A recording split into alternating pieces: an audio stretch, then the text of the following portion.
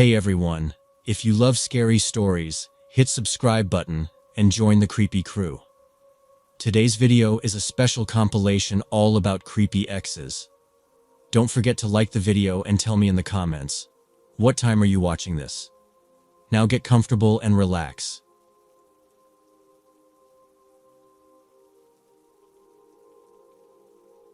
So, this part of my life is something I try not to think about too often. But if sharing it helps someone avoid the same mess, then it's worth it. This happened back when I was still figuring things out. I was on a decent career path, recently finished up school, and making enough to get by. I even had a girlfriend at the time. Let's call her Emily.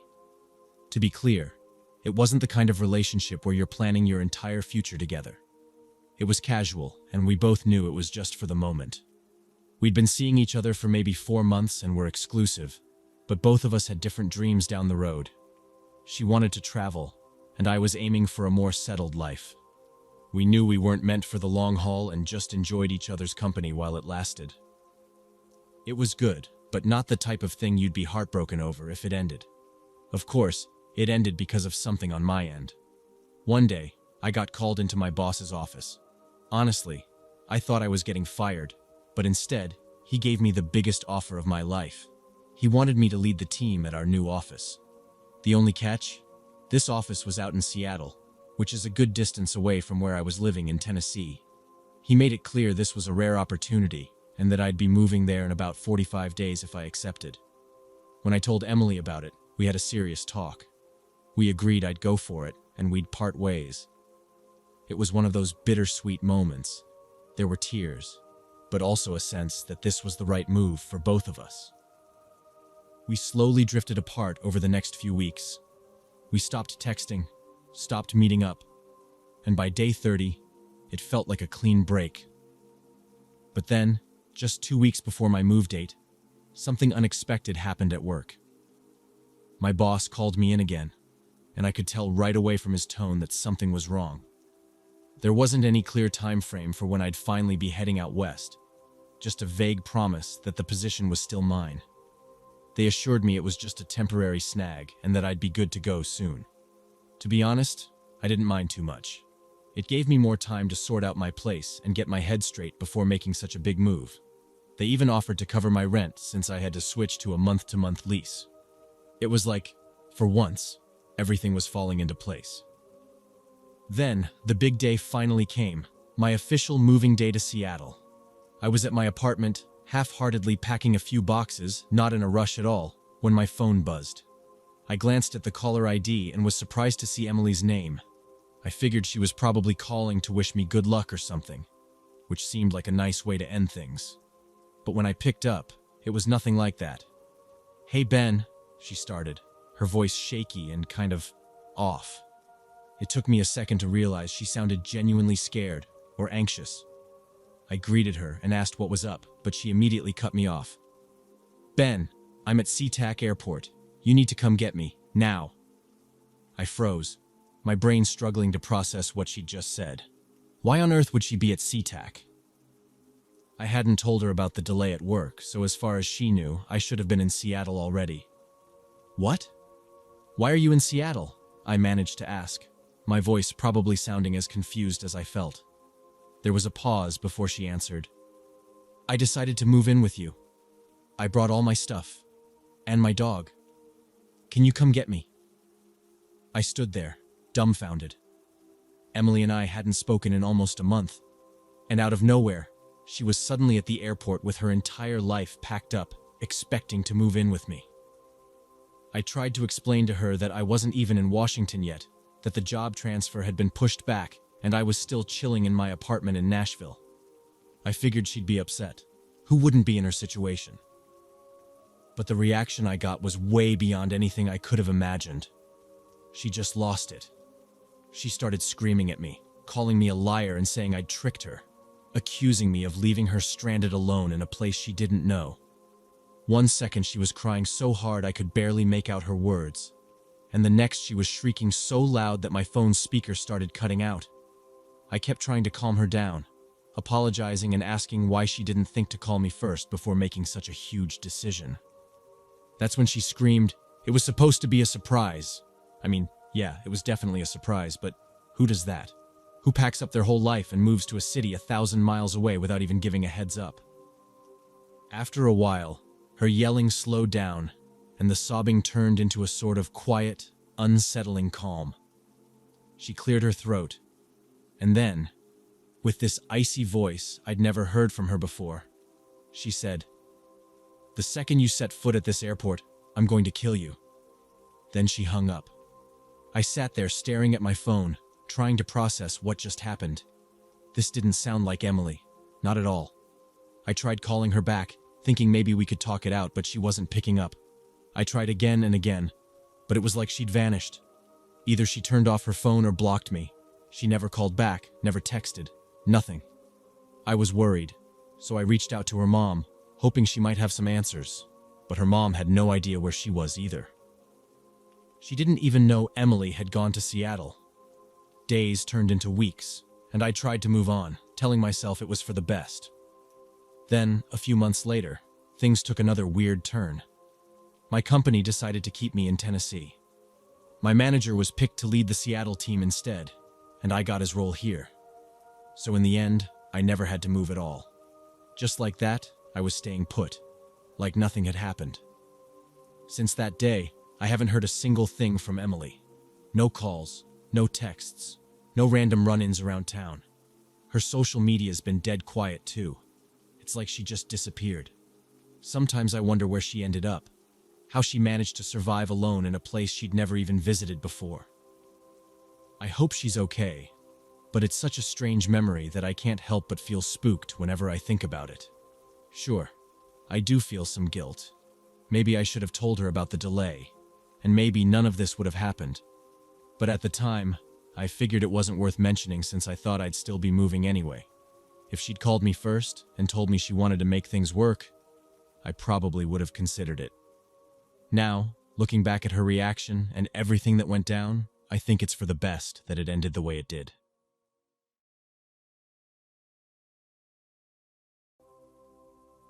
When I turned 15, I made the awful choice to run away and move in with my boyfriend at the time, Mark, who was 18, along with one of my closest friends, Laura, who was the same age as me, and her boyfriend, Jason, who was 22. Looking back, I can't even count all the reasons this was a terrible plan. But I was a naive kid back then, and it felt exciting, like some kind of rebellious adventure. I was caught up in the rush of the lifestyle these older guys had. My other best friend at the time, Rachel, also 15, was seeing this 21-year-old named Steve, who made a habit of selling magic mushrooms. He'd always give us samples so we could test the strength for him before he priced them. For some reason, I can't even remember now, Laura and Jason were away for the weekend, and Rachel and Steve took over the master bedroom. Steve had brought along this new batch of mushrooms, and there were these white-capped ones that stood out. Those were the ones we decided to try. After a while, my boyfriend and I got frustrated waiting for them to kick in, so we foolishly ate a total of 8 grams together. Big mistake. Not long after that second round, I started tripping, hard. It wasn't the fun, colorful kind of trip either. It was like falling headfirst into a dark, chaotic spiral. Mark, somehow, wasn't feeling anything yet, so he had to watch over me while I was losing it. That hour was like pure hell for me, though I barely remember all the details. Out of desperation, I tried forcing myself to throw up, hoping it might end the nightmare sooner. Meanwhile, Rachel and Steve had already passed out in their room, leaving me and Mark alone in this mess. After I'd been sick and was starting to calm down, we decided to lie down in the dark. That's when his trip began, and things took a sharp, terrifying turn. Mark's trip hit him fast and hard. He started mumbling lyrics from Tool songs like they were some sacred text, repeating them over and over.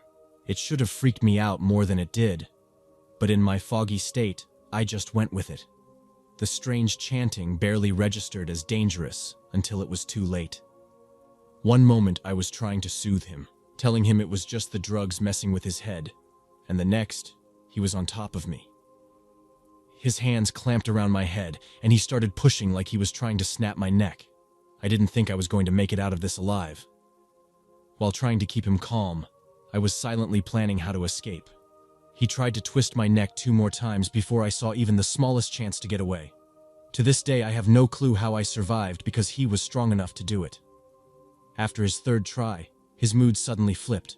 Out of nowhere, he decided we needed to get married, right then and there. Completely naked, he scooped me up and started heading to the bedroom where Steve and Rachel were sleeping, rambling about how one of them could officiate the ceremony.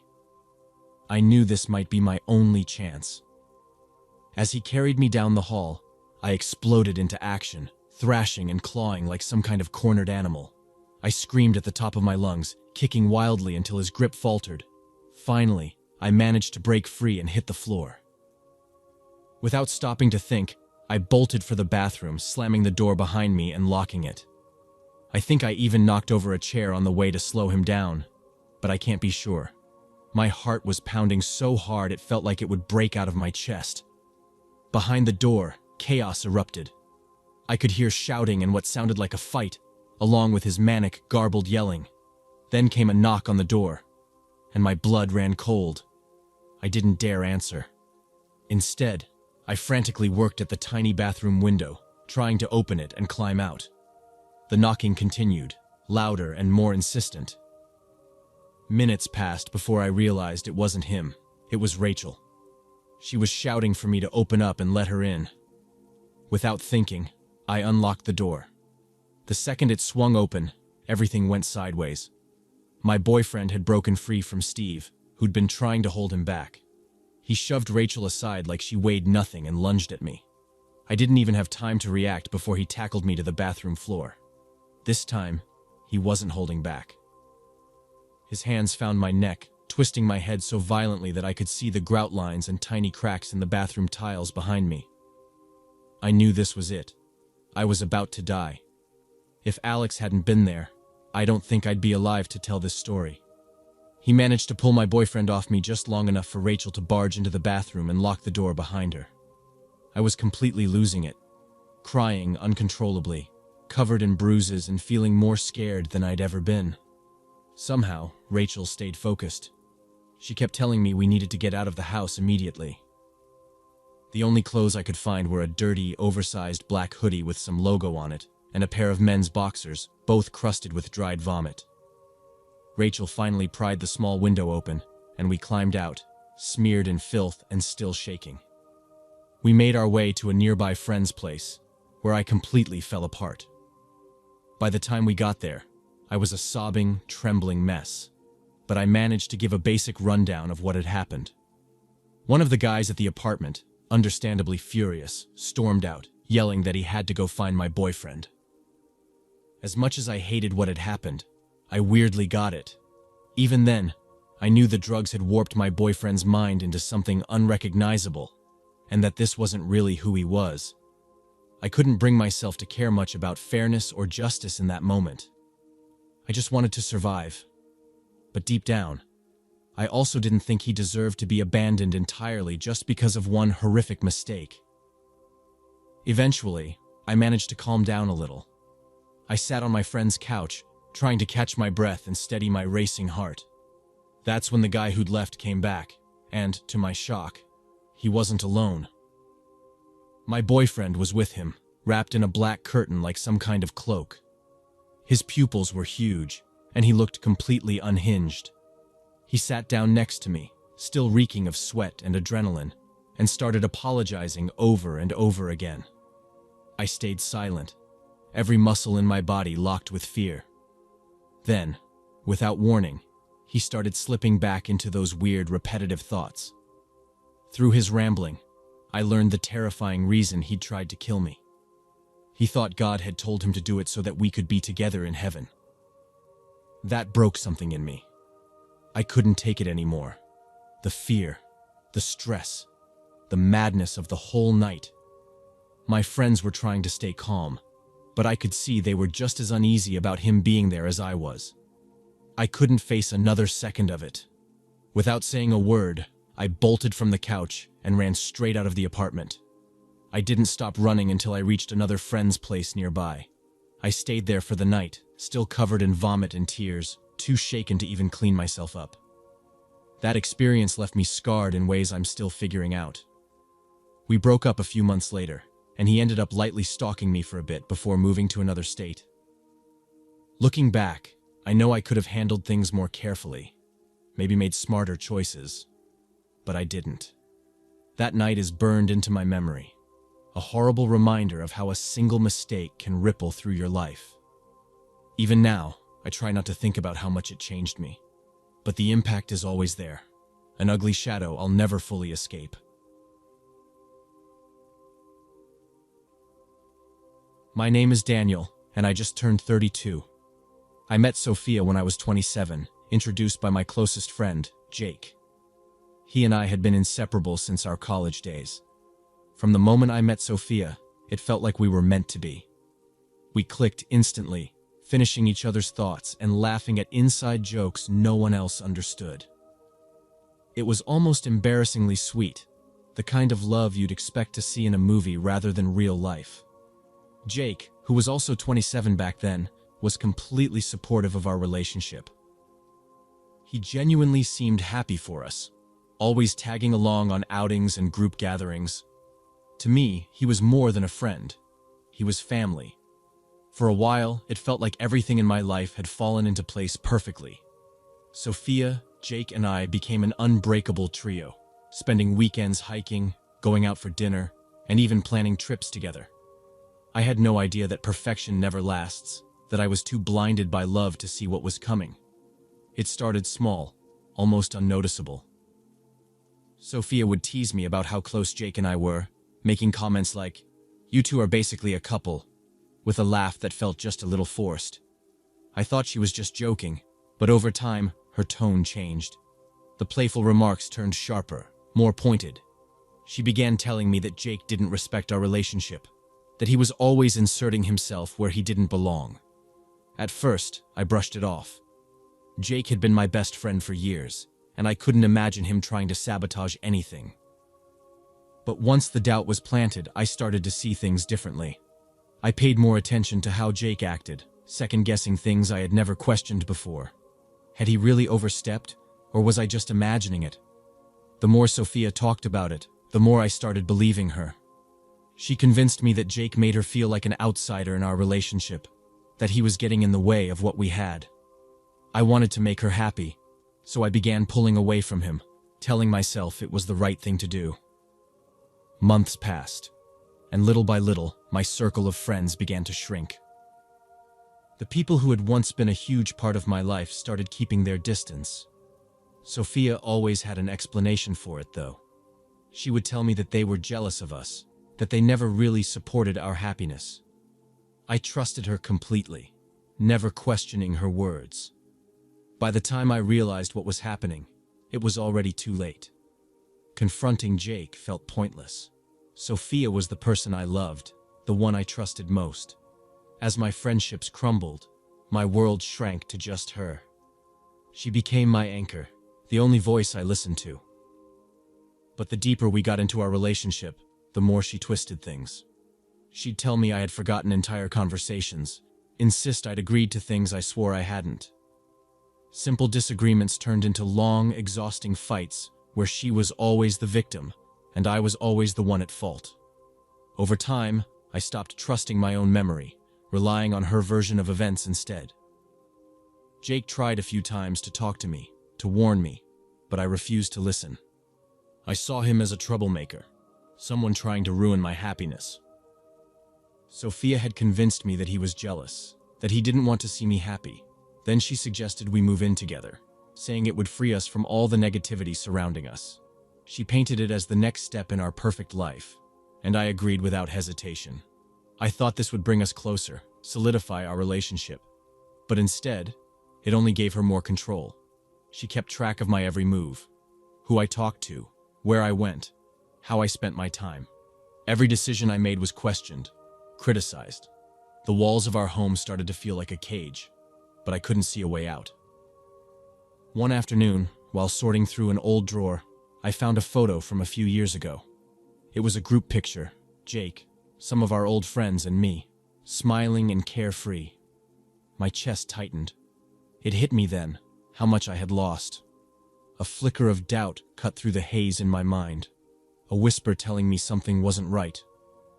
On impulse, I decided to reach out to Jake.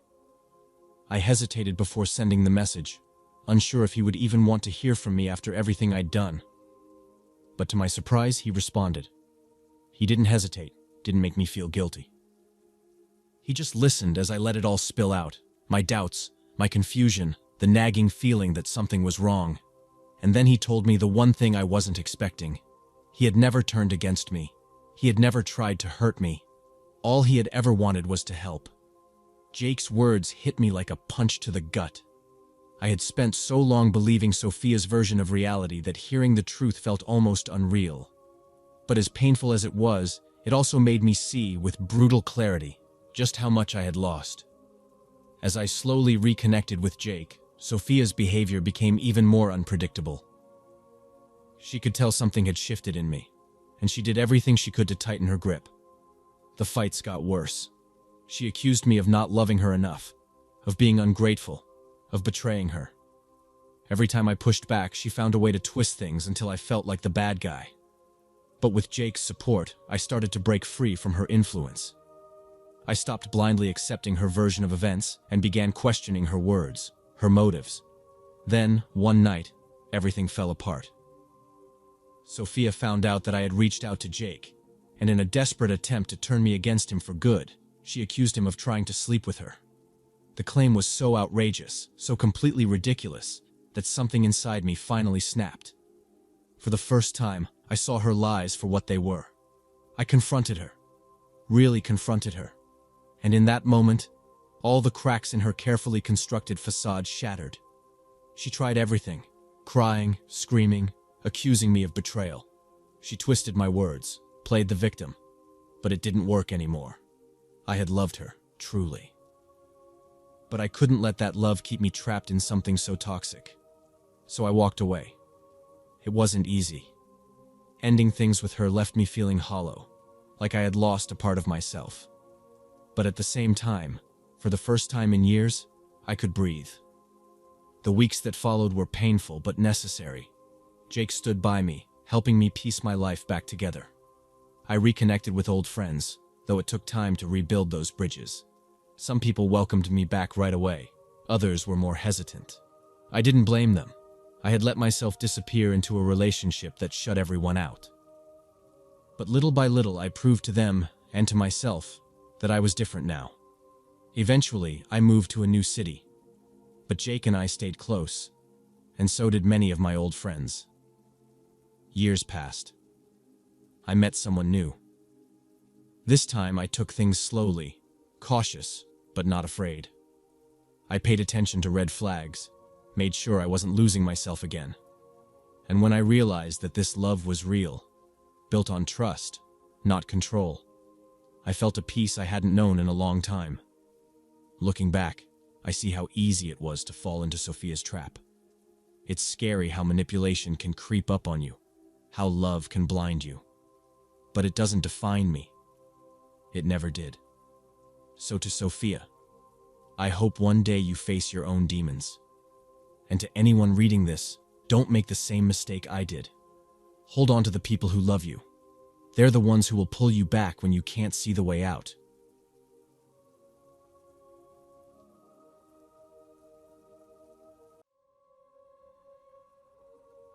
This story is about my dad's completely unhinged ex.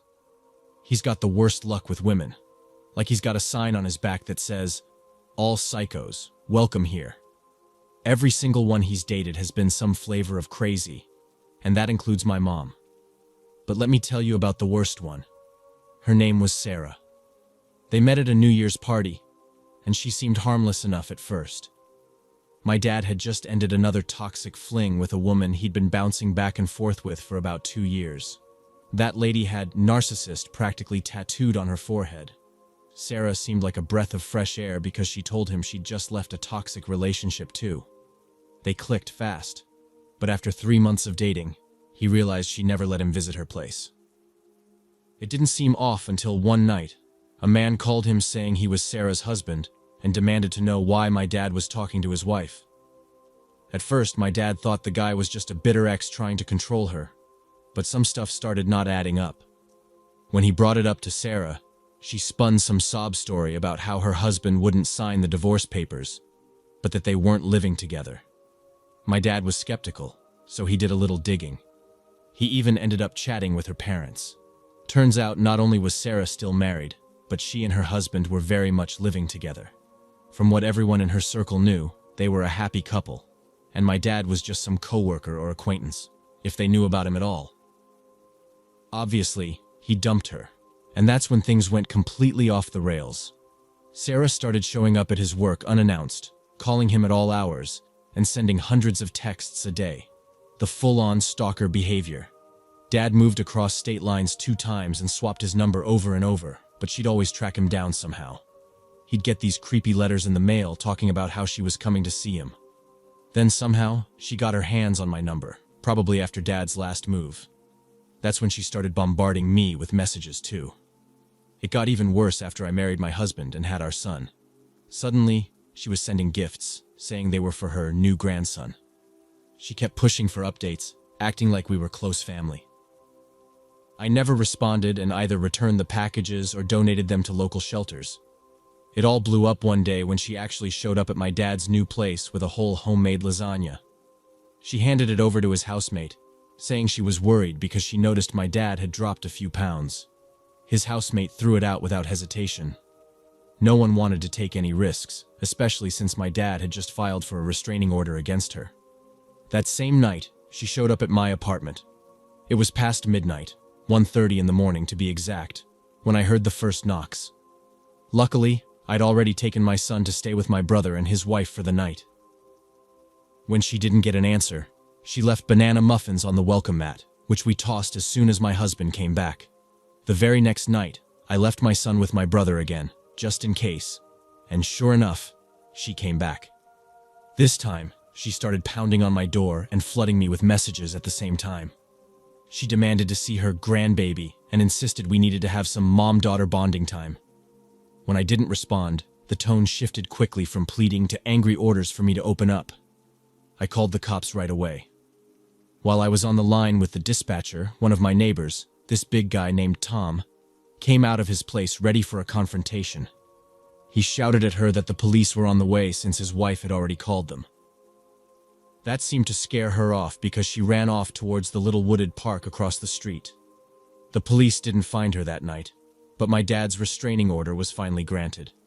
We ended up moving across the state to put even more distance between us and her. But she still sends me the occasional text, always asking about Dad or wanting to know how my son is doing. I don't reply, but I keep every single message, just in case I ever need to take that stack of proof to court and get my own restraining order someday.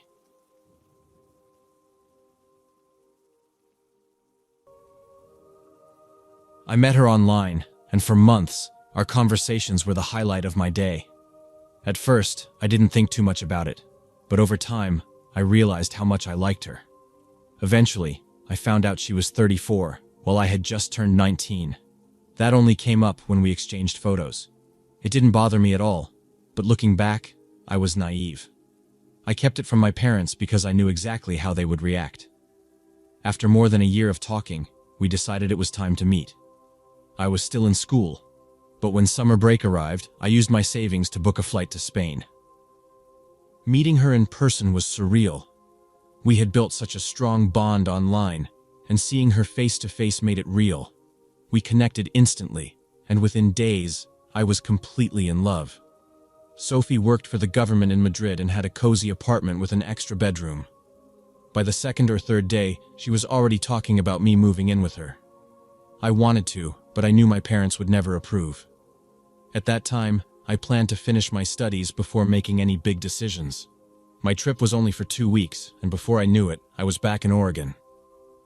We kept talking every day, and our relationship only grew more intense. Eventually, I told my parents I was thinking about transferring schools to be with her. They were firmly against it, insisting I should finish my education first. But Sophie was relentless, pressuring me constantly, and I was terrified of losing her. By the time the next summer arrived, I had made up my mind. I was moving to Spain. I found a way to transfer to a university there, which was the only reason my parents didn't completely cut me off. When I arrived, everything felt perfect. We moved in together, and I started school while adjusting to life in a new country. It was my first time living away from home, and at first, I loved the freedom. But soon, everything changed. Sophie's attitude shifted, and she became possessive, watching my every move. It felt like I had traded my parents' rules for something much worse. I had no money of my own, and she made sure to remind me of that. Even though many people spoke English, the language barrier made it hard to make friends. Slowly, I started feeling trapped. Living with Sophie was suffocating.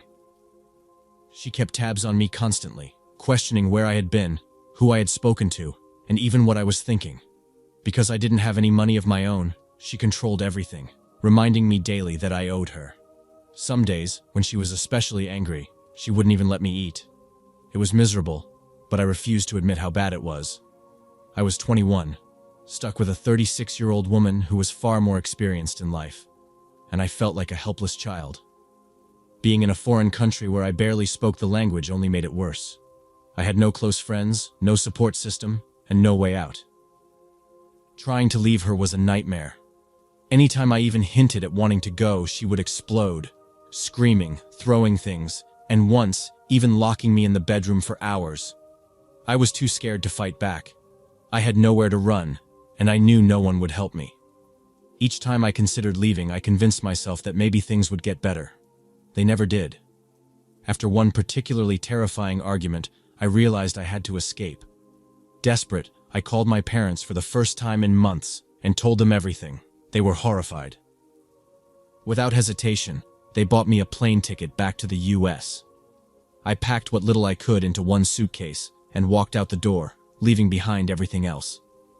The moment I stepped onto that plane, I felt a weight lift from my chest. Coming back to the US was overwhelming. I had to rebuild my life from the ground up, re-enrolling in school, trying to make up for the semester I had lost, and dealing with the emotional damage from the past year. The transition was brutal. I had to retake multiple classes, and the stress of catching up almost broke me. But even after I had left, Sophie wouldn't let me go. She started sending messages, claiming I owed her thousands for rent, knowing full well I had never agreed to anything like that. I ignored her, but the messages only got worse. They became more aggressive, more threatening. I blocked her on everything, but she always found a way back. As new social media sites popped up, she tracked me down again and again. It has been almost 18 years now, and she still won't leave me alone. Every so often, I get a message from an unfamiliar account, and it's always her.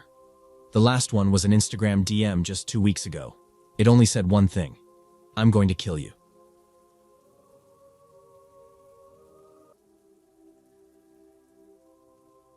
It was late October 2017 when I first crossed paths with my ex. We'd started talking on Plenty of Fish, and soon those messages turned into texts and endless late-night calls.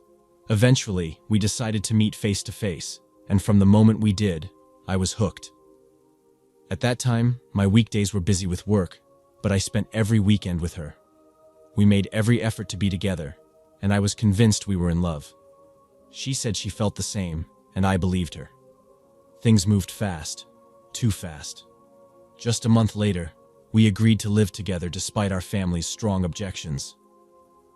Everyone warned it was a terrible idea, but I ignored them all.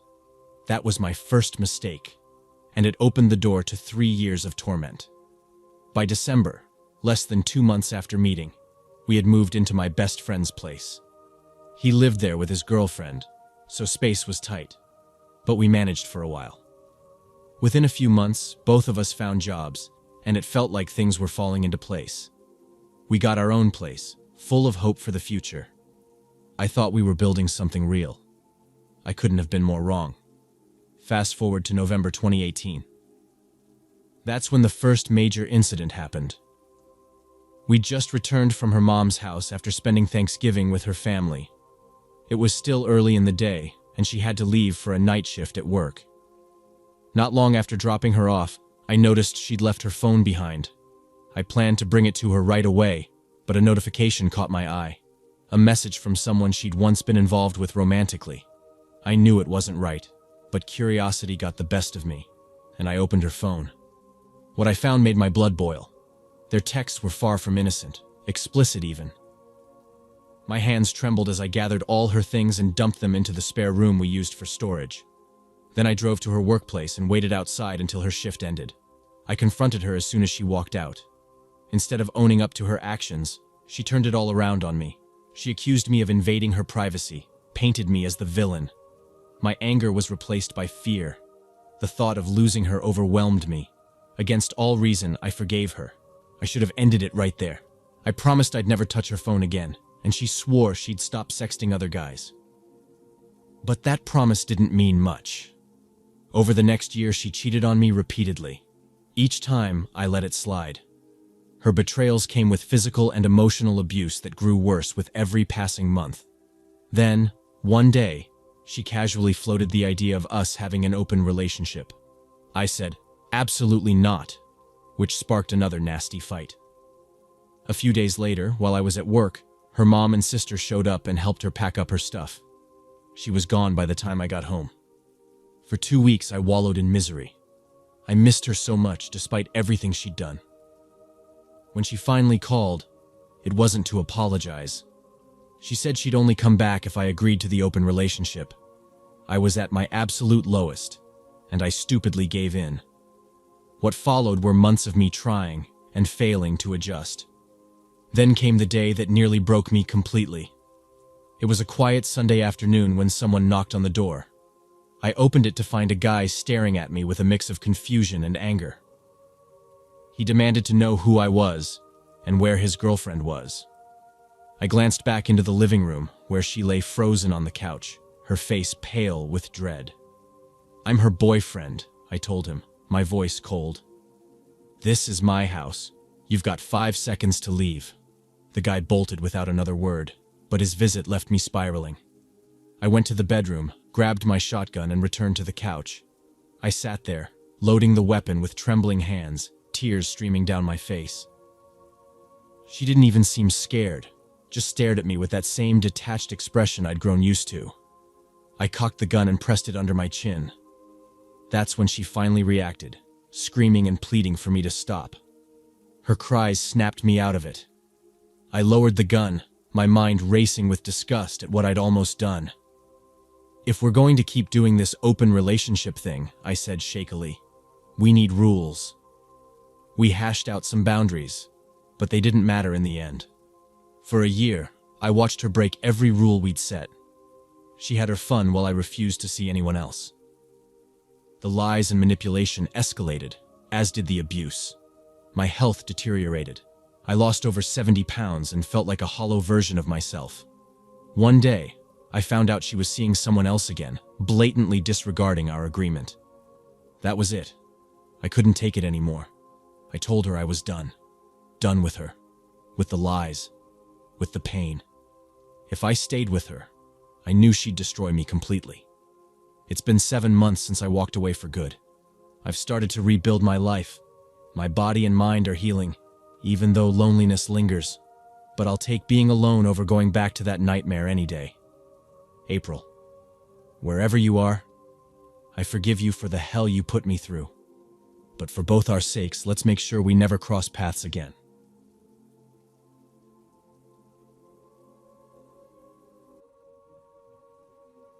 About a year and a half back, I bumped into this guy at a local cafe. He introduced himself as Luke. Neither of us seemed interested in a serious relationship, so we just casually hung out. Everything was fine until he began opening up more, sharing bits of his past.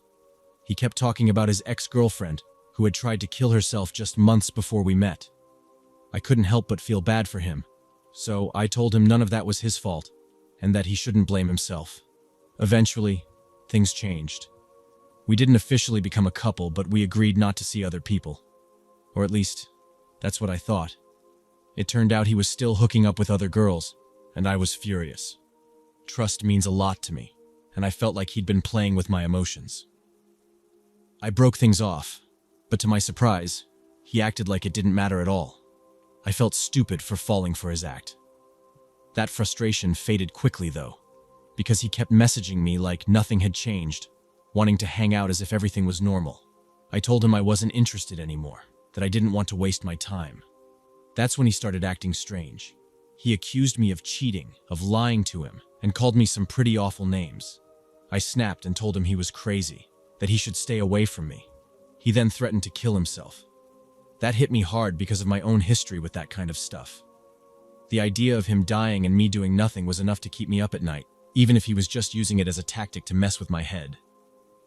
So I reached out to one of his buddies, just asking him to check in on Luke. A few days passed, and Luke called, saying he'd been having a rough time and really needed to talk. Against my better judgment, I agreed to meet up. We went to a cafe we used to frequent. Most of the time, we just sat there in silence. I was still hurt and had no intention of rekindling anything. I just wanted to know if he was okay. The few words we exchanged were about drinks and ordering a small snack. It felt like he wasn't even listening to me, so I finished my beer, tossed some cash on the table, and told him to have a nice life. As I turned to leave, seething with anger, I heard footsteps coming up fast behind me. I spun around, expecting the worst, and there he was. The look on his face made my blood freeze. He looked unhinged, like something had snapped inside him. He grabbed me, slammed me into the wall, and his hand wrapped around my throat. "You think you can just walk away from me like that?" he screamed, his grip tightening. I'd never felt that kind of fear before. I couldn't move, couldn't even think. Just when I thought I'd pass out, the waiter from the bar ran over. He'd followed us because, apparently, Luke hadn't bothered to pay his tab. The guy must have had some background dealing with jerks like him, because in seconds, he had Luke pinned to the ground. I slid down the wall, gasping and crying, as the waiter pulled out his phone to call the cops. I thanked him, still shaken, and stumbled home without looking back. I didn't tell anyone at first, just my best friend. My fear turned into a burning rage. I wanted to hurt him, to make him feel as powerless as I had felt. But I'm not an idiot. I'm 5'2", and couldn't hurt a fly, let alone a guy who'd been able to throw me around like a rag doll. So, I swore to myself that if he ever reached out again, I'd find a way to destroy him for good. But he never contacted me after that night. So why am I bringing all this up now? About 3 months ago, I saw his face again. But this time, it wasn't in person. It was on the news. He's been arrested for murdering 3 women. All of them had been his girlfriends. And the gap in his spree, the time he hadn't killed anyone, was the exact year we were seeing each other. When I heard that, my stomach churned. I felt nauseous, like I'd dodged a bullet without even realizing it. I did try to go to the cops. I thought maybe what I'd experienced could help in some way, but they just brushed me off. They said I didn't have any useful information since I hadn't been in contact with him for years. I'm not scared anymore, just angry and heartbroken. Angry that women die every day and so many people look the other way, and heartbroken for the victims and their families. Dear Luke, I'm not the scared, fragile girl I used to be. So, for your sake, let's hope we never cross paths again. Because if we do, I'll make sure you pay, one way or another.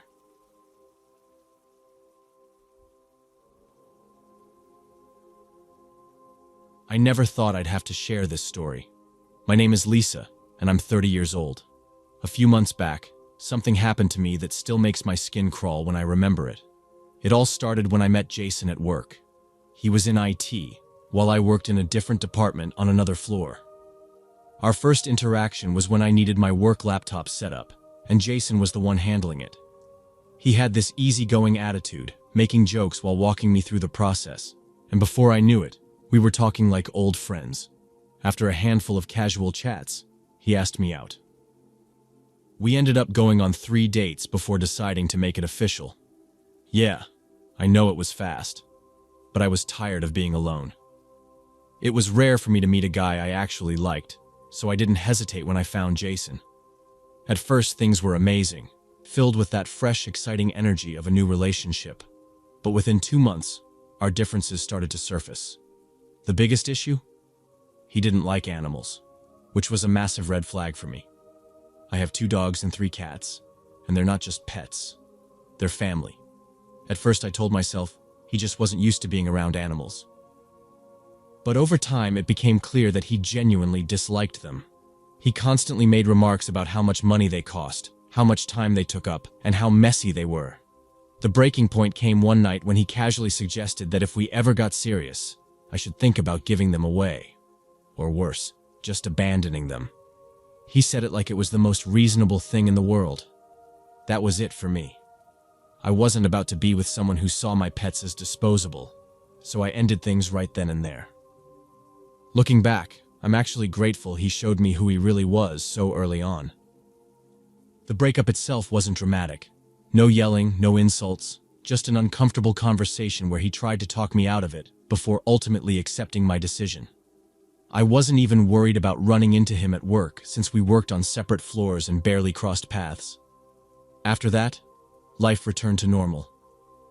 I threw myself into work, spent time with my pets, and hung out with friends, enjoying the single life again. But a couple of weeks later, Jason sent me a text. He wanted to meet at a specific spot in the park we used to visit together. He said he just wanted to talk. I didn't think much of it at the time. Maybe he wanted closure or wanted to ask for another chance. I wasn't interested in getting back together, but I figured it wouldn't hurt to at least have a mature, face-to-face conversation. I thought it would be the kind thing to do. As the day of the meetup got closer, an uneasy feeling crept up on me. I couldn't explain it, but something about the whole situation felt wrong. A quiet, nagging voice in the back of my mind kept telling me not to go, that this wasn't just some innocent conversation. The more I thought about it, the more my stomach twisted with anxiety. Finally, I decided I wasn't going to ignore my instincts. I called my older brother Daniel and told him everything. Now let me tell you about Daniel. He's a big guy, the kind of person you wouldn't want to mess with. He's been into weightlifting for years and has that kind of presence that makes people take a step back. But despite his intimidating size, he's one of the kindest people I know. After listening to my concerns, he immediately suggested that he come with me. He promised to keep his distance, just in case I needed backup without making it obvious. Honestly, I felt relieved. At least I wouldn't be completely alone if things went south. That night, Daniel picked me up, and we headed to the park. For some reason, we ended up running late. I can't remember why now, but at the time it felt like a small thing. When we finally got there, I told him the exact spot where Jason and I always used to sit. He let me out of the car near the bench while he went to find a parking spot. I hurried over, scanning the area, but Jason wasn't there yet. I sat down, trying to shake off the eerie silence that hung in the air. I had never been to the park this late before, and I hadn't realized how empty it could feel at night. Then, I heard something, a faint rustling behind me. My stomach dropped. Slowly, I turned, and my breath caught in my throat. 3 men stepped out from the shadows, their faces partially covered with masks. Their eyes locked onto me, and I felt my entire body go cold. My brain took a few seconds to catch up, but when it did, reality crashed over me like a tidal wave. This was a setup. Jason had planned this. Panic took over. My thoughts raced, my hands clenched into fists, but I had no idea what to do. The men stepped closer, their movements slow, deliberate. Every instinct screamed at me to run, but my legs refused to move. I was trapped. And then, cutting through the silence, came a deep, furious voice. "Who the hell are you? Get the hell away from my sister!" Daniel. I whipped around just in time to see him charging toward us, his towering frame illuminated by the dim park lights. The men hesitated for half a second, just long enough to realize they had severely miscalculated. They hadn't expected anyone else to be here, let alone someone who could take all 3 of them without breaking a sweat. Without another word, they turned and bolted, disappearing into the trees. I was so shaken that for a split second, I had even forgotten my brother was there. But the moment my brain caught up, I sprinted toward him. He grabbed my arm, and without another word, we got the hell out of there. Neither of us spoke until we were safely in his car, speeding toward my apartment. When we finally caught our breath, we sat in stunned silence before talking about what had just happened. We debated going to the police, but in the end we didn't. There wasn't enough proof to tie Jason to the whole thing. No names, no evidence, just 3 masked men who could have been anyone. But I knew. Deep in my gut, I knew Jason was behind it. The thought made my blood run cold. A few days later, I found out that Jason had quit the company. No warning, no goodbyes. He just disappeared. It was like he had vanished off the face of the earth. At first, I felt relieved, but the relief quickly turned into fear. Because now, I had no idea where he was. Even now, I still get nightmares about that night. I replay every detail in my head, thinking about what could have happened if my brother hadn't been there. It's terrifying to know how close I came to something I don't even want to imagine. So, if you ever get that feeling, that tiny voice whispering that something isn't right, listen to it. It might just save your life.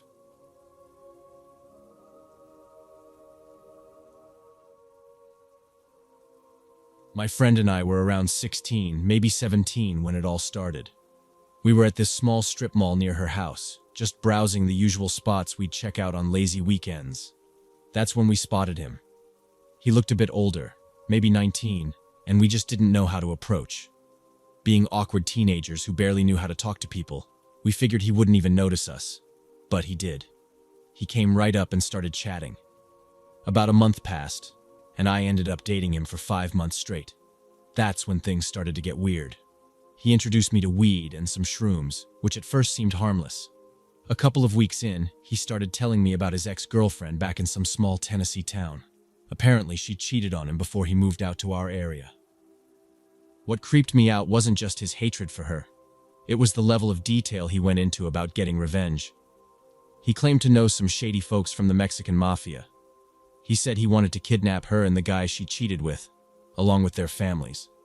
And he described these sick ways he'd torture them, even talking about injecting acid and beating them senseless. I remember just sitting there, trying to convince myself he was joking.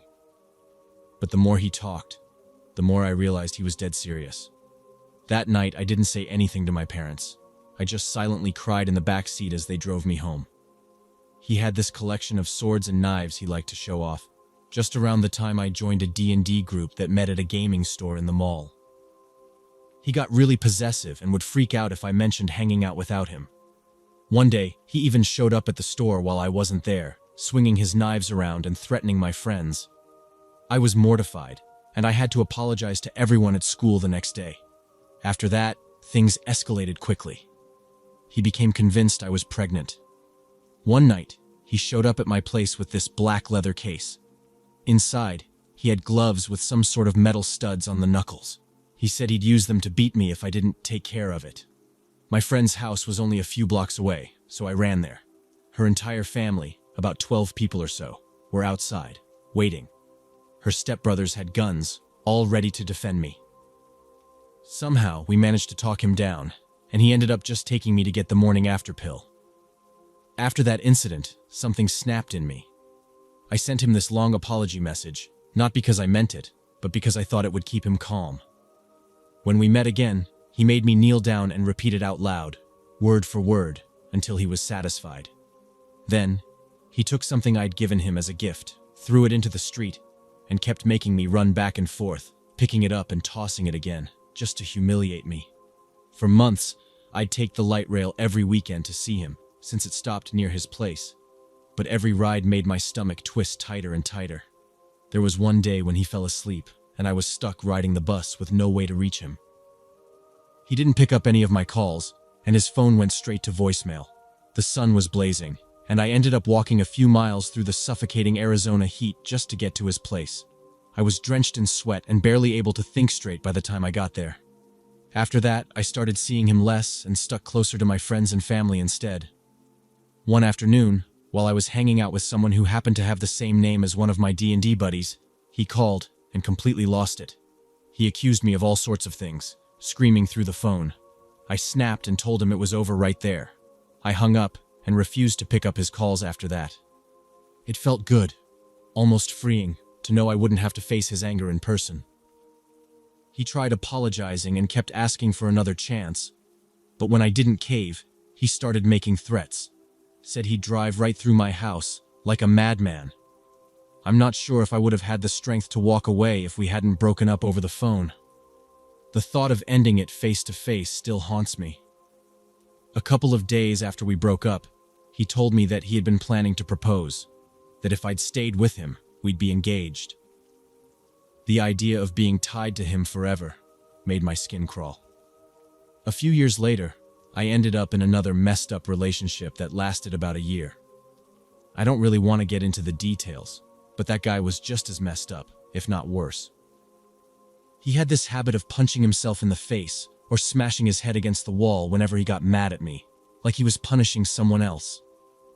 I used to wonder how long it would take for that rage to turn on me. I couldn't handle dating anyone for about 5 years after I finally got away from him.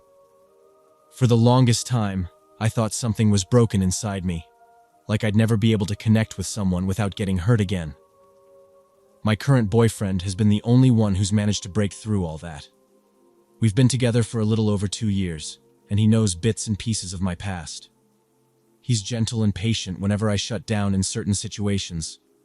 He understands why I pull away sometimes, and he's been helping me open up, little by little. I don't know how he does it, but he can always tell when something's bothering me, even when I try to hide it. He won't let it go until I tell him what's wrong, but he never pushes too hard. I found myself crying in his arms more than once, overwhelmed with how different he is compared to the others. At first, it happened all the time, just breaking down because I couldn't believe I'd finally found someone who didn't hurt me. Things have slowed down a bit now, but it still happens. Even after all this time, I still catch myself tearing up when I think about how lucky I am to have him with me, standing by my side through everything.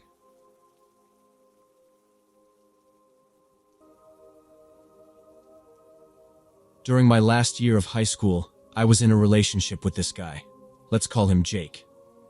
We were together for more than a year, but it was never smooth. We kept breaking up, then making up, only to fight again. He had a habit of making threats, and honestly, the whole thing was just bad. His home life wasn't any better. His dad was a heavy drinker and often hit his mom. I saw it firsthand a couple of times when I stayed over. It was terrifying. Toward the end of our senior year, Jake cheated on me at his own birthday party. That was the last straw. We split up, and though we tried reconnecting months later, I realized I didn't even like him anymore. That was the final goodbye. That was 16 years ago. I never saw him after that. Over time, I heard things, rumors, really. People said he turned into a drunk, just like his dad. That he got aggressive, lost control. Eventually, he ended up in a mental hospital. Someone mentioned schizophrenia, but I never knew for sure. 9 years ago, I met the man who is now my husband. We've been married for 5 years, have a 3-year-old, and another baby on the way.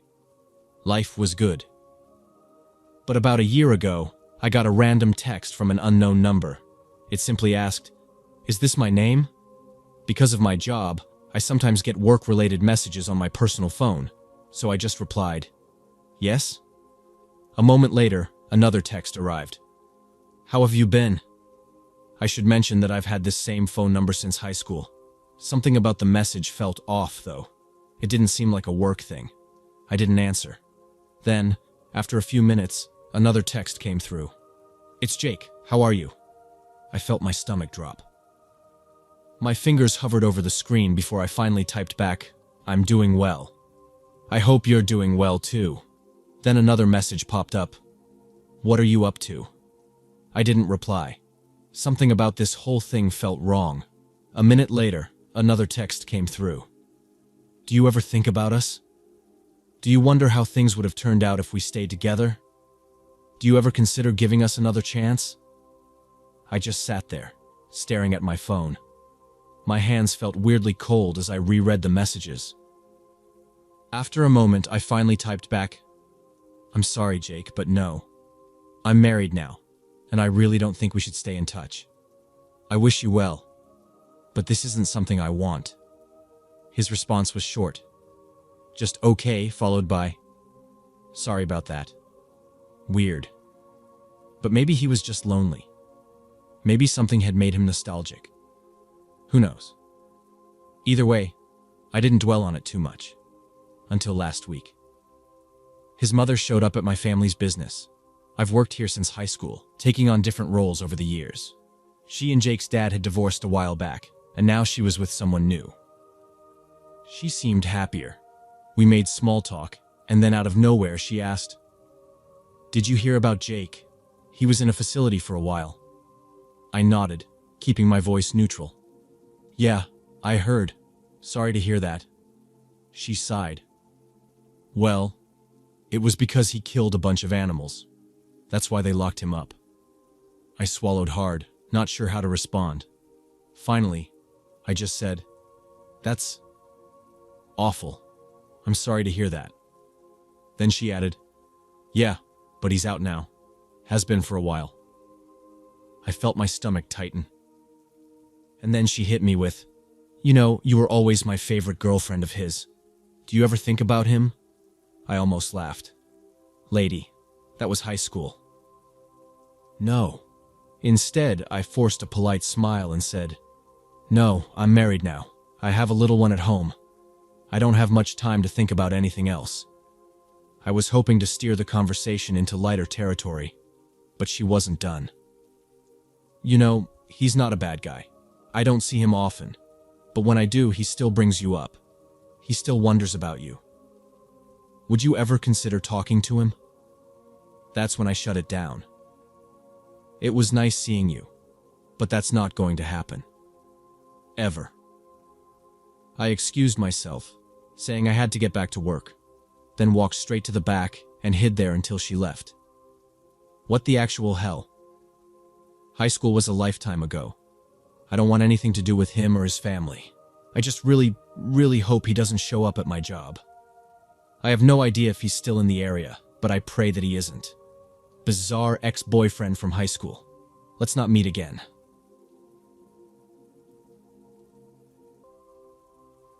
I'm Sam from Green Haven, Pennsylvania. I was with my ex, Matt, for 5 years. If you had told me back then what he would do, I wouldn't have believed you. He always talked about moving abroad, obsessed with the idea of living in Thailand. It was all he ever wanted. But I had a solid career here. My family, my life. I wasn't going to throw it all away for some dream of his. At first, it was just casual talk. He'd bring it up whenever we discussed the future, saying how amazing it would be to leave everything behind and start fresh somewhere far away. I'd nod, humor him, but I never took it seriously. Then, over time, it became less of a fantasy and more of a demand. He started talking about it like it was inevitable, like I didn't have a say. "You'll love it once you're there," he'd say, brushing off my concerns. When I told him I wasn't interested in leaving the country, his mood would shift. He'd sulk for days, then come back and act like nothing had happened. Things got tense between us. Every conversation led back to the same argument. He'd call me selfish, say I was holding him back. I told him he was free to go, but I wasn't going with him. That's when the fights started getting ugly. He'd raise his voice, slam doors, punch walls. The first time he put a hole in the drywall of our apartment, I remember just staring at it, my mind blank. He didn't even apologize. He just stood there, breathing heavily, then left the room like nothing had happened. I tried to break things off a few times, but he always convinced me to stay. He'd cry, say he'd change, promise it would be different. And for a while, it would be. Then it would all come back again. His anger, his obsession with leaving, his resentment toward me for not following him. The final straw was a fight that got way too close to turning physical. He grabbed my arm, tight. Not quite hurting me, but enough to make me freeze. I told him we were done. For good. At first, he didn't believe me. He kept texting, calling, acting like we were just taking a break. When I stopped responding, the messages got nastier. He called me a liar, a manipulator. Then came the threats, never direct, but just enough to make my stomach tighten every time my phone buzzed. "You'll regret this," he wrote once. "You don't understand what you're doing." I blocked him. For weeks, I avoided going anywhere I might run into him. I took different routes home, changed my routines. My parents, sensing something was wrong, invited me to stay with them for a while. I said yes. I needed the space. That night, I was at my parents' house, sitting on the couch with my dad, watching some random show on TV. My mom was in the kitchen. Everything felt normal. Then, Loud, urgent knocking at the front door. My dad got up first. I followed, my stomach dropping. I knew. Before I even saw him, I knew. Matt stood on the porch, his face pale and tense. His eyes were wild, unfocused. I'd never seen him like that before. "Let me in," he said. My dad stepped in front of me. "You need to leave." Matt ignored him, his gaze locked onto mine. "We need to talk, Sam. Now." I stayed silent. "She doesn't want to talk to you," my dad said, his voice firm. "Go home." Matt's expression twisted. He took a step forward. My dad put a hand on his chest to stop him, and then Matt snapped. It happened so fast. 1 second they were standing face to face. The next, Matt was throwing punches. My dad staggered back, caught off guard. Matt hit him again, and again. I screamed. My mom ran in. Blood. There was blood on my dad's face, his hands. He tried to shield himself, but Matt wouldn't stop. I grabbed my phone, shaking, dialing 911. "Please," I begged, "send someone. He's attacking my dad." Matt turned to look at me, his chest rising and falling. For a split second, I thought he was going to come for me next, but then he bolted. By the time the cops arrived, he was gone. My dad lay on the floor, his face swollen, blood trickling from his mouth. My mom was sobbing. At the hospital, we found out he had broken ribs. His jaw was fractured. He needed surgery. Matt disappeared. Completely. Then we learned why. He had bought a plane ticket. That same night, he got on a flight to Thailand. I thought Matt was out of my life for good. That after what he did, he would stay far away. But even from across the world, he still managed to haunt me. The police told us there wasn't much they could do. Since Matt had no prior criminal record and fled the country before they could arrest him, the case hit a dead end. Extradition wasn't an option, and unless he willingly returned to the US, he was beyond their reach. Just like that, he got away with it. My dad was in the hospital for weeks. Surgery for his jaw, painkillers for his ribs. Every time I visited, guilt ate me alive. If I hadn't let Matt into my life, if I had seen the signs earlier, my dad wouldn't be lying in that hospital bed. My mom tried to reassure me, saying it wasn't my fault, but I could see the way she looked at me, like I had brought something dangerous into our home. And she wasn't wrong. After my dad was discharged, life was supposed to go back to normal, but nothing felt normal anymore. I kept looking over my shoulder, checking my locks twice before bed. I jumped every time I got a notification on my phone. I had blocked every number, every social media account Matt had ever used, but I knew he could still find ways to reach me if he wanted to. And then, he did. It started with an email. A blank subject line, just my name in the body of the message. That was it. A week later, another. "You look good in blue." I froze. I had worn a blue sweater the day before. I convinced myself it was a coincidence. He wasn't here. He couldn't be. Then, another message. A photo this time. It was my workplace, taken from across the street. I went straight to the police. They filed a report, but again, nothing they could do. The emails weren't direct threats, and they had no proof he was back in the US. They advised me to be careful, to let them know if I saw him in person. That night, I barely slept. I double-checked the locks on the doors and windows, left a light on in my bedroom. I wanted to believe this was just another one of Matt's mind games, that he was still thousands of miles away, trying to scare me from behind a screen. Then my mom called. She was panicked, her voice shaking. I saw him. She had gone to pick up groceries, and when she walked back to her car, she noticed someone sitting in another vehicle, staring at her. Matt. She got in her car, locked the doors, and drove straight home. He didn't follow, but he wanted her to see him. He wanted us to know. I packed a bag and drove straight to my parents' house. I wasn't going to let them face this alone. For 2 nights, nothing happened. I stayed up late, watching the street through the window. The cops agreed to do a few extra patrols in the area, but I knew they wouldn't be around forever. The 3rd night, I woke up to a noise. Not loud, but enough to pull me from sleep. A soft scraping sound. I grabbed my phone, heart hammering, and crept toward the front door. My parents were asleep upstairs. Then, I saw it. The doorknob turned, slowly, testing if it was unlocked. I couldn't breathe. I backed away, gripping my phone. My fingers fumbled to call 911, but before I could press dial, the handle snapped back into place. Footsteps, fading away. By the time the police arrived, he was gone. But he had left something behind. A note. Slipped under the door. "See you soon." That was it. That was all he wrote. The next morning, we packed up. My parents moved in with my mom's sister in another state. I stayed with a friend, only going out when necessary, never alone. I deleted all my social media, changed my number. For weeks, nothing. No emails, no sightings, no notes. And then, finally, confirmation.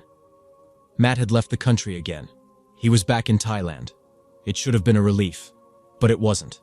Because I know now, he can come back whenever he wants. And if he does, I don't think he'll leave again so easily.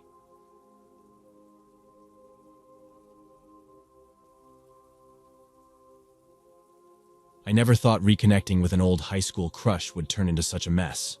But here I am, wishing I could undo the last few months. If anyone invents a time machine, let me know. I'll pay you in cash. No questions asked. Sorry, that's my nervous humor kicking in. A couple of months ago, I was scrolling through Facebook when I saw a face I hadn't seen in years. His name was Nate. Back in high school, he was my boyfriend during sophomore and junior years. We were young and clueless, and when we broke up, it felt like the end of the world. But life went on, and we both moved forward. I sent him a friend request, and he accepted almost right away. He even said he'd been thinking about me recently, which was kind of sweet. I joked about Facebook reading his mind, and we started catching up, swapping stories about how our lives had changed. It turned out we were in similar places, both single, no kids, just working on our careers. We met up for coffee twice, chatting about random things. It felt good having Nate back in my life, even just as a friend. Before we dated, he'd been a solid friend, and we'd always had a good time together. I started to enjoy having him around again, like a piece of the past that didn't feel so distant anymore. Then Shauna appeared. Out of nowhere, she sent me a friend request. When I clicked on her profile, I noticed a bunch of photos of her and Nate with hearts and sappy captions. That threw me off because Nate had made it clear he wasn't seeing anyone. So I asked him about her. He said she was an ex from about 2 years ago, and they hadn't been in touch much since. That made it even stranger, given her profile seemed to show otherwise. I shrugged it off, figuring it wasn't worth stressing over. I accepted her request anyway, thinking it might be fun to tease Nate about his embarrassing secrets if she spilled any. It was all meant to be lighthearted. At least, that's what I told myself. That turned out to be a huge mistake. At first, it was just little things. Shauna liking my recent posts, then scrolling back and hearting pictures I'd posted years ago. It felt harmless at first, but quickly spiraled into something else. Soon, she started messaging me. Her first message was a casual question about Nate and me back in high school. I told her the truth. It was a teenage fling, and we were just kids who thought we were in love until life taught us better. But then she started pushing.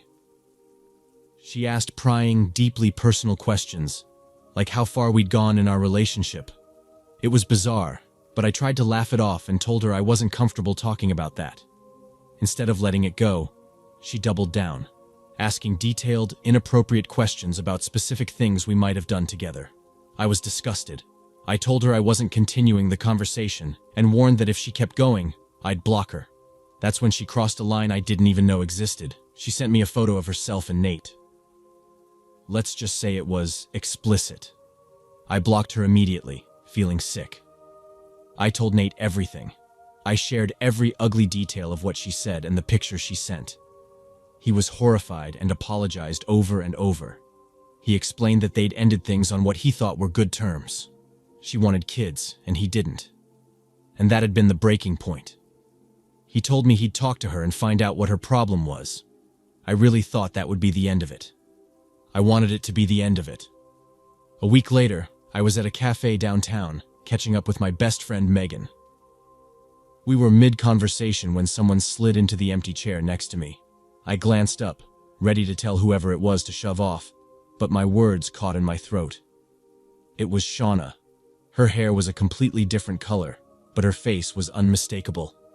My stomach dropped as she leaned in, giving me this unhinged grin. "Hi, Bella," she said cheerfully, as if we were old friends. Megan looked as uneasy as I felt, but I managed to stammer out, "Oh, hi, Shauna." She smirked, leaning back in the chair like she owned the place. "I was afraid you wouldn't recognize me without Nate on top of me," she said with a laugh, and I felt my face go red. I told her flatly that we didn't have anything to talk about and she should leave. But she waved me off like I was the one acting crazy. She launched into a bizarre rant about how Nate was her soulmate and they were destined to be together forever.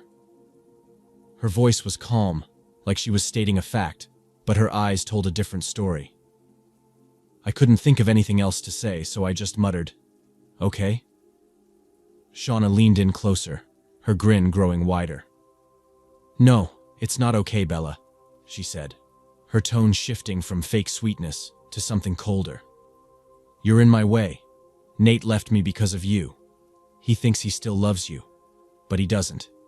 He belongs with me. We're meant to be together, and we're going to have the family he's always wanted."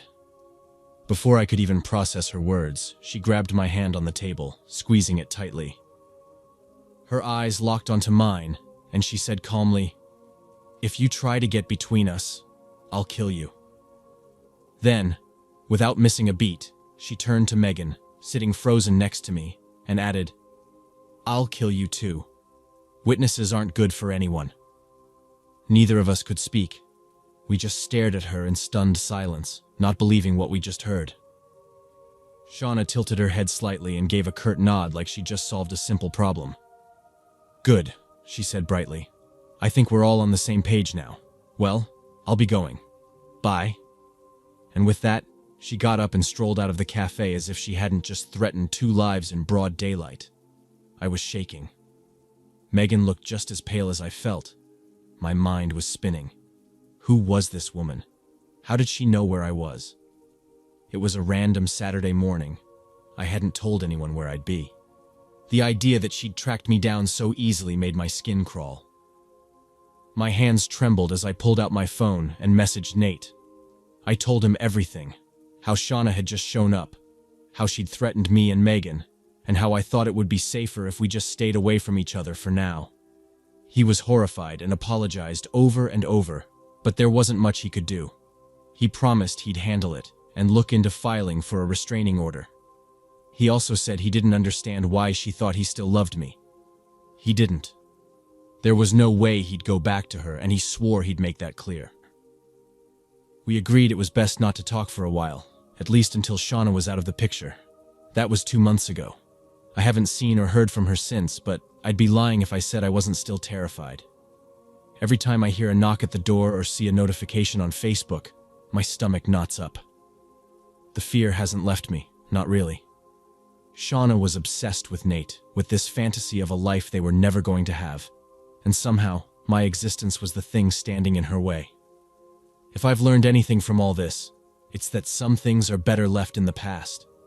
Sometimes digging up old memories doesn't just bring nostalgia, it brings nightmares.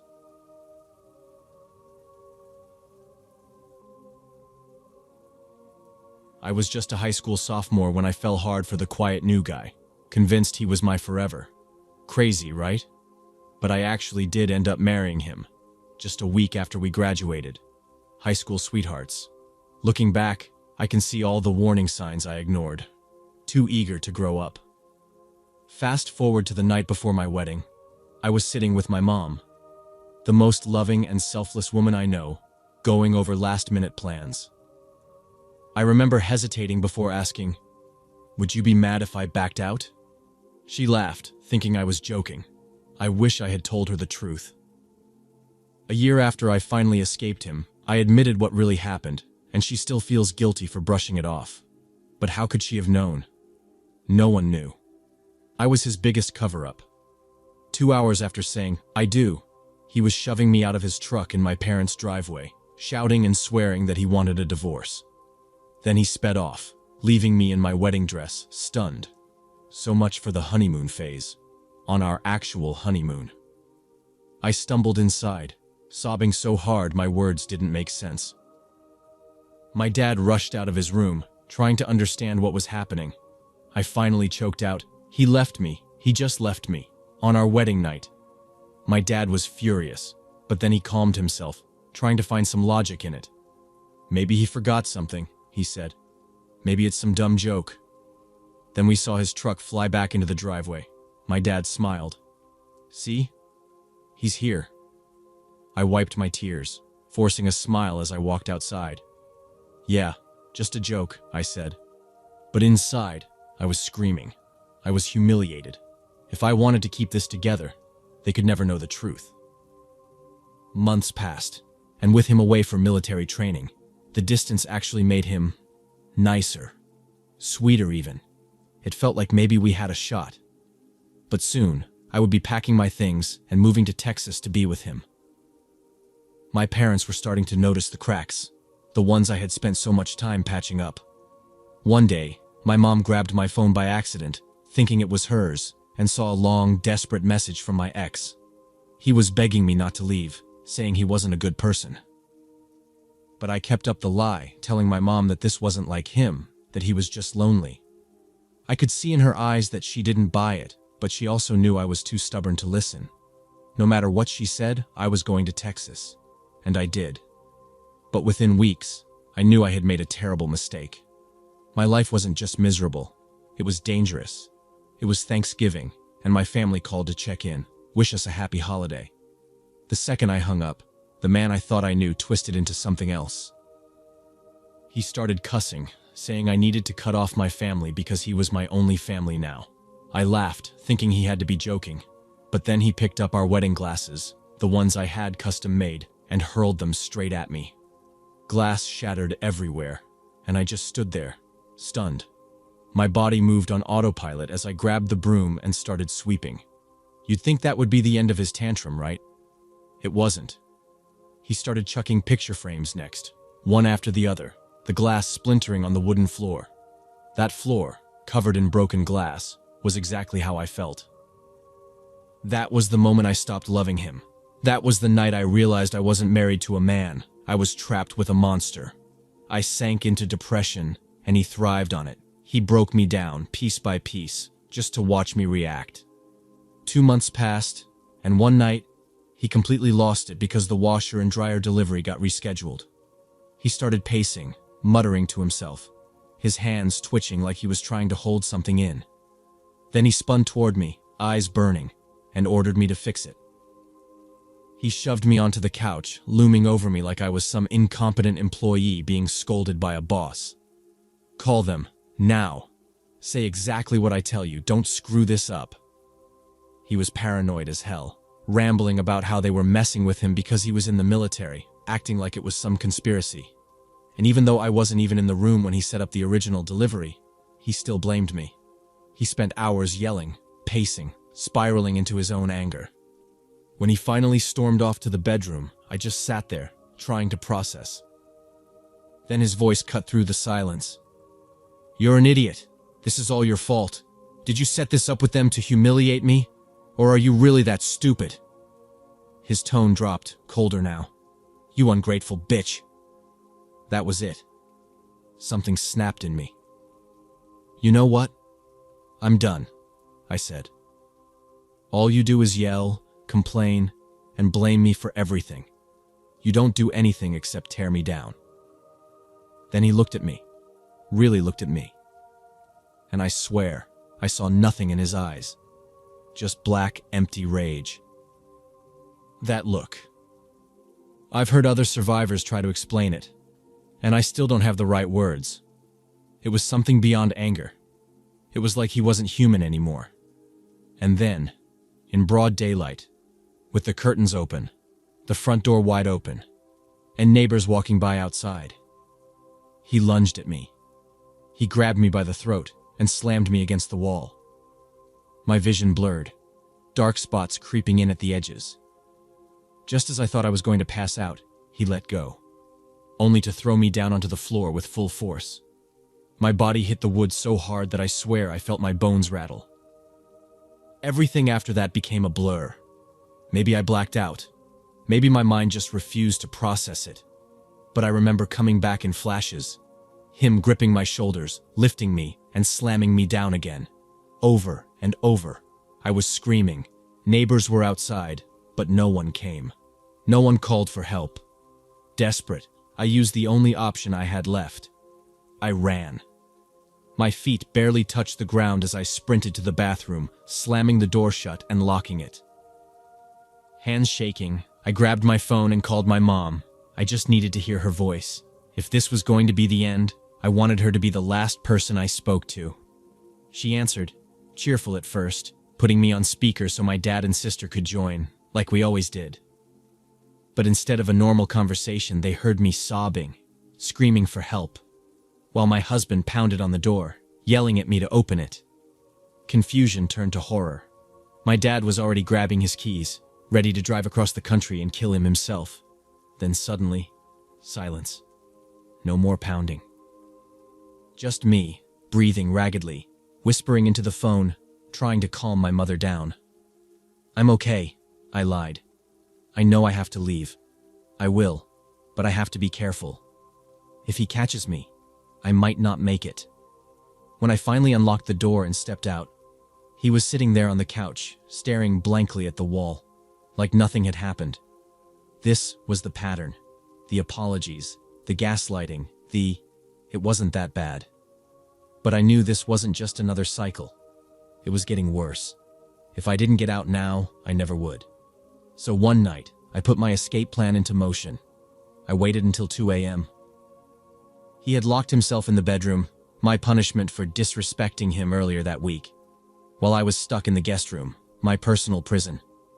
My keys were on the kitchen table. If I could just get to them without waking him up. I pushed the door open as quietly as I could and bolted. I didn't even breathe until I was in my car, speeding out of the neighborhood. 9.5 hours to get home. I only stopped once in Dallas to get gas. With every mile I put between us, I felt lighter. I made it. I'm free. Scarred, but free. I have no doubt that if I had stayed, I'd be dead. So to my abusive ex-husband, the one I left on that cold February night, let's never meet again.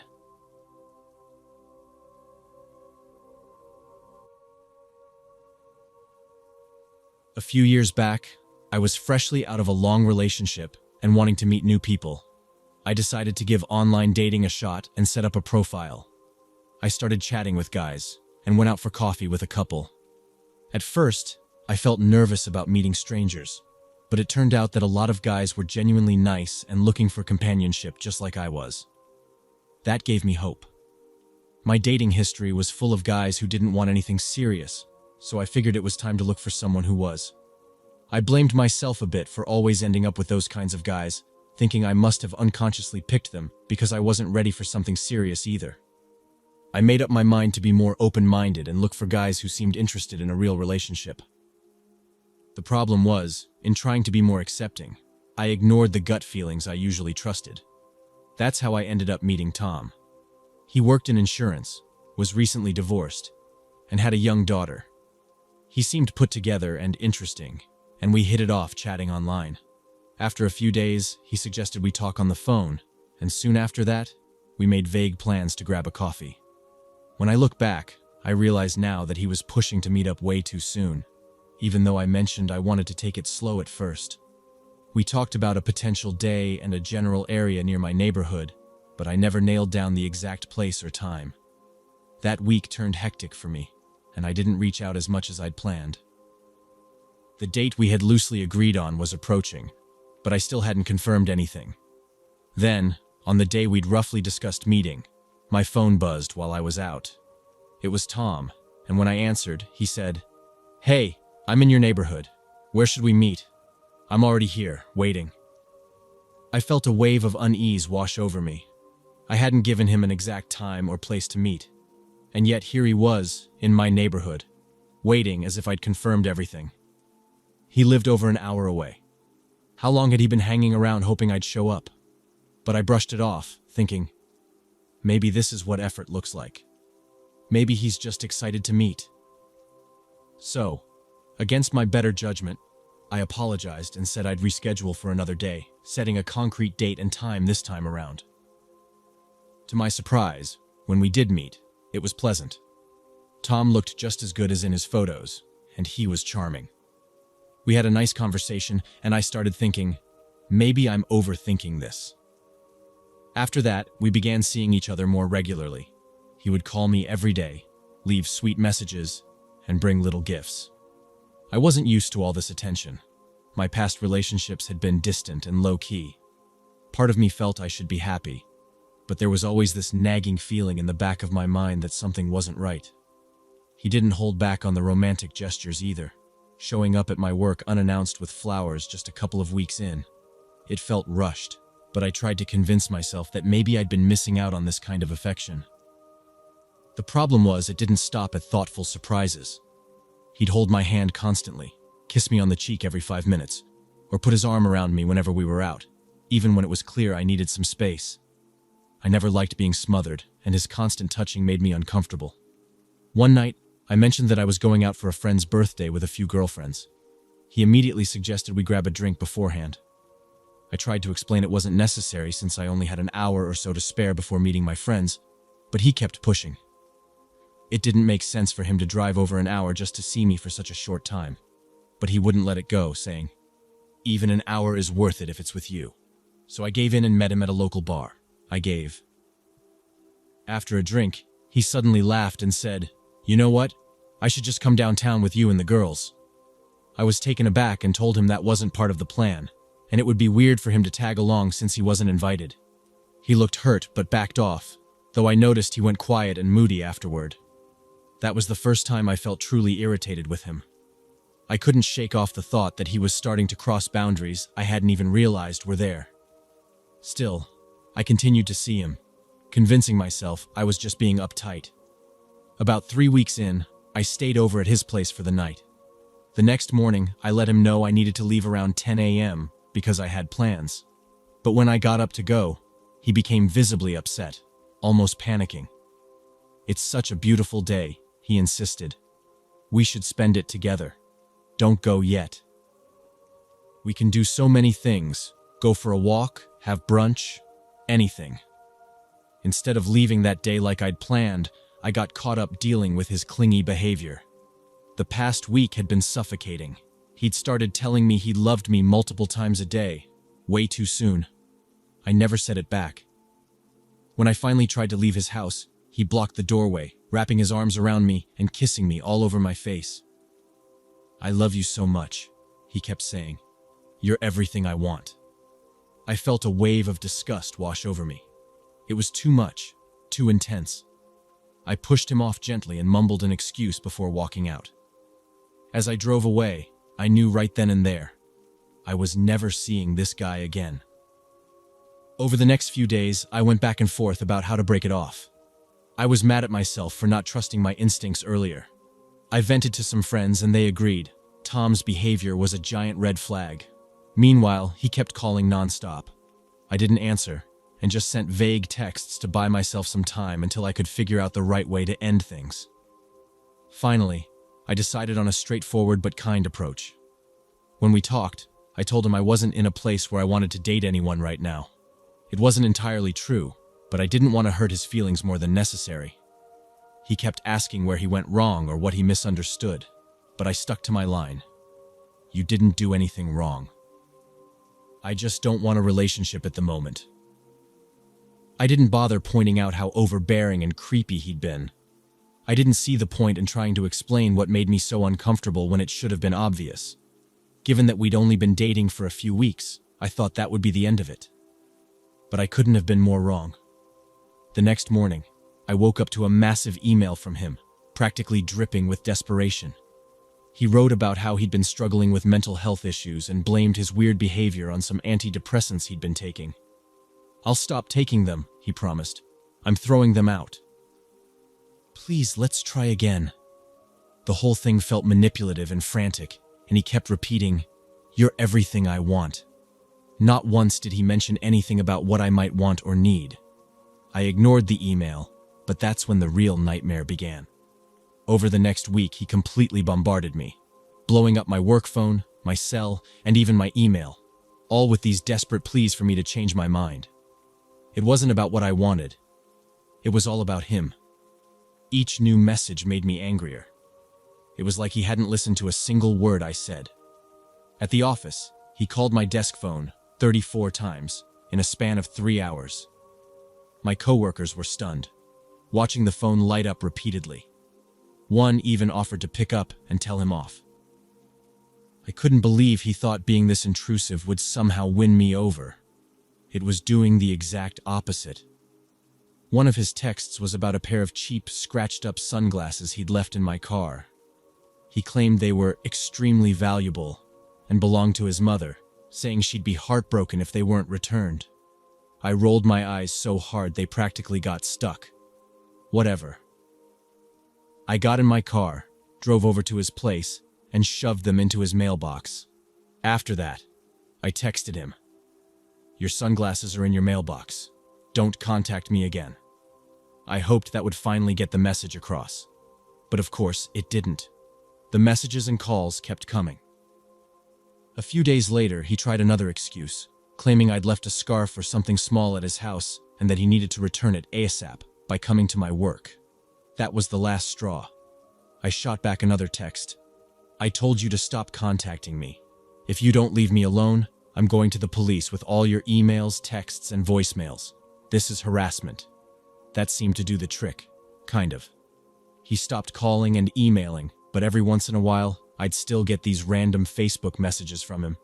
It didn't matter that we weren't even friends on there. Somehow, he still found a way to pop up in my inbox. I never replied to any of them. He'd send things like, "Hope you're doing well," or "I miss talking to you," which were creepy enough, but the last one took it to a new level. He said he'd seen me out in public recently. I was with my husband, who is tall and broad, thank God for that, and Tom wrote how great I looked. He ended it with, "I hope we can still be friends someday." No, Tom. I don't want to be friends, ever. But thanks for the reminder to always trust my instincts. It's a lesson I won't forget.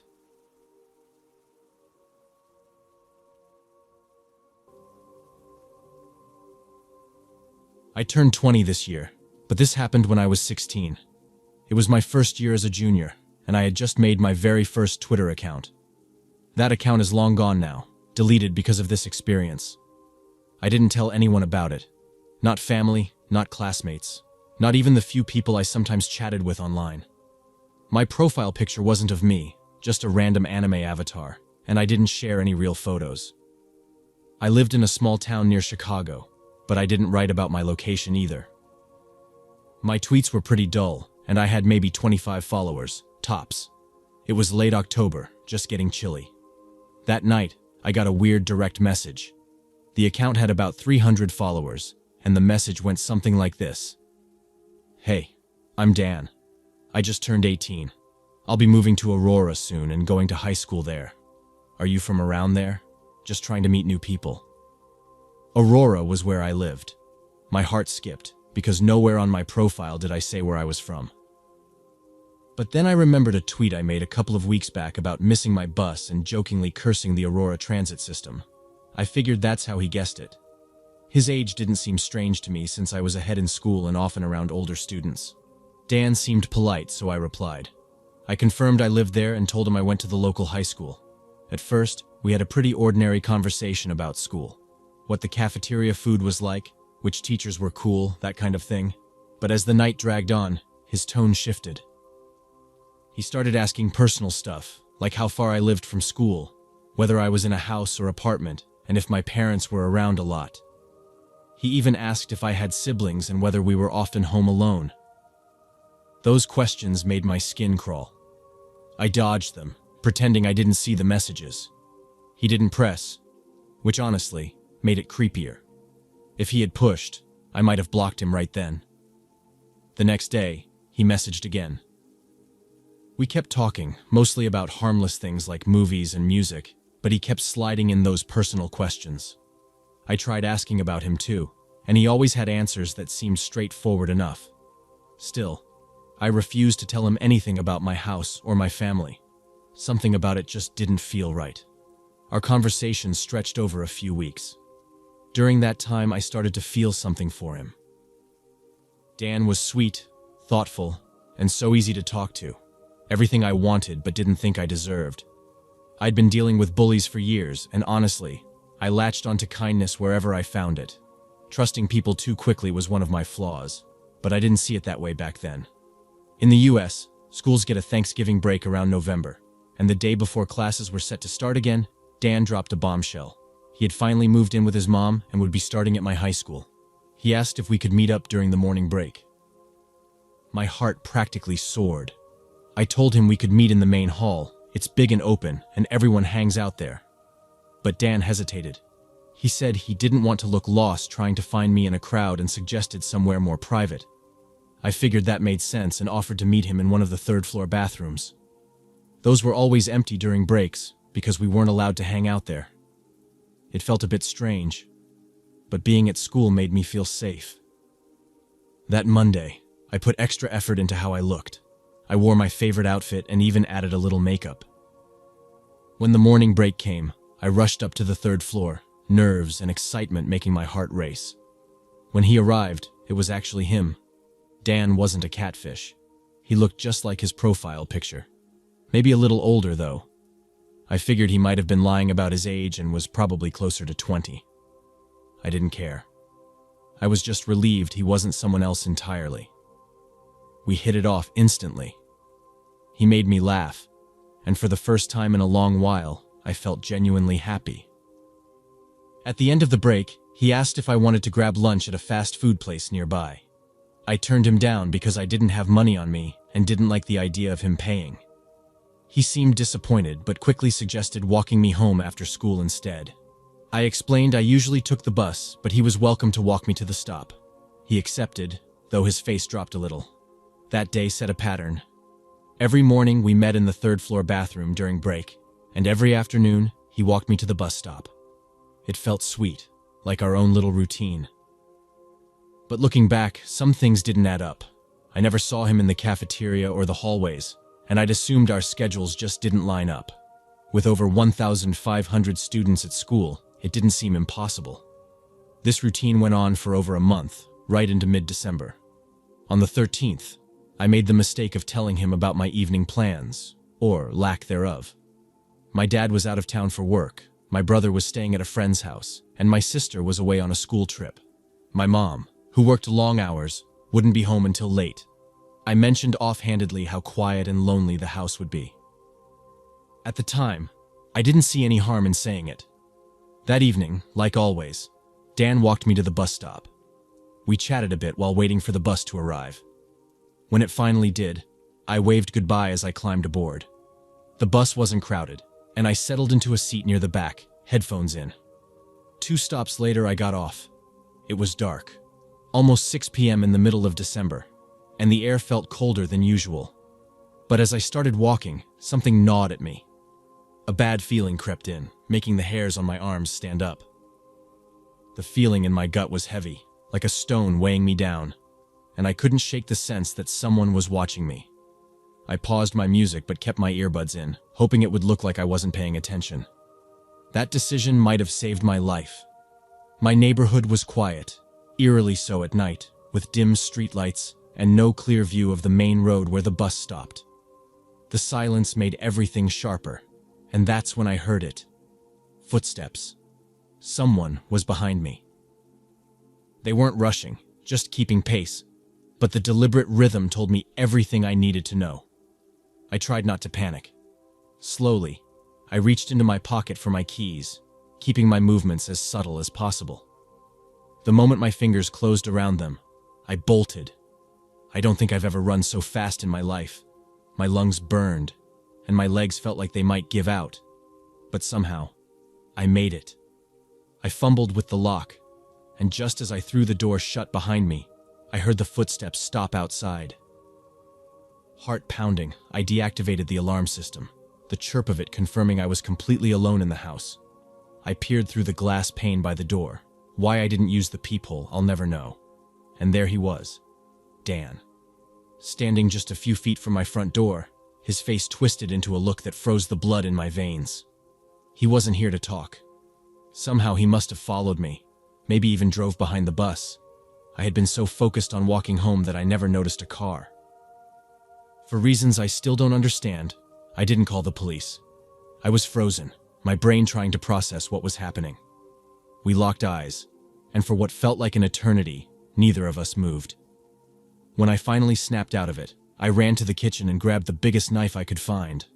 By the time I returned to the door, he was there too, pounding on it. Each hit made the glass shudder, and for a terrifying second, I thought it might shatter. I pressed my weight against the door, praying it would hold. His kicks became more aggressive, and I could feel each one reverberate through the frame. Time felt like it stretched forever. Then, just as suddenly as it started, he stopped.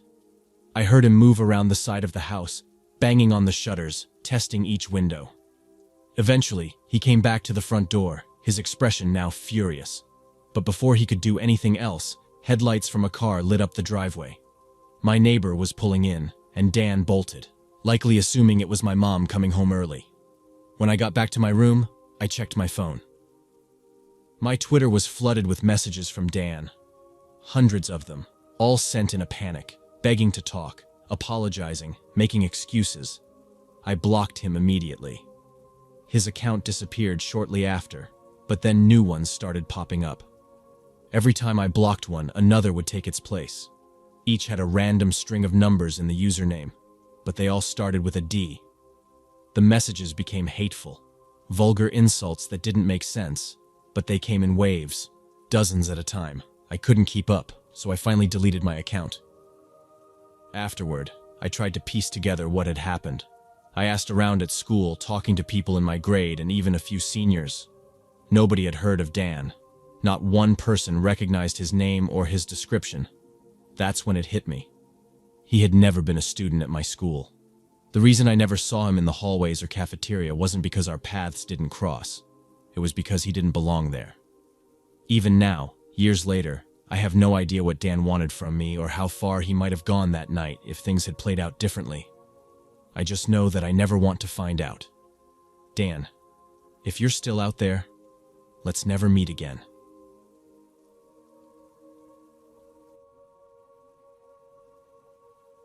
Before diving into what happened with my ex, I want to put a small warning here first.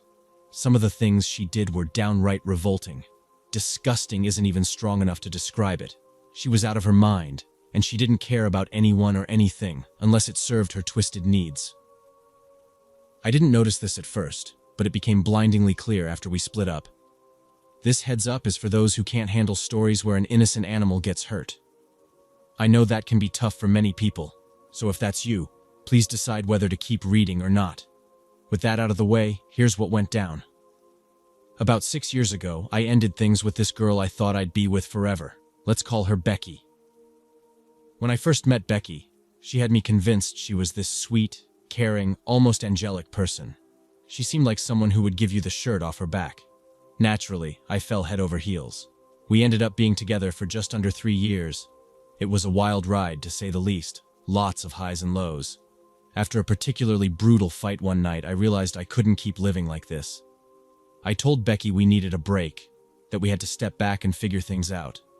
Of course, she begged me to reconsider, but I'd already made up my mind. It was a nasty, tear-filled breakup, but I knew it was the right call. We'd been apart for about 4 months when this story takes place. I thought I was finally starting to heal. She'd stopped blowing up my phone, and we weren't in contact at all. I felt like I was turning the page on this chapter of my life. I wasn't ready to jump back into dating, but I was content. I spent time with my friends, focused on work, and enjoyed the peace of being on my own again. Becky, however, hadn't moved on. One night, I was yanked out of sleep by a sound I could have sworn was my front door creaking open. I shot up in bed, but as I blinked myself awake, I couldn't tell if I'd really heard it or if it was just part of a dream. I sat there for a bit, holding my breath, trying to listen for anything that would confirm someone was in my place. After a few long seconds of silence, I figured it was just my imagination. Since I was up, I decided to go use the bathroom. But the second I opened my bedroom door and stepped into the hall, I was hit by this awful, gag-inducing stench. It was putrid, like rotting meat or something worse, and I nearly lost it right there. As soon as I realized what that smell was, I pulled my shirt over my mouth, fighting the urge to throw up. It was the smell of rot, like something decomposing. My first thought was that maybe a mouse had died in the walls or something, but when I switched on the hallway light, I knew I was way off. There, right in the middle of my living room chair, was the body of a dead cat. I won't go into too much detail, but let's just say it was gruesome. Someone had left it there on purpose, and it was beyond obvious. I stumbled back, almost falling over myself, and bolted straight to the front door. I flung it open, hoping to catch sight of whoever did this, but I already knew they'd be long gone. The whole thing sent me into a panic. Someone had been inside my home. They'd put a dead animal in my living room, and I'd slept through it all. I felt a shiver run down my spine as I fumbled for my phone to dial the police. When the officer finally arrived, I had a hard time explaining it. I went through the story, how I heard a noise, got up, turned on the light, and found the cat. I mentioned that I checked the hallway right away, but no one was there. The officer looked at me like he wasn't sure what to make of it. He asked if I'd made any enemies, and I just shook my head.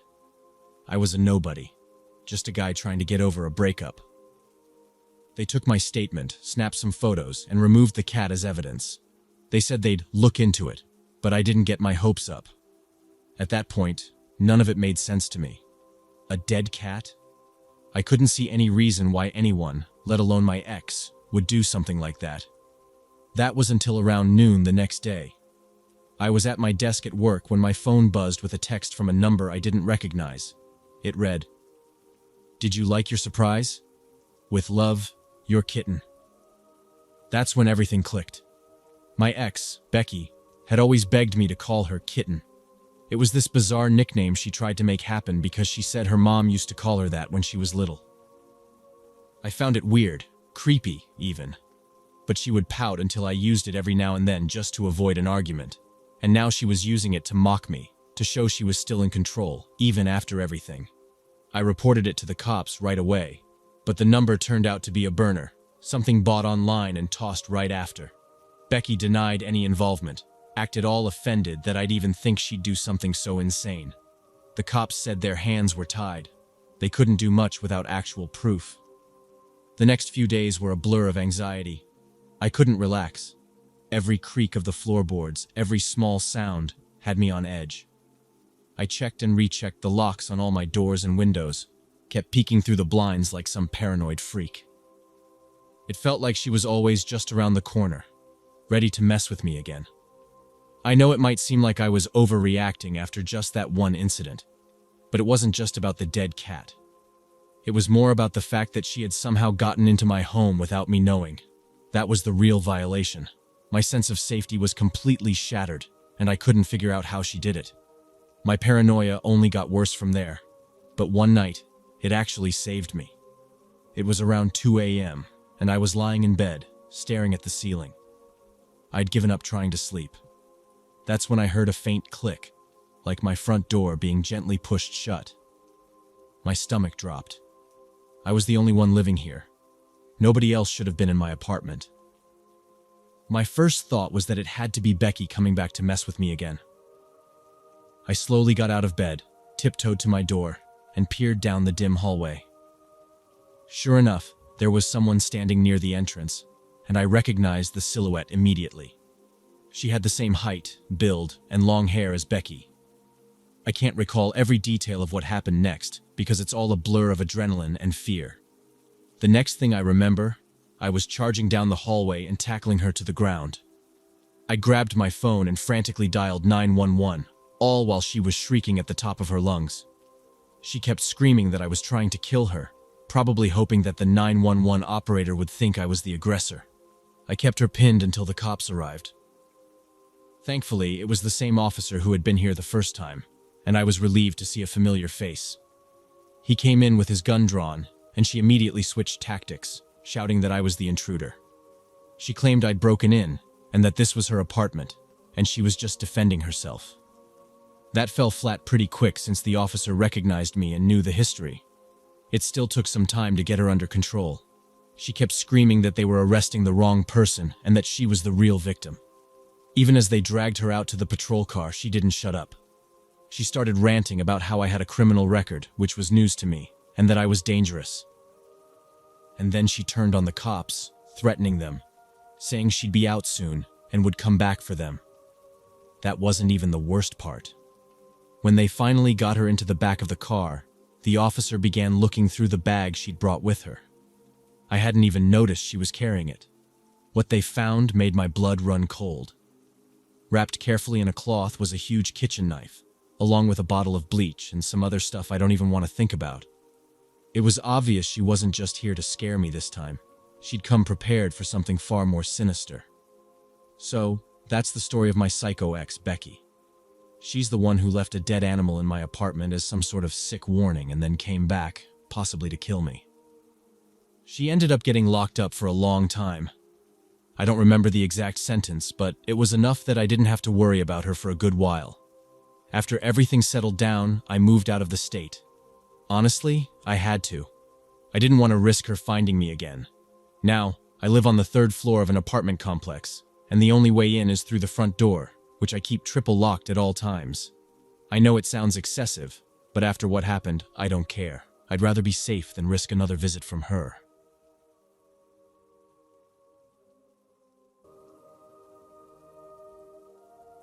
It was early 2014 when I started dating this guy, Ryan. We'd only been together for about a month. I was 24, fresh out of college, still figuring out my next steps, while Ryan was deep into grad school. He shared an off-campus apartment with some guys, while I had my own tiny place downtown. My job at a small bookstore barely covered my expenses, so my parents were still helping me out. Even so, it was the first time I felt like I was standing on my own. Most of my days were spent applying for jobs in my field, but there weren't many interviews, and things looked bleak. At least my place was just a short walk from work, and some old college friends lived nearby, which made the situation a little easier.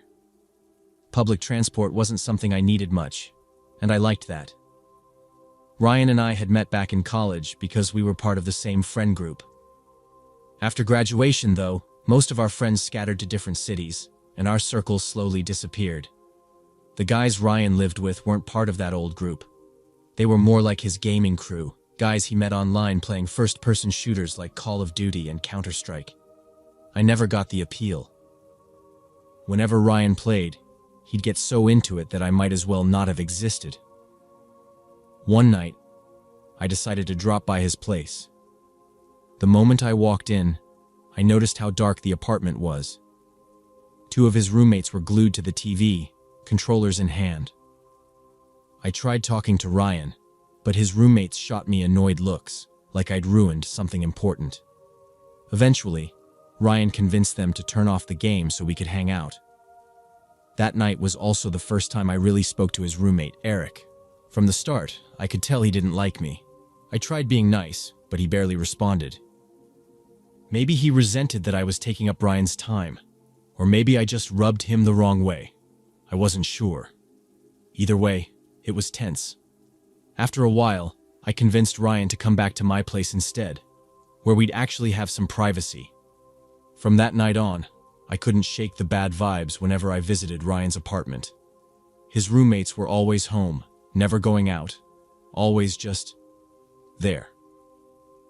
The atmosphere was weird, like I wasn't supposed to be there. It got to the point where I started avoiding his place altogether. When I told Ryan how I felt, he didn't take it well.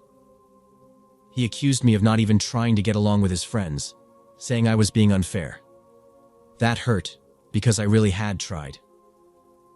We didn't call it quits right away, but the breakup was coming. A few weeks later, after a stupid argument over something small, it finally happened. Looking back, I knew it wasn't really about that fight. It was about everything that had been building up. A part of me blamed Ryan's roommates. I felt like they'd been working against me the whole time, and in the end, they won. The breakup stung more than I expected. But I tried to move on, focusing on work and figuring out my next steps. Not even a week later, something weird happened. I was at work when Ryan's roommate, Eric, walked in. I spotted him immediately from across the store, but he didn't seem to see me. I had no interest in talking to him, but I also didn't bother hiding. Our store wasn't anywhere near their apartment, so I had no idea why he'd come all the way here. I kept myself busy at the register, pretending to go over some paperwork. Then, for a split second, I glanced up and our eyes locked. I quickly looked back down, my stomach twisting.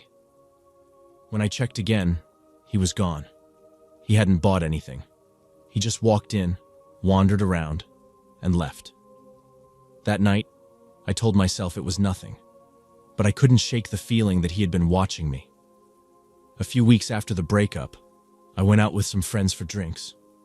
We started at my friend Janine's place, sharing a bottle of wine before heading to a dive bar a few blocks away. It was a fun night, full of laughs and bad dancing. By midnight, I was exhausted and ready to head home, but everyone else wanted to stay. I decided to walk. My apartment was about 20 minutes away, and I figured the fresh air would help me sober up. Normally, I'd call an Uber, but that night, walking just felt right. When I was about a block from my building, a car crept past me. My heart sank. It was a blue Toyota hatchback, one of Ryan's roommate's cars. I recognized the dent on the bumper and the faded sticker on the back. The windows were tinted and I couldn't see who was inside, but I knew that car. I picked up my pace, forcing myself not to look back. Once inside my apartment, I double-checked that the door was locked. I lay in bed, telling myself it was a coincidence, just my imagination. But deep down, something didn't feel right. Ryan and I hadn't spoken since the breakup. No texts, no calls, nothing. It was a clean break. But after seeing Eric at work and that car following me, I couldn't shake the feeling that something was off. I told myself I was being paranoid, that I was overthinking things. But I had no idea just how right I was. That Friday, I was working the closing shift. The store shut down at 8 p.m., so it wasn't too bad. I had plans afterward to meet up at Janine's place, and a few of our other friends were coming too. Since the weather was nice, I decided to walk. I got there a little after 8:30, and we spent the next couple of hours just hanging out, drinking, and catching up. At some point, one of the girls suggested we head out to a bar. Everyone else was excited, and I didn't want to be the downer, so I nodded along. But the second we stepped outside, I knew I didn't feel like going. Instead of tagging along, I told them I was heading home and said my goodbyes. The streets were quieter than usual for a Friday, but there were still cars passing here and there. It wasn't completely empty, which made me feel safer. I was halfway home when I noticed a car creeping up beside me. My stomach dropped. It was that same blue Toyota hatchback. I kept my head forward and picked up my pace, pretending I didn't notice. The car didn't keep moving, it just stopped. I wanted to look back, to make sure it wasn't following me, but fear kept my eyes locked ahead. Before I could react, hands grabbed me from behind. A sharp yank, and suddenly, I was being dragged backward. There were two of them. I kicked, twisted, did everything I could to break free, but they were too strong. I screamed, but no one came. They shoved me into the back of the car. There were already two masked men sitting in the front, their dark eyes flashing in the rearview mirror. Another guy sat in the back with me, also masked. My screams filled the car, but none of them flinched. They didn't speak. Not a single word. That silence was almost worse than anything else. The guy next to me reached into my jacket and pulled out my phone, slipping it into his pocket without a glance. That's when it hit me. I knew them. Even with their faces covered, I recognized them immediately. The car, the way they smelled, a gross mix of sweat and weed. It was Ryan's roommates. I tried to talk, to beg, swearing I wouldn't tell anyone if they just let me go, but they didn't react. Not even a little. I sat there, shaking, my face wet with tears. I had no idea where they were taking me, but I knew one thing for sure. This wasn't some joke. This was real. At some point, I glanced out the window and realized we were nowhere near the city anymore.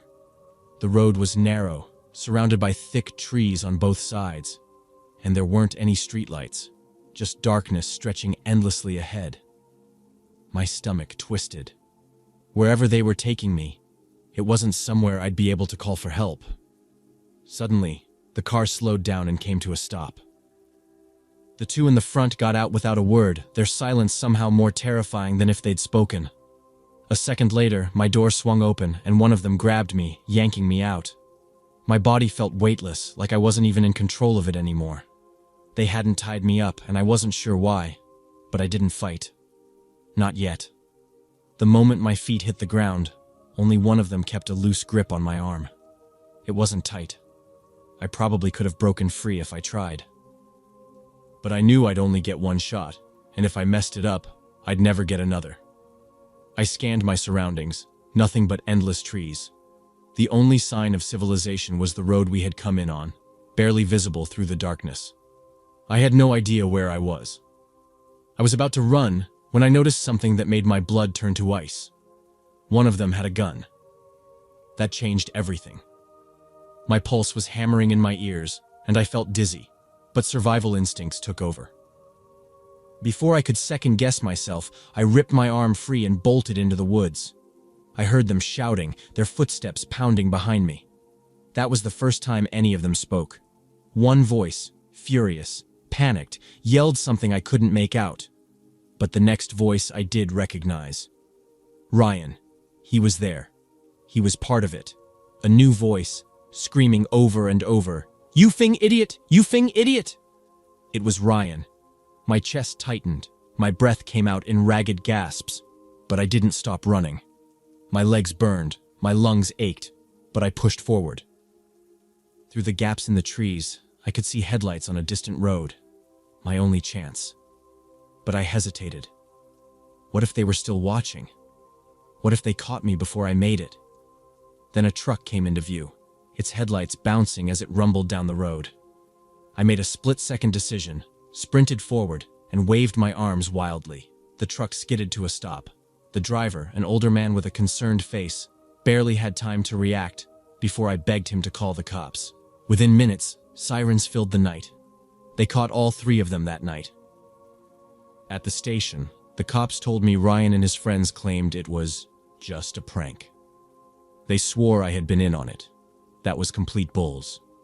I had no idea what they were planning. Sure, the gun turned out to be fake, but that didn't change what they had done. Whether they meant to kill me or not, they had still stalked me, kidnapped me, and tried to take me somewhere I wouldn't be found.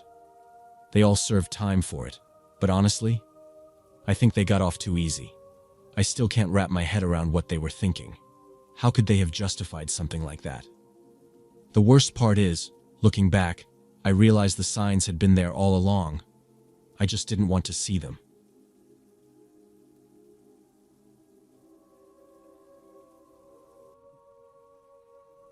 I want to apologize right off the bat. I'm not the best at putting stories into words, but I'll do my best to recount everything as it went down. Back in high school, I dated this guy named Aaron. I'm 31 now, and my daughter just turned 8, so this was probably around 14-15 years ago. I guess we were each other's first serious relationship. We even had these matching promise rings, which felt like a huge deal back then. We talk about getting married someday, making all those plans young couples do when they think their love will last forever. But as things usually go, we started arguing more and fell into this loop of breaking up and getting back together.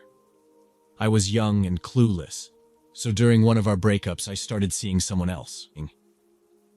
It turned into a love triangle situation, and eventually, Aaron and I ended things for good when I chose the other guy. It's not something I'm proud of, but I was only 18 and didn't really see the bigger picture back then. Years later, after I had already gotten married and had my daughter, I decided to create a Facebook account. One day, out of sheer curiosity, I searched for Aaron. We ended up adding each other, and I messaged him, apologizing for what went down between us. By that point, I was happily married and adjusting to life with a baby. Aaron took it well, and we kept it light, exchanging occasional messages, mainly birthday wishes or commenting on each other's posts. A few more years slipped by, and I saw he'd moved on and gotten into a serious relationship with someone named Bella. I was genuinely glad he was happy. My marriage had fallen apart by then, but I was content with how things were, focusing on raising my daughter by myself. One Christmas, while rummaging through some old boxes, I found this faded Polaroid of Aaron and me. It was from a weekend we'd spent at a cabin in the mountains, back when things between us were still good. I sent him a quick message about it, saying how I remembered that trip, but he didn't respond. This was before you could see if someone had read your message, so I didn't think much of it at the time. A few weeks later, I noticed he'd removed me from his friends list. Not long after, I received an unexpected message from Bella. She called me a bunch of names and accused me of still being hung up on Aaron because of that message I sent. She demanded I leave him alone and said something about how the bracelet Aaron once gave me was trash compared to what he buys her now. She went on about how the silver promise rings were high school crap, and he'd bought her this stunning gold ring with diamonds. I didn't bother replying to any of it. I ended up deactivating my Facebook and creating a new profile, adding only my closest friends and family members. I thought I was finally done with the whole mess. But over the next few years, I'd still get friend requests from random accounts with no profile pictures. Somehow, I just knew it was her. The first time I made the mistake of accepting, and right away I was bombarded with hateful messages. She called me all sorts of names, saying I'd never be happy, that I'd never find someone to truly love me. From that point on, I stopped adding anyone I didn't personally recognize. I have no idea how she managed to keep finding my profiles. It was like she was some kind of internet ghost. She tried reaching me on Instagram, Twitter, and even got my phone number at one point. When Snapchat blew up, she added me there too. The username was my friend Sarah's, but the bio was filled with weird, aggressive stuff like horror, bitch, and some phrases in a mix of cursive and regular writing that I couldn't make out. I blocked her every single time, kept my distance. There wasn't much else I could do. This year I thought I'd try getting back into dating, so I signed up for a dating app. I didn't expect much, but I ended up matching with a guy named Jason during my first week. He had a few regular-looking photos, seemed like a normal, average guy. Nothing about him seemed sketchy at first. He told me he had an Android phone, so he couldn't FaceTime, but we could chat on the phone instead. And it was definitely a man's voice on the other end, so I didn't suspect anything strange. We texted for weeks, and I started feeling comfortable enough to suggest meeting up. A few days before we were supposed to meet in person, he brought up my past relationships. It felt a little odd, but I brushed it off as typical dating conversation. He asked a lot of questions about my first real boyfriend, wanted details about what went wrong. I told him that I didn't have any lingering feelings for my ex, and that I didn't blame him for what happened. I explained how it was mostly my fault for being immature and confused, and how, despite everything, he was actually a good guy. Jason said he was really looking forward to our date, and that it was great to hear I had no baggage. We picked a nice little outdoor cafe. I wasn't too keen on inviting him over to my place since, safety first and all that. I was genuinely excited. I hadn't been on a real date in years, and it felt like a fresh start. But when I arrived, I saw a woman standing across the street, staring right at me. She walked over and sat down at my table before I could even react. I felt my heart sink. It was Bella. "Hey, sweetheart," she smirked, leaning back in her chair like she owned the place. She had this crazy look in her eyes, but there was also this twisted satisfaction. "Surprised? It was me the whole time." I couldn't say a word. My mind was racing, trying to process what was happening. How had she even known about the dating app? Why was she doing this? "I just wanted to see what kind of girl you'd meet up with after everything that happened with Aaron," she continued. "I thought maybe you'd be different by now, but you're still the same pathetic little girl, still looking for attention from guys who don't want you." I was frozen. This whole time I'd been texting her. She'd put on a voice, crafted an entire fake persona, and kept it up for weeks just to mess with me. But why? What had I done to deserve this kind of obsession? Why waste so much time on me? My thoughts were swirling, and then she leaned in, grinning. "You want to know what I did?" she whispered, her voice dropping low. About 7 years back, when she and Aaron first started dating, he shared details about his past relationship with her. That's when she stumbled upon me on his friend list, and obsessively started going through every picture, every post, trying to figure out why he ever liked me. When I messaged him that one time, she freaked out and asked him why he still had photos of me on his page and why I was even a friend at all. That's when he blocked me, swearing to her that he wouldn't talk to me again. She told me she'd hated me since that day. She believed I was someone who enjoyed playing with people's emotions and wanted me to experience what it felt like. She created all those fake accounts to stalk me and keep tabs on where I was. She didn't want to risk me being anywhere near Aaron or their city, which, by the way, isn't too far from where I live. She even showed up at places I'd casually mentioned on my feed just to make sure he wasn't sneaking around with me. It got even worse. She knew where I worked from LinkedIn and used that info to track me. She even roped in one of her friends to act as Jason on the phone, just to get me more comfortable. But the most disturbing part? She had fixated on my daughter. This woman had convinced herself that my little girl shared features with Aaron and was absolutely certain I'd secretly had his baby. She warned me not to even think about springing some surprise kid on him, trying to win him back with a child. She said she'd be the only one to have his child, as if it was some kind of competition. I felt like I was losing my mind. I don't really remember how I got up from the table, but I did. I told her to never contact me again and walked away as fast as I could. I practically ran to my car and sat there, shaking. The first thing I did was call my daughter's school. I warned the front office that there might be a situation where someone who wasn't me or her dad could try to pick her up. I even set up a password system just in case. Next, I called my brother. He was furious and told me I needed to get the police involved. I did, but they gave me the standard response. Without clear evidence or prior documentation, they couldn't do much. 2 months have passed since that meeting, and I haven't heard from her since. My brother thinks she finally got what she wanted by showing me she's the queen in Aaron's life, and that she'll leave me alone now. But I'm not so sure.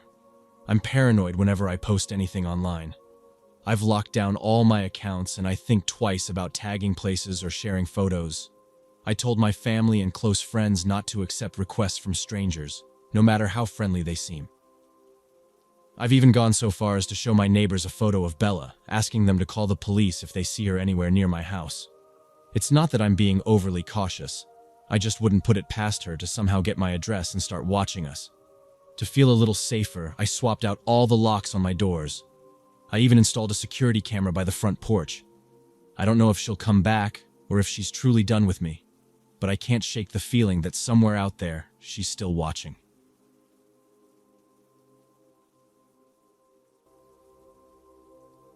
I'm a guy from Australia, and this story revolves around my ex-girlfriend. In hindsight, there were always warning signs, but back then, I brushed them off since they seemed minor. Let's call her Jess. I was 20 when I met her, just starting my second year of college, and it was my first serious relationship. I fell hard for her pretty fast. She came across as everything I wanted. She was super attached, but I didn't see it as a problem at first. Jess lived in the same on-campus housing as me, and whenever I visited my family, who were only an hour's drive away, she'd act strange. She'd send me dozens of texts, sometimes close to 60, saying how much she missed me and couldn't wait for me to return. If that didn't work, she'd suddenly have some crisis, like failing a test, and beg me to come back early to comfort her. At the time, I figured she just cared deeply about me. Looking back, those emergencies always seemed suspiciously timed. We started dating just weeks after meeting. By mid-February, she was officially my girlfriend. I didn't think much of how fast it all happened since I'd never had a girlfriend before.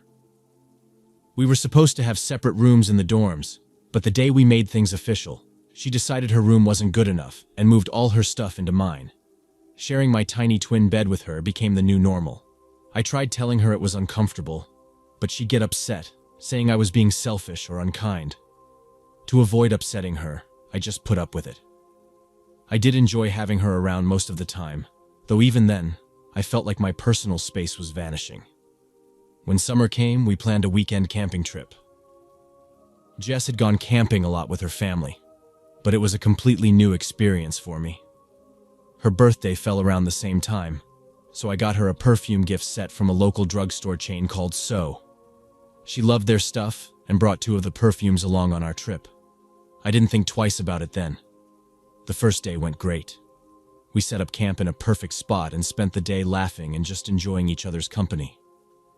But as night fell, something shifted.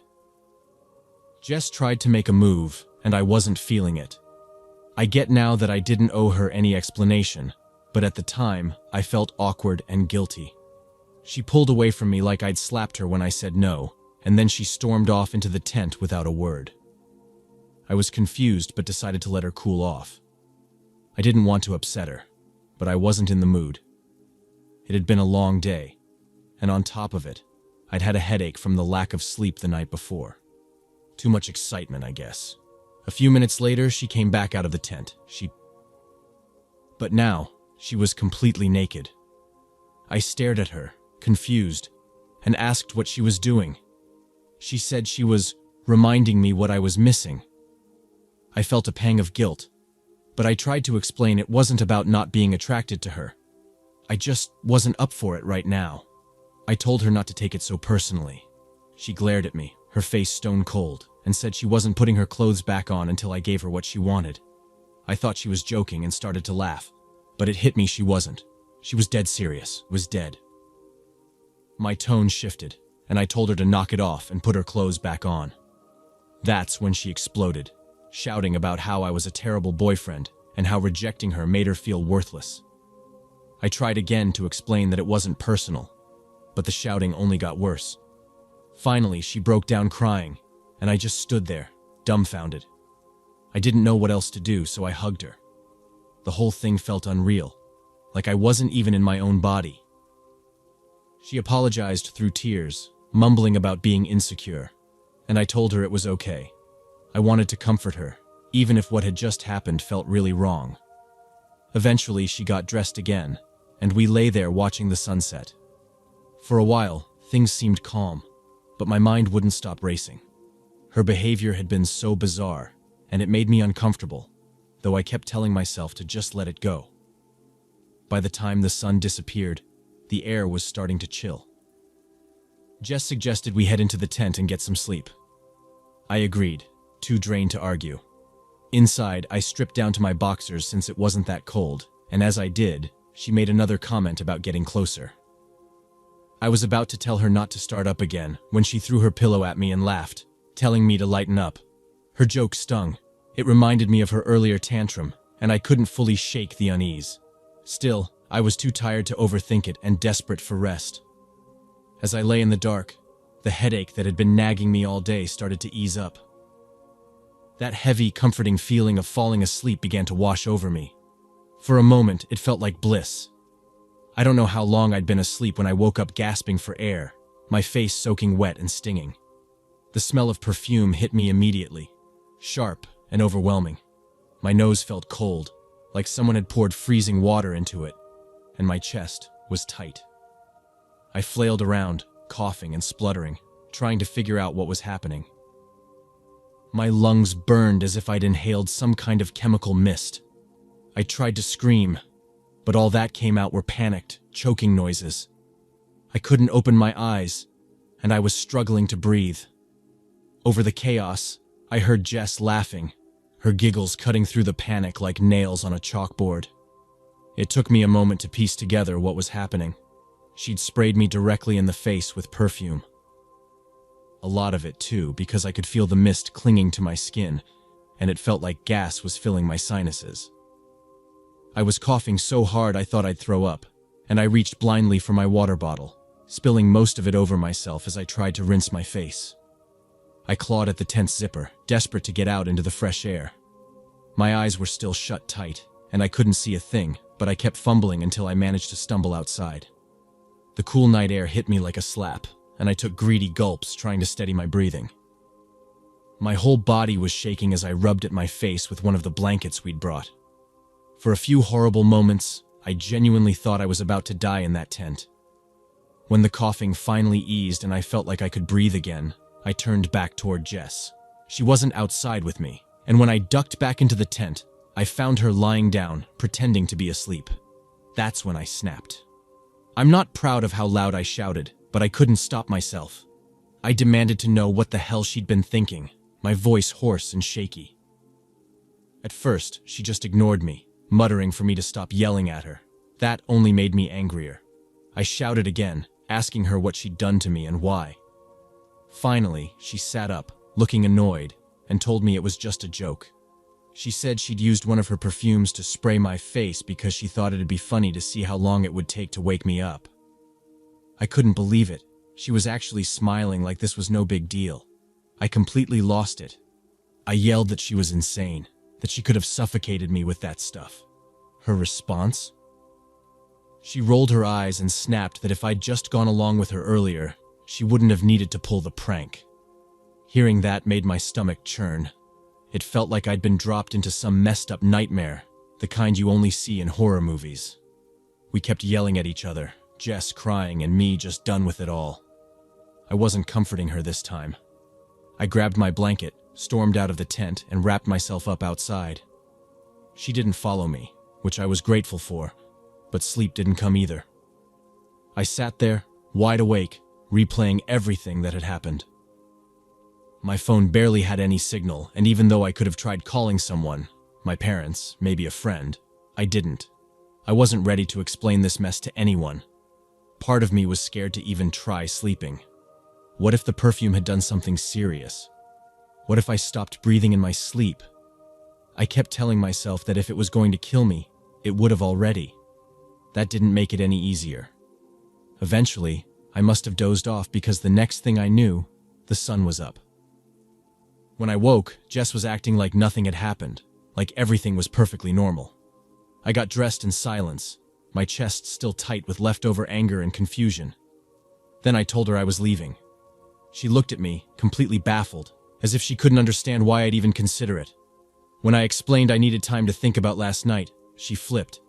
She started shouting, accusing me of being a terrible boyfriend, claiming I didn't love her anymore. Her words didn't sting anymore. I was too far gone for that. I told her that if I was such an awful boyfriend, maybe she shouldn't be with me at all. That broke her. She started crying again, but I was done. I packed up everything and loaded the car, telling her to get in. She refused. She screamed, yelled, threw accusations, and I just stood there holding my ground. Eventually, I had to call her mom to let her know what was going on. As I made the call, Jess started banging on the car windows, yelling at me to stop. I couldn't believe what I was seeing. She'd never been like this before, never even hinted at being violent. But here she was, unhinged. I didn't leave until her parents showed up. Once they arrived, I drove straight to my parents' house.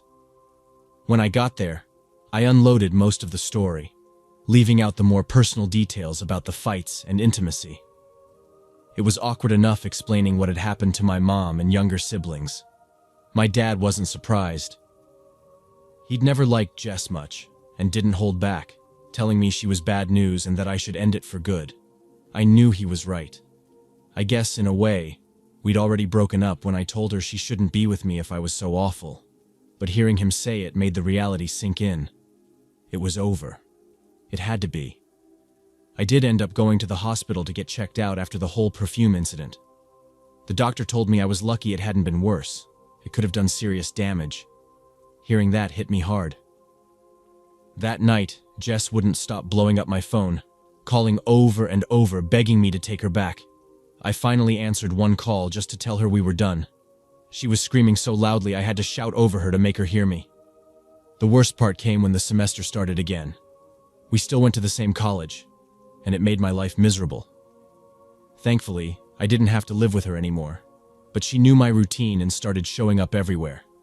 She'd follow me across campus, trying to corner me and beg for another chance.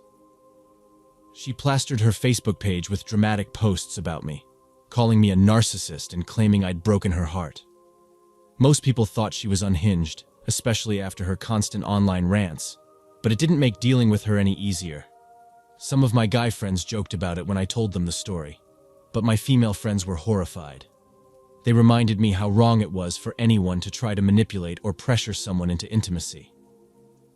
Jess wasn't even in the same program as me, but it didn't stop her from constantly showing up on campus or at the same places I went to off campus.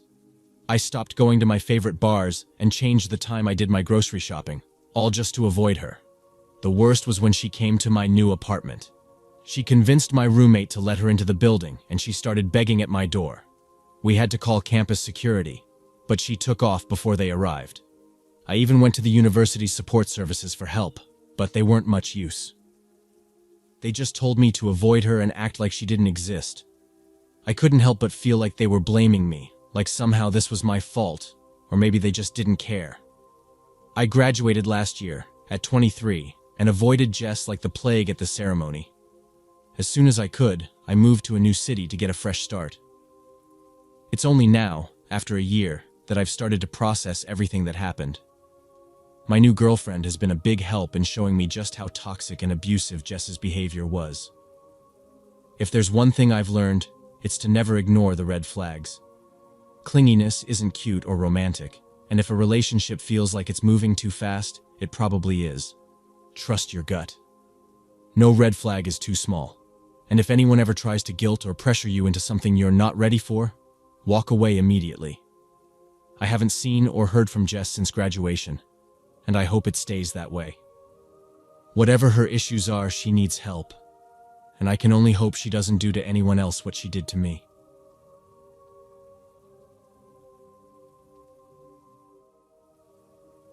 This unfolded over more than a decade. I'm 31 now, but back then, relationships were a disaster for me.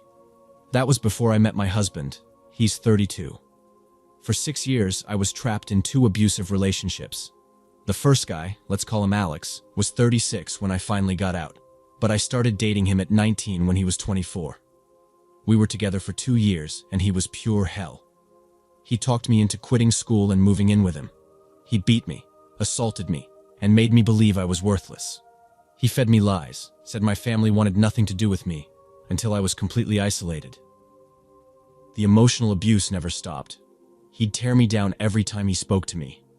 I was working 50-hour weeks while he sat around all day, making excuses about some fake back injury. I was too naive to see through it. Eventually, I left and went back to my parents. But a few months later, I let him manipulate me into returning.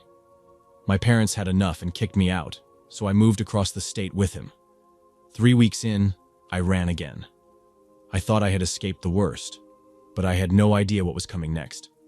Then there was Daniel. Compared to him, Alex was nothing. After leaving Alex, I felt lost. Alone. My parents had fully cut me off because a so-called friend of mine told them lies they chose to believe. I was stranded, with nowhere to turn. That's when Daniel came in. I was 21, and he was 22. At first, we were just friends. That lasted a couple of months before we started dating. In the beginning, things seemed okay. I should mention that Daniel knew about Alex. Actually, he had lived in the same house as us for a while. He acted like a protector, saying if he ever caught Alex hurting me, he'd take him down.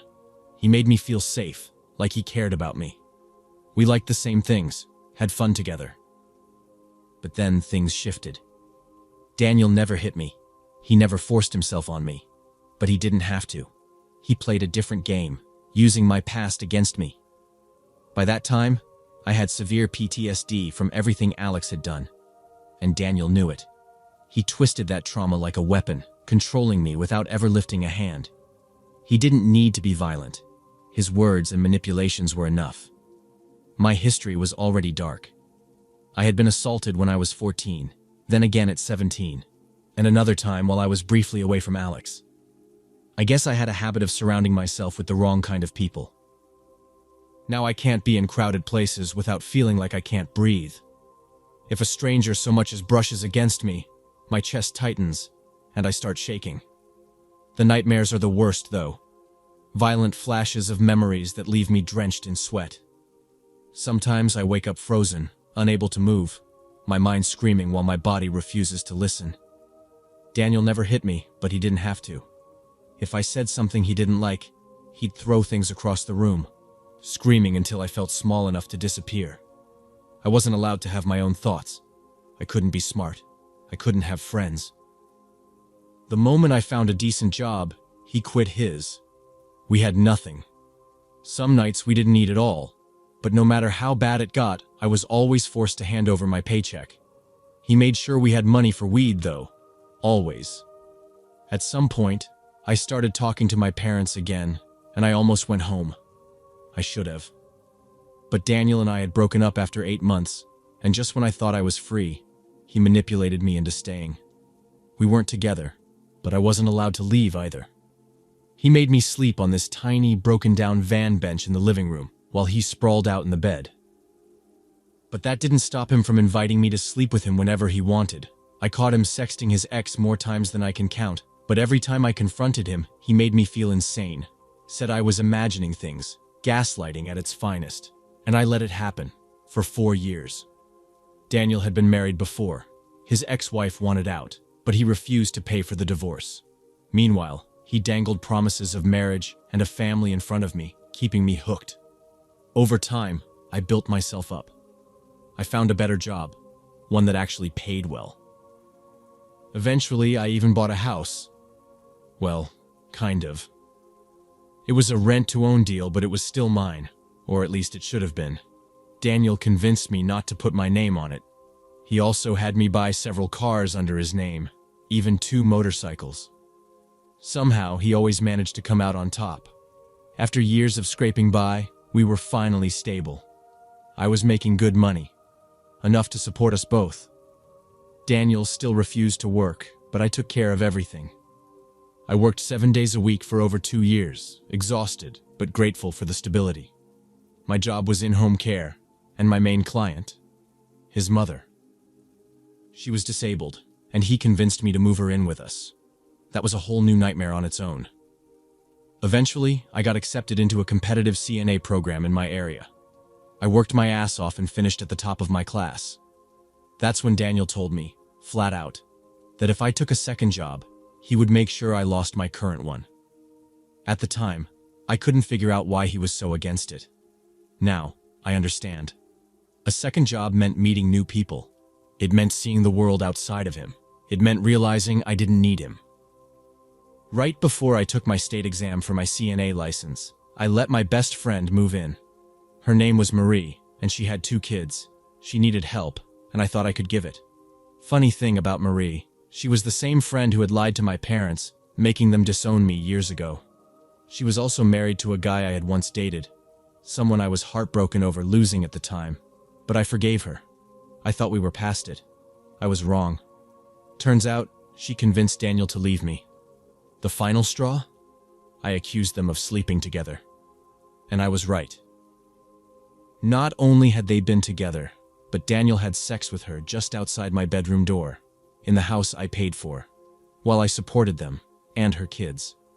The state had already taken one of Marie's kids, and after everything that happened, I finally left for good. I packed my things and moved back in with my dad. By then, my parents had divorced, and I barely recognized my life. I was drowning. Every single day, I drank myself into oblivion. Half a gallon of whiskey, sometimes more. I barely ate. I barely spoke. I either cried myself to sleep or passed out from the alcohol. For months, that was my entire existence. I kept seeing Daniel on and off, even after leaving him in early December. A part of me still wanted to believe things could be fixed. I was so desperate for closure that I ignored every red flag. And then, at one point, I caught him with Marie again. Same story, same lies. He gaslighted me into thinking I was crazy, and I let him. Then, February 14th, 2018 happened. That was the day everything truly shattered. I had gone to the doctor for some routine tests, and they told me something no one ever wants to hear. I might have cancer. Numb, I drove straight to Daniel's house. I needed to tell him, needed some kind of comfort. But the moment he saw me at the door, he didn't even ask why I was there. He just slammed it in my face, just like that. Like I meant nothing. That was my breaking point. Something inside me finally snapped. I quit my job, got sober, started clawing my way back to life. It took a year, but I slowly pieced myself together. Then, out of nowhere, an old friend from middle school reached out. We had known each other for years, but I never expected us to reconnect like we did. Eventually, we fell in love. Then we got married. He's been the best thing to ever happen to me. Patient, gentle, he knows everything I've been through, and instead of running, he stands by me. I never have to question if he loves me. This man would set the whole world on fire if it meant keeping me safe. But here's the thing. Daniel wasn't done destroying lives. After me, he got involved with another woman, who I'll call Renee. I don't know her exact age, but she was probably around 30. They had 2 kids together and even got married. But Renee had demons of her own. She got Daniel hooked on meth early in their relationship, and things spiraled fast. Less than 3 months into their marriage, she decided she wanted out. Daniel didn't take that well. One night, while Renee was out with friends and her kids were staying with their grandparents, he did something sick. He tied her dog up with barbed wire and locked it in the shed. Then, he trapped her other pets, at least 2 cats and another dog, inside the house. And that was just the beginning. Then he set the house and shed on fire, and one of my closest friends, someone I consider a little sister, is also friends with Renee. She was the one who told me everything. When I heard what happened, I completely broke down. My mind kept replaying the things Daniel used to say. How he always wondered what it would feel like to watch someone die. His exact words. How furious he was when he lost the house I paid for after I left. The pure hatred he had for me. I felt sick for Renee, but at the same time, I was terrified for myself. If he could do something that monstrous, what was stopping him from coming after me? He wasn't arrested right away. Days passed before they finally picked him up, and even then, he only served a week for a parole violation. He was never charged for what he did to Renee's home. That house had belonged to her grandmother before her. It was hers long before Daniel ever came into the picture. And yet, the fire, the cruelty, the suffering he caused, no one held him accountable, not even for what he did to her animals. After I quit my job, I saw Daniel one last time. It was at a grocery store. The moment our eyes met, I froze. My chest tightened, and I couldn't breathe. I had a full-blown panic attack right there in the aisle. He didn't say anything. He just looked at me. And in that look, there was nothing but hate, disgust. Like all of this was my fault. Like he blamed me. I never thought he would go that far. Now, I don't take any chances. I got my concealed carry permit. I own 2 handguns. My doors are always locked, and I never stop watching the people around me. I even changed my number, not just because of him, but because of another stalker I dealt with later. My life is full of love now, but I can't lie. There's always this lingering paranoia, because I know Daniel and Alex are both still out there. I've seen Alex's family a few times. Once, I even saw him. And every time, I think about how close I was to never making it out. I know without a doubt that either of them could have killed me. To anyone reading this, don't ignore the warning signs. The red flags? They're there for a reason. Someone out there will love you the way you deserve to be loved, with kindness, with warmth, with real compassion. Don't settle for less. You are worth more than their rage, their blame. And if you ever find yourself trapped with someone like them, don't hesitate. Just run. You can't save them. You won't change them. Just get out, while you still can.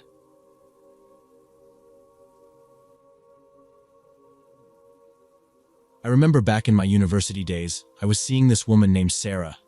Sarah was stunning, fascinating, and clever. The type of person a clueless young guy like me could fall for instantly. We really clicked, spent a lot of time together, and had a lot of fun. But there was one thing that caused friction between us. Sarah was a bit too controlling. It was like she had a need to keep me all to herself. If I hung out with my friends, especially if any of them were women, she'd get weirdly upset and start acting cold and distant. Another thing that complicated things was our age difference. At the time, I had just turned 22, while she was already 38. So yeah, there was about a 16-year gap between us. It might sound off to some folks, but I didn't care. My family didn't love the idea, but I've always lived for myself, not for them. The age difference wasn't really the issue. It was more about where we were in life. I wanted to go out, meet new people, experience things. She, on the other hand, thought a good time was just us being alone, away from everyone else. I didn't mind quiet evenings together. I actually enjoyed them, but every now and then, I needed to do more. I wanted to go to parties, make new friends, and just live it up. Sarah never wanted to join me, and she'd get this look whenever I mentioned going out. So, we ended up butting heads a lot over this. No matter how much we tried to make it work, it was clear that we were on completely different pages when it came to what we wanted. It caused a lot of tension between us. About 8 or 9 months into our relationship, we decided to have a serious talk. We realized that, despite how much we cared about each other, it might be best for us to go our separate ways. The breakup was surprisingly calm. No yelling, no tears. We even agreed we could still hang out as friends and maybe catch up over lunch sometime, if that makes sense. Since it was mutual, I didn't feel too down about it. Sarah was a wonderful person, and I valued our time together. If we both knew it was time to move on, then why dwell on it? I thought she felt the same way, until 2 weeks later, I got a message from her saying, "I really miss you." It stung a little seeing that text, so I decided to give her a call. As soon as she answered, I could hear it in her voice. She'd been crying. I told her I missed her too, and was actually considering calling her soon.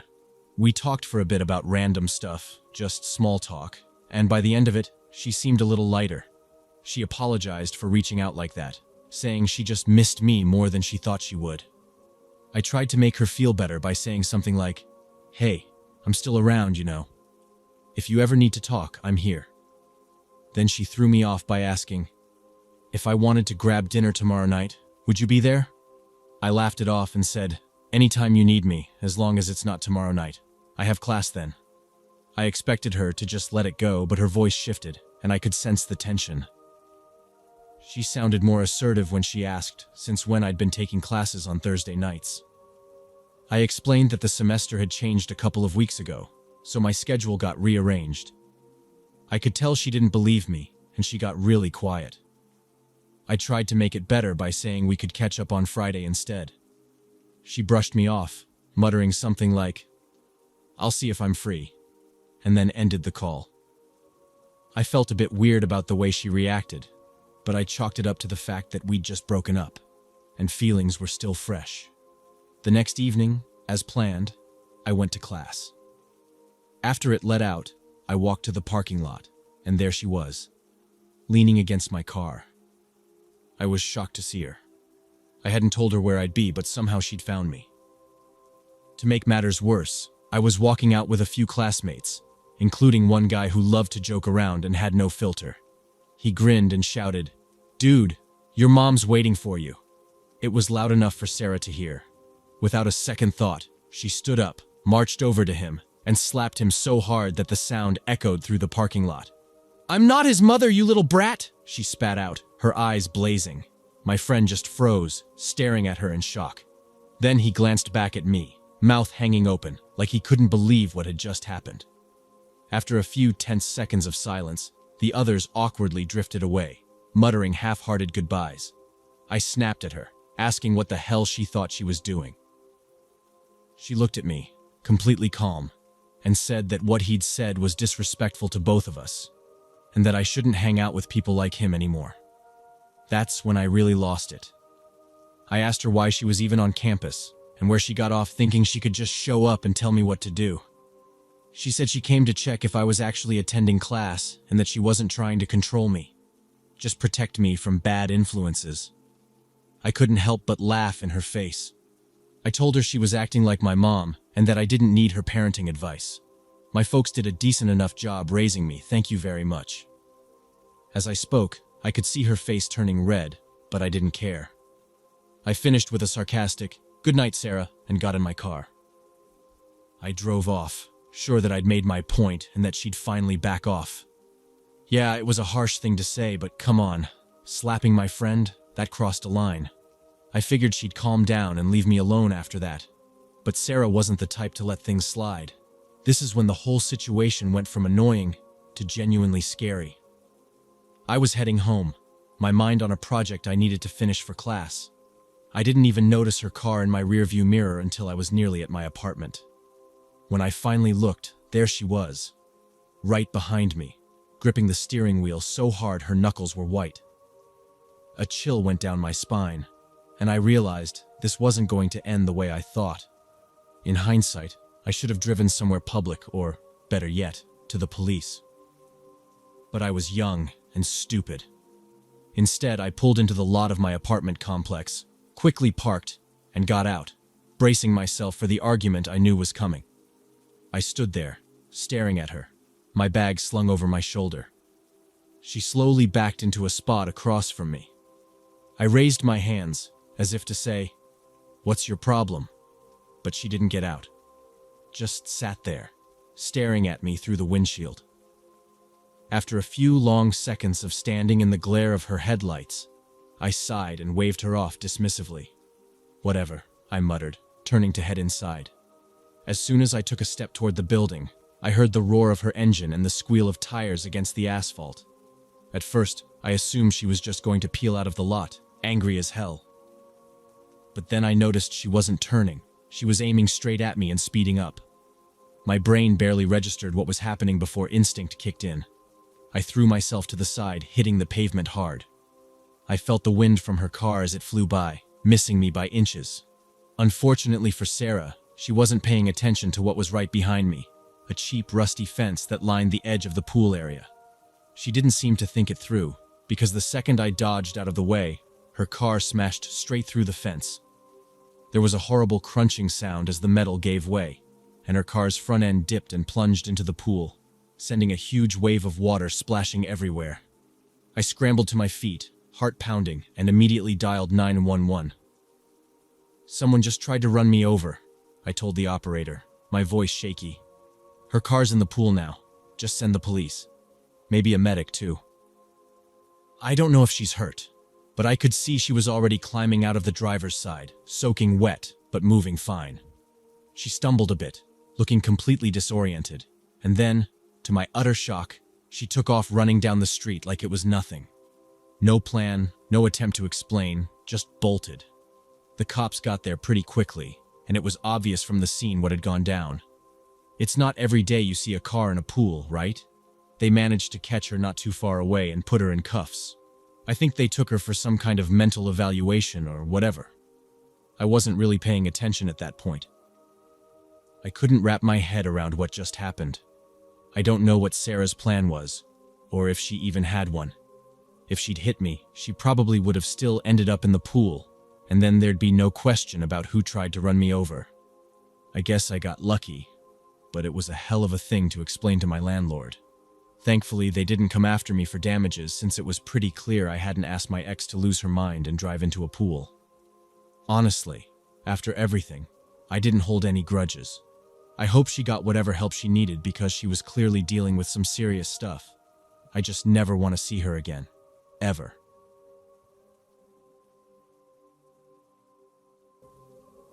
Hi, my name is Maggie. I lived in a small apartment near Denton Springs, Texas. I had been working toward a modeling career for years, and things were finally starting to happen for me.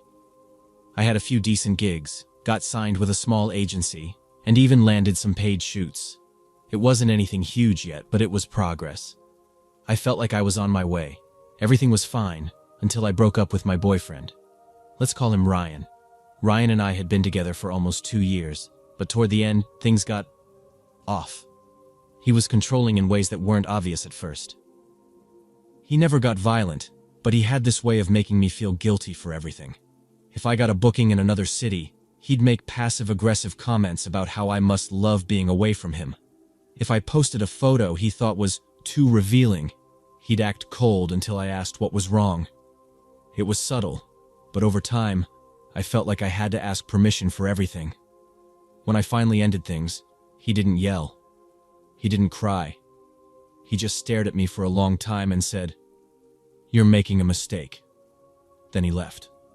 I thought that was it. A few weeks later, I started noticing something weird. My hair was falling out. Not just a few strands in the shower, big chunks. At first, I blamed it on stress. Modeling meant a lot of heat styling, heavy makeup, and long hours, so I figured my body was just reacting to that. But it got worse. One morning, I woke up and found a thick clump of hair on my pillow. My stomach dropped. I ran my fingers through my hair, and more strands came loose. It was horrifying. I booked an appointment with a dermatologist. She ran tests, checked for deficiencies, asked if I had started any new medications. Everything came back normal. She suggested stress and told me to be gentle with my scalp. But I knew it wasn't just stress. Something was wrong. I started paying closer attention to my routine. I switched shampoos, stopped using heat on my hair, tried every deep conditioning treatment I could find. Nothing helped. The hair loss kept getting worse. By the third month, I had visible bald patches. I started wearing hats to castings, but my agency noticed. They gently told me to take a break and focus on my health. I knew what that meant. My career was slipping away before it had even started. Then, a friend from my old job texted me out of nowhere. She asked if I was okay. When I asked why, she hesitated. "I probably shouldn't say anything," she finally wrote. But Ryan was bragging about something really messed up. My heart pounded as I asked what she meant. The next message made my blood run cold. "He told people he got revenge on you. Something about your hair. He was laughing about it." I sat there staring at my phone. I felt sick. It didn't make sense until it did. My shampoo, my conditioner, my hair products, my hair. Ryan still had a key to my apartment when we broke up. I never changed the locks. I never thought I needed to. I ran to my bathroom, yanked every bottle out of the shower and stared at them. They looked normal, but when I unscrewed the caps and sniffed, some of them smelled off. There was a faint chemical scent underneath the usual fragrance, a sharp, sour smell. My hands shook as I threw them all in the trash. I called the police. They came, took a report, and asked if I had any proof. That was the problem. I didn't. There were no cameras in my apartment, no witnesses. By the time I realized what was happening, the damage was already done. The officer I spoke to was sympathetic but said there wasn't much they could do. Unless you have direct evidence that he tampered with something, it's going to be hard to prove. I felt completely helpless. I changed my locks that night, but it was too late. My hair was almost completely gone, my scalp was damaged, and my confidence, my entire future, was shattered. I tried to fight it. I tried to take legal action, but Ryan had money and good lawyers. The case went nowhere. He walked away without consequences. Meanwhile, I lost everything. Modeling was out of the question. I had to start over, wearing wigs and hiding the damage as best I could. And the worst part? He's still out there, living his life, smiling, dating new people. I wonder if they know what he's capable of. I learned something from this. If you ever feel like something is wrong, trust that feeling. And if you break up with someone, change your damn locks. I thought that after everything, after losing my hair, my career, and my confidence, that would be the worst of it. I told myself Ryan had his fun and would move on. That I could just rebuild and put this behind me. But I was wrong. Not long after I cut off all my hair and started wearing wigs, I noticed little things around my apartment that didn't feel right. A drawer left slightly open when I was sure I had closed it. My skincare products moved just an inch out of place. At first, I told myself I was being paranoid, that my brain was looking for patterns because of what had happened. But then one night, I came home late from the grocery store and saw something that made my stomach drop. The lock on my front door was scratched up, like someone had been trying to force it. I froze. My hands went cold as I just stood there, staring at it. I had changed the locks, I had taken every precaution, but someone had tried to get in. I rushed inside, locking the door behind me, and checked every room. Nothing was missing. Nothing was out of place. But that didn't mean anything. The next day, I bought a security camera and installed it above my front door. I told myself it was just to ease my anxiety, that I probably wouldn't see anything. But I did. A week later, I checked the footage out of habit. It was mostly just normal stuff. Neighbors coming and going, the mailman, me leaving for work. But then, at 2:43 a.m. 2 nights before, there he was. Ryan. He walked up to my door and just stood there. He didn't knock, didn't try to get in. He just stood in front of it for almost 5 minutes. His face was blank, no expression. And then slowly, He raised a hand and ran his fingers down the door, like he was tracing the shape of it, like he was imagining opening it. I felt like I was going to throw up. I took the footage straight to the police. I showed them everything: the video, the scratches on my lock, the texts from my friend about Ryan's revenge. The officer was sympathetic but told me the same thing I'd heard before. There's not much we can do unless he actually commits a crime. So I have to wait for him to hurt me first? I snapped. The officer didn't have an answer. I didn't sleep that night. I kept the lights on, a kitchen knife next to my bed. Every sound made my heart pound. I knew Ryan was escalating. I could feel it. But I didn't know what to do. I didn't have family nearby. I didn't have enough money to just pick up and move. And I refused to let him scare me into leaving my own home. I should have left. 3 nights later, I woke up to the sound of my front doorknob turning. I shot up in bed, heart hammering, and listened. The knob turned again, harder this time, like someone was trying to force it open. Then, a light scratching sound, metal against metal, a lockpick. I grabbed my phone with shaking hands and dialed 911. My voice was barely steady as I whispered that someone was trying to break into my apartment.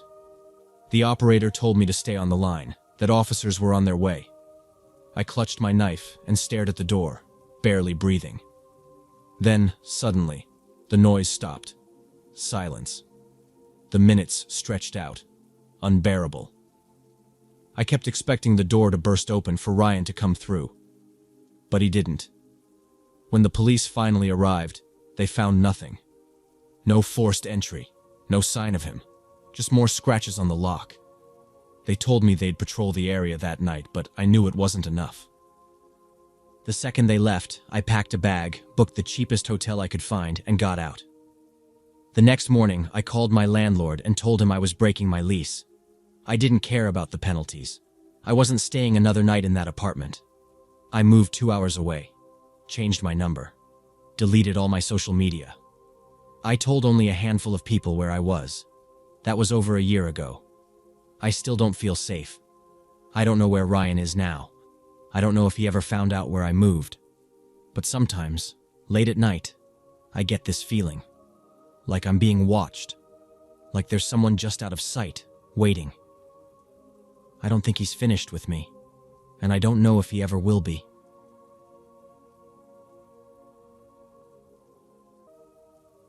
My name is Daniel, and I'm from Louisiana. I'm 31 now, but this all went down about 12 years ago when my life was completely falling apart. Back then, I was just a lost 19-year-old kid, trying to make sense of the world after losing both my parents and grandparents. It felt like I had no one left, and honestly, I was desperate for some kind of connection. I don't need sympathy, but please don't judge me. I was just looking for something, anything to hold on to. One night, feeling particularly alone, I signed up for MySpace, hoping maybe I'd find someone to talk to. Weirdly, within minutes of making my profile, I got a message. It was from a woman. I'll call her Melissa. At first, I ignored it because it seemed too fast, too random. Her first message was simple, just calling me handsome and asking how my day was. A few days later, she sent almost the exact same thing. That time I gave in and replied, keeping it casual, just saying I was doing all right. We started talking more, and before I knew it, we actually built a solid friendship before anything romantic happened. Fast forward a few months and we were officially together. That's when things started getting weird. At first, it was little things, like her getting upset when I spent time with my friends or my family. One day, while I was out with my friends, just playing video games and talking about life, she showed up, fuming. "I don't like you being around them. You don't need anyone but me," she said. I was stunned. My friends weren't troublemakers. They weren't bad influences, so I had no clue why she was acting like that. Then, she turned on my family. She started spreading lies, twisting my words, making them think I was saying awful things behind their backs. What's worse, they believed her. I couldn't understand why. They had known me my whole life. Why would they take her word over mine? The only ones who didn't fall for it were my brother and sister. My dad had a bunch of kids from different relationships, and somehow she managed to turn almost everyone against me. At one point, it got so bad that actual fights broke out between my aunts. She thought it was hilarious. But the worst moment came when my cousin called me at work, saying something urgent was happening. I rushed over, worried out of my mind, only to find Melissa standing there, arms crossed, smirking. "I saw you flirting with some girl," she accused. I was confused. I was a sales associate. I had to be nice to customers. But in her eyes, that was cheating. That was literally my job. I had no idea how she even saw me. I was constantly walking the aisles, stocking shelves, helping customers. But there she was, standing in the middle of the parking lot, screaming at me like I had just betrayed her in the worst way possible. "How could you do this to me? I thought you loved me," she shrieked. I just stood there, stunned. I hadn't done anything wrong. Then, before I could even react, she ran toward my car, trying to yank open the door. Luckily, I had already locked it. That didn't stop her from pounding on the driver's side window, her face twisted in rage. "Open the damn door!" she screamed. It was unreal, like something out of a horror movie. I refused, obviously. This was beyond ridiculous. I threw the car into reverse and took off. As soon as I hit the road, I noticed headlights in my rearview mirror. She was following me. My town was small, so the highway was the only real way out. I figured if I sped up and drove toward the next town over, she'd back off. I was wrong. She kept right on my tail, swerving like she wanted to run me off the road. My heart was racing. What was she planning to do if she caught up? I finally managed to lose her, but I was shaken. I didn't go home that night. Instead, I crashed at a friend's place, too freaked out to be alone. Not long after, I made the decision to break up with her. I couldn't deal with someone who claimed to love me but acted like this. But I was young, lonely, and stupid. I let her back into my life, convinced things would be different. Spoiler, they weren't. If anything, she got worse. She started showing up at my job every single day. At the time, I was working as a stalker at a supermarket. Every shift, without fail, she'd come in and grill me. "Who did you talk to today?" "It better have only been me," she'd say, eyes burning into mine. She was relentless. Then, months later, I found out she had been cheating on me with one of my old friends. That was my breaking point. I packed my bags while she was visiting her mom and left without saying a word. I really thought that was the end. I focused on myself, worked on healing. But Renee wasn't done with me. Somehow, even after I blocked her number, deleted her from everything, and cut off mutual connections, she still knew things about my life. Where I moved, who I talked to. It was like she had eyes everywhere. She even made fake accounts, trying to trick me into adding her. No chance. Then, one night, things escalated. I had a friend over, a woman. We were doing, well, what adults do when I suddenly heard a loud banging at my front door. My stomach dropped. Who the hell would be here this late? A bad feeling crept over me. I crept to the window and peeked through the blinds. My blood ran cold. It was Renee. How the hell did she find me? My heart pounded as I turned to my friend and whispered, "Be quiet. That's my psycho ex." I had told her about Renee before, but I don't think she fully believed me. Now she did. Renee's voice cut through the silence. "I know you're in there. Open the door, or I'll make my way in myself." She pounded on the windows and rattled the doorknob, her voice dripping with rage. My chest tightened. I grabbed my phone and called the cops, but by the time they arrived, she was gone. That night, I filed for a restraining order. It didn't matter. It did nothing. Every time I tried to move on, tried to start fresh with someone new, Renee found a way to ruin it. She'd spread lies, telling them we were still together, that I was sneaking around with her behind their backs. It was all bullshit, but some people believed her, and it wrecked potential relationships before they could even begin. One night, I was at a girl's place, someone I really liked. She invited me over, and we were just sitting in her living room talking when the doorbell rang. She glanced at me. "Someone's here for you." she said. My stomach sank.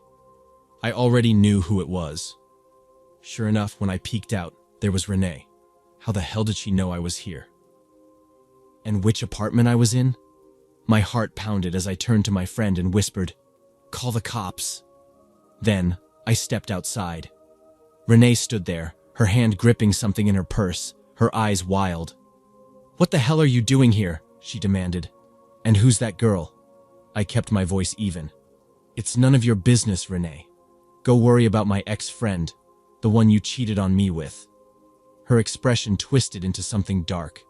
She started reaching into her purse, but then, the sound of sirens. She froze. Before I could react, she turned and bolted. The cops arrived and asked me what happened. I told them everything. That she needed to stay the hell away from me. They took my statement, but I knew she'd be back. And I was right. A few weeks later, I got a call from a number I didn't recognize, but something about it felt familiar. I answered. My stomach dropped. It was Renee. Her voice was calm, but the words chilled me to the bone. "If I can't have you, no one can." Not long after, I stopped at a gas station to fill up my car. I noticed a car moving way too slowly nearby. I knew that car, Renee's. But I figured she was just trying to scare me, so I ignored it. Big mistake. 1 second, I was pumping gas. The next, she was coming at me. Fast. Before I could react, I felt a sharp, searing pain. Then another. My shoulder. My arm. I looked down. Blood. My own blood. She had a knife. I stumbled back, clutching my wounds, and just as she raised the blade for another strike, "Hey! Back the fuck up!" A voice rang out. A woman's voice. I turned my head. It was Yolanda, my friend, my lifeline.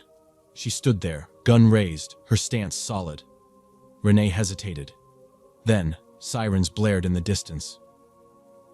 This time, she didn't run. She was tackled and cuffed right there in the parking lot. If Yolanda hadn't shown up, I might not be here to tell this story. That was years ago. I've been happily married for 11 years now, built a life I never thought I'd have.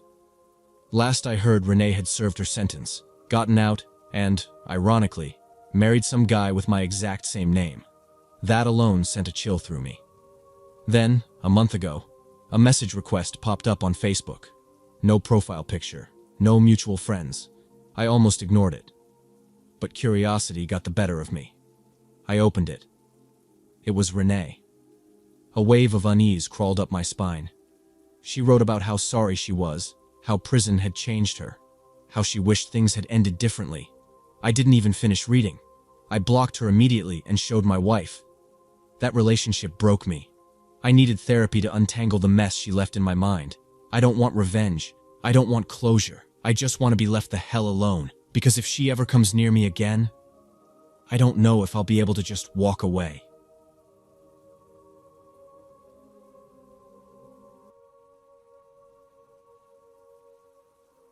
I'm 19, and my ex, Alex, is 25.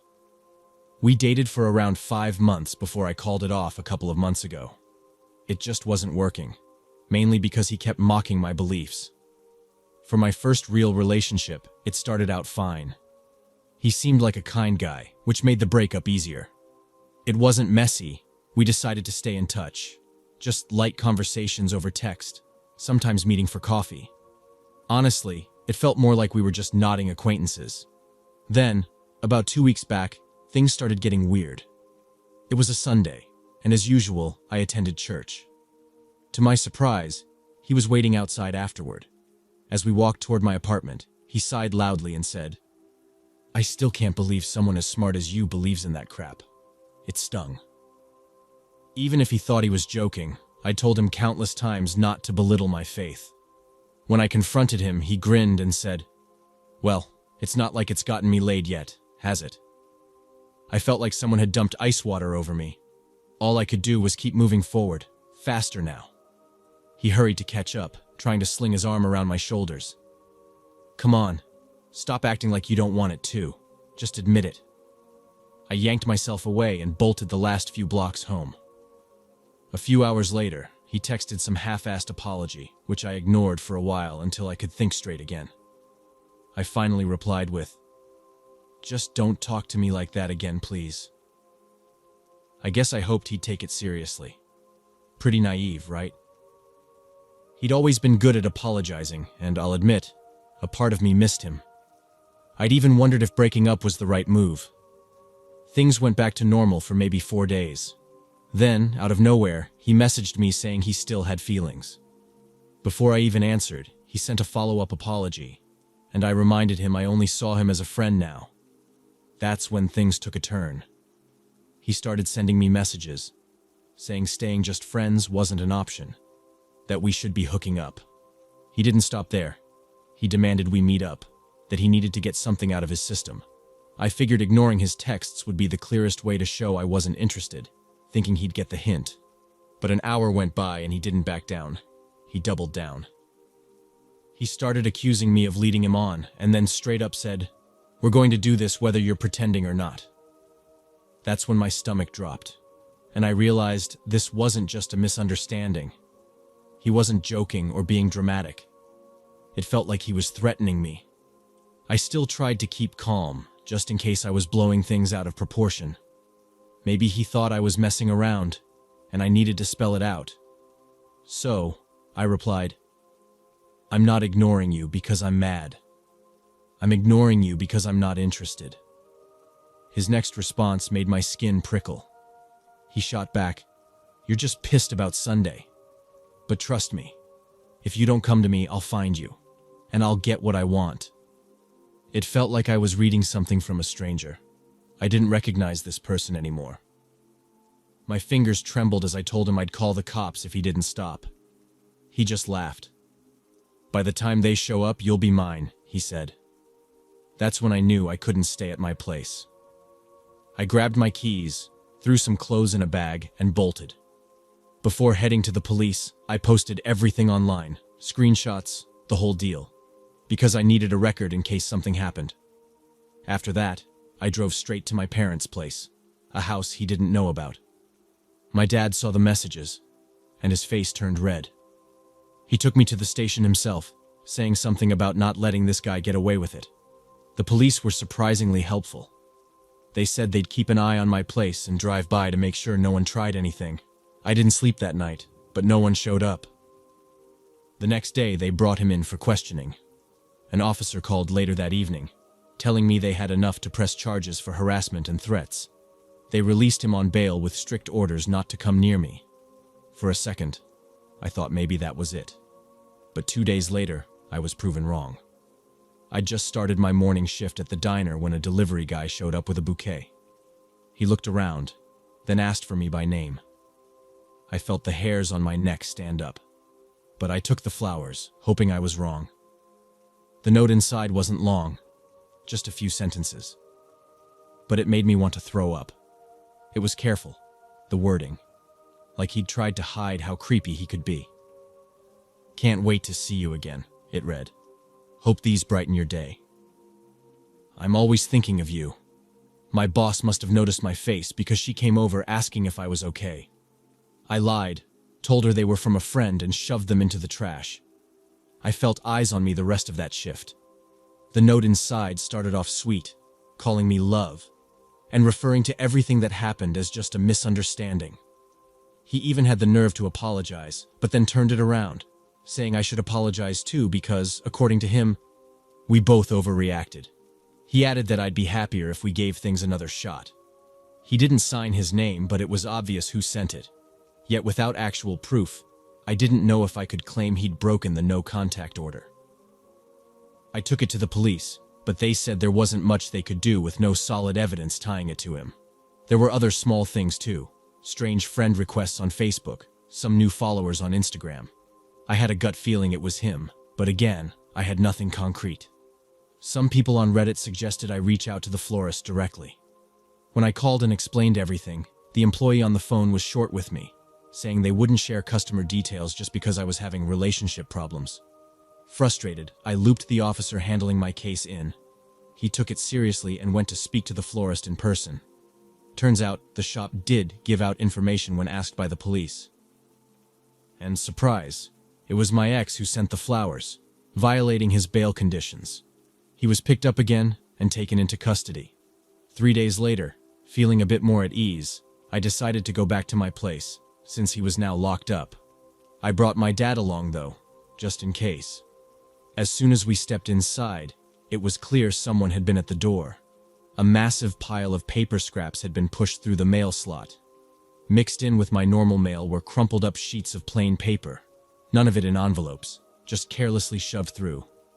There was also a small gift-wrapped box sitting right inside the doorway with no sender information or card.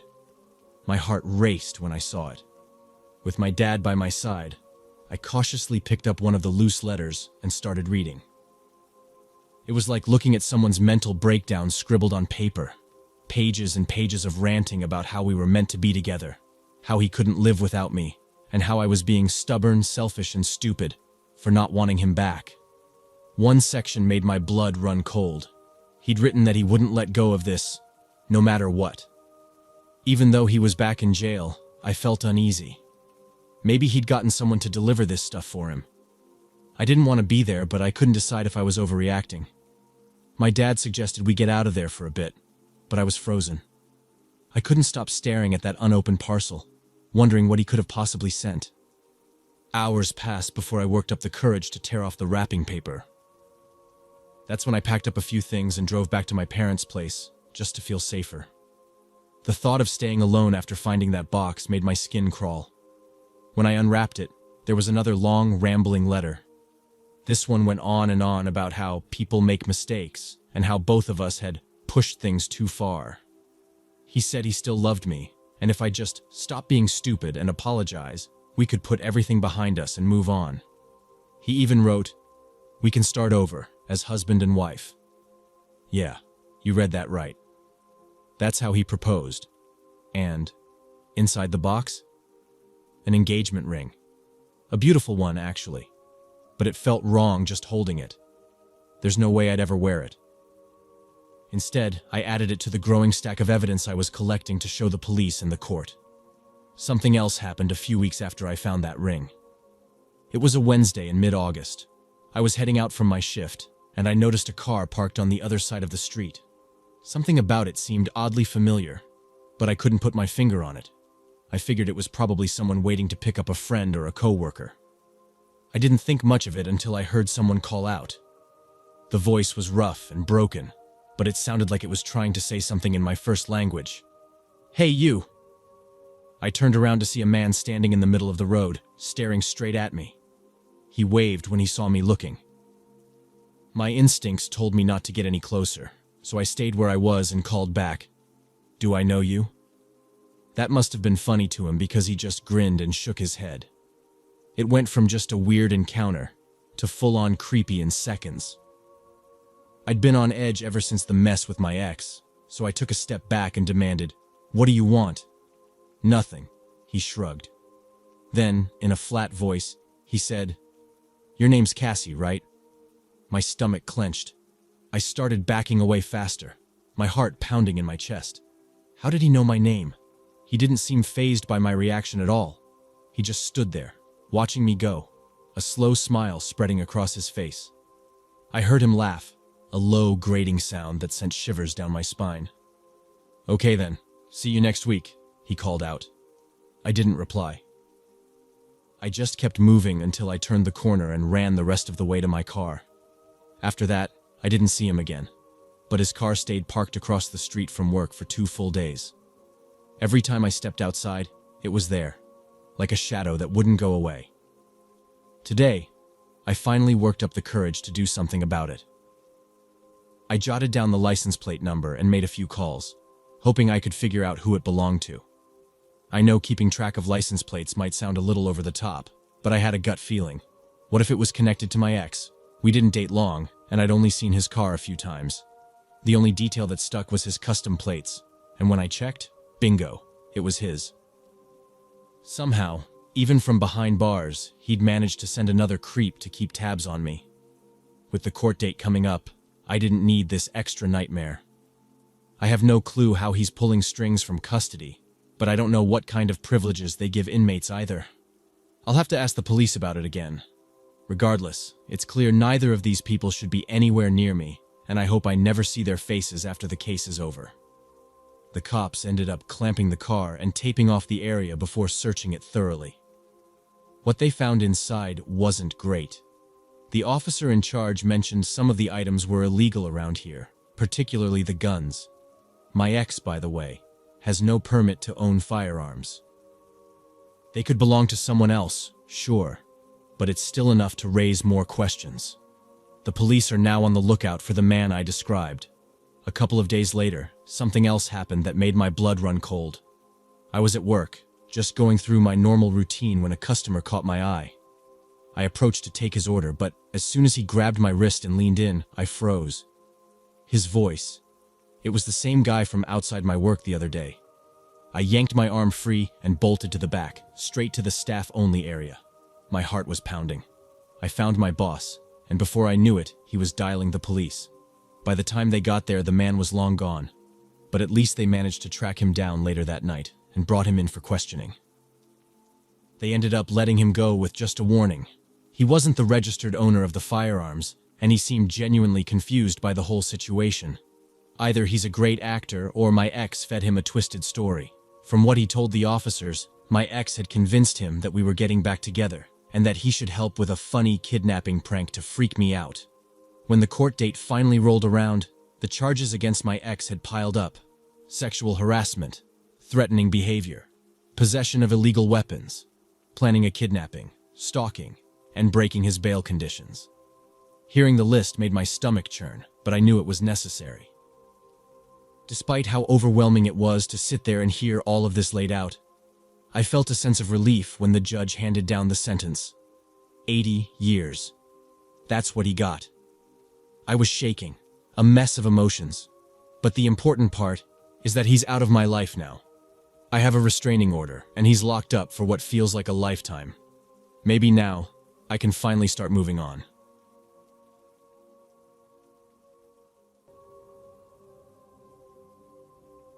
I first connected with Abby online, probably through Instagram after one of her comments popped up on a mutual friend's picture. I replied with a joke. She laughed and sent me a follow request. That was pretty much it at the time.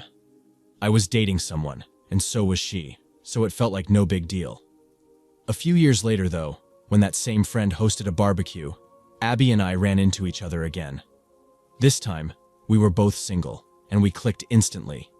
She was everything I could have hoped for. Gorgeous, clever, and hilarious. Her laughter filled the space around her, and I couldn't help but be drawn in. Before I knew it, we'd been dating for about 8 months. It felt so natural, like one minute we met at the party, and the next we were in this solid relationship. Everything seemed amazing, until she blindsided me with something that shook me to the core. Out of nowhere, Abby dropped the bombshell that she had a child. A kid. How could she keep something like that from me? All those months together, and she never once mentioned her daughter. There were no clues, no pictures of her child on her Instagram, no late-night calls or visits to suggest she was hiding a whole person from me. When she casually said, "Oh, I have a court date for custody of my daughter this week," I just stared at her. "Wait, custody of who?" I asked, my voice sharper than I intended. Abby looked at me like I was the one being strange. "Courtney, my daughter," she said, acting like she had mentioned her a million times before. "You've met her," she insisted. But I hadn't, not even once. Apparently, Courtney had been living with her dad, Mike, the whole time. I couldn't believe she'd been able to keep this secret for so long. I wanted to be there for Abby. I really did. I was falling for her, after all. But the fact she could hide something so important made me question everything. Was I wrong to feel this way? I wasn't sure what was worse, her keeping it from me or her insistence that she had told me. Our argument that night was loud and bitter, filled with confusion and hurt feelings. The more she doubled down on her version of events, the more uneasy I felt. Eventually I gave in and told Abby I must have just forgotten. I didn't believe it, but I figured it was better to say that than keep arguing. After she calmed down, I asked her about the custody case. She started talking about how horrible Mike was, how he'd controlled her and even been physically violent once. When I asked how he ended up with custody in the first place, she froze. Her face crumbled, and she started sobbing uncontrollably, saying how nothing ever went her way. It hit me then that she'd completely dodged my question, but I let it slide. When the court date finally came, she asked me to go with her as some kind of character witness. I wasn't even sure what that meant in a custody hearing, but I agreed. I dressed up, did my best to look presentable, and sat beside her in the courtroom. It was tense, awkward. At one point, I got called on briefly to confirm who I was and what I did for work. That was it. They told me to stay seated, and if anyone needed me, they'd let me know. No one did. So I just sat there, feeling more out of place by the minute as the case unfolded. Then I heard it. One word from Mike that made my stomach drop. Abuse. The judge echoed it too, and that's when it all started coming out. Apparently, the reason Abby didn't have custody wasn't because of Mike's supposed behavior, but because of hers. There were accusations, documents, and stories I never could have imagined about how she had been violent toward both Mike and Courtney. My head was spinning. This wasn't the Abby I knew, or thought I knew. By the end of it, the decision was clear. Full custody stayed with Mike, and there was no sign Abby would even get partial custody anytime soon. On the drive home, she barely said a word. She just stared out the window, tears streaming down her face. I offered to have her come over so she could vent and let everything out, thinking that's what she needed. She nodded, and we headed to my apartment. The second we got inside, though, everything shifted. I thought she'd cry, maybe talk things through. Instead, she turned on me, her voice rising until she was screaming. "This is your fault," she yelled. "You ruined everything. I lost my daughter because of you." Her words left me stunned. How could she possibly blame me for this? "How is this my fault?" I shot back, my voice sharp with disbelief. She screamed that I hadn't spoken up, that I didn't tell the judge how much she'd changed or what a good person she was now. "They didn't ask me anything," I said, trying to keep my composure. "If they had, I would have told them all of that, Abby." But she wasn't listening. Before I could say another word, she slapped me hard across the face, yelling that I should have defended her, that I should have fought for her like a man. The irony hit me like a ton of bricks. She was literally hitting me while screaming about not being abusive. I couldn't even process it in the moment. I just stood there, my face stinging, my mind racing, and told her, calmly but firmly, to leave. That's when she turned venomous. Her voice dropped low as she glared at me, saying I'd regret this, that she would ruin my life. "You need help, Abby," I said, keeping my distance. "I can't be part of this anymore." Her response was chilling. She stared at me with cold eyes and said, "Whatever happens next, it'll be your fault for pushing me to it." And then, she was gone. I stood there for what felt like hours, trying to process what she meant.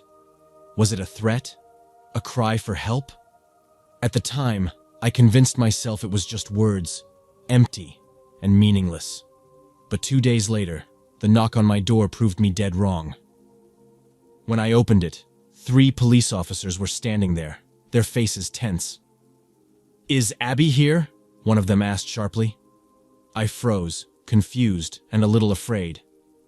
"No," I said, my voice shaking slightly. "I haven't seen her since—" My words trailed off as they asked to come inside. Normally I'd hesitate, but something about the way they were acting made me step aside without a second thought. 2 officers immediately started searching my apartment, moving methodically from room to room. Meanwhile, the 3rd one asked me to sit down. I complied, my heart pounding as he fired off questions. "When was the last time you saw her?" he asked. I told him about our argument, how she'd been furious after the custody case, and how she'd left after hitting me. His face didn't change as I spoke, and he pressed for more details. Exact times, exact words. I told him everything, even letting him see my phone to prove I hadn't heard from her since that morning at court. I scrolled through my call logs and messages to show him there was nothing from her after that day. That's when I finally asked, "What's going on? Why are you looking for her?" My chest tightened as I waited for his answer, and the silence that followed made my skin crawl. The other officers returned to the living room, their faces serious, and finally started explaining what was going on. They told me I was the last person known to have seen Abby before she went to Mike's house. Apparently, she had shown up there, crying and upset, saying I'd attacked her. For some reason, Mike believed her and let her in. That's when things took a dark turn. Abby grabbed something heavy, knocked him unconscious, and took Courtney. She had been on the run with her daughter ever since. They made it clear they needed to rule me out as an accomplice. I told them everything about the breakup, about how she'd hit me, and how I told her to leave. I insisted I had nothing to do with her actions. They seemed satisfied but warned me to call them immediately if I heard from her. After they left, I just sat there in shock. How had Abby, this woman I thought I loved, gone from someone I trusted to someone capable of something so terrible? Had I missed all the warning signs? Was I blind to who she really was? Or was she just that good at pretending? That was the last of my involvement. The next day, Abby was caught. She hadn't even left town. She went to her mom's house and tried to convince her that she'd won custody of Courtney. Her mom didn't buy it, though. When the police came to ask questions, they found Abby there and arrested her. Just like that, it was over. Abby was charged, and she's serving time now. I doubt she'll ever be allowed to see Courtney again. Do I feel bad about that? In some ways, yes.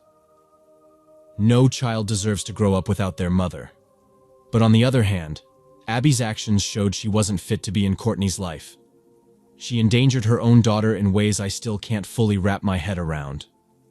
The silver lining is that Courtney is doing okay. I actually became friends with Mike after everything went down. We bumped into each other at a GameStop, of all places, and ended up talking.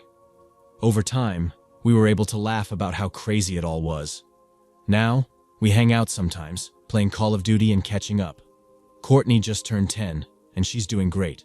A smart, happy kid with a bright future ahead of her.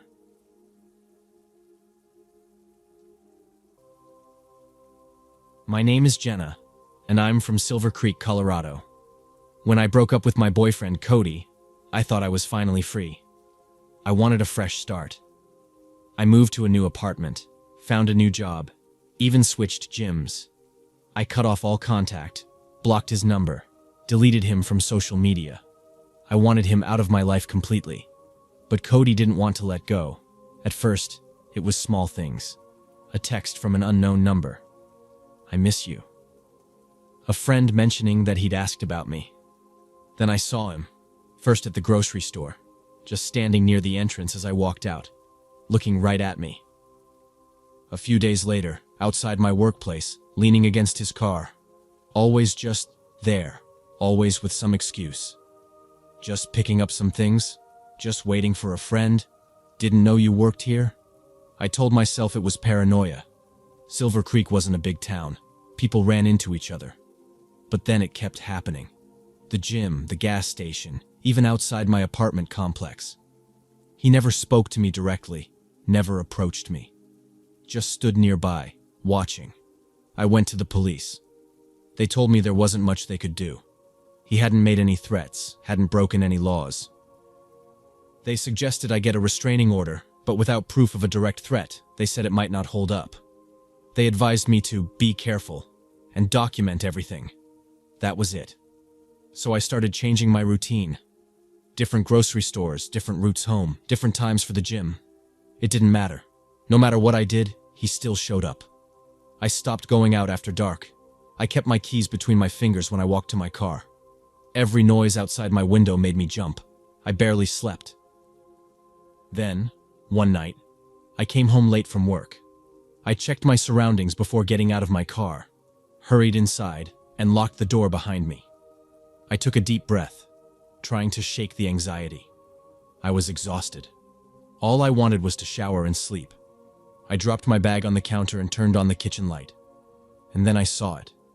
A single red rose lying in the middle of my kitchen table. I froze. My hands went numb. I knew I hadn't left it there. My mind raced. The door had been locked, the windows shut. I hadn't seen any signs of forced entry, and then my stomach dropped. The sliding glass door to my balcony. I lived on the second floor. I never locked it. I thought no one could reach it. But Cody could. Cody knew. I ran to my bedroom, grabbed my phone, and locked myself in the bathroom. My hands were shaking so badly I could barely dial 911. I pressed the call button, listened to the ringing. Then, a creak. Somewhere in the apartment. I covered my mouth, my breath coming out in shallow gasps. I strained to listen. Silence. The dispatcher answered. I whispered into the phone, trying to stay calm. Told them my address, told them someone had been in my apartment. They said officers were on the way. Stay on the line, stay calm. Then, footsteps.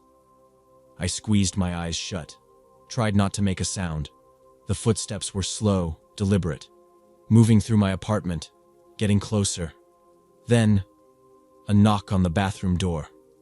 Soft, almost playful. I couldn't breathe. Then his voice, just above a whisper. I just want to talk, Jenna. I bit down on my hand to keep from screaming. Sirens. Faint at first, then growing louder. Headlights flashed through the window. Then, silence. A few seconds later, the front door slammed shut. I stayed in the bathroom until the police arrived. They found the sliding glass door open, a chair from my balcony pushed up against the railing. But Cody was gone. That night, I packed a bag and left. I didn't care where, I just needed to be somewhere else. But deep down, I knew this wasn't over. A few weeks passed. I stayed with a friend across town, barely leaving the house except for work. The cops said they'd patrol near my apartment, but I didn't feel safe going back. I spent every night triple-checking the locks, jumping at every noise. Cody had broken into my home. He had been inside, and he got away with it. Then the calls started. Blocked numbers, silence on the other end, sometimes just breathing, other times a whisper. Miss me? I filed for a restraining order. The court date was set, but it would take time. The cops still had no solid proof of him threatening me, so they couldn't do much. They told me to document everything, be aware of my surroundings, the same useless advice. I bought a baseball bat and pepper spray. I started carrying a knife in my bag. I changed my number, deleted my social media. And for a little while, it was quiet. Then one evening, after a long shift, I finally decided to go back to my apartment to grab the rest of my stuff. My friend offered to come, but I didn't want to be a burden. I hoped, that maybe Cody had finally given up. I was wrong. I stepped inside, locking the door behind me. Everything looked the same as I'd left it. I kept the lights on as I moved through the apartment, stuffing clothes into a suitcase, grabbing toiletries, checking under the bed for anything I might have forgotten. I wanted to be in and out in 10 minutes. Then I walked into the bathroom, and I saw it. My hairbrush, laid neatly on the counter, strands of my hair still caught in the bristles. I hadn't left it there. It had been packed away weeks ago. Then, in the mirror, I noticed something behind me. The shower curtain, pulled shut. I never left it closed. My stomach turned to ice. I gripped my pepper spray, my other hand clenching the bat. My heart pounded in my ears. I forced myself forward inch by inch until I was close enough to reach the curtain. I yanked it open. Nothing. Just an empty tub. I let out a shaky breath. Maybe I had left the brush out. Maybe I was just paranoid. I was about to turn away. Then the bathroom door slammed, shut behind me. I spun around.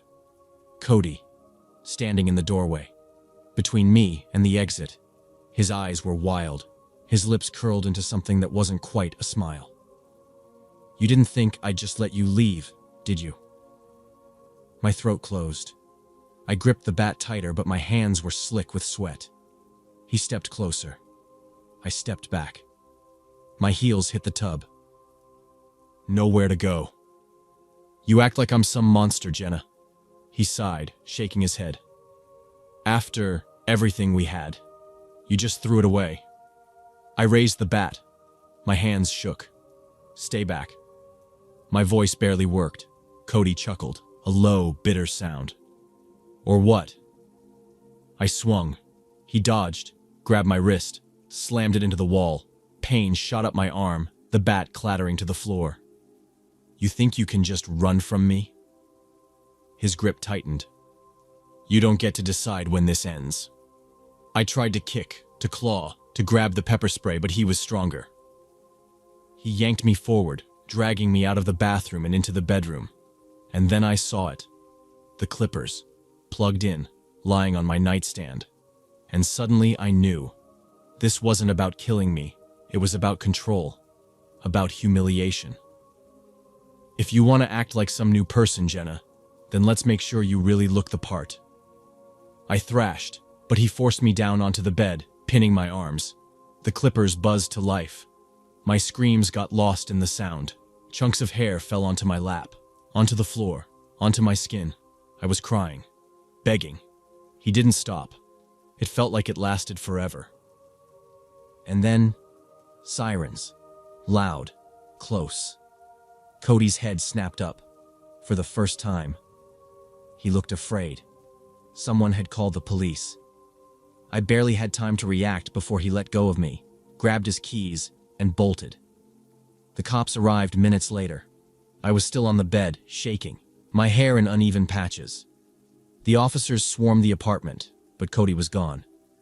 This time, they took it seriously. They found security footage of him entering the complex, found his fingerprints on the bathroom door. With my statement, they finally had enough to charge him. They caught him 2 days later, hiding at a friend's house. He got 5 years. But 5 years isn't forever. I moved to another state, started therapy, tried to rebuild my life.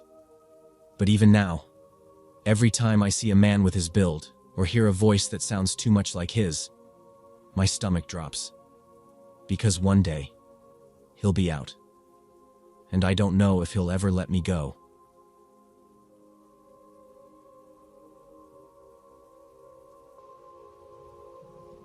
I'm going to give you all a heads up before I start. This is going to be a bit long, but there's a lot I need to get off my chest about everything that's gone down with this girl over the past year. I'll start by saying that we were in this messy, on and off relationship for nearly 5 years. The back and forth should have been my first clue to walk away for good, but somehow she kept finding her way back into my life. There should be some kind of subreddit called "Insane Stuff My Ex Did," or something like that, because I have more than enough stories about her to fill a book. Heck, it'd be a hit show if it was on TV.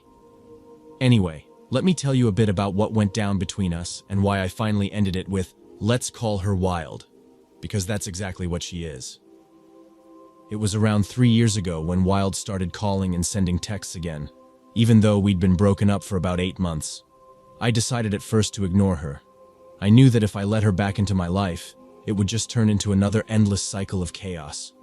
But one night, after a few too many drinks, I got all nostalgic and stupidly replied to one of her messages. That was all it took. She started dropping by, and soon enough, we were back together again. It lasted for about 5 months before I'd had enough of her crap and told her to get out of my place. She was a whirlwind of anger and manipulation. If I didn't let her use my car whenever she wanted, lend her cash when she claimed to need it, or just do whatever she demanded, she'd blow up like a ticking time bomb. During one of our fights, she actually managed to get herself arrested after smashing a guy over the head with a glass bottle at a bar we used to go to. What really pushed me over the edge, though, was when she got into meth and started bringing that junk into my home. I tried getting her some help, but she twisted it around, acting like I was trying to control her or something. So, I finally threw in the towel and called up her mom, telling her to get her daughter out of my life before I reported her to the cops. I told her we were done, like completely done, and I never wanted to hear from her again. I'd given her so many chances to change, but she always made it out like I was the one with the problem. Whatever, I was over it, but of course she wasn't. The day I ended it was just the beginning of her relentless torment. She kicked off her next attack by putting up a fake Craigslist ad using my number in the services section. She attached some random photo and labeled me as an escort. Over the next few days, I was bombarded with texts and calls, hundreds of them, from strangers asking for a good time. It was a week of complete madness before things started dying down. But of course, that wasn't all. The first night it happened, when my phone wouldn't stop buzzing. I looked out the window and saw the security guard from my apartment complex creeping around my car, his flashlight bouncing off the windows.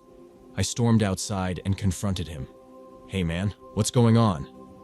"I got a complaint that this vehicle's abandoned and needs to be towed." "What? No way, this is my car. I live right here." I had to grab my car title and my license just to convince him it was mine and stop him from calling a tow truck. The whole ordeal took nearly an hour, and I was on edge the entire time, wondering what stunt she'd pull next. The following day, the calls kept pouring in while I was at work, making it impossible to focus.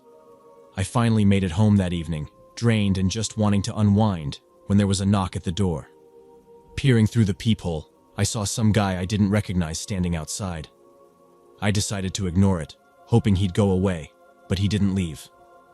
I watched from my balcony as he fumbled with his phone and stayed right there. Finally, I called down to him, "Hey, what do you want?" He looked up, slightly confused. I'm looking for Wild. She said she lives here." "No, she doesn't. She's my ex. I kicked her out. Try her mom's place," I shot back. We ended up talking for a bit, and that's when I found out she had set up a dinner date with him and given my address, claiming it was where she was staying. By that night, 3 more guys had shown up, all expecting to have some romantic evening with her. The next morning, I was at work when she started texting me. It was pictures, images of the outside of my apartment. Each one came with a creepy message like, "Nice breeze in the apartment, huh? Leaving the patio door open isn't very safe." Or, "Hope your dog doesn't get lost."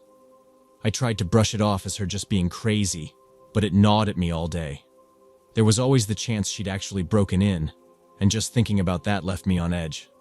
She knew how to push my buttons, and she was doing it to perfection. When I got home that evening, everything in my apartment looked exactly as I'd left it. But knowing she'd been close enough to take those pictures was messing with my head. The anxiety was eating away at me, and I could barely sleep, wondering what she'd do next. I tried ignoring her messages and calls, hoping she'd get bored and leave me alone. No such luck. Things only got worse. A couple of days later, I was unwinding after work, flipping through TV channels, when there was a loud knock on my door. I peered through the peephole and felt my stomach drop. 2 police officers stood outside, looking none too happy. "Great, now what?" I thought as I opened the door. "Can I help you, officers?" I asked, trying to keep my voice steady. "Are you Robert Michaels?" one of them asked sternly. "Yeah, that's me. What's going on?" "Do you consider sexual assault a problem, Mr. Michaels? Where were you for the last couple of hours?" My mind went blank. It felt like all the air had been sucked out of the room. "Well, what? I just got home from work about 45 minutes ago.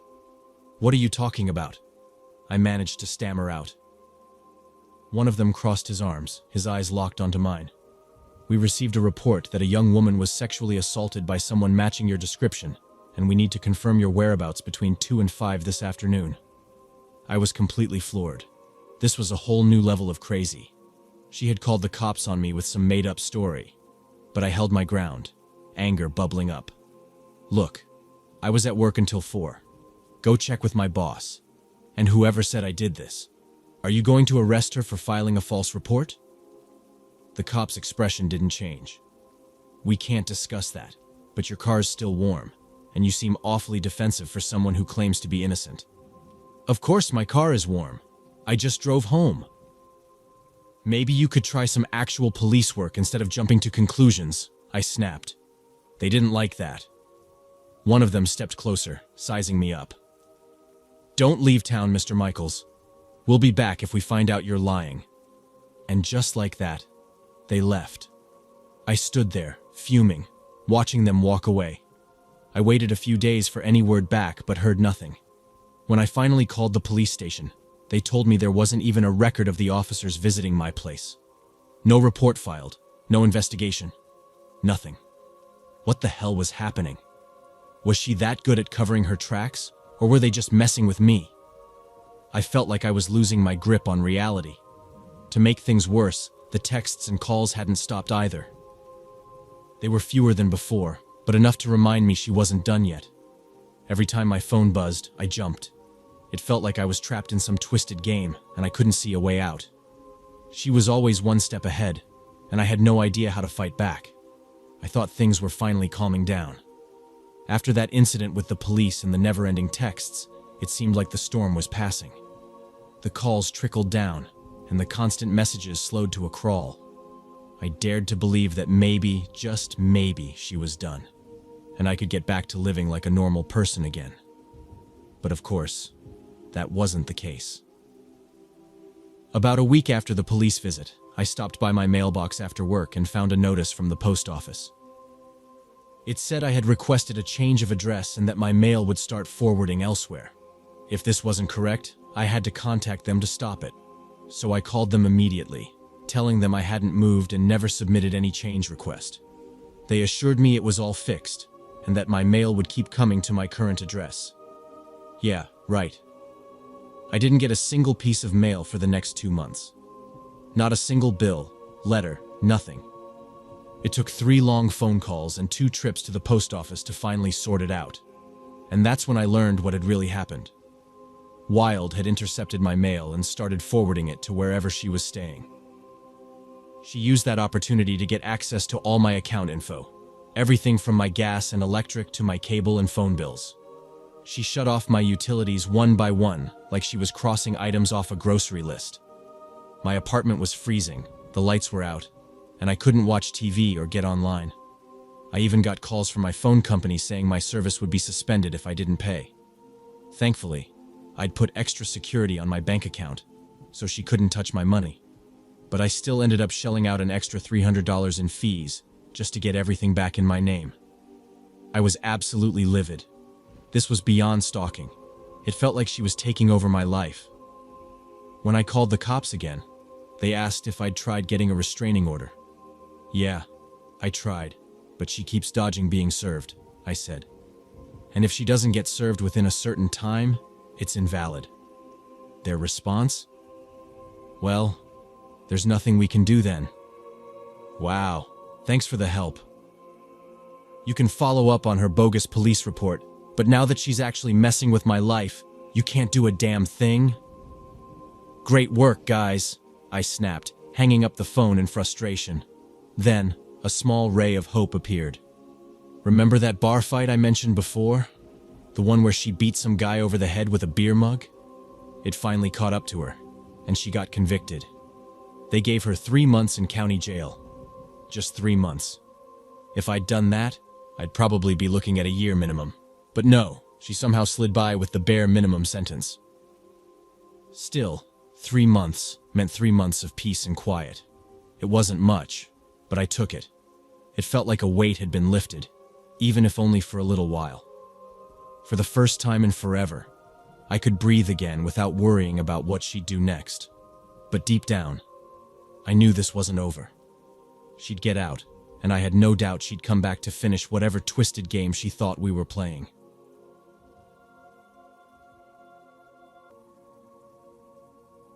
I met my ex when I was 20 through a dating app. At the time, I was still trying to find my footing after being cut off by the small Baptist church I had grown up in since I could remember. The reason? I started dating a man who didn't fit their image of the ideal partner. He was black, had long dreadlocks, and was obsessed with heavy metal like Metallica. To them, that made me spiritually incompatible. The rejection hurt, but at that age, I felt like I had no choice but to cling to him. After all, he was the only one who didn't turn his back on me. For the first couple of years, it felt like we had something special, but he often reminded me how naive I was, especially in bed. He'd drop comments that left me questioning if I'd ever measure up to his past experiences. He was 3 years older than me and carried himself like someone who had the world figured out, always talking down to me as if I were a clueless kid. Things started shifting after we hit the 2-year mark. He began staying up late every night, glued to his laptop. At first, I didn't think much of it, but I later discovered he was trading explicit photos with random women online. When I confronted him, his reaction was cold. He just stared at me and asked, "So, are you leaving or not?" I was crushed, but I stayed because, honestly, I thought I didn't have anyone else. He told me he believed we were soulmates, but claimed he hadn't gotten the chance to live his wild years.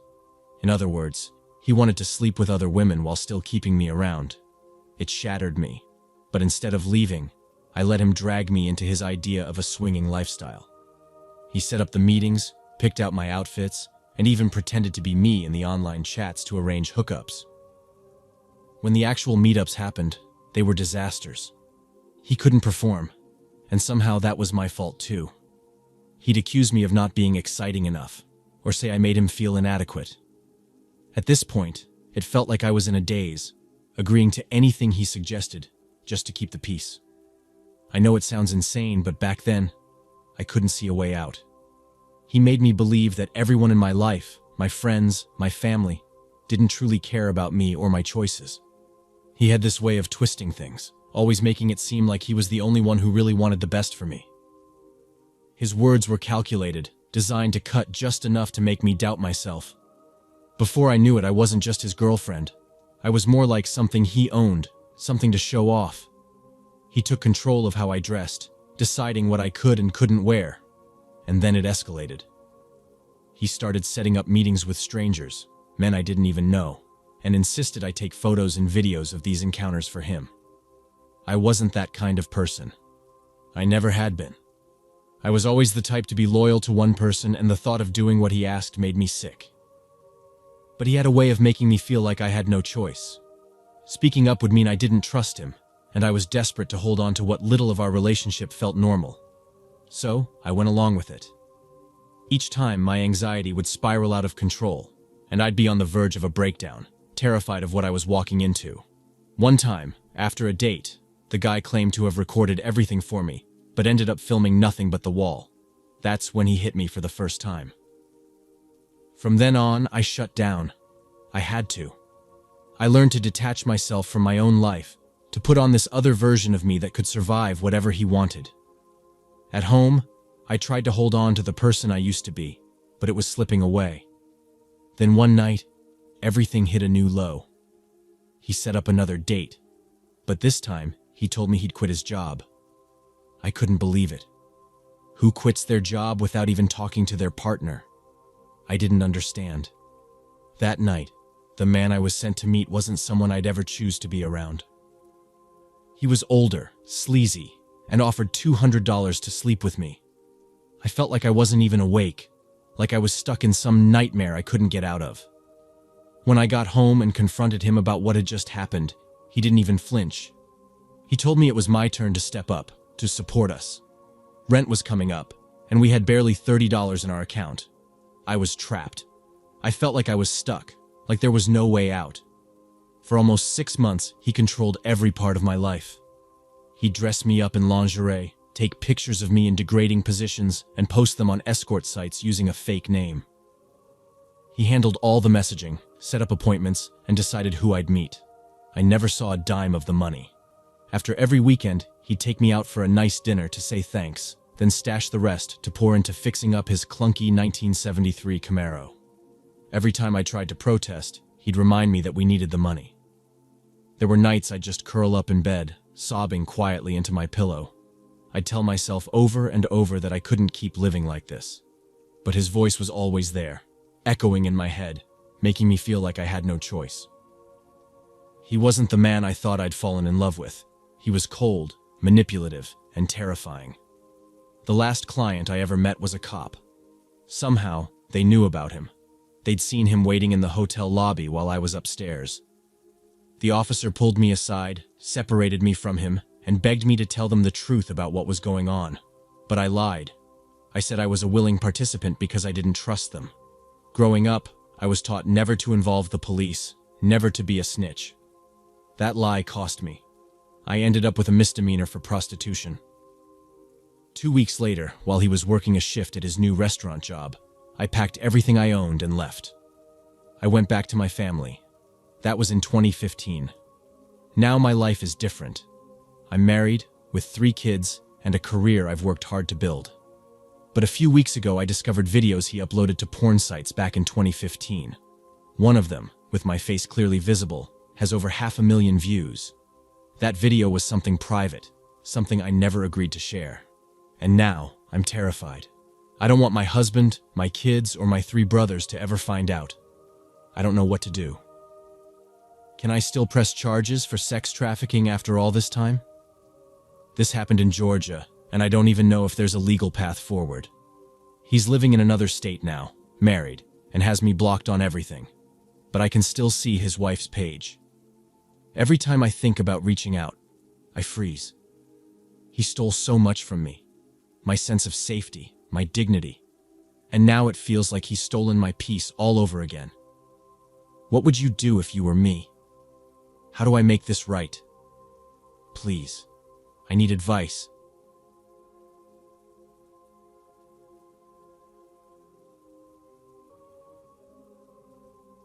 No worries if this is a bit long. This whole situation dragged on for nearly 4 years, and I'm sorry if I jump around a little. There's just so much to unpack. It all started when I was 18 and got a random Facebook message. I'm going to use his real name because he's an absolute piece of trash. His name was Daniel Carter, and all he sent was, "Hey." Just that. When I was 15, I had a huge crush on him, but back then, he was already 19 and immediately stopped talking to me when he realized how young I was. Since I was in a relationship at the time, I responded in a friendly way, not thinking much of it. But he was really persistent, constantly trying to get me to hang out with him and drink. I kept saying no because it felt weird and wrong. Some time passed, and eventually, I found out my boyfriend had been cheating on me. Heartbroken and looking for a distraction, I decided to reply to Daniel again. We started talking regularly, and within 2 weeks, harmless chatting turned into flirting, which quickly led to something more serious. At that time, I was living in Billings, Montana, and he offered to drive up and take me back to Butte, where I used to live. The night before he was supposed to pick me up, I felt something strange, like a deep, gut-wrenching anxiety. I couldn't shake the feeling that something was off, but I was young, reckless, and convinced myself I was overthinking it. The drive back was actually great. We laughed, flirted, and everything felt easy. But the moment we stepped into his house, everything shifted. Out of nowhere, he started showing me graphic, disturbing videos. It made no sense because I never once gave him the impression that I was into that kind of thing. It was weird, but for some stupid reason, I brushed it off and decided to give him a chance. Surprisingly, the first month together wasn't bad at all. Things were actually going pretty well. We ended up moving in together, trying to figure out how to live under the same roof. Honestly, I only agreed to it because I didn't have anywhere else to go at the time. At first, things felt fine, but over time, Daniel's temper started to flare over the smallest things. It was like walking into a storm with no warning. 1 second, everything was fine, and the next, he was snapping at me over nothing. But I told myself that all couples argue. It had to be normal, right? Then, he brought up the idea of swinging. I'd never done anything like that, and honestly, I wasn't interested. I've always been the kind of person who prefers one-on-one relationships, but I also liked trying new experiences, and I didn't want to seem boring, so I agreed. At first, it wasn't terrible. I kept telling myself that if I was okay with it, things between us would stay steady. But Daniel got meaner as the weeks went by. His behavior became more controlling, more unpredictable, and he started doing things that made my skin crawl. One night, I woke up and caught him snooping through my phone. The second he saw I was awake, he jerked back and tried to hide it. The weird part? He already knew my passcode. I had nothing to hide, and he could look through my phone anytime. But the rules didn't go both ways. I wasn't allowed to touch his. It wasn't until later that I found out he had hacked into all of my accounts, Facebook, Instagram, even my email. I only realized because I saw him scrolling on his phone and caught a glimpse of pictures I'd never sent him. When I asked how he got them, he smirked and said, "Oh, remember when you used my phone to check your email?" Yeah, I remembered. But I also remembered logging out. Turns out, he had changed all my passwords while I wasn't looking so he could read everything I sent, every post I made, every private thought I had. And somehow, things kept getting worse. His outbursts turned into full-blown rage over the most ridiculous things. It got to the point where I was terrified to do anything that might set him off. Every second of every day I was holding my breath, afraid that one wrong move would push him over the edge. And then there was the other thing: sex. He wanted it all the time. If I wasn't in the mood, he'd act like I was rejecting him personally, like I was insulting him. And if he had planned for us to hook up with other people and I wasn't feeling it, that was even worse. He'd sulk, get angry, or make me feel guilty. Sometimes we'd just have friends over to hang out, and suddenly he'd try to turn it into something else. If I didn't go along with it, he'd make sure I paid for it later. Every time people left our place, it turned into a screaming match. But things got even worse after we moved into a house by ourselves. Without a roommate around, Daniel had full control over me, and he made sure I was completely cut off from my family. The isolation made everything 10 times worse. One night, we were outside smoking when a woman walked by on her way home from the bar. We'd been drinking too, and she seemed friendly, so we invited her in. At that point, things between Daniel and me were rocky, and I was desperate to keep him happy. So, trying to be what he wanted, I flirted with her. She was easy to talk to, and before I knew it, we were just chatting as friends, nothing sexual at all. Daniel barely said a word the entire night, just sat there, quiet and brooding. When the sun came up, we gave her a ride home, and the second she stepped out of the car, he exploded. He screamed at me, saying I had ignored him, that I was a terrible fiancé, that I had embarrassed him. I didn't even argue. I had learned by then that arguing was pointless. He always found a way to twist things, always made it my fault. So I just sat there, shutting down while he yelled at me for hours. That fight lasted from 8 in the morning until late that night, and that wasn't just a one-time thing. This was my life, every single day, for the next 3 years. Over time, the fights became more dangerous. Whenever we argued, I would try to step outside for a cigarette just to calm down. He started snatching the pack right out of my hands, like even that tiny escape was too much freedom for me. Then, one night, things escalated. We were in the kitchen fighting when he suddenly shoved me. Something inside me snapped. I had spent so long letting him push me around, but this time, I refused to back down. That only made things worse. He forced me into the bedroom, grabbed me by the throat, and screamed inches from my face. His grip was so tight that I could barely breathe, and when the tears started falling, he finally let go. He stepped back, looking almost disgusted with himself. Then, without another word, he stormed out, muttering something about needing to leave because he had never laid hands on a woman before. We tried to work things out after that night, and for a short while, things seemed to calm down.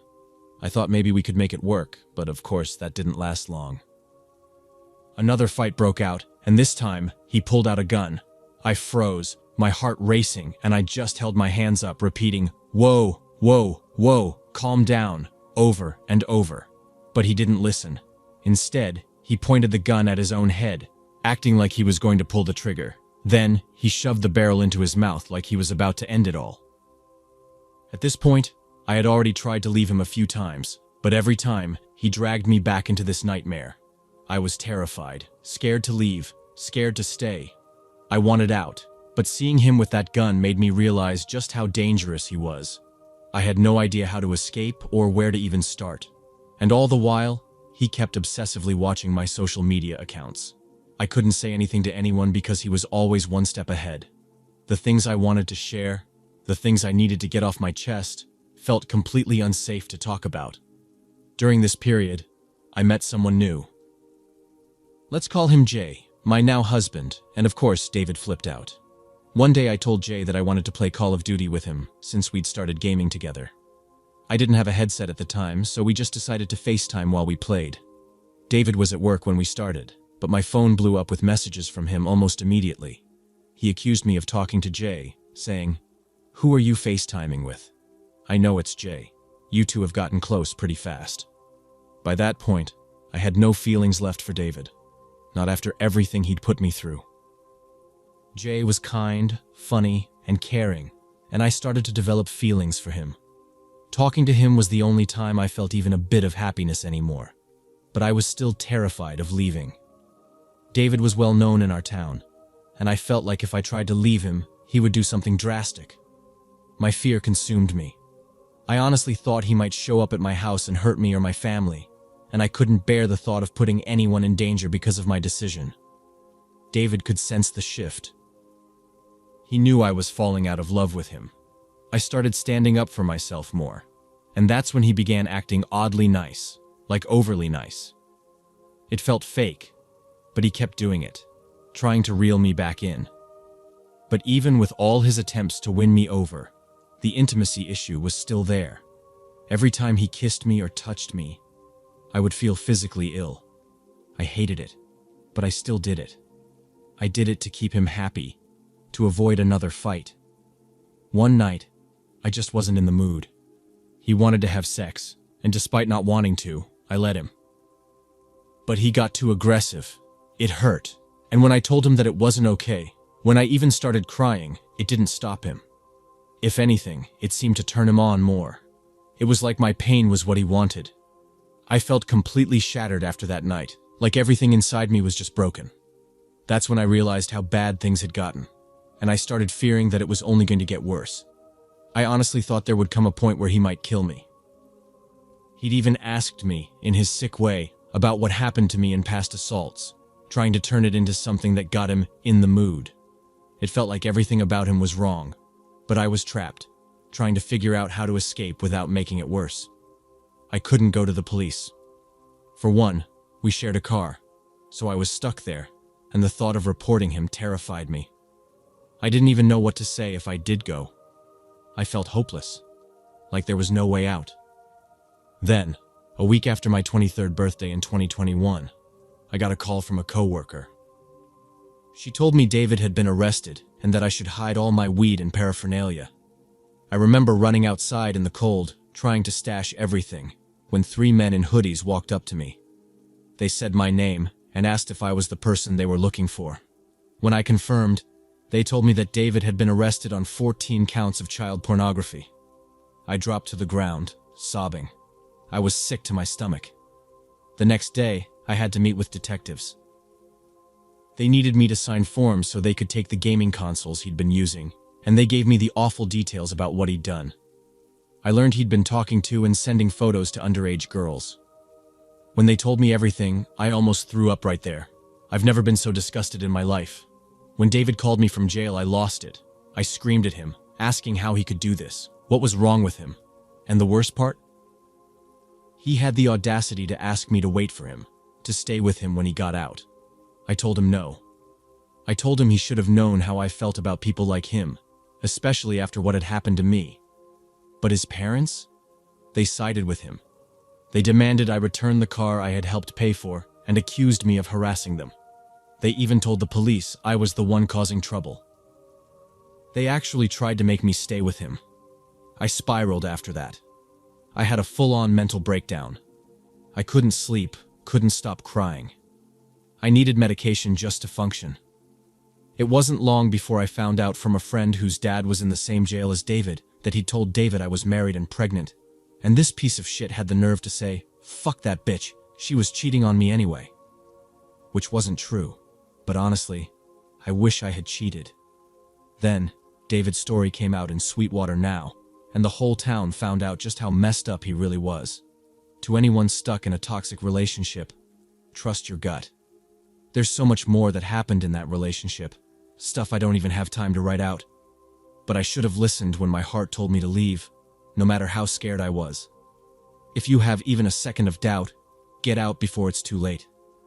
I lost myself in that relationship, and I almost lost my sanity. Please don't let that happen to you. You deserve better. Never doubt that. This happened when I was around 26. I was seeing someone at the time, and this whole thing went down at her place. Even though it was her apartment, I'd gotten comfortable enough to have my own set of keys and let myself in when I needed to. It was supposed to be a great Valentine's Day. At least that was the plan until her overbearing boss forced her to stay late again, completely ruining our evening. Determined not to let it go to waste, I decided to surprise her with a homemade meal. I knew I was a disaster in the kitchen, but I'd found a recipe and bought everything I needed. It's the effort that counts, right? So I let myself in and sat on the couch, staring at the ingredients I'd laid out, trying to muster up the courage to tackle the cooking. That's when I heard the doorbell ring. Great, she's home early, I thought, jumping up to answer it. I swung the door open without checking the peephole, grinning like an idiot. But instead of my girlfriend, I found myself face to face with a middle-aged man, looking just as surprised as I felt. He was dressed like he'd come straight from some office job, but not exactly in a professional way. More like he was trying too hard to seem casual in khakis and a tucked-in polo shirt. He blinked at me, as if processing what he was seeing. Can I help you?" I asked, trying not to sound as confused as I felt. "Isn't this Haley's place?" he stammered, and my heart skipped a beat. That was my girlfriend's name. "Yeah, it is." "Who are you?" I shot back, trying to keep calm. "I'm her dad," he said, voice tight and eyes narrowing. "Who the hell are you?" I went completely blank, mind racing a mile a minute. We'd been seeing each other for 5 or 6 months by then, and things were going well, but I hadn't met her family. She'd never brought them up much, so I hadn't expected this at all. I stammered out something that probably sounded like gibberish, feeling sweat prickling the back of my neck. Before I could pull myself together, he took off his shoes, walked right past me, and made himself comfortable on the couch. I stood there by the door, mouth hanging open. What now? Should I call Haley? Text her? I shuffled awkwardly around the entryway, glancing at him every few seconds, feeling like I'd been caught in some weird trap. He stared at me the whole time, not saying a word. His silence felt like a challenge, like he was daring me to mess up. "She's working late tonight," I finally managed to mumble, trying not to sound like a complete idiot. "I wasn't expecting anyone. She didn't mention anything about you coming over." He didn't answer, just kept staring at me, his expression darkening by the second, making the whole apartment feel smaller and colder. Was she even expecting him? Or did he just show up out of nowhere? "I'm sure she wouldn't want you hanging around for too long," I said, feeling more awkward with each passing second. But that seemed to piss him off even more. His face tightened, and his fists were clenched so hard I thought he might punch through a wall. I just stood there, frozen. He didn't even look at me. It was like I didn't exist. Then, without warning, he stood up.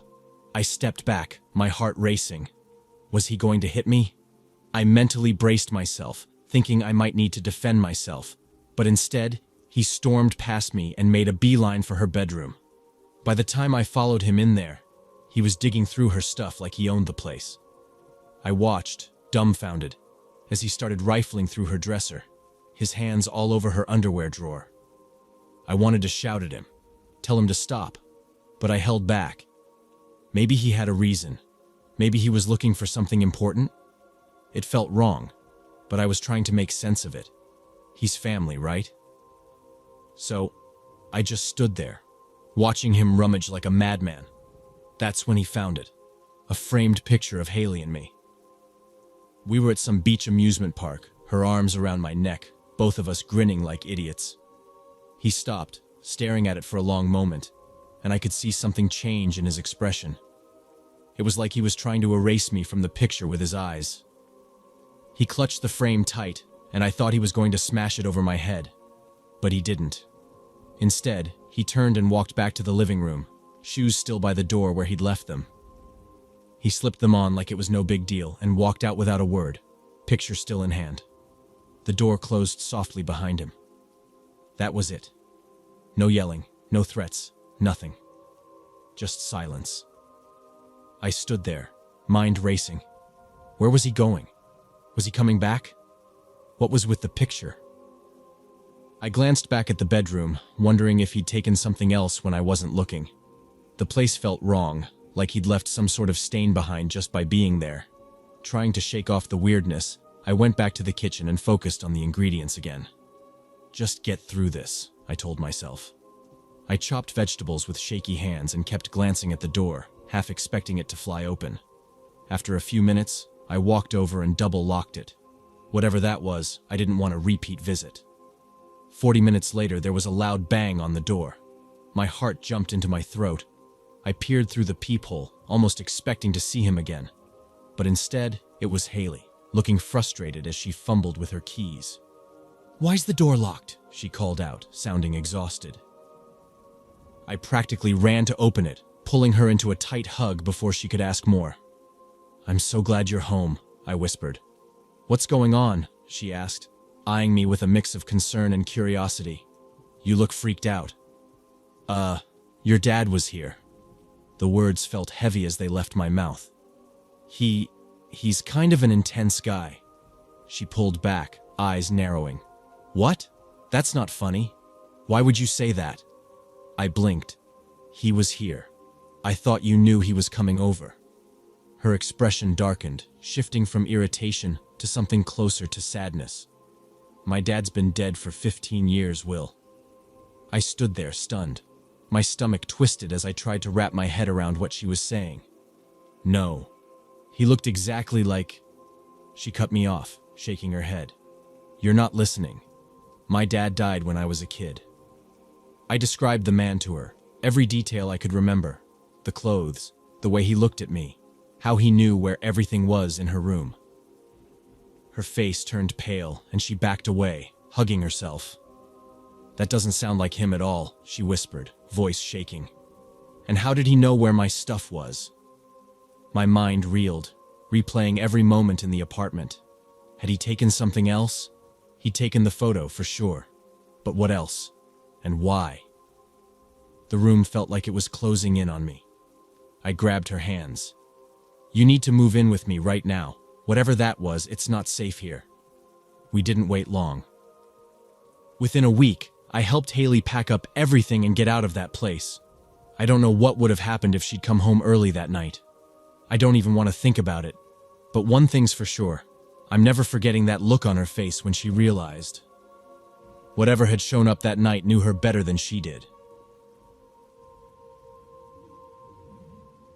This happened several years back when I was younger and far less cautious. Before diving in, I want to say I've learned from this. These days, I'm in a stable, long-term relationship where I've finally understood my worth and grown a lot as a person. At the time, I was starting my second year of college. I'm a plus-sized woman and was the type of person who kept her nose in her books during high school. I had a good circle of friends and went to parties here and there, but school always came first. Dating wasn't really something I paid attention to, partly because I thought it would distract me and partly because, let's face it, nobody seemed interested. Most of my guy friends were either into other guys or were already dating my friends. It wasn't until college that I started wondering if maybe it was time to let someone else into my life. About a week before classes began, I headed to the mall with some friends to pick up a few new outfits. I wasn't overly concerned about fashion, just needed a few things to get through the first week. Back then, I had a driver's license but no car, which meant getting around relied on walking, public buses, or friends willing to give me a lift. That day, I had no choice but to take the bus. I was on the last leg of my trip, staring out the window of the crowded bus, when a guy stepped on. He looked a bit older than me, maybe mid-20s, and he was fit, like he spent time at the gym. The bus was packed since it was the mall route, and the only open seat was next to me. Without hesitation, he sat down. I stayed focused on my phone, texting a friend, and tried not to notice him. When my texting ended, I found myself in an awkward situation. My phone was old, the kind with a slide-out keyboard, and didn't have internet or games. I had no excuse to keep looking down. Still, I avoided glancing his way until a sudden shift in the bus's movement made me accidentally meet his gaze. That's when he smiled and told me I looked beautiful. His compliment caught me off guard. He mentioned how pale my skin was and how it stood out against the color of my dress. I wasn't sure how to feel. Flattered but uneasy. Still, I smiled politely and answered when he started a conversation. Being noticed felt nice, but I stayed cautious. I even gave him a fake name when he asked. The ride ended at the mall, and he asked for my number. I told him I wasn't comfortable giving it out and brushed it off, saying maybe we'd see each other again. I spent the day shopping and laughing with my friends, but his words lingered in the back of my mind. My mom had arranged to pick me up at a shopping center near our house, but I still needed the bus to get there. As I settled into my seat, guess who got on? The same guy from earlier. I won't lie, I felt a weird little flutter when I saw him. When he sat beside me again, I was kind of flattered. We ended up chatting for the whole ride back, and just before his stop, he asked for my number again. This time, I gave him my Facebook instead. When he realized I'd used a fake name the first time, he actually laughed and called me clever for being cautious. I felt pretty secure giving him my Facebook since it didn't have much personal info or photos. I mainly used it for school projects and chatting with friends, so I wasn't too worried about sharing it. That night, he started messaging me, and we talked online for a few weeks. Eventually, I felt comfortable enough to give him my actual phone number, and we set up a time to meet face-to-face. When we finally met in person, it went surprisingly well. We chose a busy coffee shop. I made sure we both paid for ourselves, and at the end, we went our separate ways. I even found myself looking forward to seeing him again. We made plans for a second date, but it wouldn't be for another week. September had me juggling school and other responsibilities, and I worried about making him wait. Luckily, he seemed pretty understanding and didn't pressure me. The following week, he proposed a movie night, suggesting he could pick me up. I politely declined and insisted on meeting him at the theater instead. We were still getting to know each other, and I wasn't ready for him to know where I lived. Honestly, I'm so glad I made that call. The theater was in a plaza just a short drive from my house, so it felt like a safe compromise. We went to see Paranormal Activity 2 Hui. I've always loved horror movies, but I find them more entertaining than scary. I couldn't stop laughing during the film. It was just too ridiculous. But every time I glanced at him, he seemed tense, like he wasn't enjoying himself. It gave me a weird vibe, but I shrugged it off. Maybe he was just trying to seem brave since I was clearly unfazed. When the movie ended, he dropped a bombshell. Apparently, he'd been hoping I'd get so scared during the movie that I'd cling to him for comfort. That was his big plan, to create an excuse for things to get more intimate. Then he admitted that the dinner plans we'd discussed weren't real. His goal had been to convince me to go back to his place. I was completely thrown off. Trying to stay calm, I pretended to get an urgent call from my mom and told him I had to leave right away. He asked if I could give him a ride since he'd walked to the theater. Against my better judgment, I agreed, and we drove to his house. It became clear he didn't have a car of his own and had planned to borrow a friend's vehicle to pick me up. What I found even stranger was that he lived only a short walk from the theater. I pulled up in front of his house to drop him off, and as he got out, he leaned in for a kiss. I instinctively tried to turn my head, but he grabbed my face gently, yet firmly, to stop me.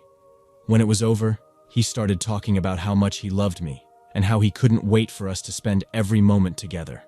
I was stunned and honestly grossed out. I forced a nervous laugh, said goodbye, and reached for the gear shift to leave. Before I could back out of his driveway, he tried to open my door, but thankfully I'd locked it earlier. My window was cracked open just a little, and he tried to push it down with his fingers. When I didn't budge, he leaned in to kiss the glass. That's when I decided to get the hell out of there. The drive home was a blur. My stomach felt tight, and I couldn't shake how creepy the whole thing had been. Over the next few days, his texts started ramping up in weirdness. What started as sweet messages turned into intense proclamations of love. He talked about how he couldn't wait to marry me, how our future kids would be the most beautiful children ever. It had been barely a month, and here he was planning a whole life with me. I confided in a friend, showing her the texts and explaining the situation. She gave me a big hug and shared a similar experience she'd gone through. Her advice was straightforward. If I was done, I didn't owe him anything. Just because he made the first move didn't mean I was obligated to stick around. Hearing that lifted a huge weight off my shoulders. Right then, I decided to end things and messaged him to break it off. The rest of the day, I tried to focus on classes, thinking the hardest part was over. I couldn't have been more wrong. My phone started blowing up with messages. At first, they seemed almost sad. He wanted to know what went wrong, what he had done to scare me away. But when I didn't reply immediately, the tone shifted. He began threatening to kill himself, saying I was his soulmate and he couldn't live without me. By the time I finished class, there was a mountain of missed calls, texts, and voicemails waiting for me. I called him back, trying to keep things calm. I explained that I didn't feel the same connection he did, and that it was better to end things now rather than later. I told him he needed to talk to someone about how he was feeling, and that ending his life wasn't the answer. This only unleashed a fresh wave of messages. The sweet words were gone, replaced with insults and blame. He called me names, accused me of leading him on, and said his death would be my fault. When he started calling over and over again, I had no choice but to turn my phone off entirely. That night, I told my mom everything. She didn't judge me for keeping it to myself at first. Instead, she focused on supporting me, though she was furious about his erratic behavior. She was uneasy with how quickly things escalated, especially since her job in criminal law exposed her to some truly dark stories. Following her advice, I messaged him one final time. I told him that his choices and behavior weren't my responsibility, and that my decision to end things was final. I made it clear that I wouldn't tolerate the way he was talking to me and warned him that if he kept this up, I'd have no choice but to involve the police. Unfortunately, this only made things worse. His texts kept pouring in, full of threats of self-harm, and when I stopped replying, his focus shifted. He began threatening me, and worse, my family. He said he'd find me, kill me, and then take his own life. Panicked, I removed him from Facebook and told all my friends to avoid sharing any of my personal details with anyone, no matter who asked. What gave me a little comfort was knowing he didn't know my exact address. But I lived close to that plaza, and my family and I went there often. I couldn't shake the fear that he might see me one day and follow me home. The worst part was that he lived just 5 minutes away. It was entirely possible to bump into him by chance anywhere in our neighborhood. I started staying inside as much as I could, only leaving when I had no other choice. His messages became more intense. At first he focused on me, but then he started mentioning my family. The moment he threatened to harm my sister, something inside me snapped. I realized I couldn't let this continue. I picked up the phone and called him. The second he answered, he tried to sound sweet, like nothing had happened. But I wasn't about to let him manipulate me. I cut him off immediately. I told him that threatening me was one thing, but dragging my family into it crossed a line. I called him out for being a terrible person and honestly, worse things than that. I'll admit, I said some things I'm not proud of, but in that moment, I needed to stand my ground. I ended the call by making it crystal clear. I was done. If he so much as tried to contact me again, I'd go straight to the police. And just so he understood I wasn't bluffing, I reminded him that I knew where he lived and it wouldn't be hard to report him. That seemed to do the trick. He hung up, and after that, he never tried to reach me again. For weeks, I stayed cautious. I avoided the plaza entirely, and my family did the same. I kept all the texts as evidence, just in case, and even held onto my old phone when I upgraded, making sure not to lose anything. About a year and a half later, one of my friends, against my protests, decided to look him up on Facebook. She told me he'd moved to another town, so I no longer needed to worry about running into him. But what she said next made my stomach churn. She found pictures of him with his new fiancée, and the woman could have been my twin. I'm not exaggerating. Her face, her hair, her whole look was eerily similar to mine. Worse, they'd started dating not long after I cut ties with him. The guy who claimed I was the love of his life, the one who made threats that still haunt me, had moved on to someone who could have been my doppelganger. All I can say is this: let's hope we never cross paths again.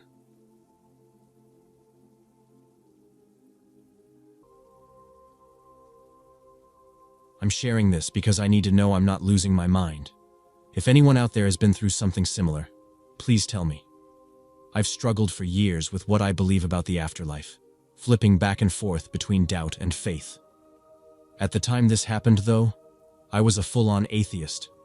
I wanted facts, evidence, something real to prove what I saw was possible. I've searched for stories, for proof, but I've never found anything quite like what I experienced. And I swear, this all happened exactly as I remember it. I wasn't just imagining things. I tried to explain it away, but no matter how I twist it, I keep coming back to one conclusion. It all started when I met my ex, the worst mistake of my life. I was barely 20 when I got involved with him. We'll call him Jay. He had been after me for a while, but at the time, I was dating someone else and wasn't interested. He didn't care though. He kept pushing, trying to talk to me, trying to make something happen. A year later, I found out my boyfriend had been cheating on me. We broke up, and that's when Jay and I reconnected. I figured, why not give him a chance? I should have listened to my gut. The night before he was supposed to drive down to pick me up, I felt this overwhelming sense of dread, like something bad was waiting for me. It was so strong that I nearly called the whole thing off. I wish I had. About a month into dating, I started noticing little things about him that unsettled me. Small flashes of cruelty, ways he would twist situations to make me doubt myself. A few months later, his temper surfaced in full force. Around the same time, I started experiencing sleep paralysis. I had never dealt with it before, not once in my life. But suddenly, I was waking up in the middle of the night, unable to move. It was like my whole body had turned into static, that tingling, dead feeling when a limb falls asleep, but everywhere. I could breathe, but I couldn't scream, couldn't move. I tried making noises, hoping Jay would hear and wake me up, but he never did. We ended up living in his parents' basement because Jay refused to hold down a job. What was supposed to be temporary stretched into a full year. That's when the real nightmare started. The first time it happened, I was alone.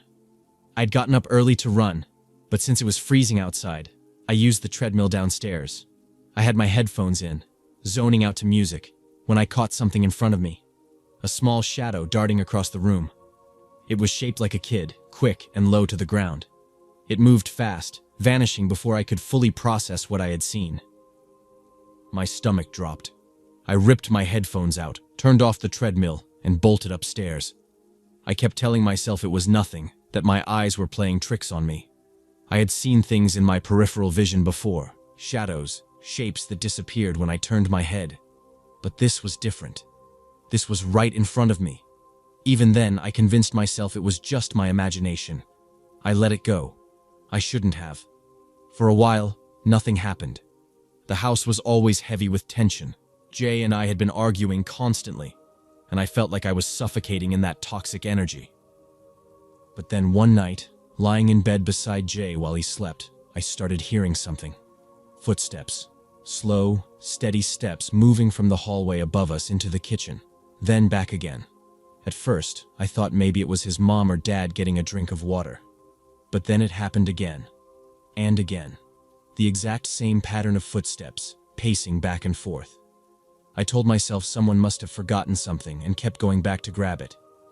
But after 30, maybe 40 minutes of this, I started to feel uneasy. The next morning, I casually asked Jay's mom if his dad had been up late walking between the hallway and kitchen. She frowned and shook her head.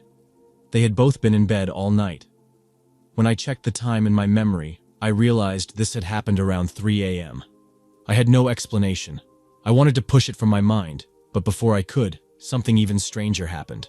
A few nights later, I was wide awake around the same time, early morning, somewhere close to 3 a.m. This time it wasn't footsteps, it was voices. Two men speaking in low, muffled tones, right above me in the kitchen. They weren't whispering, but I couldn't make out what they were saying. The conversation went on for almost 40 minutes before my nerves finally got the better of me. I got up, went upstairs, and stood in the dark, listening. Nothing. The house was completely silent. I peeked into Jay's parents' room, and sure enough, they were fast asleep. I went back downstairs, my skin crawling. I had no way to explain what I had just heard. When we finally got our own place, things only got worse. Jay's anger was out of control. He had always been aggressive, but now it had escalated to something violent. I was scared of him. He started hitting me, and no matter what I did, I couldn't calm him down. At the same time, the strange things happening around me didn't stop. Sometimes, I would hear toys randomly turn on in my stepson's empty room. Other times, when I was alone, the house felt wrong, like something was watching me. I had never felt anything like it before. I was afraid to be in my own home. And whatever had been in Jay's parents' house, it had followed me. I tried telling my sister about all of this, but before I even got into the details, she cut me off. "I don't think we should talk about this," she said, looking unsettled. "Something is really wrong with that house." I didn't press her, but her reaction only made my fear worse. Then, something happened that finally made me listen to my instincts. We had gone camping, just her and me, and I decided to take shrooms. What should have been a fun, relaxing trip turned into something terrifying. My thoughts felt like they weren't mine. The entire time, a voice in my head kept repeating the same thing over and over. "Promise me you'll leave Jay. He's going to destroy you. You have to get away from him." It wasn't a suggestion. It was a warning. That night in the woods was one of the most intense experiences of my life. One second, I was fine, enjoying the trip, and then out of nowhere, my mind was flooded with thoughts I couldn't control. It felt like something outside of me was forcing me to see the truth, like my own body had been screaming at me for months, and I had been ignoring it. I knew I had to leave Jay, but I didn't know how. I was terrified of what he would do. At the same time, I started falling for someone else, really falling. And spoiler alert, we're together now, married. And he's the father of my beautiful baby. But back then, I was stuck. Jay had already hit me before, but what really locked me in was the night he pulled out a gun and threatened to end his life right in front of me. I felt trapped. Every time he touched me, my stomach turned. It wasn't just emotional, it was physical. I felt sick when he kissed me, when he got too close. That had never happened before, not even during our worst fights. My body knew something I didn't. The breakup wasn't pretty. I wish that was where the horror ended, but it wasn't. A few months later, Jay was arrested for possessing child abuse material. When I found out, my world crumbled. I had a complete breakdown. It was like every sick feeling, every instinct I had ignored, suddenly made sense. The way he was so secretive with his phone, the way he always pushed me to work extra hours, the way I had felt so uneasy in our home, it all added up. I felt disgusting for ever being near him. The weight of it was too much. I could barely function. But one thought kept circling in my head. Was something trying to warn me all along? Here's where it gets even weirder. Since being with my husband, I've only had 2 paranormal experiences. One night, I was up late with my stepson. I was sitting next to the nightstand when something suddenly toppled over. At the exact same moment, I saw a dark shape dart out from behind it. My stepson, who was barely a year old, reacted too. His little head turned toward it. That moment chilled me, because it meant I wasn't just imagining things.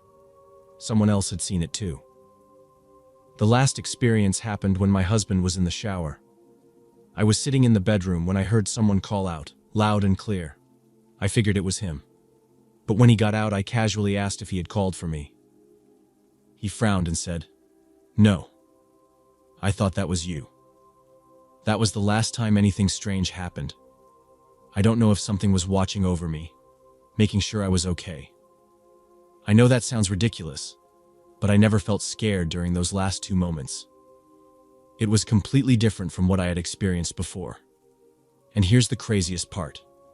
Since Jay has been in prison, since we broke up, my sleep paralysis has completely stopped. Not a single episode. I can't explain any of this, and maybe I never will.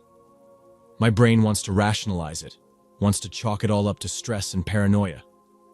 But deep down, I think I already know the truth. Jay was evil, and something, whatever it was, tried to warn me.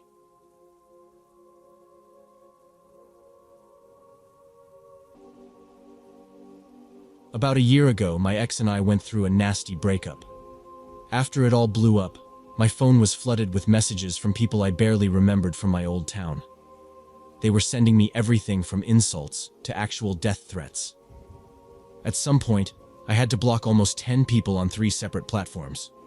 But that's not even the worst of it. The scariest messages came from her recent ex-boyfriend. He sent one that read, "You think hurting her is okay? I know where you live, and I'm coming. No one's gonna recognize you after I'm done." He sent a few others detailing the sick things he wanted to do to me. So I blocked him too and tried to forget about it. Today, almost a year later, my ex and I have been chatting again, keeping things pretty civil. It seemed like all that drama had finally settled. I was walking down to a nearby sandwich shop when I bumped into an old buddy on the way. He called out my name from across the street, and we caught up for a few minutes before parting ways. That's when I noticed them. 3 big guys standing across the street. My stomach dropped when I recognized the face of one of them. It was her ex, the same guy from all those threats. He must have seen me talking and decided to act. He marched over, grabbing my shoulder so hard, I felt his fingers digging in. "I've been waiting for this," he muttered, staring straight into my eyes. His eyes bored into mine, brimming with some twisted mix of rage and excitement. "Finally got you," he whispered, his voice unsettlingly steady. "You know what happens now, right? I don't make empty threats." Every nerve in my body lit up, panic crawling through me like ice.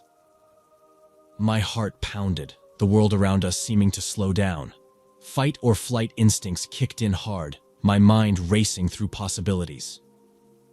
3 against 1. No way I can win, but they can't just attack me out here in the open, right? Or are they planning to take me somewhere else first? The thoughts swirled as I frantically scanned for a way out. He tightened his grip, a cold smile spreading across his face. "Nobody's gonna come to your rescue, man." That's when I bolted, ripped free of his grasp and pushed past his friends, who stumbled trying to catch me. I didn't wait to see their reaction. I just ran. Sprinting as fast as I could, I took off down the street, my legs burning, my heart hammering in my chest. Lucky for me, I knew these streets like the back of my hand. I veered left, aiming for my friend's place a few blocks away. I heard them right behind me, their shouts ringing out like some war cry. Adrenaline surged through me, and I spotted someone coming out of my friend's apartment building up ahead. It was one of those gated places with a lock on the outside. I pushed my legs harder and slipped in just as the gate was closing, slamming it shut behind me. I hunched down, peeking through the bars as they skidded to a stop nearby. For the next few minutes, I watched them prowl around, checking behind dumpsters and scanning the area. They were hunting, but they hadn't found me yet. I was shaking, my whole body wired with fear and adrenaline. I can't believe I got away. I don't know what would have happened if I didn't.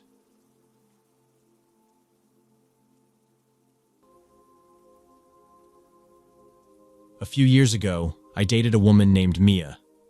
We went out for around 4 months before calling it quits. The breakup wasn't messy, and we stayed on decent terms. By that, I mean we didn't hang out, but we'd occasionally send texts to check in. I was relieved there weren't any lingering grudges. Everything seemed okay between us. One evening, out of the blue, she messaged me. Mia said she was moving and had some lease issues. Basically, she needed a place to crash for a few days. I hesitated, but figured it wouldn't hurt. I didn't expect it to be comfortable, but I assumed I'd be at work most of the time, so there wouldn't be much interaction. When she arrived, we made small talk, and it wasn't too awkward. She took the couch, and I kept to my room. That first night, after coming home late from work, we exchanged a few words before retreating to our spaces. I stayed in my room, scrolling my phone until I fell asleep around midnight. Normally, I sleep like a rock, but that night I woke up, feeling like something wasn't right. The room was pitch black, and for a moment, I thought it was just my imagination. But then I felt it. A presence, close. My stomach tightened as I remembered Mia was there. When I glanced toward the foot of my bed, she was standing there, glaring at me. Her face was twisted with anger, her eyes locked onto mine. It wasn't just anger. It looked like pure hatred. My voice cracked as I asked her if she was okay. She didn't respond, just stared. I sat up, my heart pounding, and she stepped back slightly. I asked again, louder this time, but she still said nothing. She quietly turned around and walked out, closing the door softly behind her. I just sat there for a while, too thrown off to process it. Eventually, I convinced myself it wasn't a big deal and managed to drift back to sleep. Maybe she was sleepwalking? But thinking back, I didn't recall her ever mentioning it when we were dating. The next morning, before heading to work, I decided to bring it up. I told Mia about how she'd been standing in my room during the night, staring at me. She looked genuinely shocked, like she thought I was messing with her. When I asked if she'd ever had a history of sleepwalking, she immediately said no and that she never had. Her reaction left me confused. If it wasn't sleepwalking, then what had I seen? The whole thing felt too vivid to have been a dream, but I couldn't come up with a better explanation. That night, I went to bed uneasy, but I told myself it was a one-off. Around 2 a.m., I woke up again. My heart sank as I instinctively glanced toward the end of the bed, but this time, it was empty. I let out a breath I hadn't realized I was holding and tried to calm down, but then I scanned the room and froze. In the doorway, I saw her head peeking around the corner. Her face had that same angry, unsettling expression. She didn't say a word, just watched me. My chest tightened as we locked eyes. After what felt like forever, she slowly backed away, disappearing from view. I sat up, staring at the door, waiting for something else to happen. A couple of minutes passed, and then her face reappeared, still staring at me with that same intensity. This time, I called out her name, my voice shaking. She didn't respond, just backed away again and quietly closed the door. The rest of the night, I barely slept. I was too freaked out to even close my eyes. Thankfully, that was the last night she stayed over. She packed up and left early the next morning. Before she left, I told her everything, including what happened the second night. Again, she seemed genuinely shocked, insisting she didn't know what I was talking about. Even now, years later, I can't make sense of it. I don't know what was going on, but I'm glad it's over.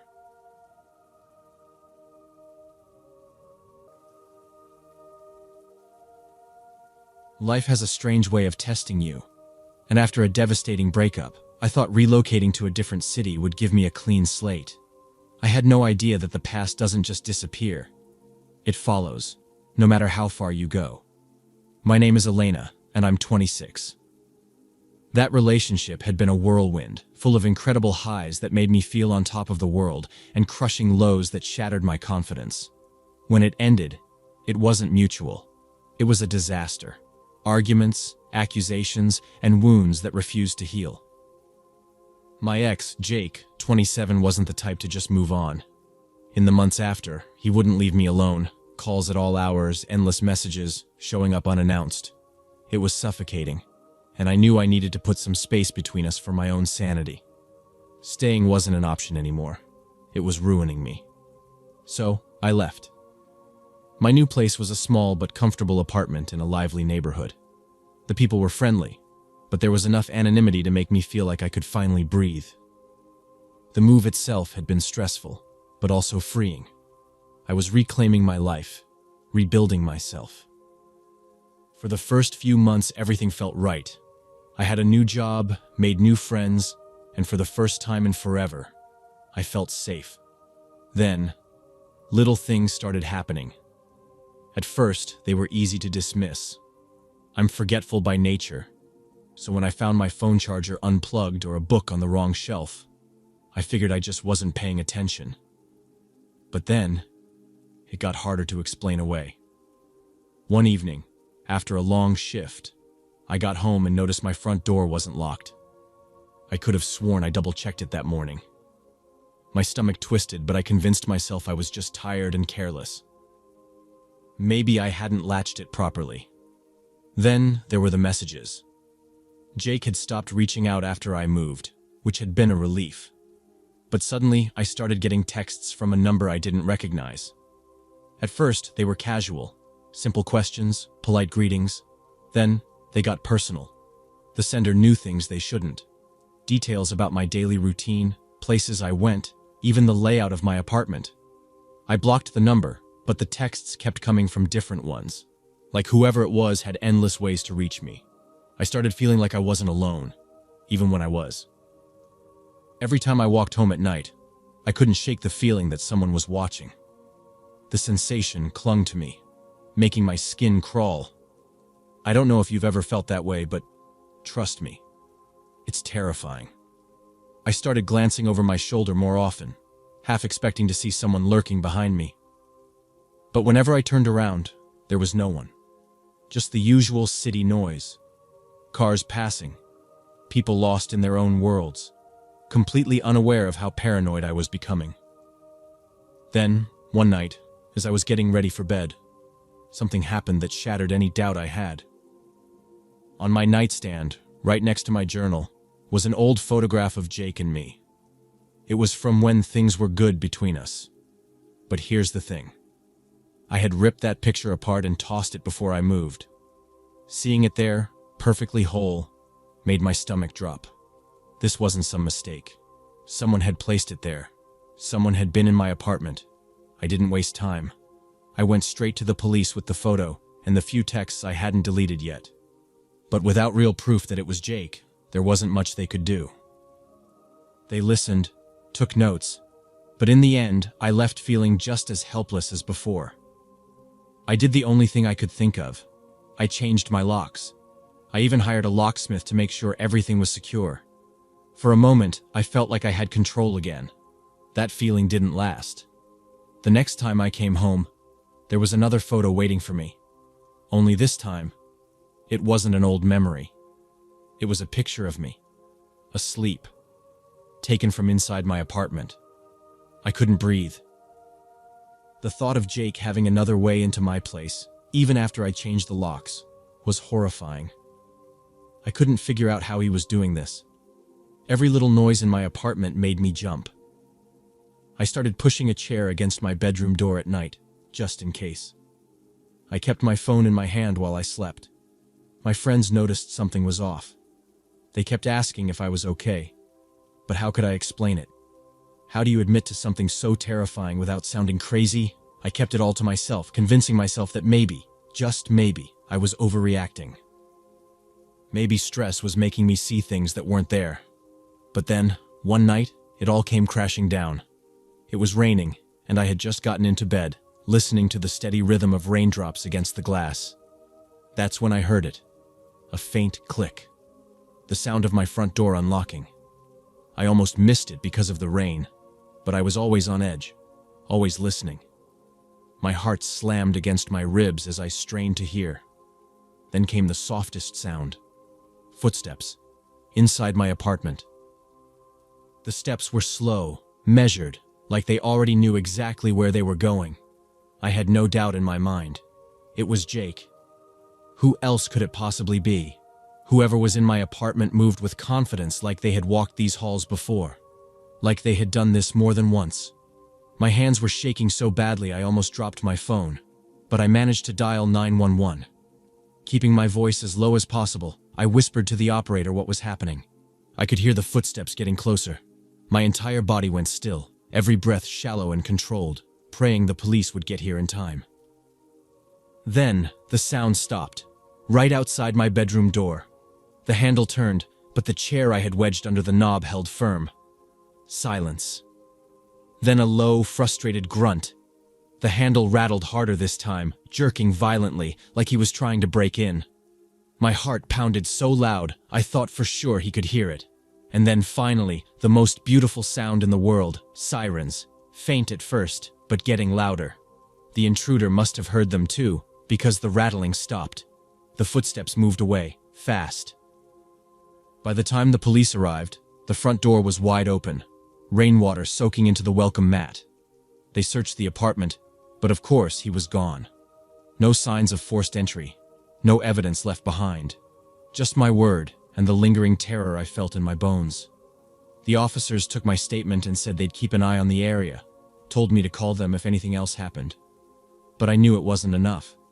Jake wasn't going to stop. As long as he knew where I was, I'd never be safe. So I made the hardest choice.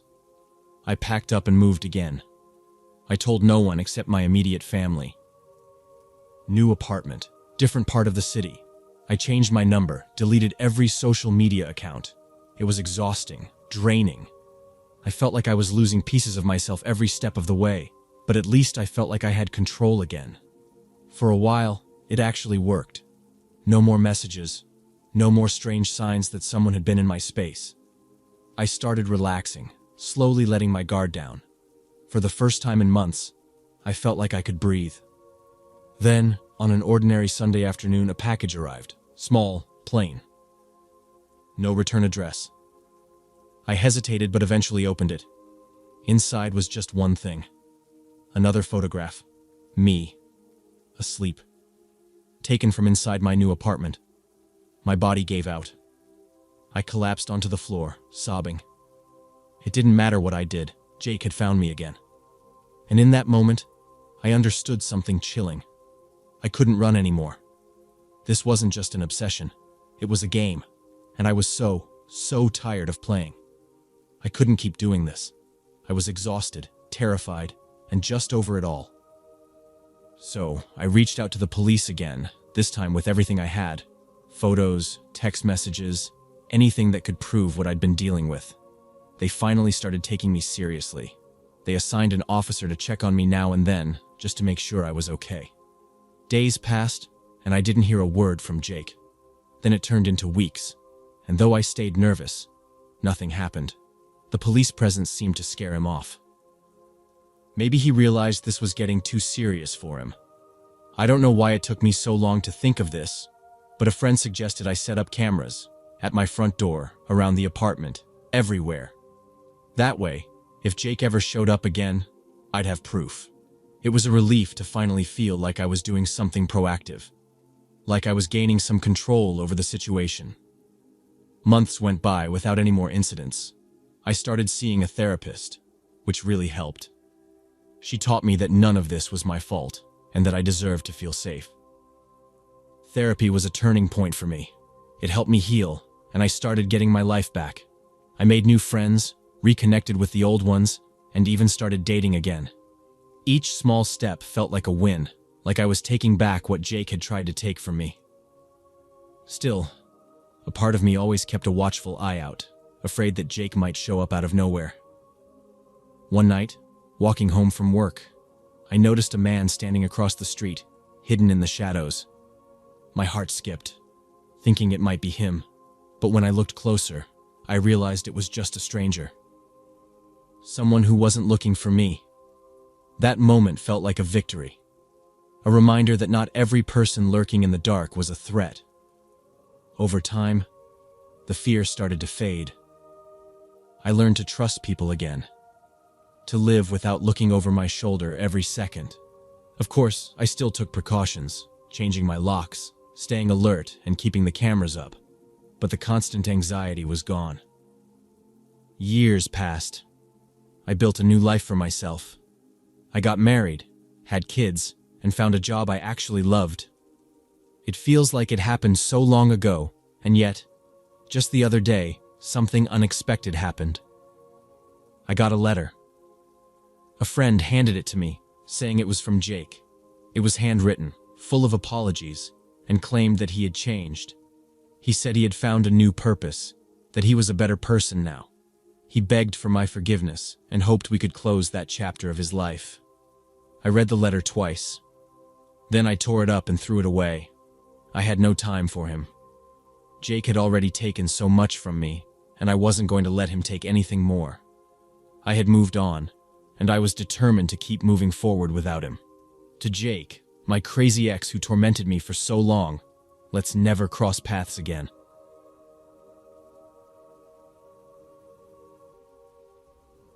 I'm sure everyone has an ex that they can't stand, but mine is more than just an annoying guy who sends random texts at 2 a.m.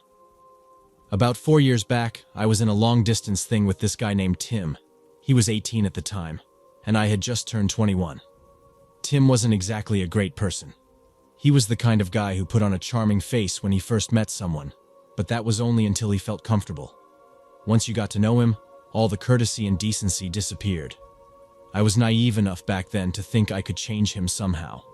But eventually, his treatment of others, and especially me, got unbearable. So I ended it. The breakup itself wasn't as chaotic as I expected, though he made sure I was the one to say it was over, so he could play the victim role he loved so much. This was something he did a lot. He'd drop hints that he wanted out, but instead of being straightforward, he'd wait for me to break and then turn it all around on me, making me seem like the bad one. Anyway, after all that drama, I thought things were settled, and soon after, I got into a much better relationship with my current boyfriend. I figured that chapter of my life was closed for good. That's when Tim wanted his stuff back. He reached out one day, and I texted him a list of what he'd left behind. He agreed that was everything, and we arranged for him to pick it up on a Saturday around 2 p.m. I wasn't planning to let him inside or be alone with him, especially since he started getting really weird and aggressive once he found out I was dating someone new. He was already blocked on my socials, but somehow he knew I'd moved on, which freaked both me and my boyfriend out.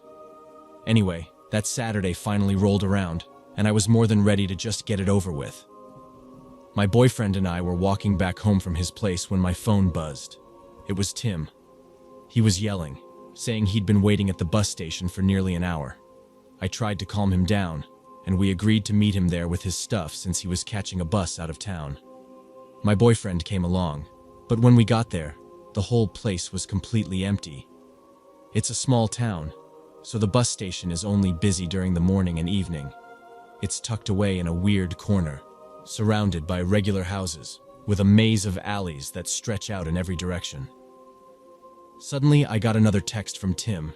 He said he could see us but wouldn't come out as long as my boyfriend was around. We left his stuff on a bench near the station and messaged him back, saying that I didn't want to see him at all.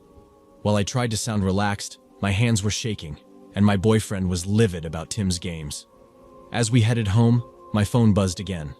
This time, Tim claimed he'd left a present in my mailbox. This freaked us out more than anything else. It meant he either followed us from the station or had been watching us the whole time. We rushed to my place, but when we checked the mailbox, there was nothing there except a utility bill. No trace of Tim anywhere. By this point, we realized he was just messing with us out of pure spite. We decided to ignore the barrage of texts and calls that followed for the rest of that day. Eventually, things went back to normal, or so we thought. A few weeks later, I got a call from Tim's older brother. He sounded really anxious, asking if I'd seen or heard from Tim. Apparently, Tim had gone missing and had taken his brother's BB gun with him. I was stunned, but since I hadn't seen Tim anywhere, I brushed it off as more of his childish antics. The next evening, when my boyfriend came back from getting groceries, he noticed a couple of police officers lingering near the basement steps outside our apartment building. We didn't think much of it, but the following day, my boyfriend's mom called us in a panic. She'd seen an article in the local news about a young guy who matched Tim's description, getting arrested for attempted robbery at a pizza joint right under our building. He was caught with a knife, a BB gun, and a bottle of lighter fluid. The whole time he claimed he wasn't there to rob the place but to see his ex, who, of course, was me. I reached out to the police to get more details. Apparently, Tim was also carrying a fake ID, a wig, and some sort of mask. He'd dumped a black duffel bag with all this stuff in it by the basement stairs when the cops showed up. My heart dropped as I realized what that meant. Tim had been hiding just a few feet from our door when my boyfriend left for groceries. He could have jumped out at any moment. I've never been so scared in my life. But the worst part? Tim didn't face any real consequences.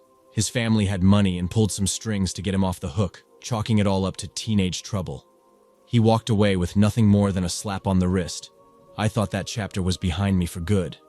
It's been 5 years since then, and I've moved to a different city. But 2 weeks ago, I got an email from a new anonymous address. It was a love letter, filled with disturbing details from our past that only Tim would know. It was signed off with his name, Tim. So now I'm left wondering, how long has he been watching?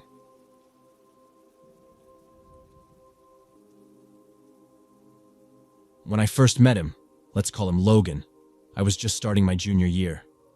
He was quiet, a bit mysterious, and I fell for him fast. Back then, I thought he was the one. Insane to think I actually married him just days after graduating high school. We were that cliché. Young and in love, or so I believed. Looking back, there were signs everywhere. I ignored them all because I was desperate to prove I could handle life.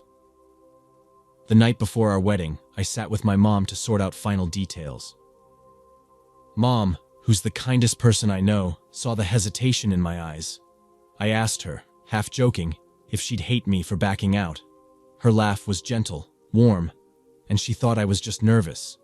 I couldn't bring myself to tell her what I really felt, so I swallowed my fear and smiled. Years later, when I finally opened up, she was devastated that she hadn't noticed sooner. No one knew the truth then, because I made sure they didn't. I was his biggest supporter, a walking cover-up for his behavior. It only took hours after the ceremony for his true colors to flash again. We were supposed to be starting our honeymoon, but instead, he hurled me out of his truck in my parents' driveway, yelling he wanted a divorce before screeching off.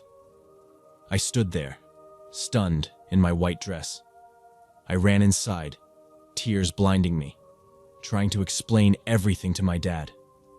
He stared at me, completely lost, asking over and over what had happened. Between sobs, I managed to say, "He left me."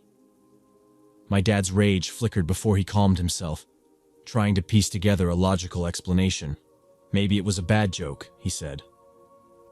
Then Logan's truck whipped back into the driveway, and Dad, smiling, said, "See? He's back." I wiped my face, pretending everything was fine. I told them it was all some big misunderstanding, though inside, I was crumbling. I had to keep them in the dark because if they knew the truth, they'd hate me for staying. A few months later, things seemed better, mostly because Logan was away for military training. When we talked, he was kinder, and I convinced myself he'd changed. Soon, though, it was time for me to pack up and move to Fort Hood with him. I could tell my parents were uneasy, but they didn't push, until my mom accidentally read a nasty message from him on my phone. Her tears hit me harder than anything he'd ever done. She begged me not to leave. I told her he wasn't always like that, just lonely and stressed. But deep down, I knew better. I lied through my teeth that day. Mom didn't buy it, not really, but she knew I wasn't going to back down. I've always been that way, stubborn to a fault. A few weeks after moving to Fort Hood, though, I realized how dangerous he truly was. It was Thanksgiving when things really unraveled. My family had called to check in, their voices cheerful as they wished us a happy holiday. I didn't think much of it as I hung up, but the moment my phone hit the table, Logan started in. He barked that I needed to cut ties with them, saying they weren't my family anymore. He was. I laughed, thinking he had to be kidding. He wasn't. Without warning, he grabbed our wedding glasses, the ones we'd custom ordered, and hurled them at me. Glass shattered everywhere. I froze, stunned, but my instincts took over. I grabbed a broom and started sweeping up the mess, hoping to de-escalate things. But Logan wasn't finished. As I swept, he picked up picture frames and started throwing those too. The shattering glass on the floor felt like a cruel mirror of what was happening inside me. Any love I had for him was obliterated in that moment. That night, something broke in me. He wasn't my partner anymore. He was just a cruel man I was trapped with. The next few weeks were a blur of depression. He seemed to thrive on my misery, finding new ways to break me down every chance he got. He'd bait me, push me, just to watch me react. 2 months later, it all boiled over again. He exploded one night because the washer and dryer delivery got delayed. He stomped around, muttering nonsense about conspiracies and incompetence. His paranoia was off the charts, accusing the company of targeting him because he was in the military. He demanded I call them to fix it, grabbing me by the arm and forcing me onto the couch. Standing over me, he hissed instructions, warning me not to mess it up. When I stammered something, trying to explain that I didn't even make the original call, he flew into a full-blown tirade. "They're messing with me because of who I am," he snapped, pacing the room. Then, without warning, he shifted the blame to me. "You probably planned this with them," he snarled. "You love making me look like a fool, don't you?"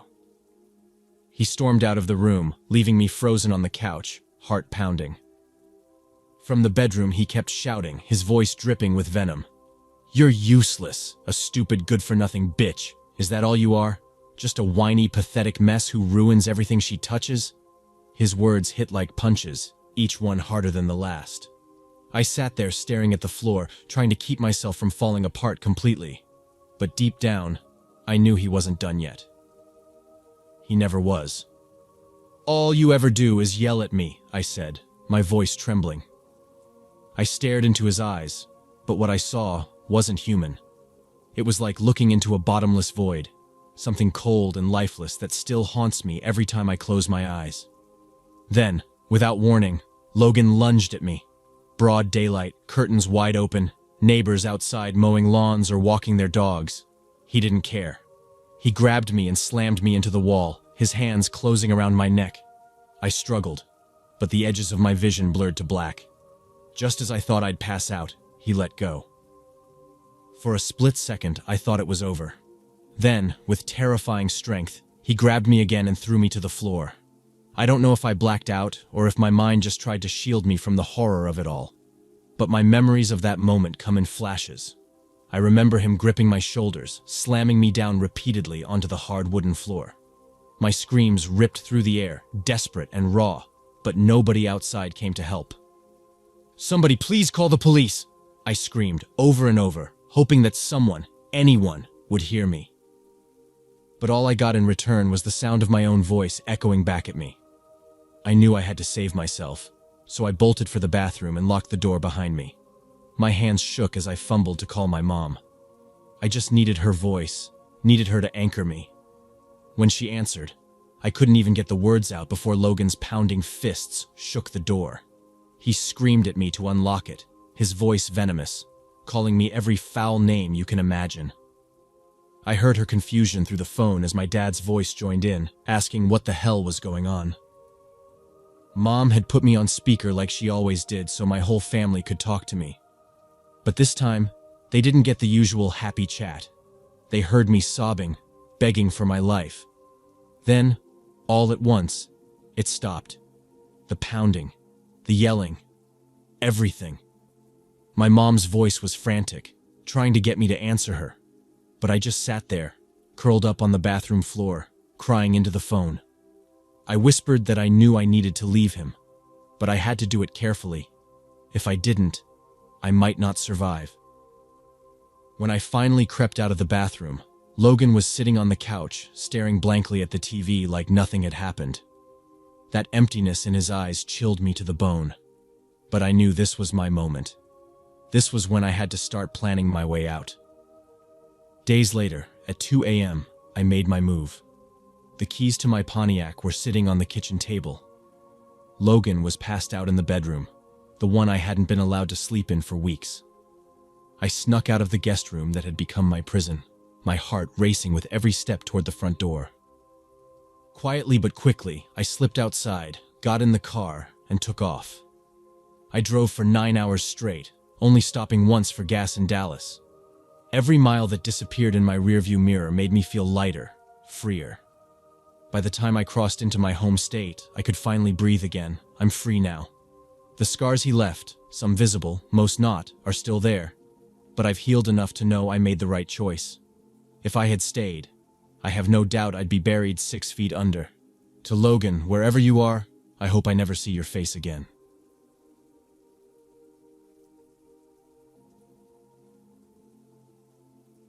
At that point, I was a 21-year-old woman. I had just ended things with a guy. Let's call him Jay. Nothing dramatic. I just didn't see us going anywhere. And I was young, making dumb choices. Jay wasn't a bad person, but I wanted to see what else was out there. Not long after, I started dating a guy from my past, someone I knew when I was younger. We'll call him Mike. He was a few years older than me, and even back then, he had a reputation. Always in trouble. Always doing reckless things. I remembered hearing how he got kicked out of school for setting a fire that nearly burned the whole place down. But he seemed like he had changed, and I let myself believe it. At first, everything felt normal. We went on dates, and he swore he wasn't the same reckless guy from before. He talked about how he had found God and was trying to be a better person. About a week in, he asked me to start staying over. Since he hadn't done anything to make me uncomfortable, I said yes. But as time passed, I noticed something off. He always wanted me around. If I wasn't at work, he expected me to be with him. I was working long shifts, so I figured it was fair to spend my free time with him. But then he started fixating on my past relationships, almost like an obsession. He would ask endless questions, but no matter what I said, he'd get mad at my answers. I should mention that I had a habit of not saving numbers in my phone. I would just go off my last conversation to figure out who was texting me. I know it sounds bad, but I went through cheap phones all the time, and I never bothered with it. I had no idea that something so small would end up putting my life in danger. The night before Thanksgiving, he asked me to sleep over. I had to work a double shift the next day, so I went to bed early while he stayed up watching a movie. I didn't think much of it. Then, around 4 in the morning, I woke up to someone punching my leg. I jolted awake, still groggy, as he started screaming at me. His voice was sharp, filled with rage. He called me a liar, a whore, said he should break my face. I had no idea what was happening. 1 minute I was asleep. The next, I was getting threatened. I asked him what the hell was wrong with him, but that only made him angrier. He accused me of sneaking around on my breaks at work, meeting up with other guys. In reality, I had only ever spent my breaks outside with a coworker, smoking and chatting. That's when it hit me. He had gone through my phone. He was twisting every conversation, turning texts from my family and friends into some kind of cheating scandal. And all of it was because I never saved names in my contacts. I tried to explain, but he wasn't listening. He grabbed my arm, shaking me hard, his grip too tight. My heart was racing, and I knew I had to get out of there. I didn't even try to argue. I just got up and left, without my phone. I wasn't about to fight him for it. He was bigger, stronger, and I was just a 115-pound girl. There was no winning that. I ran to my sister's place. She was the only one I trusted enough to tell. As soon as I explained, she snapped into protective mode, grabbed her phone and called mine, demanding he give it back. He spewed a bunch of insults, but I told her to let it go. It was a cheap phone, not worth the trouble. Besides, I had work soon, and I didn't have time for a fight. The next morning at work, things felt normal, until a coworker pulled me aside, asking if I was okay. She said she had seen my Facebook posts and was worried. My stomach dropped. I hadn't posted anything. My phone was still with him. I rushed to a computer and logged in, and what I saw made me feel sick. My Facebook page was filled with disgusting lies, cruel posts about me. My family and friends were panicking in the comments, asking what was going on. Some of them had even gotten disturbing messages and calls. Without hesitating, I deleted everything. My entire online presence, gone in seconds. Then I remembered my coworker, the one I smoked with. I needed to check on her. When I found her, she wouldn't even look at me. That's when I knew he had said something. I asked if I could see the messages, and she handed me her phone. What I read made my blood run cold. He knew where I worked. He knew where I lived. He said he could run me over anytime he wanted, that he'd love to watch the life leave my eyes. Then I got to the last message. He said he was outside my job, waiting. My hands were shaking as I rushed to the far side of the building, peeking out just enough to see the parking lot. And there it was, his BMW, parked right by the back door, the only door I could use to get in and out. My heart started pounding. I should have called the cops right then. I knew this wasn't normal, that it was escalating, but I didn't want to make a scene at work. I didn't want my coworkers involved in this mess. So instead, I asked my friend to walk me out when my shift ended. The parking lot was pitch black, and I prayed he couldn't see me slipping away. But then I realized I couldn't go home. That's when I thought of Jay. Yeah, my ex. The one I had left before all of this. I had no other choice, so I practically begged him to let me crash at his place. He agreed, no questions asked. But that night, the messages started coming in again. Only this time, they were aimed at Jay. I had been stupid. I never deleted my old texts. so it didn't take long for Mike to find every conversation I ever had with Jay. And he lost it. He sent violent threats saying he was going to kill us both. He called Jay's phone non-stop until 4 in the morning, leaving voicemails of him screaming, actual screaming, like he wasn't even human. He claimed to know where Jay worked, where he lived, and honestly, that might have been true. I had never been careful about clearing things like that. This nightmare went on for days. My coworkers had to walk me to my car every night. I bought a taser, carried mace, barely slept. Every little noise made me jump. Then, one night, my sister called Jay out of nowhere. Her voice was shaking. Mike had been arrested, not far from Jay's house. He had been caught driving drunk, resisting arrest, and carrying a weapon in his car. Just thinking about what could have happened made my stomach turn. A few months later, I moved far away, and that was the last I ever heard of him. It's been almost a decade now, and sometimes I let myself believe it's over. But deep down, I still have this fear that one day I'll turn a corner and see him again. And I know he still wants me dead. I know that's what he was planning the night he got arrested. But on a better note, Jay and I have been together ever since. 9 years, 3 beautiful kids.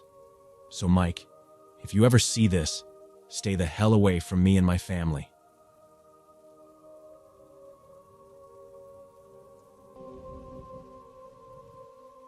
Every so often, I'd check on her status to make sure she was still behind bars. Last time I looked, she'd been released 2 days earlier. My heart dropped, and I felt like screaming. I couldn't stop thinking about what this girl might do next. Days turned into weeks, and nothing happened. I began to think she'd given up, moved on. But I was wrong. A few weeks back, I got a text message. It was a picture of a positive pregnancy test from a number I didn't recognize. I had a pretty good idea who sent it, though. I replied with, "Haha, whatever. I'm finally free of any connection to you. Good luck to the poor guy who got your crazy ass knocked up." Then she sent back, "You have no idea who you're dealing with." That threw me off.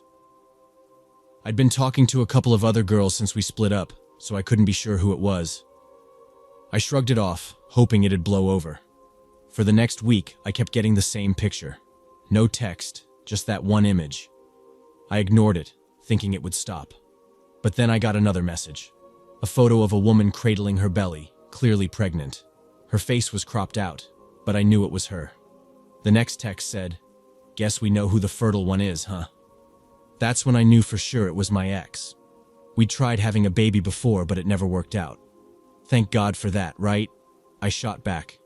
"Cool, congrats. Hope you and the dude who got you in that mess have a wonderful life. Now, seriously, fuck off." She sent some more garbage insults, but I didn't read them. I figured she'd done what she set out to do, rub it in my face that I might not be able to have kids. Honestly, it didn't bother me. If I'm sterile, that's a win. Less chance of being tied down by anyone. And now she's got someone else's problems to deal with. About a week later, I was getting ready for work, running late as usual. I'm the type who hits snooze way too many times. So, I rushed out, headed straight to my car when I noticed something stuck on the windshield. There were 3 stupid magnets slapped onto my car, each with some dumb slogan. I didn't read them carefully. I just needed to pry them off and get to work. But she'd super glued them on, so they didn't come off clean. I ended up leaving chunks of magnets stuck to the paint. Annoying, but not the worst part. To explain what happened next, I've got to share a little backstory. This girl was into meth, like really into it. One day, I let her borrow my car to visit her brother. They had some beef over drugs. She thought he was holding out on her. When he tried to leave, she used my car to block his truck in. He lost it, smashed my driver's side window with his boot, and then rammed my car with his truck until she moved out of the way. So for months, I drove around without a driver's side window because, guess what? Her brother's a broke-ass junkie, and there was no way I'd see a cent to fix it. I put it off since the weather in Washington isn't too rough, and I didn't care about a busted window. Now, back to the magnets. I'm about to get in my car when I see something that makes me freeze. There's at least 5 pounds of dog crap smeared across the driver's seat, mixed in with opened condoms. "Are you fucking kidding me?" I muttered, staring at the mess. I didn't have time for this. I was already running late. I grabbed a plastic bag I found on the ground and started scraping it out. Thankfully, most of it was dried up, so it didn't take long. Still, I know I probably sat on some remnants, but I had to get moving. When I got to work, I explained the whole thing to my boss. Lucky for me, he's a good guy, and let me take some extra time to go clean it up properly. That was the last straw. I finally replaced the window. Now, I'm just waiting, wondering what the hell she's going to pull next. It's like she's escalating, and I can't imagine what's coming. I know what you're thinking. Why haven't you changed your number? And why haven't you moved? Well, here's why. Too many people have my number, and I refuse to let her win by forcing me to change it. And moving? My rental history isn't great, so breaking my lease could mess up my chances of getting another place anytime soon. For now, I'm stuck here, hoping this psycho just gives up and leaves me alone.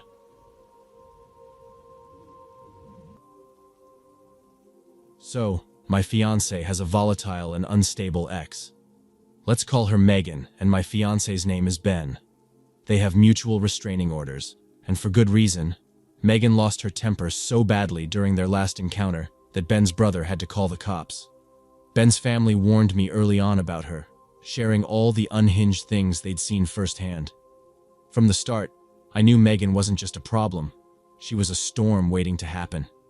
I had a toddler when Ben and I started dating, my son, barely over a year old then. By the time we were 2 years into our relationship, Megan started blowing up our phones with texts, demanding to know if my son was actually Ben's child. Ben ignored her, refusing to entertain her wild ideas. That's when the stalking started. Megan began parking her car across the street from our house, just watching. From where she sat, she could see into our kitchen and living room. It made my skin crawl.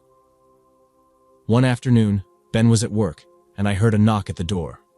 When I opened it, there she was, Megan with her eyes blazing. The second she saw me, she screamed, "I need to see him! I need to know if he's Ben's kid!" I tried slamming the door shut, but she wedged her foot into the doorway, stopping it from closing. Just then, my son came padding down the hallway, likely curious from all the commotion. I quickly told him to go back to his room and shut the door, my voice shaking. Meanwhile, Megan kept shouting all kinds of nasty accusations about me and Ben. Somehow I managed to shove her foot out and lock the door. My hands were trembling as I grabbed my phone and called the cops. By the time they arrived, though, she was gone. That night, when Ben got home, we were still talking about the ordeal when we heard another knock. Ben answered, and before he even saw her, Megan's screams echoed from outside. Another call to the police, another disappearance before they showed up. A week later, I took my son and our 2 dogs to a local hiking trail. We loved this spot. It had a small playground where we always played after a hike. As my son laughed on the swings, I noticed our Dogo Argentino, Jake, growling toward the parking lot. His focus was unnerving. I called him to me and quickly leashed both him and our other dog. I told my son, 5 more minutes, okay? As I perched on a picnic table, my eyes scanning the parking lot. Within moments, I spotted Megan's car pulling into the lot, and my chest tightened. I knew I had 2 big dogs with me, but Megan's track record made me worry about how this could play out, especially with my son there. Glancing around, I realized the parking lot was deserted except for her car and mine. Trying to stay calm, I called out to my son, "Hey buddy, time to head back. I'll give you a piggyback ride to the car." I unclipped the dogs' leashes, trusting them to stick close, and we made our way to the vehicle. When we reached the car, I quickly scanned the back seat to make sure it was clear. Thankfully, it was empty. I lifted my son into his booster seat and told him to buckle up. As soon as I shut his door, I hit the lock button, a decision I'd later be grateful for. As I was loading the dogs into the back, I heard the faint sound of someone trying the handle of my son's door. My stomach flipped. Both dogs erupted in barks and growls, their fur bristling. Suddenly, Ben's German Shepherd, Luna, leapt out of the trunk before I could shut it, landing between me and Megan like a trained guard. Megan's face twisted in rage as she screamed, "He should have been my son." For a moment I was frozen, unable to process the absurdity of her words. She stood there, shaking with fury, while I tried to gather myself.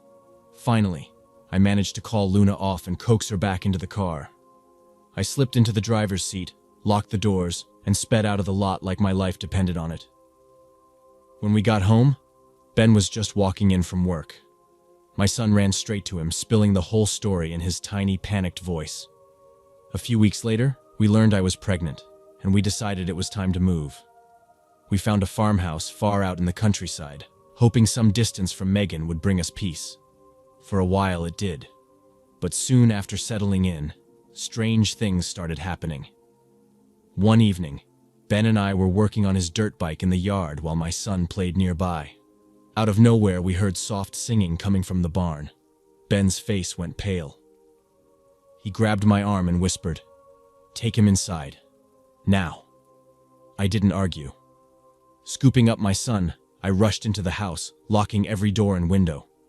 As I carried him upstairs, I heard laughter drifting from outside. A chill ran down my spine. I recognized Megan's voice. She was here. I called 911, but our reception was so terrible that I couldn't tell if they even understood me. I repeated our address over and over, praying they'd get the message. By the time I got back outside, the dogs were in a frenzy. Megan stood there in the yard, holding a crowbar. Both dogs had formed a barrier in front of Ben, their growls deep and menacing. Then, without warning, Megan swung the crowbar at Luna.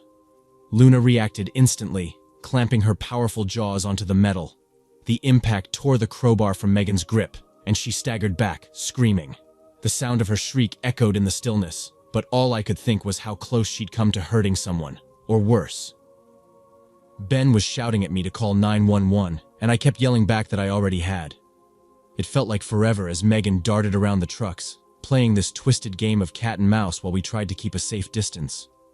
Finally, after what seemed like an eternity, maybe 15 minutes, the police pulled into the driveway. They didn't hesitate, cuffing her on the spot.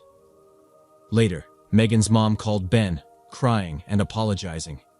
She said Megan had a mental breakdown and wasn't taking her meds, as if that made any of this easier to deal with. About 8 months later, we welcomed our baby boy into the world. That's when things took a darker turn. One night, long after we'd put the kids to bed, I woke up to the sound of muffled barking. Peeking out the window, I saw Megan in the yard, tossing treats toward the dogs to keep them quiet. When that didn't work, she started screaming, "Get up, you lazy bastards! I know you had a baby! Get your asses up!" Ben was out of bed in a flash, and I wasn't far behind. I rushed to block the stairs, my heart racing. No way was I letting her anywhere near my kids. Megan started pounding on the door, and when Ben opened it to confront her, she lunged at him, kicking and flailing. Her voice was shrill as she shrieked, "I'm taking you away! Away from her! Away from those kids! We're finally going to have the family we were meant to have!" Ben stayed surprisingly calm, asking me again if I was on the phone with the police. I nodded, clutching the phone as I described the scene to the dispatcher. At some point, Megan pushed past Ben and came straight for me. I barely had time to react before our dog leaped into action, sinking his teeth into her arm. The pain made her stumble, giving Ben just enough time to grab her. I was still recovering from a C-section and couldn't do much but watch as Ben wrestled her toward the door. With one final shove, he got her outside and locked the door behind her. The police arrived minutes later, hauling her off in handcuffs once again. This time, she couldn't blame her behavior on a breakdown. The charges stuck, and she finally faced some real consequences. But even that wasn't the end. 9 months have passed, and now the letters have started. Vile, hateful messages stuffed in our mailbox or taped to the door. One read, "That baby should have been mine. You're living my life, you slut." Another was just pages of unhinged rambling. "We've taken every precaution we can think of. Cameras are mounted on every corner of the house. New locks were installed, ones that bolt shut in a way that feels more secure. I don't leave the house without my mace, and there's always a knife tucked in my bag. Whenever we're out with the boys, we stay hyper-aware, scanning every face and car. I wish I could say I feel safe, but the truth is, we're always on edge. I just hope she gets the help she clearly needs because I don't know how much more of this we can take." My name is Bianca, and I'm from Barlow, Ohio. When I met Jack, he seemed like the most thoughtful, understanding person I had ever known. He was charming in that quiet way, always listening, always knowing exactly what to say.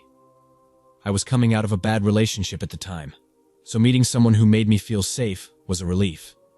We moved in together after a few months, and for almost a year things were good. But over time, little things started changing. Jack became jealous easily. If I laughed too much at a coworker's joke, he would go silent for hours. If I didn't answer his texts right away, he would show up at my workplace unannounced, just checking in. He wanted to know where I was all the time, who I was with, what I was doing. At first, I told myself it was because he cared. Then I started to feel trapped. It got worse when I told him I wanted space. We had a huge fight, shouting, accusations, him saying no one else would ever love me like he did. The next morning, he apologized, but something about the way he said it made my skin crawl. That night, I packed a bag and left while he was at work. I stayed with a friend for a while and found a small apartment on the other side of town. Jack didn't take the breakup well. He called me constantly, left long voicemails that started out calm and ended with him screaming or crying. He texted me dozens of times a day, asking if I missed him, if I was seeing someone else, if I had ever really loved him. Then the messages turned darker. He started saying I had ruined his life, that he couldn't live without me, that if he couldn't have me, no one would. I blocked him, but he found ways to get through. New numbers, fake social media accounts, even emails from addresses I didn't recognize. Then he started showing up.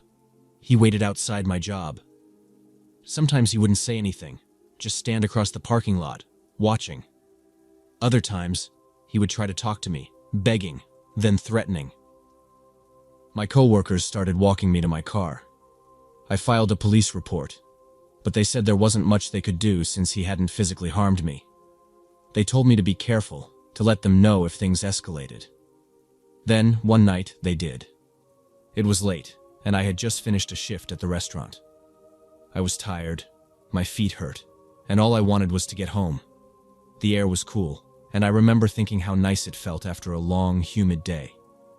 My apartment complex wasn't far, just a short drive through some quiet streets. I pulled into my usual parking spot and grabbed my bag. The lot was mostly empty, a few cars scattered around. The streetlights flickered weakly. As I walked toward my building, I had that feeling. You know the one, where something in the back of your mind tells you that you're being watched. I told myself I was imagining it. Then I heard it. Footsteps, quick, coming from behind. I turned just as Jack lunged from the bushes. I didn't even have time to scream. Something splashed across my face and neck, and in an instant, it felt like my skin was on fire. The pain was immediate, unbearable. It wasn't just burning. It was eating into me, searing through my skin like my flesh was melting. I dropped to the ground, clawing at my face, my vision already blurring, my throat locked up, and all I could do was gasp as the pain spread. My ears were ringing, but I could still hear Jack's voice, low and calm. "I told you," he said. "I told you I'd ruin your life." Then he ran. I don't remember much after that. I must have screamed because neighbors came out. Someone called 911. I remember hands on me, people shouting, someone pouring water over my face. It didn't help. The burning wouldn't stop. The hospital was bright, sterile. I drifted in and out, my body trapped in pain. The doctors told me later it was sulfuric acid. He had aimed for my face and neck, making sure I'd be permanently disfigured. The damage was severe. Third-degree burns, extensive scarring, and worst of all, I lost my sight. The acid had destroyed my corneas. I would never see again. The police caught Jack the next day. He hadn't gone far. He was staying at a cheap motel just outside town, like he wanted to be nearby to watch what he had done. They found him sitting on the bed, staring at the floor, as if he was waiting. He didn't resist. When they arrested him, he only said one thing: "She'll never forget me now." People called it a tragedy. The news ran my story for a few days. Jealous ex ruins young woman's life in brutal acid attack. They showed old pictures of me, smiling, happy, whole. Then the interest faded, and I was left to live with what he had done. Recovery was hell. The pain, the surgeries, the endless treatments that could only do so much. I couldn't work anymore. I had been a waitress, but now my face scared customers. That's what the manager told me when he let me go. His voice full of pity, like he was doing me a favor. I don't go out much now. When I do, I can feel the stares. People don't mean to, but they do. Some look away too quickly, embarrassed. Others can't stop looking. Kids ask their parents what's wrong with my face, and their parents shush them, like I can't hear. I keep the curtains drawn in my apartment. I don't use mirrors. I don't want to know what I look like. Jack was sentenced to life in prison, but it doesn't feel like justice. He still exists. He can still breathe, talk, eat. Me? I'm trapped in this body, in this darkness, in this pain that never fully goes away. I used to think restraining orders and police reports meant something, that threats were just words, that if someone loved you once, they wouldn't actually want to destroy you. I was wrong. If someone says they're going to ruin your life, believe them.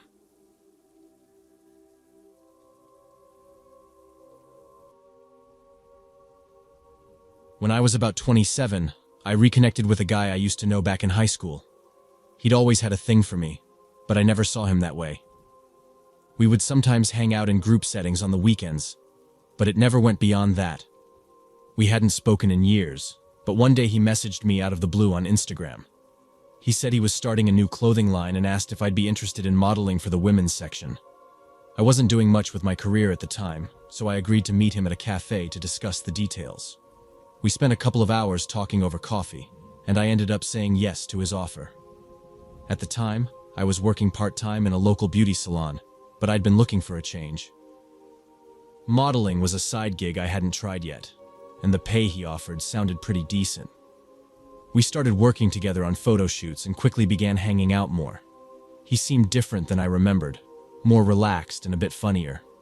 That creepy vibe he had back in the day seemed gone, so I thought, why not give it a chance? A few months passed, and we ended up dating. Not long after, we moved into a tiny studio apartment downtown. He got me involved in more tasks for his company, and I felt like I was really contributing. But his old personality started slipping through again. He would go from calm to downright nasty during arguments, standing way too close, daring me to hit him just to see what I'd do. It freaked me out. After one particularly intense fight, I packed up and left, blocking him on everything I could think of. Leaving his company meant I had no income, so I started applying everywhere I could. Modeling still interested me, so I contacted a few smaller agencies. One of them got back to me, and I went for an interview. They were a small but growing brand, and they offered me a better salary than what I'd gotten before. It seemed like things were finally looking up. But then, one day after a photo shoot, my new boss asked me to come by his office. He said he'd received some troubling emails, anonymous complaints accusing me of all sorts of nasty stuff. The things described didn't even sound like me. I asked him to show me the emails, to give me the names of who sent them, but he just shook his head. It was all confidential. I went home that evening feeling sick to my stomach. Who would go through the trouble of trying to sabotage me like this? Over the following weeks, more emails kept coming in. My coworkers acted normal, friendly even, but I started to get paranoid. It felt like everyone had this secret grudge against me that I couldn't understand. I started shutting myself off, avoiding everyone outside of work. And then the letters started arriving at my home. It really pushed me into a bad place, but I stayed with the job since I didn't have many other choices at the time. One evening, I had a night shoot scheduled for around 7 p.m. My drive from home to the studio was about 20 minutes, mostly along a dimly lit highway. When I got there, I noticed my boss's car and a handful of others already in the parking lot. But at the far end, a dark blue Subaru Forester was parked all alone, away from the rest. My heart dropped. That was the exact same model my ex used to drive. I couldn't see anyone in it though, so I brushed it off, parked on the other side, and rushed into the building. The shoot went off without a hitch, and by the time we wrapped up, it was well past 10 p.m. As I stepped outside, I glanced back at the parking lot, and the car was gone. I let out a sigh of relief, assuming I'd just been overthinking things. But when I got back to my apartment complex, my stomach twisted into knots. Parked right there, a few spots down from mine, was that same Subaru. I wasn't sure if I was losing it, so I called my friend and asked her to stay on the line until I got inside. I walked quickly, my eyes darting back and forth between the car and the entrance to my building. The complex has a small entrance area with glass double doors and a few shrubs along the sides. Just as I was reaching for the door, he jumped out from behind one of the bushes and grabbed me. I screamed louder than I ever thought possible as he dragged me backward toward his car. My phone dropped from my hand, but I could still hear my friend shouting my name. He had his arm tight around my neck, and I felt my feet scraping the ground as he pulled me. I was certain I wouldn't make it out alive. My screams echoed off the building walls, and just when I thought it was over, a man burst out of the building and sprinted toward us. The second my ex saw him, he shoved me to the ground and bolted to his car. Tires screeched as he sped out of the lot, disappearing into the night. The police showed up in what felt like seconds. My friend had already called them the moment she heard me scream. I gave them his name and everything I knew, and they immediately put out a warrant for his arrest. By the next afternoon, I got a call from the detective handling the case. They'd found him holed up in his apartment and took him into custody without a struggle. The whole court ordeal that followed was grueling, but he ended up getting sentenced for assault and attempted kidnapping. It was only during the trial that I found out why he did all of this. He confessed that seeing me model for another company set him off. He admitted to being the one behind all those emails and letters to my workplace. Never in my wildest dreams did I think he could go this far. Even now, the thought of what could have happened makes my skin crawl. For my own safety, I won't name his brand or give any more details. I don't know what he'd do if he ever found out I'm sharing this story.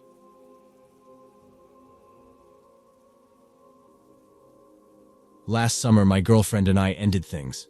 We'd been dating for a few months, but honestly, she was just too demanding for me to handle. After the breakup, she kept calling me, even though I made it clear I wasn't interested in staying in touch. I asked her to stop, but she wouldn't let it go. Her calls and texts kept coming until I had to block her number. About a month later, I came home from work to find one of my front windows completely shattered. Glass was scattered all over the floor. I thought for sure someone had broken in. I grabbed a baseball bat and walked through the house, checking every room, ready to defend myself if needed. But the place was exactly how I left it. Nothing was missing or out of place, and there was no one inside. I ended up paying a small fortune to get the window fixed, thinking that was the end of it. A week went by, and one morning, I headed out to my car to drive to work, only to find all my tires slashed. That's when I realized the window incident wasn't random. My ex-girlfriend was the first person who came to mind. I unblocked her and sent her a message accusing her of vandalizing my house and car. She didn't reply though, which made me even more suspicious. With no car, I had to call a buddy to get me to work that day. Afterward, I went straight to the police to report what had happened. That same night, I woke up to the sound of glass breaking again. My stomach dropped and I thought, not this again. Furious, I grabbed the bat and ran to the living room, only to find another window smashed. I sprinted outside, hoping to catch whoever was doing this, but the street was empty. I called the police again, explaining that it had happened a second time. When they arrived, they looked around and asked a bunch of questions. What they found next shook me to the core. They searched the house thoroughly and eventually went into the basement. A while later, the officers came back upstairs with my ex.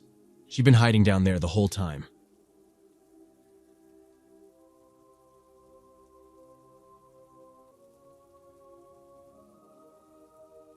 Hey everyone, my name's Jake, I'm 27, and I've got a story that still makes my stomach twist. It's both terrifying and honestly, a little humiliating. I'm not the best storyteller, so bear with me while I try to get this all out. Anyway, here's what happened. Falling for Emily, who was 23 at the time, felt like something straight out of a movie. We met at a house party thrown by a mutual friend, and from that night, it was like we just clicked. She was everything I had ever looked for. Funny, sweet, absolutely stunning, Lee. Our relationship seemed perfect, the kind people talk about when they say they found the one. We had deep talks about life, built each other up, and even started making long-term plans. A year in, we figured, why not take the next step? Moving in together felt right. Some might say it was too soon, but I couldn't see a reason to wait. Those first months were like a dream. Cooking together, weekend trips, lazy Sundays in pajamas, and movie marathons that turned into long talks late into the night. It felt like everything in my life had finally lined up the way it was supposed to. Then, something changed. Not gradually, not bit by bit. It was as if a switch flipped overnight. 7 months into living together, our relationship turned into something unrecognizable. The warmth we had? Gone. Affection was replaced by cold indifference, and suddenly, everything the other person did was annoying. Her habit of leaving the bathroom light on made me grit my teeth, and my tendency to leave my socks on the couch drove her insane.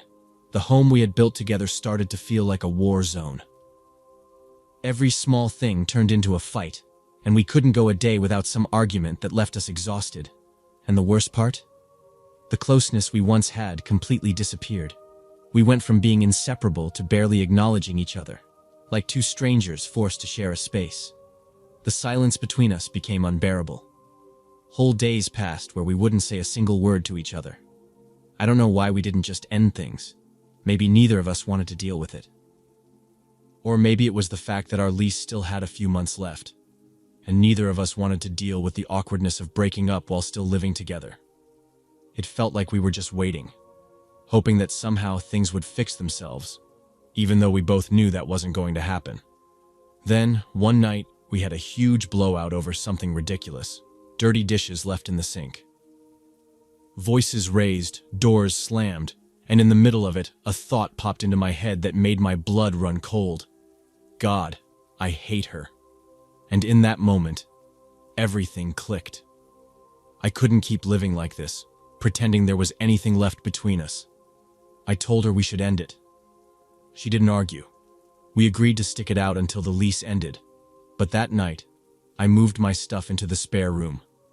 We didn't speak for a week after that. Living with someone you once loved but now felt nothing but resentment toward, it was a new kind of hell.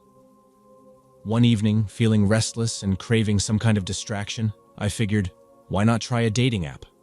I wasn't exactly looking for a serious relationship, just some casual conversation, maybe a few laughs. I matched with a handful of women, exchanged small talk, but one in particular stood out.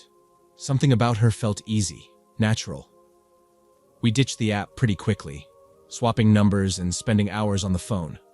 It was a relief, honestly. Just hearing a friendly voice, having someone to talk to, helped take my mind off the unbearable silence in the apartment. And before anyone jumps to conclusions, no, I never cheated on Emily. Not once. She never cheated on me either, as far as I know. This all happened after we officially ended things, weeks after we both accepted that whatever we had was long gone. Then, one night, as I sat on my bed talking to the new girl, a sudden violent bang rattled my door. I froze.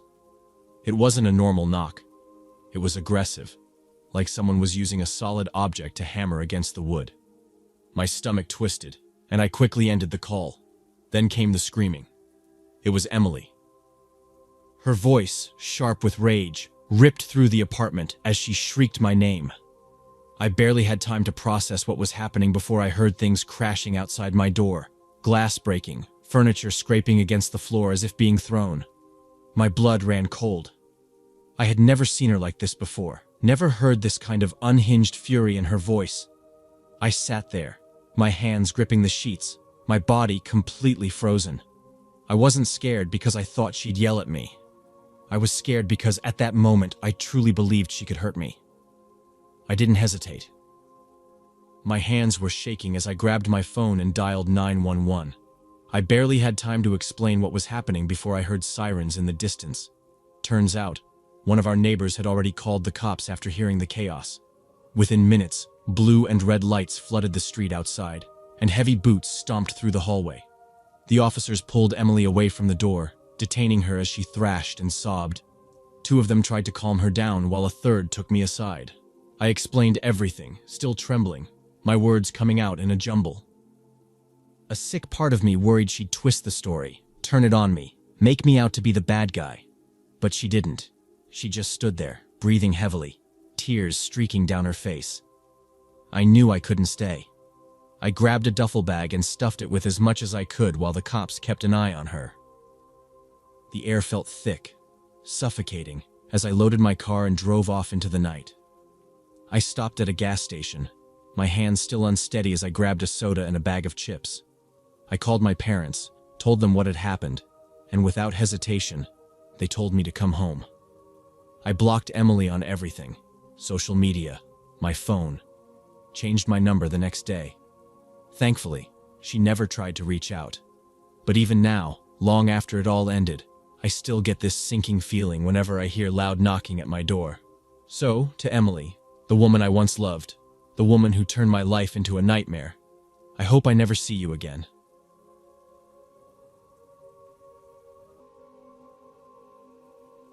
When I was a kid, my mom and I would head out to visit my grandparents. Every time we were there, we'd go to this small church. I made a friend there who I looked forward to seeing each time. We'd spend our time chatting about video games and whatever else we were into back then. But things started changing when I hit my early teens. He began acting different, hugging me more often, touching my hair in this way that felt off. It seemed okay at first, and we even started going out for a few months. I was probably around 17, while he was at least a few years older. Everything seemed fine, until one day, he told me something that I should have seen as a red flag. He said he could see angels, and that Jesus gave him a weapon to battle demons. Yes, he actually said that, and I just believed him. He explained that he stored the sword inside himself to keep it safe. It was all ridiculous, but for some reason I thought he was being honest. I don't know what was wrong with me, but I fell for it. When we weren't together, we'd talk a lot over the phone. Most of our conversations ended up being about some video game we were obsessed with back then. He'd go on about his fights against these demons, and would say stuff like, "My angel spoke to me about you," and it got stranger. He started calling me his heavenly bride, and said we'd rule the skies together someday. It was around then that I started feeling seriously weirded out. Anytime he'd hug me, it felt suffocating, like I was trapped. One day, after a particularly disturbing phone call, I knew I had to end things. But breaking up wasn't as easy as I thought it would be. He didn't take it well at all. I started getting tons of emails from him, each one more desperate than the last. He kept saying I was making a huge mistake and how I'd regret breaking up with him. The final time I saw him was also the last time I ever set foot in that church. My mom, little brother, and I had to go for some small church event to celebrate my grandma's birthday. Knowing how these family events usually go, I had a gut feeling he'd show up. But when I mentioned it to my mom, she told me to just ignore it and that everything would be fine. Still, I couldn't shake that uneasy feeling.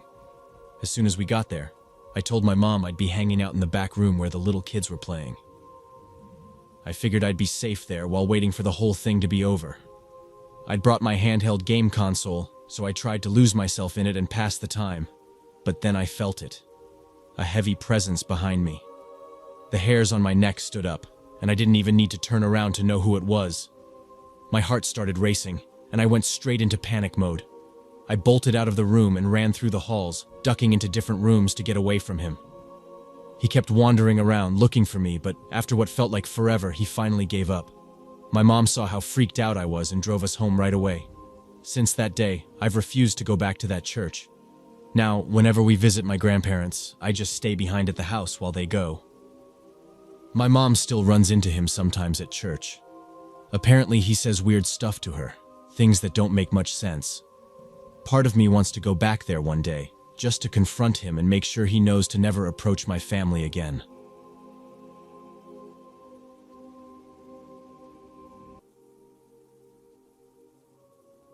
I transitioned from female to male years ago, and 6 winters back, I had bottom surgery. The process hit my body hard, leaving behind more problems than I could count. Even before what I'm about to share, things were messy. Up until now, I've gone through around 75 surgeries to fix it all. Back then, I was 24. A year after surgery, I connected with a guy online. He lived far away, but we clicked fast. He was transitioning too. Things were okay with my health at that point, so when he mentioned he was about to lose his home, I told him to come live with me. My roommate agreed to let him crash for a while, giving us a month to figure out where we'd go next. But he wasn't easy to live with.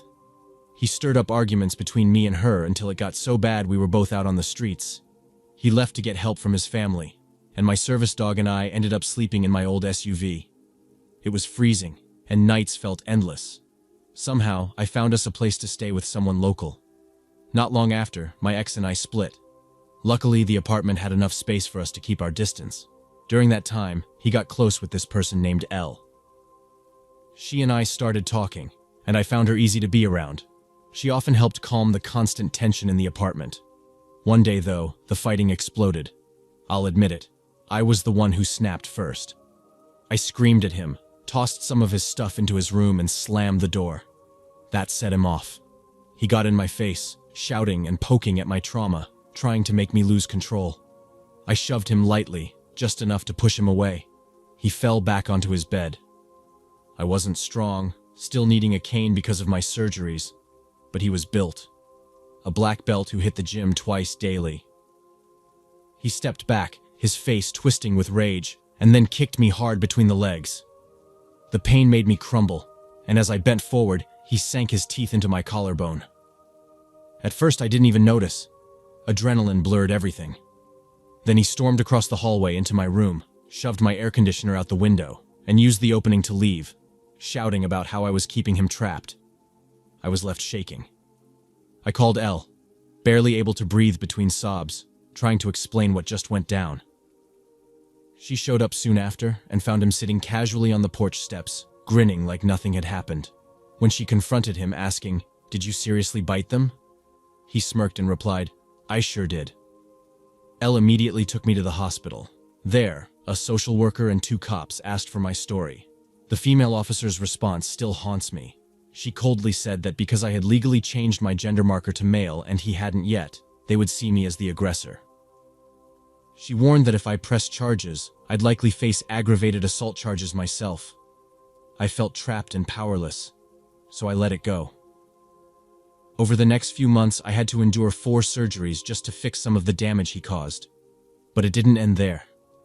Another fight erupted not long after. This time I called the cops right away. When they arrived, they forced him to leave. A friend of mine was there at the time, and after the officers were gone, she told me the truth. She believed the first officer had lied to me, probably out of transphobia. She pointed out how they kept bringing up my surgery and legal gender marker, twisting things to paint me as the villain. After endless arguments and unbearable tension, we all eventually moved out. But the scars he left, both physical and emotional, didn't disappear. One day, while scrolling through a post about some drama between influencers in our community, I saw a comment from the wife of one of his friends. She brazenly wrote that I deserved everything that happened because my ex beat the hell out of me. Her words dug deep, reopening wounds I was trying to heal. Now, years later, I'm in a healthy and loving relationship, but the damage is far from repaired. I've had countless surgeries to try and fix the injuries he caused. My urethra, bladder, and everything in between. Every day is a battle. I'm on disability now, living with paranoia, crushing anxiety, depression, and PTSD. Dissociation and depersonalization creep in too often, making me feel like a stranger in my own life. Sharing this story has been hard, but it feels important. I've recently started working through the trauma, and it's been one of the toughest things I've ever done. Domestic violence in any form is never okay, and if you ever find yourself in a situation where officials don't take you seriously, don't stop fighting. Find someone who will. If I'd done that, maybe the second attack wouldn't have happened. Stay safe, and don't let anyone silence you.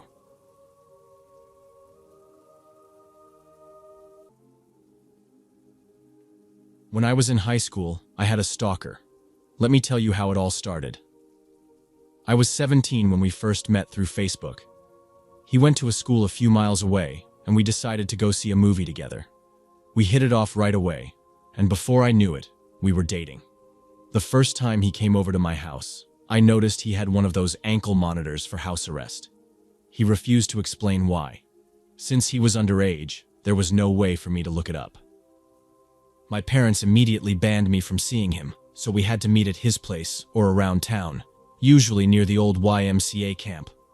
I was stubborn and reckless, so I didn't listen. Things got creepy fast. His family was strange. One afternoon, while we were messing around in his room, I caught his dad peeking through the blinds. I screamed and called him out, but he just took off like nothing happened. My boyfriend? He just shrugged and said his dad had a thing for redheads and liked to watch. I was horrified. As I grabbed my things to leave, I saw his mom in the kitchen, lighting up a crack pipe. That was my final straw. I told him we were done. That's when everything got worse. He started bawling, telling me he had cancer, that he was in the middle of treatment, and he didn't have much time left. He begged me to stay, to at least be his friend.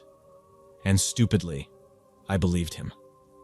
That's when the stalking started. He transferred to my high school, but he never actually went to class. Instead, he'd stand outside my classroom, watching through the window until the bell rang. When I walked out, he wouldn't speak. He'd just follow me, always about 10 or 15 feet behind, all the way to my next class. He was huge, at least 6'4", and pretty heavy, so I was too scared to tell him to stop. This went on for weeks. Then he started following me home. He'd take my exact bus and trail me from the stop, always keeping that same distance. He wouldn't say a word, just stare. Then, once I was inside, he'd stand in my yard, looking up at my bedroom window for hours. He'd only leave right before my parents got home. I finally snapped. I told him to leave me alone, that we weren't even friends anymore, that I never wanted to see him again. But that only made things so much worse. The phone calls started that same week, around 150 a night. Some were him screaming, describing in detail how he wanted to hurt me, kill me. Others? Love songs, originals he played on his guitar with lyrics about how we were meant to be together. Every time I blocked a number, he'd find another one. It never stopped. One morning, I opened my front door and nearly screamed. Sitting on my porch was one of those singing, dancing snowmen. But this one had a knife jammed into its head. It was soaked in liquid deodorant, the exact scent I had once mentioned liking. But the worst part? The little speaker inside had been tampered with. When I pressed the button instead of Frosty the Snowman, I heard his voice, whispering, "You're mine forever. I'll never let you go." I broke down and finally told my parents. They called the school and he was suspended, but that didn't stop him. He still waited for me at my bus stop every morning, still followed me home, keeping his usual distance. Then, one afternoon, he ran straight at me. I thought he was going to tackle me, and I braced for the impact. But instead, he grabbed me in this suffocating hug, squeezing so hard I actually felt a rib crack. I was barely over 90 pounds and he was huge. I started sobbing. And then, so did he. He just let go and ran away. That night, he left me a voicemail, singing another apology song. But what happened next? That's why my dad got a gun. I woke up randomly one night. No reason, just wide awake. I got up to get a glass of water, and as I closed the fridge, I saw something move in the reflection. My stomach dropped. I turned slowly and stepped toward the sliding glass door. Outside, standing completely still, was a tall figure. It was him. He was in my backyard under my bedroom window, just watching me. I screamed and my parents came running, but by the time my dad got outside, he was gone. And then it hit me. Right below my window, there was a patio. He could have been standing on it, watching me sleep.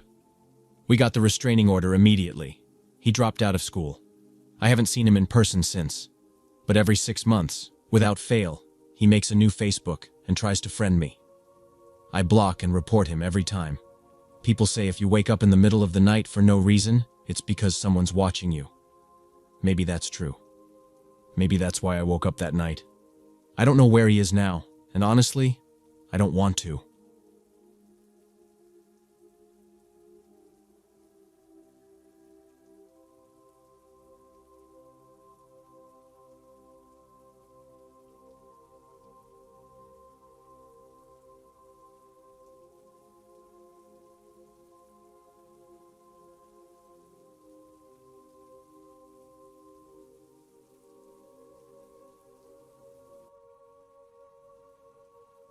This was back in 2012.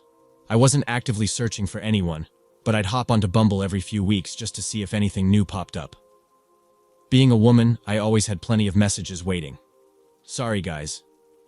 One day, I noticed a message from a local guy who seemed interesting enough. His message was decent, asking about open relationships, which I don't mind discussing if the person is genuine and respectful about it. We started chatting, and while I felt no attraction at all, I thought we might be able to become friends. After a few months of talking online, he found me on Facebook and asked if it'd be okay to send a friend request. I accepted since we'd been getting along pretty well. He seemed a bit odd, but hey, so am I. We kept in touch on and off for the next 3 years. We chose. It was a casual friendship.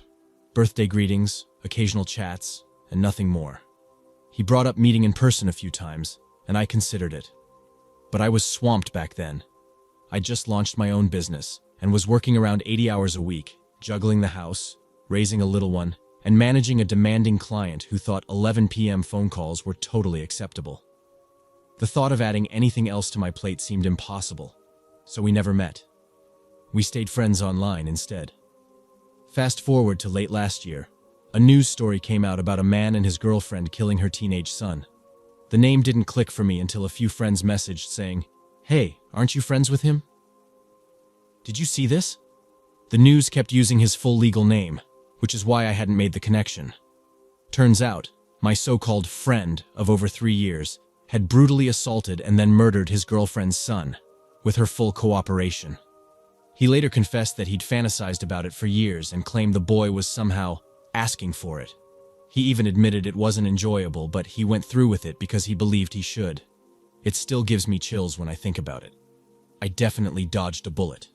Be safe out there, because you never really know who's behind a screen or on the other end of a phone call.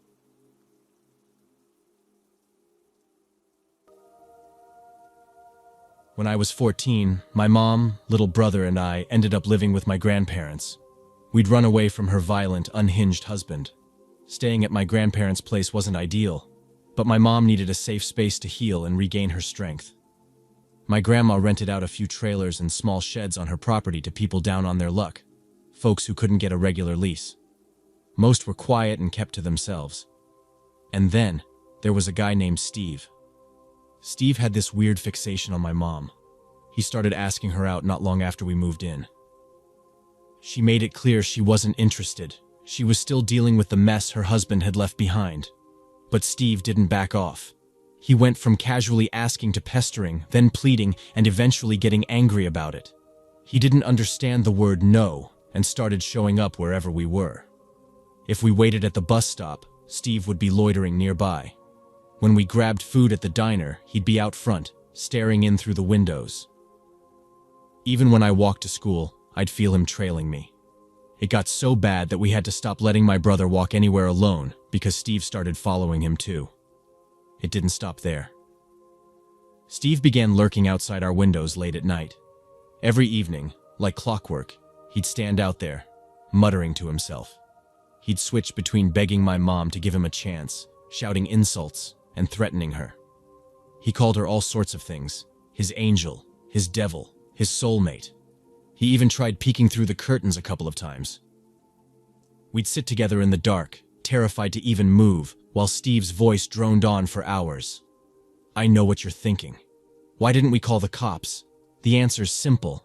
My grandma didn't want to get involved. Steve was a paying tenant, and she wasn't about to risk losing that. My grandma made it clear that my mom's problems weren't hers. She valued rent money more than our safety, and if we caused trouble, she'd throw us out. That would mean losing custody of my little brother, and we knew he wouldn't last long alone with our father. So we stayed, trapped in a nightmare we couldn't escape. Then one night, everything shifted. Steve's ranting outside the window took a chilling turn. His voice, which usually bounced between angry and pathetic, grew disturbingly steady. He talked like he'd just solved a puzzle no one else could. He said he understood now. My mom loved him, of course she did. But her kids were in the way. We were the reason they couldn't be together. Calmly, he promised her that he'd take care of everything. She didn't need to worry about us anymore. He'd make sure we were out of the picture so they could finally be together. The next morning, my mom called my stepdad in desperation. Despite their history, she trusted him more than anyone else in that moment. She asked him for advice, hoping he could tell her how to protect us if Steve decided to act on his threats. My stepdad, knowing she wasn't capable of fighting off a stray dog, let alone a dangerous man like Steve, pressed her until she confessed everything. He told her to go back home and stay calm while he handled it. I have no idea what my stepdad said or did, but by the time I got back from school, Steve was gone. He'd left behind most of his things, only taking what he could carry. It was like he vanished overnight. My mom never explained, and honestly, I never asked. All I cared about was that he was gone. Steve, you turned our lives into a waking nightmare. My brother and I have grown up now, and we're not the scared kids we used to be. For your own good, let's keep it that way.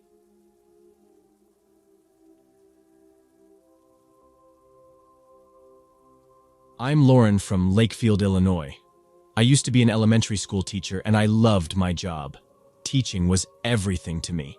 I worked hard to build a good reputation, to be the kind of teacher parents trusted with their kids. My life was simple: work, friends, and a long-term relationship with my boyfriend, David. David seemed like a great guy at first. We met through mutual friends and he was charming in that easygoing, confident way. He made me laugh, and at the time that felt like enough. He wasn't perfect. He could be jealous sometimes, a little controlling, but I ignored the red flags. We were together for almost 4 years. That's a long time. Long enough to think about the future. Long enough to feel like we were building something. But things changed. Slowly at first, then all at once. The jealousy got worse. He didn't like me going out without him. He wanted to know who I was texting, who I was talking to at work. When I tried to set boundaries, he'd turn it around on me, making me feel guilty for not trusting him. It became exhausting. Every small argument turned into a fight about my loyalty, my commitment. I started walking on eggshells, avoiding things that might set him off. Then there were the videos. We had filmed them together, back when things were good. Nothing crazy, just personal, intimate moments. He was the one who suggested it, and at the time, I didn't see a reason to say no. I trusted him. I thought they were private. They were supposed to be just for us. By the time I finally broke things off, I was drained. It wasn't a dramatic breakup. I just told him I couldn't do it anymore. I was tired of the fights, the accusations. I needed space. I thought he'd be upset, maybe try to talk me out of it. What I didn't expect was how fast his kindness would turn into something ugly. At first, it was just messages, begging me to come back. Apologies, promises. Then, when I didn't respond the way he wanted, the tone changed. He accused me of cheating, of wasting his time. Then, the threats started. He reminded me about the videos. He knew my job meant everything to me. He knew my reputation mattered, and he made it clear that if I didn't reconsider, those videos might not stay private. I didn't believe him. I told myself he was bluffing, just trying to scare me. David was angry, but he wasn't stupid. He had a good job, a life of his own. He wouldn't risk all that just to get back at me. Then one morning, I woke up to a text from a friend. A simple message. "Have you seen this?" Attached was a link. I clicked it, and there it was. My face, my body, my voice. Videos I had completely forgotten about now posted for the world to see. I stared at the screen, my mind blank. My hands were shaking, but I forced myself to scroll down. The comments, hundreds of them, were there, dissecting every part of me. Some were cruel, others disgusting. A few people had even shared my full name, my job title. Someone had posted the name of my school. I couldn't breathe. Then my phone started buzzing, texts, missed calls, some from friends, but most from numbers I didn't recognize. The worst part? My students' parents were seeing this. My coworkers. The principal. I felt sick just thinking about it.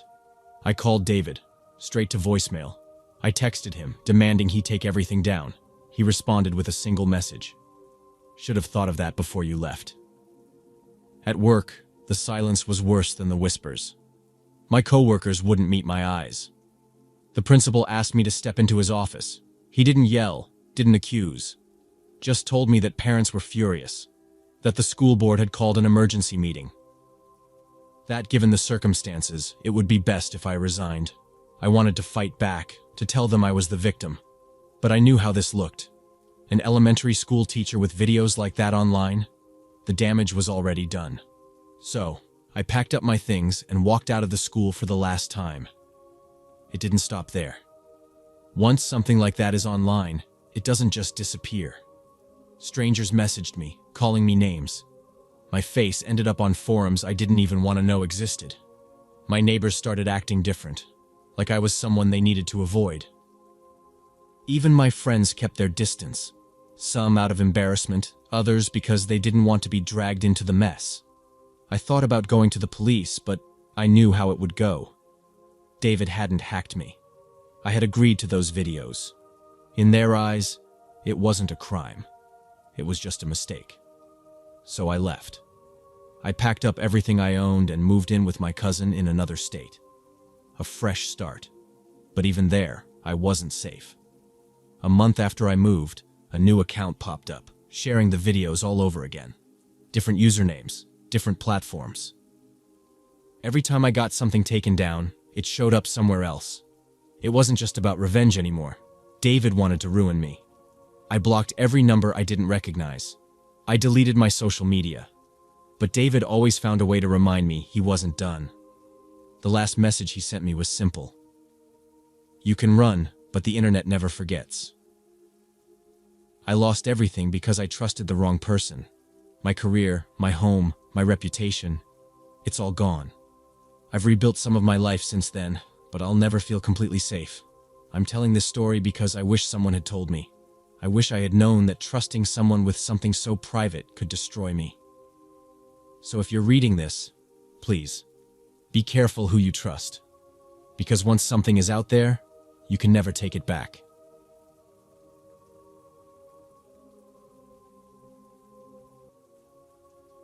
Back when I was in high school, I worked at a small diner to afford gas for my beat-up car. That's where I met him. Let's call him Jake. At first, he seemed fine, though looking back, I should have questioned why a 21-year-old was interested in a 16-year-old. But I was young and thought nothing of it. Since I worked late shifts, I had a habit of rushing to my car, locking the doors the second I got inside. It made me feel safer, like I had some control. One night, as I was about to leave, I slid into my car and reached for my keys, when suddenly Jake was there, yanking my door handle. I hadn't even seen him approach. His face was inches from mine, and when he smiled, something in his eyes made my stomach twist. I can't explain what I saw, but it was wrong, like staring into something soulless. I forced a laugh and cracked the window just enough to hear him say, "Just wanted to see if I could scare you."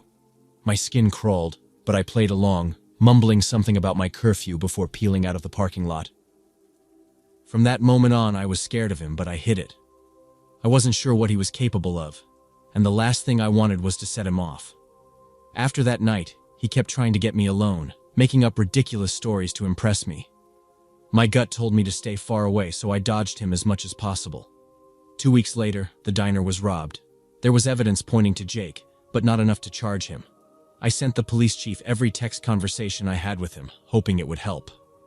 Nothing came of it, but Jake disappeared after that. Still, I never felt completely safe. 5 years ago, he messaged me out of nowhere on Facebook. He bragged about having high-level military clearance and owning a massive piece of land. His words felt like bait, like he was setting a trap. I ignored the message and tried to push it from my mind. Then today, I was scrolling through posts about unsolved crimes when I saw his mugshot. Jake had been arrested, charged with murder and 2 other violent felonies. I always knew something was off about him, but seeing it confirmed left me shaken. I don't know what would have happened if I had let my guard down, but now I don't have to wonder. He's locked away, and I got away just in time.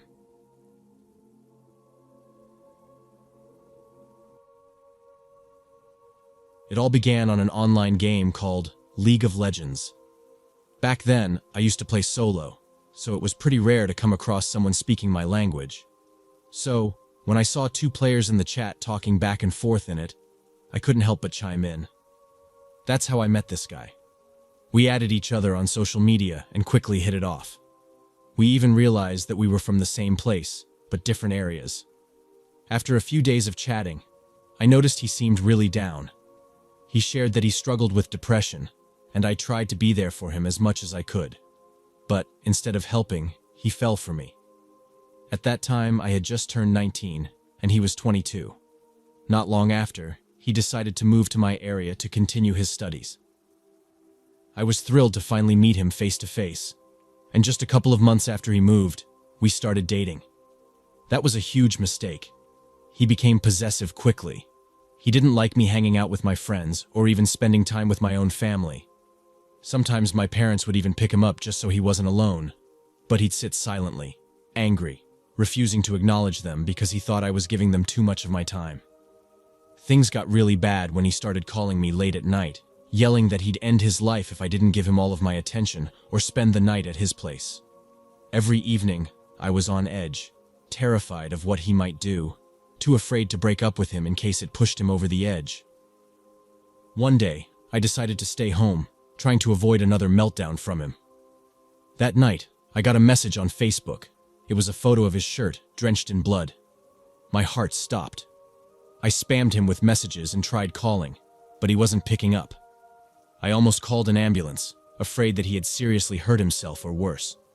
An hour later, he finally responded, saying everything was fine and that he had hurt himself during dinner. I was livid. I demanded he tell me how he got that injury. He refused, unless I called him, so I did. What he said still haunts me. He admitted the blood wasn't from an accident. He had cut himself on purpose to get a reaction out of me, to make me worry and panic. He found pleasure in knowing I was freaking out over him. I hung up, turned off my phone, and just broke down. My parents rushed in when they heard me sobbing, and I told them everything. We all blocked him on social media, but not before I told him to never contact me again. That night, his family started blowing up my phone, blaming me, saying it was my fault. The next day, I left for school way earlier than usual, worried he'd show up. On the way there, I called a friend and filled her in, asking if she could stick with me until class started. We sat in the cafeteria, which was packed with people. When the bell rang, everyone started heading to class. That's when I saw my friend's eyes go wide. She stared at something, or someone, behind me. I slowly turned around and it was him, my ex. He looked right at me with eyes so hollow it made my stomach twist. My gaze dropped to his hands, and I noticed his jacket bulging like he was hiding something. Panic hit me hard, and I did the only thing I could think of. I ran. My feet moved faster than they ever had. I didn't stop until I found a bathroom stall to hide in. I was crouched there, shaking, when one of the cleaning staff came in. She saw my terrified expression and asked what was wrong. I told her, barely able to get the words out, that there was a man in the school who didn't belong here, and he might be dangerous. Her eyes went wide, and she hustled me into a nearby classroom, locking the door behind us before dialing the police. The cops showed up, lights flashing and sirens blaring. They searched everywhere but found nothing. After that, they took me to the station to give a statement. That was over a year ago, and they still haven't found him. Maybe he got spooked and went back to his old place when he realized things were getting serious. I can only hope we never cross paths again. Thinking about it now makes my chest tighten. It's like I'm waiting for him to pop back up, and the fear never really leaves. Some nights, I still check the locks 3 or 4 times before I can even think about sleeping. I've tried to move on, but part of me knows that if he could show up once, he could do it again. I remember every detail of that day. His unblinking stare, the way he just stood there like he was deciding what to do next. It felt like I was prey. I couldn't think straight. The memory keeps playing in my head like a broken record, and sometimes I wonder if I'm ever going to stop looking over my shoulder. My friends keep telling me he's probably long gone by now, that I should just let it go. But I can't. I still have nightmares about seeing him in a crowd or hearing his voice behind me. There's this constant fear that one day, when I least expect it, he'll be there again. I know it sounds paranoid, but when someone like that is out there, you can never be too careful. Maybe I'm just being overly cautious, but if it means keeping myself safe, then so be it. I'd rather live with the anxiety than risk going through that again. Anyway, that's my story. If you've ever had an ex or someone who wouldn't leave you alone, you know what I mean. It's like living with a shadow that you can't shake off. I'm just glad I had people around me who believed me and took it seriously. I can only hope this is the end of it for good. But sometimes when I walk through a crowded place, I still get that sensation, like someone's watching me. And every time, I turn around, holding my breath, hoping I'm just imagining things.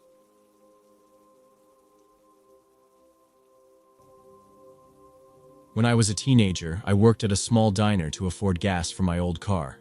That's where I met him. Let's call him Jake. At first, he seemed okay, even though he was 21 and I had just turned 17. Something about that age gap should have been a red flag, but I ignored it. Since I worked late, I got into the habit of locking my car the second I sat inside. It made me feel safer. One night, as I left the diner, I barely had time to shut my door before Jake appeared out of nowhere, yanking on the handle. My stomach dropped. When I looked into his eyes, something in them made my skin crawl. He grinned at me, and I swear, I saw something dark, something rotten, hiding behind his expression. I cracked my window just a bit, pretending to laugh when he joked about scaring me. I made up an excuse about curfew and peeled out of the parking lot before he could say anything else. After that night, I couldn't shake the feeling that something was wrong with him. But I was afraid. I didn't know how to tell him to leave me alone without making things worse. He kept lying, making up ridiculous stories to impress me and constantly trying to get me alone. I avoided him as much as possible. About 3 weeks after the parking lot incident, the diner got robbed. The police suspected Jake, but there wasn't enough solid proof to charge him. I sent the cops every text conversation I had with him, hoping it would help. Nothing came of it, but Jake must have realized I was onto him. He vanished after that. Still, I kept looking over my shoulder.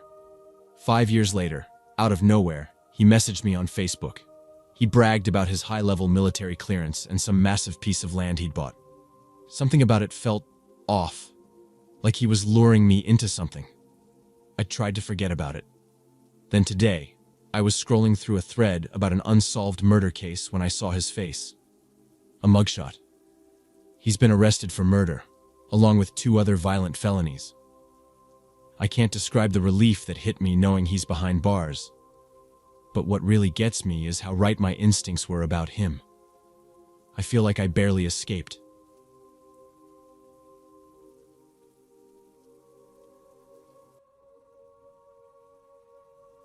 This story isn't really about me, but centers around my younger sister and how our bond has changed over time.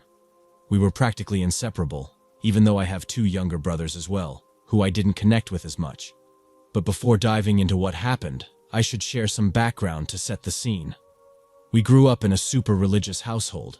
Not the kind where you just go to church every Sunday, but the type where church is twice a week, crosses hang in every room, and prayers happen before every meal. Religion was a huge part of our lives. Because of that, I didn't have many friends outside of our church community. My parents didn't like me hanging out with anyone who wasn't a believer. So, most of my childhood was spent with kids from our church or alone. There wasn't a dedicated school for our religion in our town, so my sister and I went to the local public school. We were awkward, overly sheltered, and kept away from most social activities. If we did get involved in anything, it was stuff like math club or Kids for Christ. When we did get to see other kids from church outside of school, we made the most of it. Some of them didn't care as much about the strict rules, though, and started experimenting. They'd smoke, sleep around, and do a lot of things that would get them in deep trouble if their parents found out. I used to rat them out when I was younger because I was terrified they'd go to hell. my parents really drilled those fears into me. So, my sister and I were stuck in a bubble, and we only learned about life outside our faith from watching things online. We had a family computer that we could only use in the living room, which made it tricky to explore the internet freely. Late at night, we'd sneak out and look at stuff we weren't supposed to. Things like Facebook, Reddit, or just funny videos. We couldn't have smartphones back then, so that was our only escape. Even when we got caught a few times, the thrill of it made those nights some of my favorite memories. But I'm getting off track. Back to what happened. My sister and I were extremely close, and we could talk about anything. So, it broke my heart when she told me she was gay when she was 17. I felt awful because I told her she might just be confused, but deep down, I knew she wasn't. I cried with her because I knew how much pressure she must have felt. We kept it from our family because coming out would have meant being disowned. When she graduated high school a year ahead of me, she wanted to leave and go to a place where she could finally be herself. Our parents always said we could either go to a community college or a religious university. But with a lot of begging, she convinced them to let her attend her dream school. I followed a year later, going to a college in Boston, while she moved to Seattle for university. Although we were on opposite sides of the country, we stayed in touch through Skype. Our parents let us have our own laptops and phones by then, but only if we downloaded an app that let them track where we were. We learned to be sneaky, leaving our phones in our rooms if we were going out at night. College life felt like freedom compared to how we grew up. My sister loved being in a place where she could just be herself without judgment. She told me everything about her new life, like how accepting Seattle was. She even had a girlfriend and said she could finally be open about who she really was. But then, she started to get a bit too open. You see, growing up, we were taught to suppress our feelings. So when she got the chance, she let loose. She became involved in a lot of stuff. Dating multiple people, experimenting with both men and women, and sometimes even going back to her place with 2 or 3 people at once. I wasn't comfortable hearing it, but I just let her talk. At some point, I wondered if she was making up the stories. It was hard to believe that someone who'd been so shy and reserved all her life could change so drastically. Of course, it's my sister, so I just let her vent, even though I was getting tired of hearing about it. But this one time, what she told me made my blood run cold. It was around 2 a.m. when my phone rang. I slipped out of my dorm to avoid waking my roommates. It was her. She was crying so hard I could barely understand what she was saying. Hey, calm down. What's wrong? I asked, trying to keep my voice low. She gasped through her sobs. I'm being stalked, harassed. I don't know what to do. I didn't know who else to call. Call the cops, I replied without thinking, but she just said she couldn't do that. I was baffled. What do you mean you can't? Tell me what's going on. She took a shaky breath and began to explain.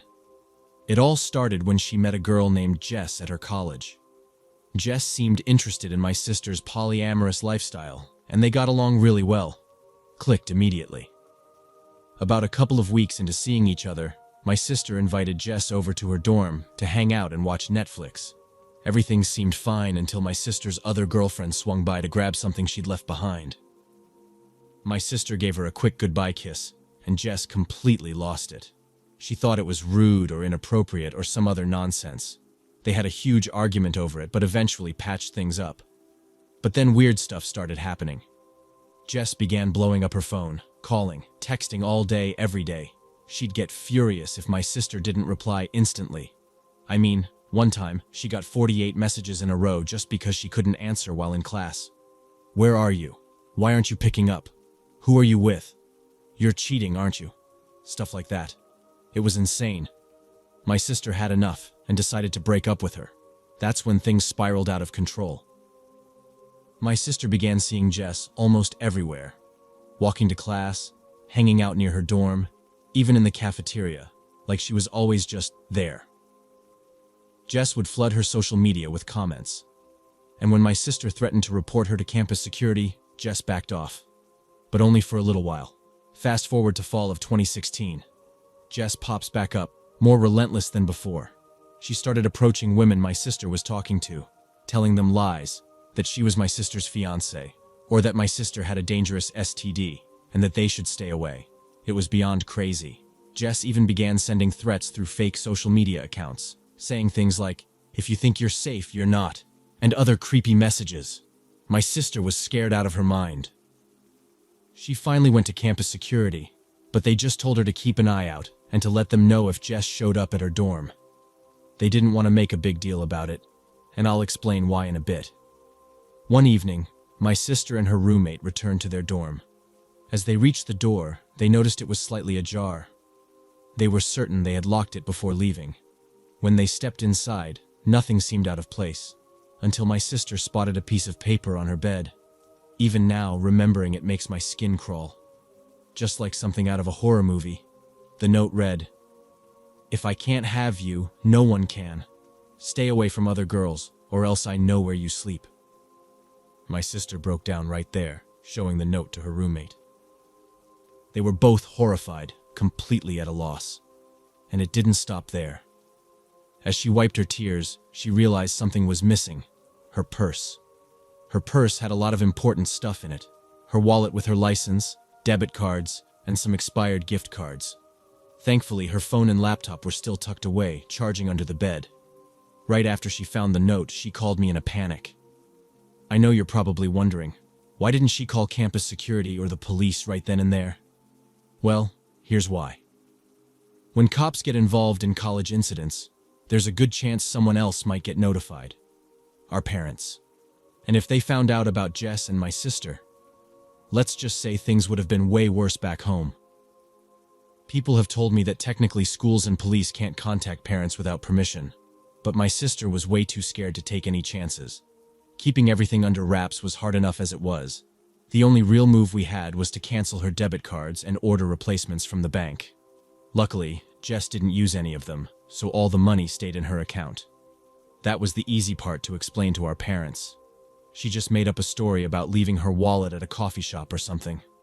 They freaked out even over that. So imagine if they knew the truth. As for her driver's license, I had no clue what to do except look up some DMV forms online. She eventually got a new one, though. For the next few months, my sister was always on edge, constantly looking over her shoulder. But Jess stayed out of sight for a while. We couldn't decide if Jess had lost interest or if she was just lying low, waiting for the right moment. Either way, my sister stayed vigilant, double-checking every shadow, every corner. She even made a habit of hanging out at the campus safe zones when she felt really uneasy. She didn't turn into one of those self-proclaimed safety advocates, but she definitely took extra steps to protect herself. During that period, she received a couple of odd Facebook messages from profiles with no pictures and 0 friends. We couldn't prove it was Jess, but who else would it be? No one else had it out for her like that. After some time, it seemed like the worst was over. Jess seemed to fade away, and my sister started to relax a little. But it was just the calm before the storm. Like I mentioned earlier, our parents had tracking apps on our phones and would call randomly to check up on us. We both got used to leaving our phones behind in the dorm to avoid awkward questions. One night, my sister told me over Skype that Jess had reached out again. My sister had brought a girl back to her dorm after a party, and after they'd had their fun, she noticed a text from an unknown number that had been sent about an hour earlier. It read, "Bring another slut to your room. I see you still haven't changed." My sister freaked out. She swore Jess must have been at that party, but it was packed with people. I told her to stay cautious, even if Jess was just trying to scare her. A couple of days later, I was lying in bed watching a movie with my girlfriend when my phone buzzed with a call from a blocked number. I knew I shouldn't have picked up, but my curiosity got the better of me. I answered. "Hello." A low, raspy voice responded, "Hey there." I froze. "Who is this?" "Did you know your sister's a filthy little whore?" The voice sneered. "What the hell did you just say?" I growled.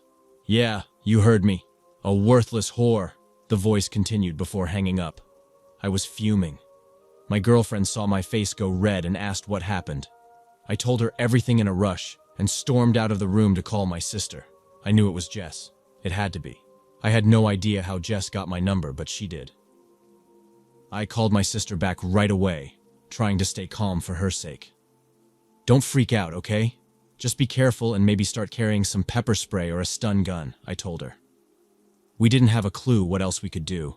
Seeing her over Thanksgiving break felt like a huge relief, but I could tell how much the whole mess had worn her down. College stress alone was tough enough, but now this? It was overwhelming. At least Jess didn't bother her for the rest of November. Everything stayed quiet for a while. Then came December, and we were finally done with finals. We both went back to our parents' house, and it was nice being home, though we both missed the freedom college gave us. Being back meant slipping into old rules again. No staying out late, no unsupervised internet use, and curfews that made us feel like we were kids again. The holidays were mostly spent catching up, going to church, and texting our friends from school. Thankfully, our parents let us keep our phones. Christmas Day rolled around, and I wish I could say it was all cozy family time, but it was far from it.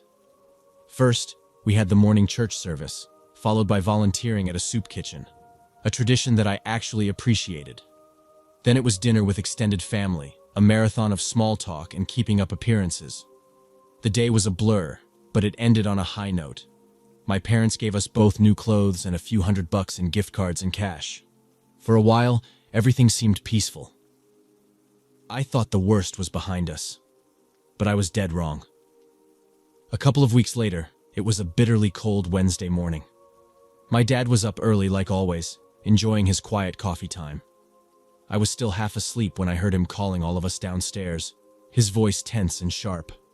We stumbled out of our rooms and shuffled into the living room, where our mom was already sitting, her face pale.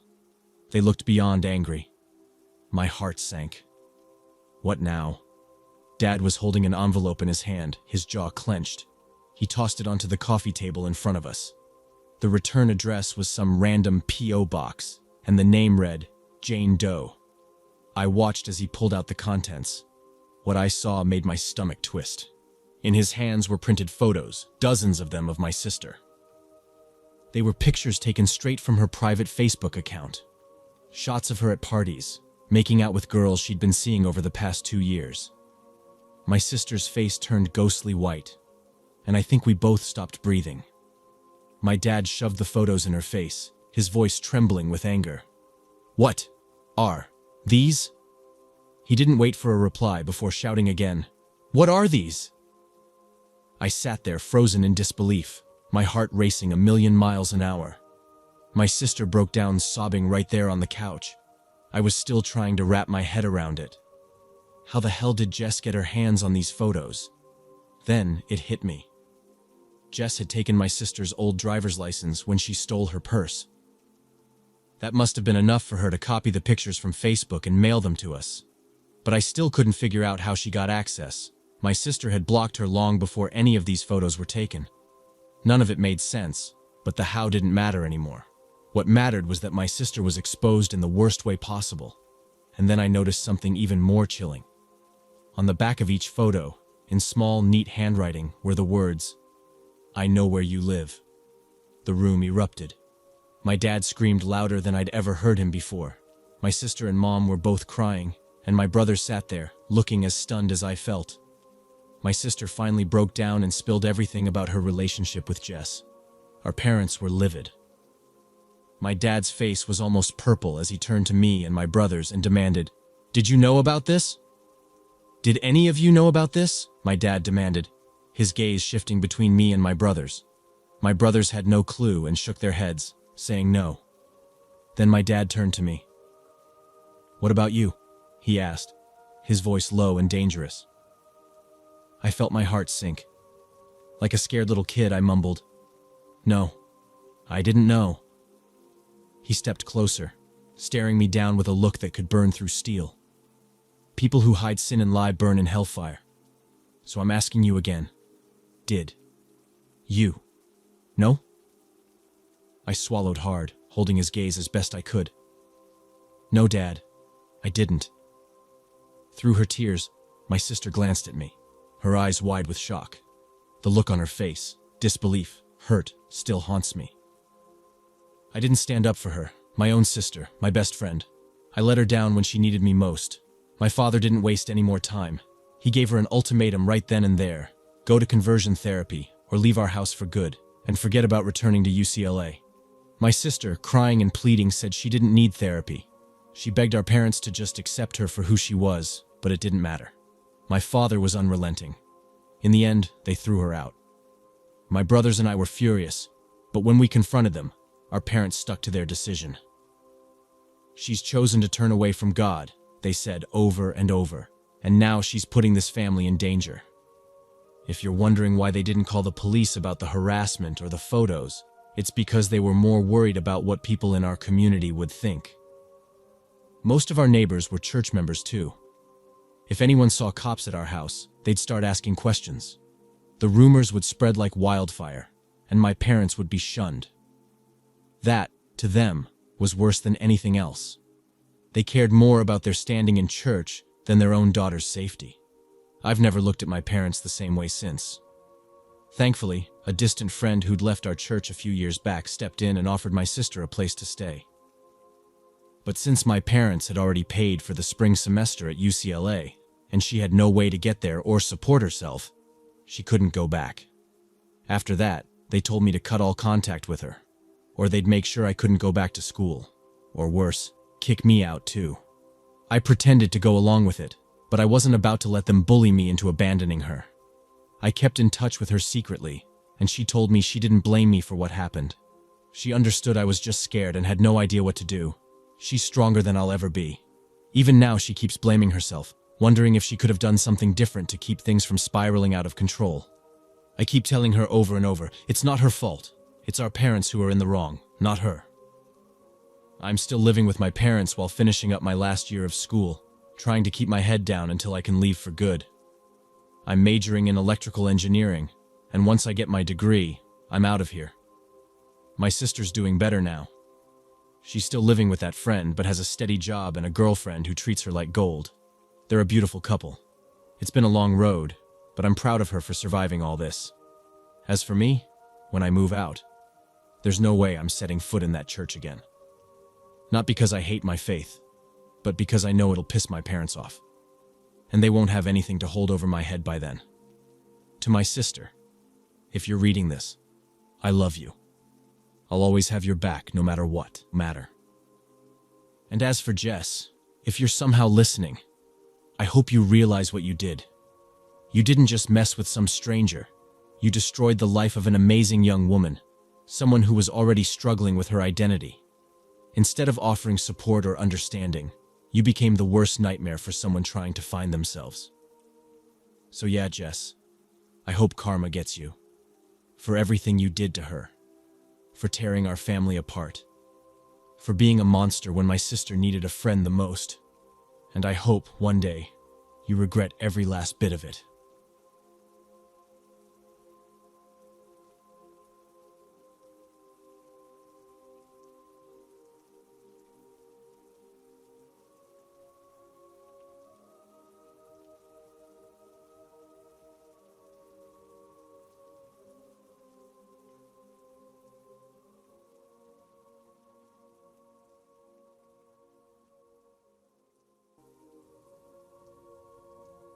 Not long ago, my ex and I decided to split up. We agreed it was the best thing since things had started feeling forced. The whole thing lasted about 5 weeks. She was fiery, always quick to anger, and that's one thing I definitely didn't mind leaving behind. A couple of weeks later, just when I thought it was all behind me, I got a text from her one evening. She said she needed to see me and asked me to meet her at this small park nearby. We used to go there sometimes. It was pretty, with a quiet spot right by the woods.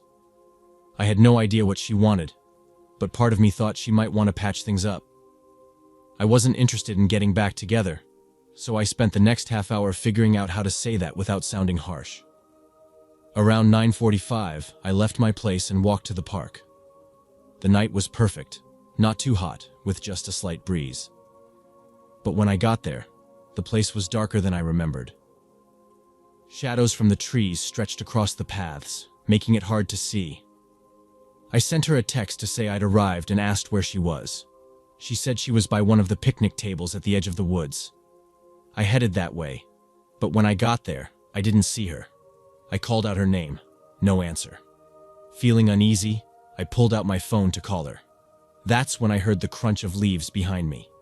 Turning around, I froze. A huge guy in a ski mask stepped out from the trees. I'm not a small guy. I'm 6 feet tall. But this man towered over me. He had to be at least 6'5" and built like a linebacker. As he moved closer, my instincts kicked in and I turned to run.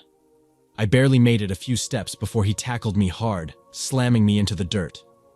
I struggled, but he was way too strong. He hit me several times, leaving me stunned and gasping for air. While I was still trying to recover, he yanked my wallet, keys, and phone right out of my pockets. As if that wasn't enough, he punched me a few more times before sprinting back into the trees. I lay there for what felt like forever, aching and dazed, before I finally managed to stagger to my feet. Luckily, I wasn't seriously hurt, just battered and bruised. Since my keys and phone were gone, I had no choice but to knock on my neighbor's door. They let me in and called the police. Later that night, I had to get a locksmith to break into my own house. When the cops tracked down my ex, it turned out she'd planned the whole thing. She'd used me as bait to set up the robbery with that guy. Both of them were arrested, but my stuff was gone for good. Replacing everything was a headache, but what stayed with me most was the realization of how much worse it could have been.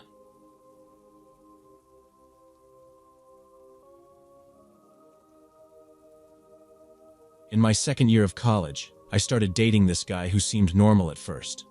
But after a while, he got really into religion, and things changed fast. He started talking about hearing voices, saying demons were trying to get to him. Then he started hanging out with some sketchy people, trying to buy weapons and coming up with these violent plans to hurt others. He became really controlling, and it wasn't long before he got physically abusive, almost killing me a couple of times. After that, I knew I had to get away. I managed to leave him, and for a little while, he stayed out of my life. I thought it was over. One night, I was on my way back to my dorm after a late meeting. For some reason, I decided to keep walking past it and head to the student center to grab some ice cream instead. As I walked by the building, I heard footsteps behind me. When I turned around, I thought I saw someone in a white shirt duck behind a sign. My stomach dropped, but I told myself it was nothing and kept walking. Still, I listened closely. A few seconds later, I heard rustling and spun around. This time, I saw someone, his height, peeking out from behind a tree. My chest tightened. Even though it was hard to see clearly in the dim light, I was almost sure it was him. I picked up my pace, but I couldn't shake the sound of footsteps trailing behind me. My heart raced as I tried to act like I didn't notice. He had a gun, and I knew he wouldn't think twice about using it if he saw me. He was furious that I'd left him and would probably see this as the perfect chance to punish me. I finally made it to the student center, grabbed some ice cream, and sat there, too scared to go back outside. I was trying to calm down when my phone buzzed. The message made my blood run cold. It was from a couple of friends of mine, a really sweet pair who'd been walking some distance behind me. Their text read, "Your ex is out here on the street. He was heading toward the student center just now, and it looked like he had a gun." Before I could reply, they called me. Their voices were hushed and tense. "Where are you right now?" one of them asked. "We just saw him near your dorm, coming from the direction of the student center. Are you safe? Was he near you? What's happening?" Their voices shook through the phone. I tried to stay calm, but panic slipped into my words as I told them someone who looked like him had been tailing me. I was still holed up in the student center, too scared to leave. They shouted back, "Stay there! Don't move! We're coming now!" Minutes later, they burst into the union, breathless and wide-eyed. Their fear made my own chest tighten. What hit me hardest was the boyfriend's reaction. He's a black belt in karate, always the calmest person in a crisis. But now, he looked like a cornered animal, scanning every shadow, his fists clenched like he was ready for a fight.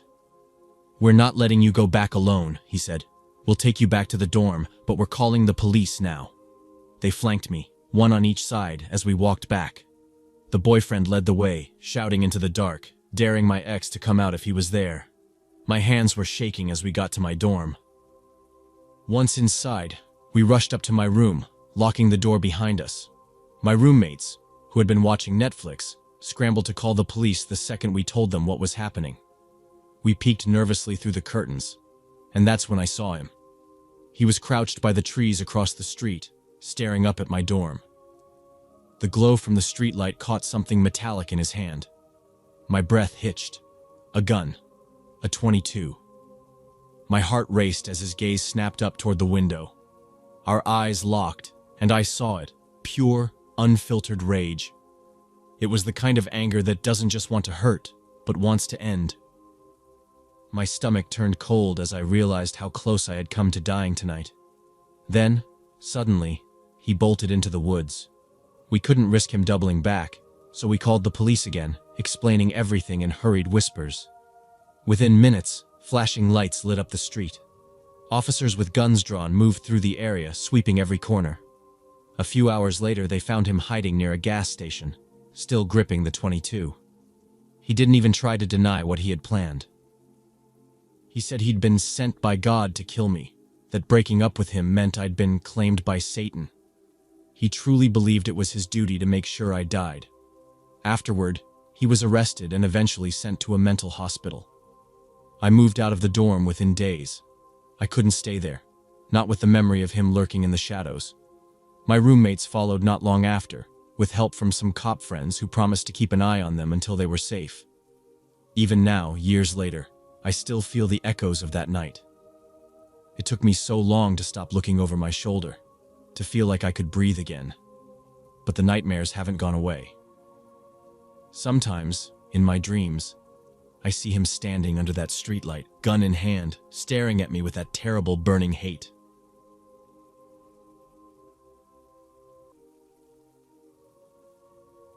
I ended things with my ex, Hannah, about 8 months ago. We weren't together for too long, maybe 5 months, but that was enough to realize there were a lot of warning signs. Once, I caught her messing with my phone. It was password protected, but she must have memorized it by watching me enter it. She also had this habit of asking my friends super weird questions, stuff like what I was up to on certain days, or who I hung out with. These things, along with other odd behaviors, made me decide to break up with her. When I told her, she didn't cry or argue. She just gave me this cold, intense stare, like she wanted to tear me apart with her eyes. It gave me chills, but I told myself it was just a heat-of-the-moment reaction. Afterward, I tried to move on. I was renting a place by myself at the time, a second-floor unit in this old red brick building near downtown.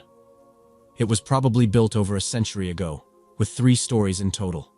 The intercom system was ancient too. Instead of connecting to our phones, it was this wall-mounted speaker thing, like something from the early 90s. A lot of my neighbors would buzz people in without thinking twice, which annoyed me. A few weeks after the breakup, I started getting this unsettling vibe in my apartment. It was subtle at first. Things would be slightly out of place, like my bedroom door, something I always keep shut, left ajar. Or my towel in the bathroom would be moved just enough for me to notice. I know that sounds nitpicky, but I'm a neat freak, so I couldn't ignore it.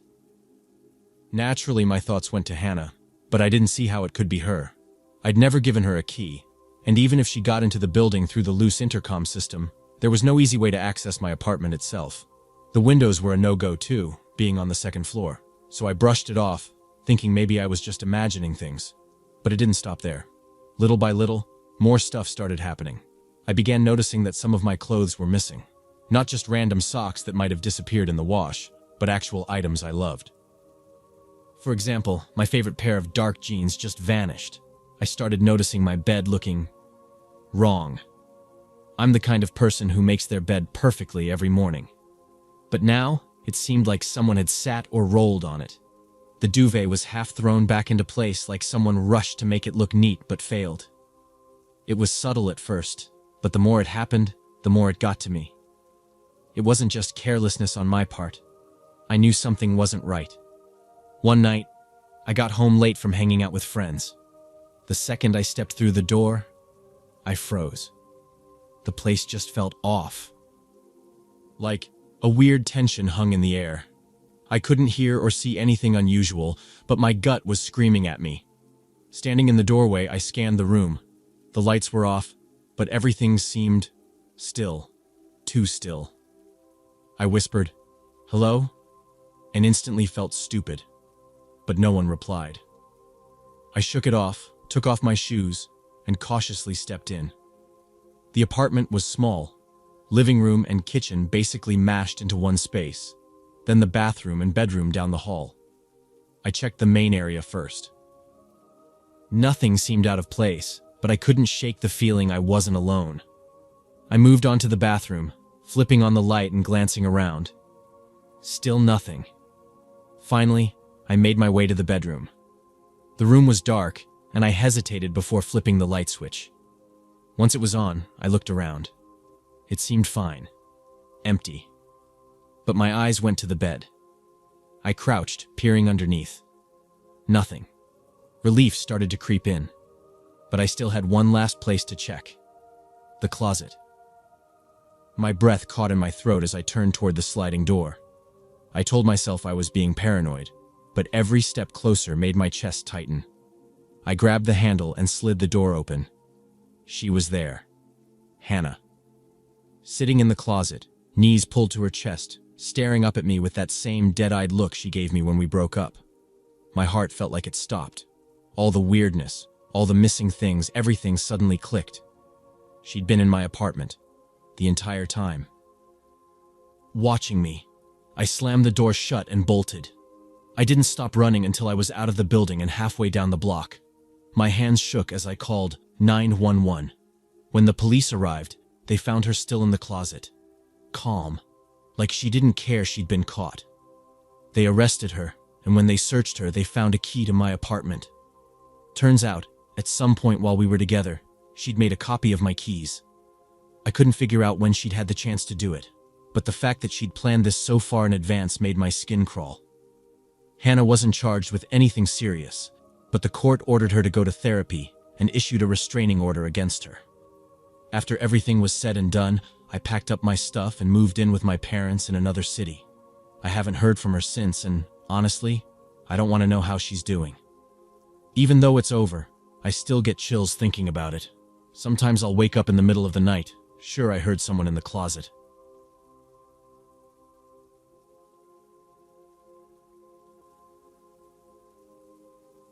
Last summer, when I was 23, I visited my mom for a while. Our neighborhood seemed peaceful, at least that's what everyone believed. However, we had some odd issues with the neighbors who lived on both sides of us. We were in a growing little town, thanks to a college that had popped up there a few years ago. My mom works at that university and lives just across the street from it. The house is 2 stories tall, and my bedroom is on the top floor. My window faces the road, giving me a clear view of everything happening outside. Every night, like clockwork, right around midnight, our dogs would start barking and growling furiously. I'd get out of bed and peek out the window to figure out what had them so worked up, but nothing ever seemed out of place. There are plenty of trees and bushes in front of the house, so whatever was causing the commotion could have been hiding there. This had been happening for a little over a week, and it was starting to make me uneasy. One night, unable to sleep, I decided to stay up video chatting with my boyfriend. Midnight came, and like every other night, the dogs went wild. I sat at my window, staring into the shadows, but I couldn't see anything unusual. Still, an odd feeling crept over me, like something was off. I turned off the lights, trying to stay hidden while watching the yard. I wanted to see if I could catch whoever or whatever was out there. My boyfriend, still on the video call, joked that it was probably a raccoon or a fox, pointing out that we lived near plenty of wildlife. But deep down, I knew it wasn't an animal. There was something different about this. Eventually, he went to sleep, leaving me alone with my uneasy thoughts. I stayed by the window, unwilling to look away. At around 1:30, I noticed movement near the bushes. My heart sank as I realized it was a man, dressed head to toe in black, crouching right behind the thick greenery. I froze. Panic bubbled up in my chest, but I didn't want to wake my mom. She'd already brushed off my concerns about the dogs barking every night, chalking it up to some stray animal. She wouldn't believe me now, just like my boyfriend hadn't, so I stayed there watching him. He had no idea I could see him from the second-floor window. The man started moving, keeping low as he crept along, clearly trying to stay out of sight. From my vantage point, I could see him perfectly. He hugged the edge of our yard, sticking close to the fence as he made his way toward the neighbor's gate. There was a car parked just inside their driveway. What happened next made my stomach twist. The man pulled out a Molotov cocktail, lit it with a quick flick of a lighter, and hurled it straight at the car. Flames exploded on impact, engulfing the vehicle in seconds. I snapped out of my shock and ran to get my mom. By the time she saw what was happening, the guy had bolted, sprinting down the street like a wild animal. She immediately called the fire department and the police. But by the time they arrived, the man was long gone. The fire raged for a while, but luckily, it didn't spread beyond the car. The next day, my mom got a call from the police. It turned out they'd caught the guy that same night. Apparently, he'd been trying to scare his ex-wife into taking him back. He'd threatened her, saying he'd do something awful if she didn't reconcile with him, and I guess this was his twisted way of proving he wasn't bluffing. She moved out of the neighborhood within a week. We'd never spoken to her before, so we didn't get any more details beyond what the cops told my mom. I can't shake the guilt, though. Part of me wishes I'd acted faster or done something to stop him before he set her car on fire. But at least he's behind bars now.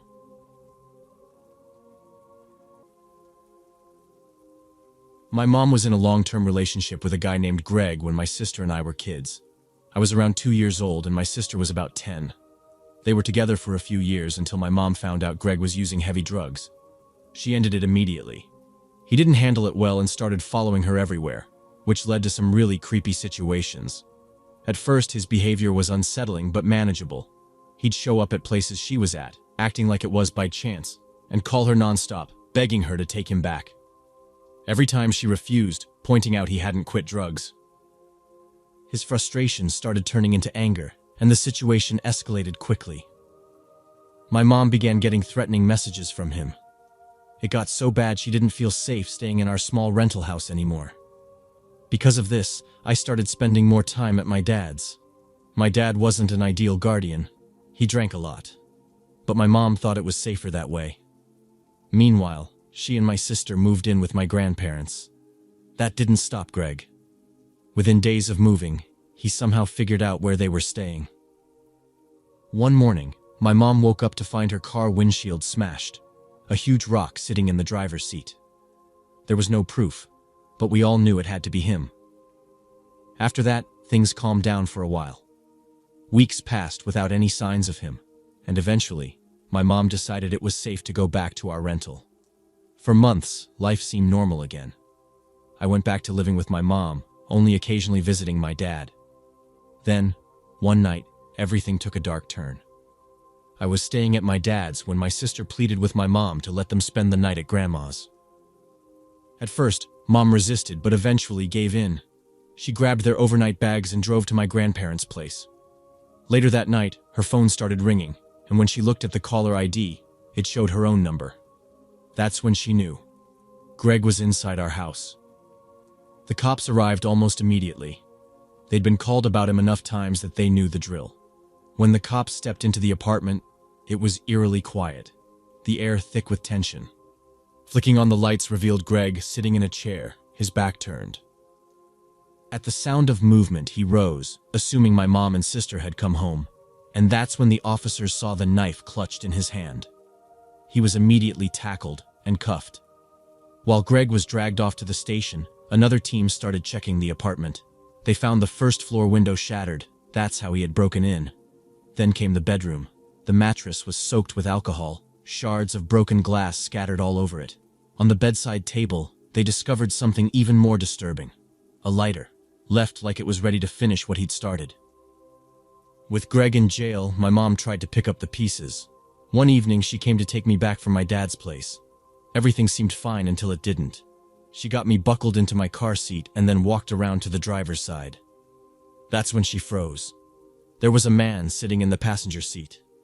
She screamed and sprinted around the car to get to me, but the man bolted before she could catch him. When the police arrived, they found something strange. Despite her wallet and prescriptions sitting in plain view, all that was taken were personal documents, her social security card, driver's license, things like that. My mom was sure this guy wasn't acting alone. Greg, even locked up, was pulling strings. But it didn't matter. The system failed her. Greg was released after only a short stint in jail.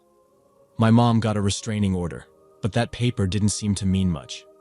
Not long after, he started calling her again, begging her to take him back. She stayed firm, refusing every time, which only seemed to push him into darker territory. In one final twisted move to get her attention, Greg decided to fake an injury. He thought if she saw him hurt, she might pity him and give him another chance. So, he shot himself in the leg. He thought it'd be a minor injury, but he miscalculated. He hit a major artery. By the time anyone found him, he had bled out, his plan backfiring in the worst way possible. When I finally heard this story at 13, I couldn't shake the shivers it sent down my spine. My mom always said if my sister hadn't insisted on staying at our grandparents' house that one night, the story might have ended very differently.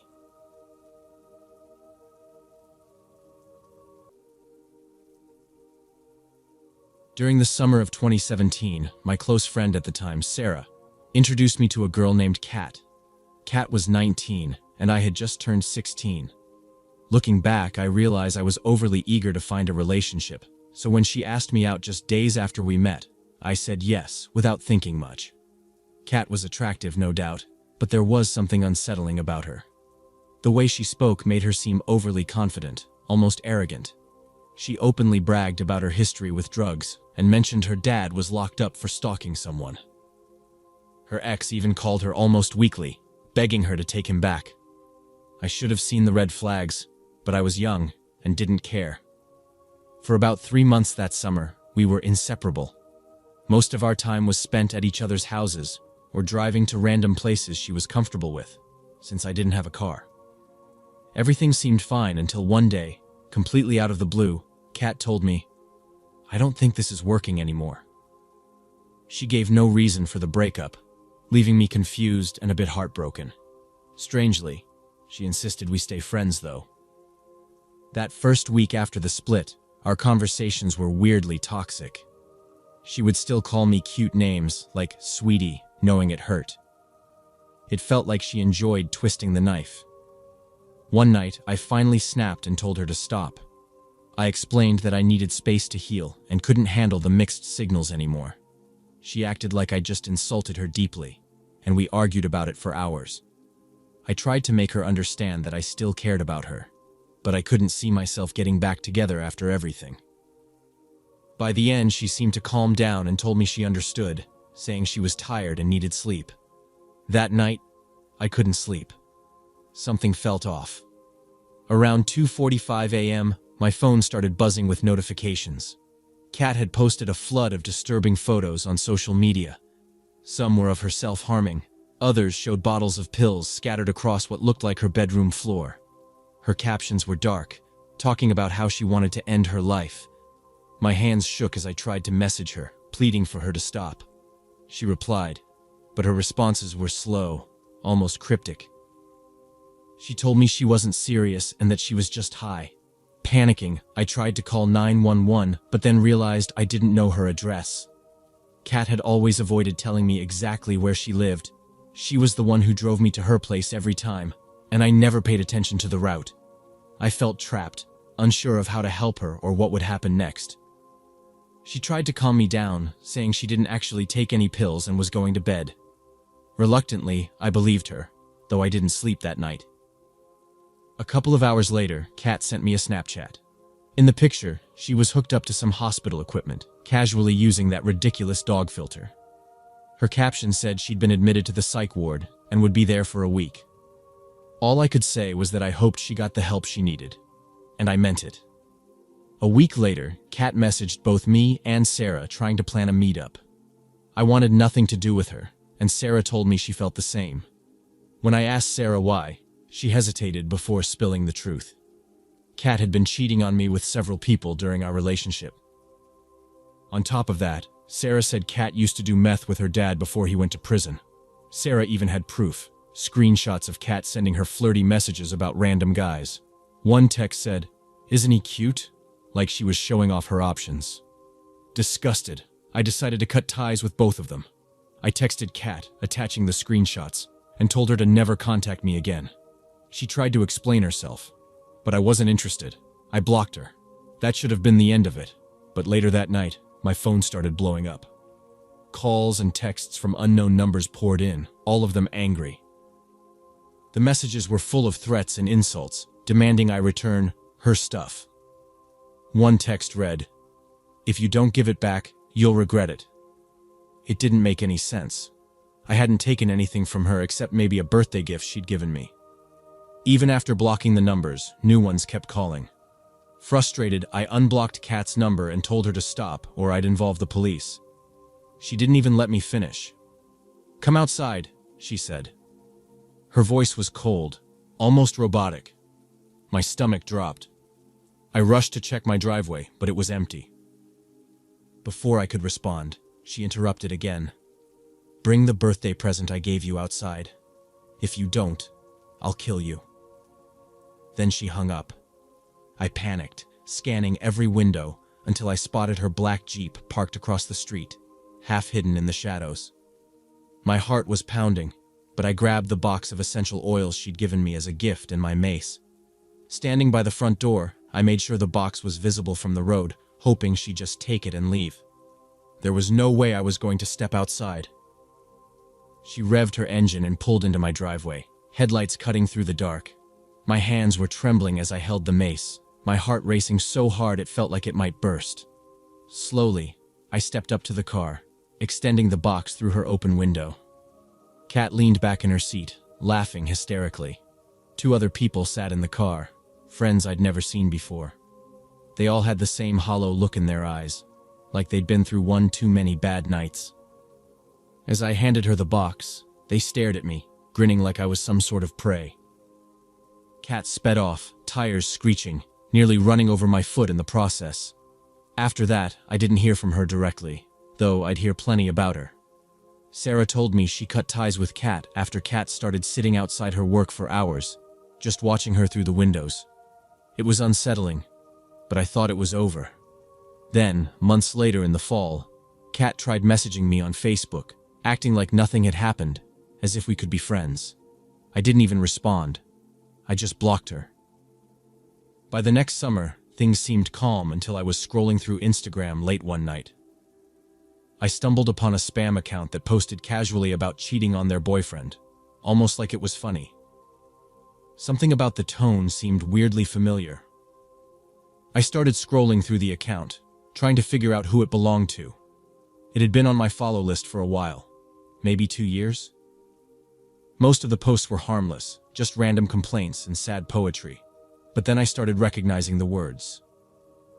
Some of the poems were about moments I'd shared with Kat, days I thought were private and happy, but others were darker, far darker. There were detailed entries about killing me, ripping my heart out because I didn't deserve it. My stomach dropped. The descriptions were graphic, almost surgical, as if she had it all planned out. I felt sick. I couldn't understand how someone could hold on to that kind of rage for so long. I didn't go to the cops. My parents never liked getting the police involved in anything, but I was terrified. Instead, I messaged Kat directly, demanding she delete the account and leave me alone. She didn't deny it was hers. Instead, she laughed, saying I had no control over her life anymore. My friends and I reported the account repeatedly until Instagram finally took it down. Even though it's gone, the posts still haunt me. Some nights, I lie awake replaying the words in my head, wondering how serious she was. The poems weren't just vague threats. They outlined exactly how and where she'd do it. It was like reading a twisted script. About a year ago, I finally told my mom about everything when a package arrived at our house. It was from Kat. Another box of those essential oils, this time worth way more than the last. Inside was a note that read, "I hope you still love these like I still love you." My mom brushed it off, saying they were just words and I shouldn't overthink it. But even now, every time I see a black Jeep parked nearby, my heart skips a beat, and not in a good way.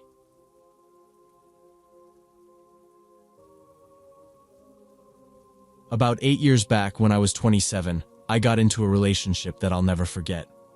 I met this girl, Lily, through my buddies Matt, Josh, and Chloe, and it clicked almost instantly. Lily and I shared so much in common that we began dating pretty quickly. My friends loved playing matchmaker and were thrilled to see us together. Things started off amazingly, and soon she was staying at my place 3 or 4 nights a week. My apartment was on the 7th floor of a high-end building, a little too pricey for my budget. But I juggled my expenses to make it work because having a decent place mattered to me. My last apartment was a cramped studio, and I couldn't imagine bringing Lily there without cringing. One night, maybe her 4th or 5th time staying over, I woke up suddenly. My chest felt heavy, like I was being watched. Half asleep, I sat up and scanned the room. Nothing seemed off.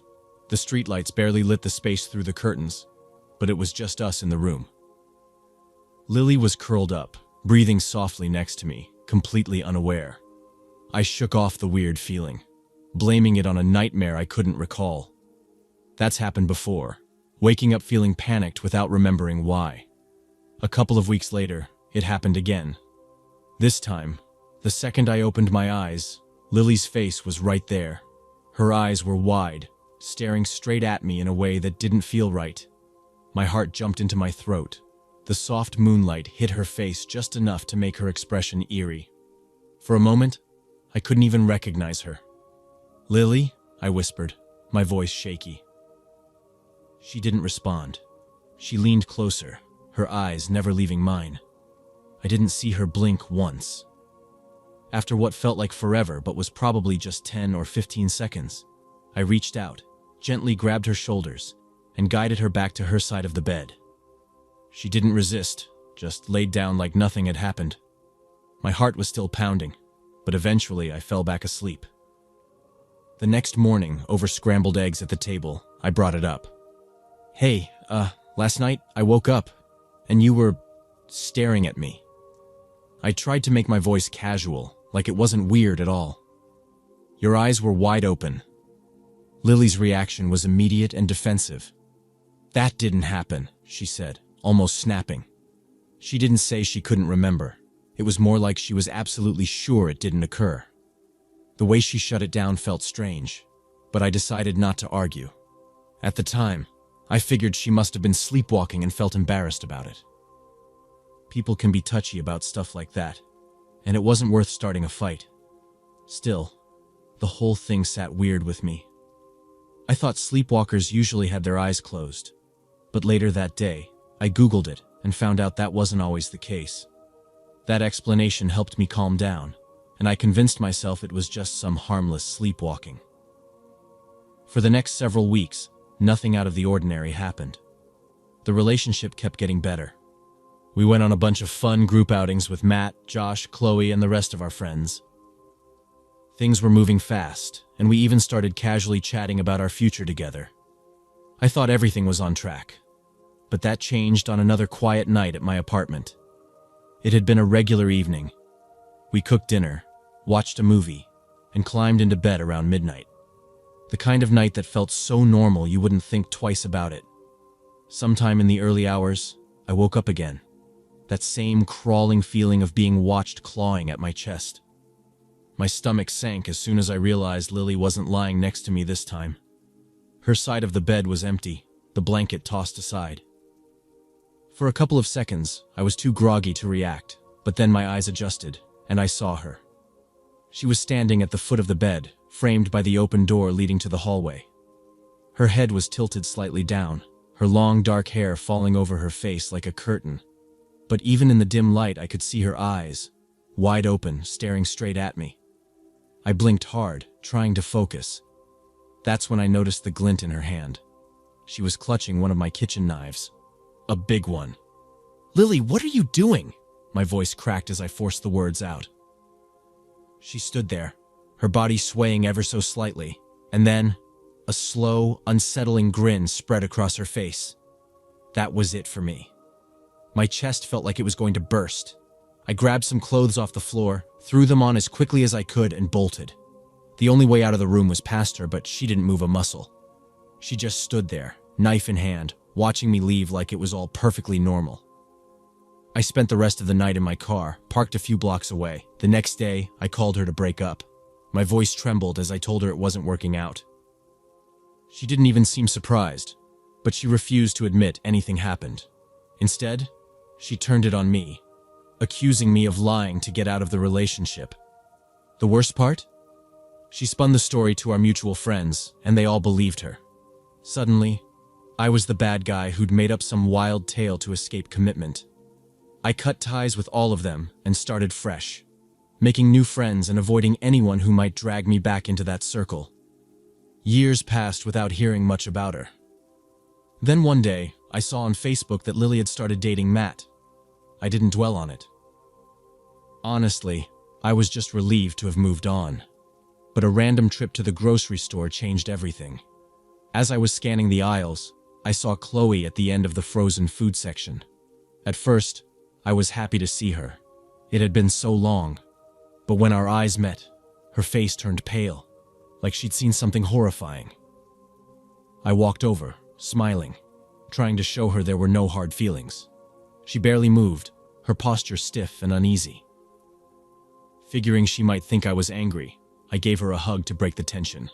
Instead of relaxing, she started crying. I led her out to the parking lot, away from the crowded store, so we could talk in private. It took her a while to calm down, but when she did, her words hit me like a punch to the gut. She told me that not long after Lily and Matt began dating, Lily had stabbed Matt while he was asleep. He hadn't survived. Chloe kept apologizing between sobs, saying how wrong everyone had been and how they should have listened to me. If they had believed me back then, she said, maybe Lily could have gotten the help she needed before it came to this. I didn't know what to say. I just stood there, numb, replaying everything in my head. The guilt stuck to me like a shadow. Even though I'd tried to warn them, I still felt like I could have done more. I've moved on since then, or at least I've tried. But there's not a day that goes by where I don't think about Matt and how he didn't get the chance to move on.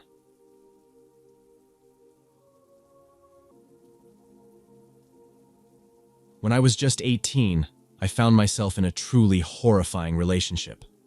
I had rushed into marriage with my boyfriend, whom I'll call Ryan.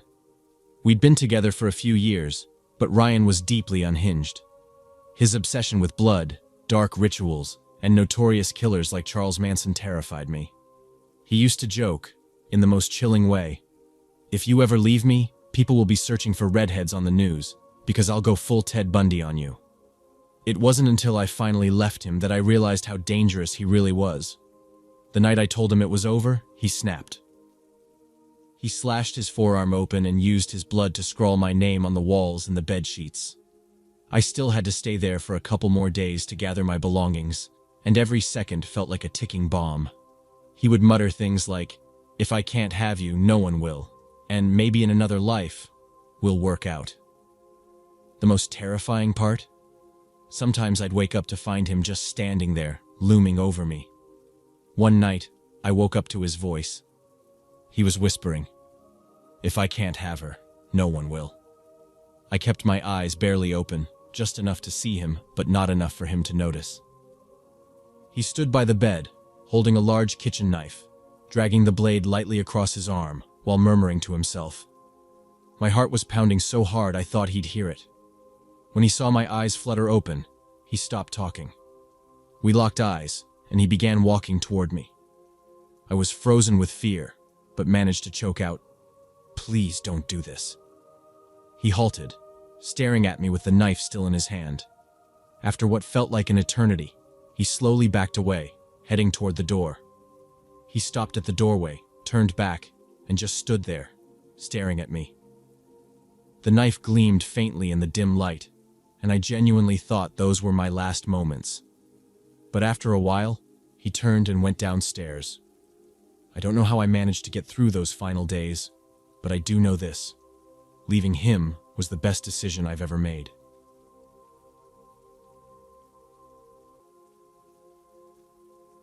About 2 years ago, I made a post on a forum, hoping to connect with someone new to help break the monotony of my life. I had recently ended a long-term relationship and wasn't ready for romance, but the idea of making friends sounded appealing. After chatting with a handful of people, only one connection stuck, and we eventually moved our conversations to email and Discord. His name was James, and he was in his early 30s. At first, everything seemed normal. James told me he'd never had a girlfriend before, which made me careful to set boundaries. I let him know up front that I wasn't looking for anything romantic. We started talking almost every day, and though he was kind, he sometimes asked for things that made me uneasy. He wanted my address to send gifts, but I always declined, explaining I didn't feel comfortable. He seemed understanding, though a little pushy, and I thanked him for the thought. After a few weeks, our conversations became overwhelming. If I didn't reply fast enough, James would flood my inbox with messages. He'd accuse me of ignoring him or say he thought I was with someone else. Once, he even joked about whether I was dead. Then, he somehow found my Facebook account. I hadn't given him my last name, and my privacy settings were strict, so that discovery sent a chill down my spine. On my birthday, James insisted on buying me a laptop. He said it would make it easier for us to stay in touch since I only had access to a computer during my work breaks. At first, I refused, but he was persistent. To avoid giving him my address, I suggested he could send money to my PayPal, and I'd buy the gift myself. It seemed like a safer option, so I agreed. But once he had my PayPal details, he started sending me money regularly. I didn't want to seem ungrateful, but the situation made me uneasy. My finances were tight at the time. I just had a car accident and was drowning in repair bills, so the extra money helped. He kept insisting that he was only doing what friends do, offering support when needed. I let it continue, though something about it all felt wrong. About 5 months into our friendship, James dropped a bombshell. He was in love with me. It's worth mentioning that I'd never seen James in person or even in a photo. He always dodged the subject, saying he was too embarrassed about his appearance. Still, he'd seen me. He knew what I looked like. That's when things got weirder. James started talking about his private habits in a way that crossed every boundary I thought we had. He even asked me to send him pictures for his use. I shut him down immediately, telling him I wasn't comfortable discussing such things. He'd send me recordings of songs he wrote about me or voice notes describing all the things he dreamed of doing to me. I told him my feelings were purely platonic, but he just wouldn't accept it.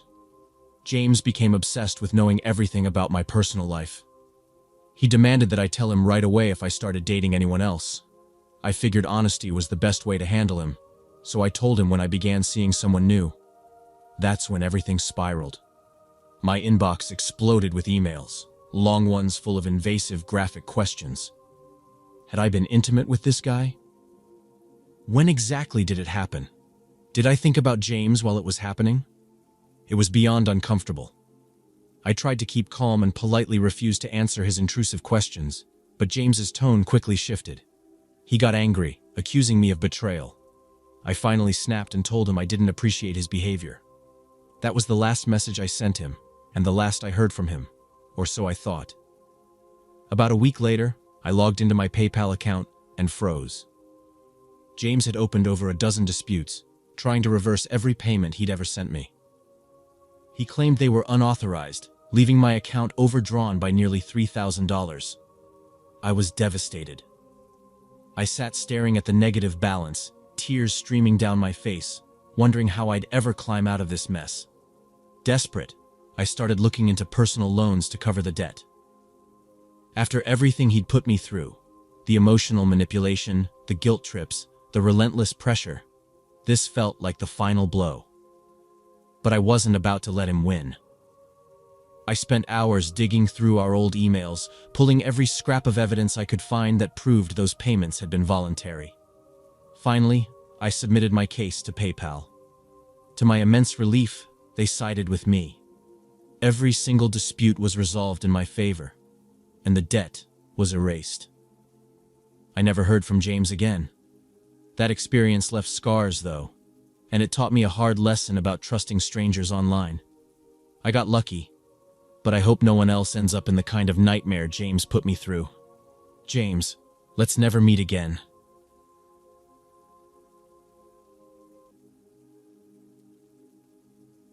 I've got 3 wild ex-girlfriend stories that still give me chills. The first one was a girl I worked with, and while her bipolar disorder wasn't the issue, her habit of going off her meds definitely was. One afternoon, completely out of nowhere, she walked over and punched me right in the arm. Luckily, the heavy work jacket we all wore cushioned the blow a bit, but it still left a nasty bruise and hurt like hell. Another time when she wasn't on her meds, she bit me. It wasn't playful or funny. She stood next to me for a few moments like everything was fine, then leaned over and sank her teeth into my arm. I'm not joking. If it hadn't been for that jacket, I'd probably still have a scar. She didn't last much longer at the job after that incident. The second story is shorter but still creepy in its own way. I don't remember much about her, other than thinking she was sweet at first. Turns out she wasn't just rude, she had a stalker side too. After I broke things off, my sister-in-law told me she'd caught her standing outside my house late at night, just staring. She didn't approach or knock, she just stood there on the curb. My sister-in-law started walking her dog at night just to see if she'd show up again, but eventually, the girl stopped coming around. I don't know if she got scared off or just moved on to someone else. The third story happened back in 1986 or maybe 1987. My mom had hired a woman to help clean the house, and she seemed friendly enough. We started talking while she worked, and one thing led to another. We dated for about 6 months. At first, everything felt great. I thought she was different. But as time went on, I began to notice things about her that didn't sit right. My family had apparently seen her true colors from the start, but didn't know how to tell me without pushing me away. By the time I realized something was off, I was already in deep. She was my third real relationship, and I guess that blinded me to how bad things really were. We never had those little romantic moments that make a relationship feel real. No cuddling on the couch, no casual kisses. There was one time we took a shower together, but even then, she wouldn't let me touch her, not even to help wash her back. In 1987, I moved closer to Los Angeles from Oceanside to learn how to drive semis. She was working at a bar in LA at the time. One day, while we were on the phone, she told me she had quit her job. When I asked why, she said it was because she knew I wouldn't like her commuting so far. That didn't sit right with me, so I asked if she had a backup plan. She said no, but added that I could just take care of her. That was the final straw for me. I showed her the door. Things only got worse from there. She had no sense of boundaries or respect for other people's things. My mom's boyfriend's youngest son lived with us for a while, and he explicitly told her to stay out of his room. Of course, she ignored him and went in anyway, even throwing out some of his stuff without asking. Another time, we visited one of her friends, and she let their cat outside, even though her friend had specifically told her the cat wasn't allowed outdoors. She just didn't care. Her behavior around birthdays was another mess. I once got a small gift and a card for someone else, and she completely lost it, saying she deserved it instead. Later, after we broke up, my mom admitted she had never liked her. Apparently, she was more about looking busy than actually cleaning when she worked for my mom. My mom eventually fired her, but that didn't stop her from hanging around. For months after we broke up, she kept showing up at my house, begging me to take her back. She'd cry about how I needed her, how we belonged together, and how I was ignoring her feelings. It went on for 4, maybe 5 months. I tried to be polite at first, telling her I didn't feel the same way anymore. But when she kept pushing, I finally snapped and told her, "I don't care about your feelings. You never respected me or anyone else. I don't think you even know what love is." That seemed to do the trick, and she stopped coming around. By December 1989, I'd had enough of California and decided to leave for good. I never saw or heard from her again after that, and honestly, I can't say I miss her.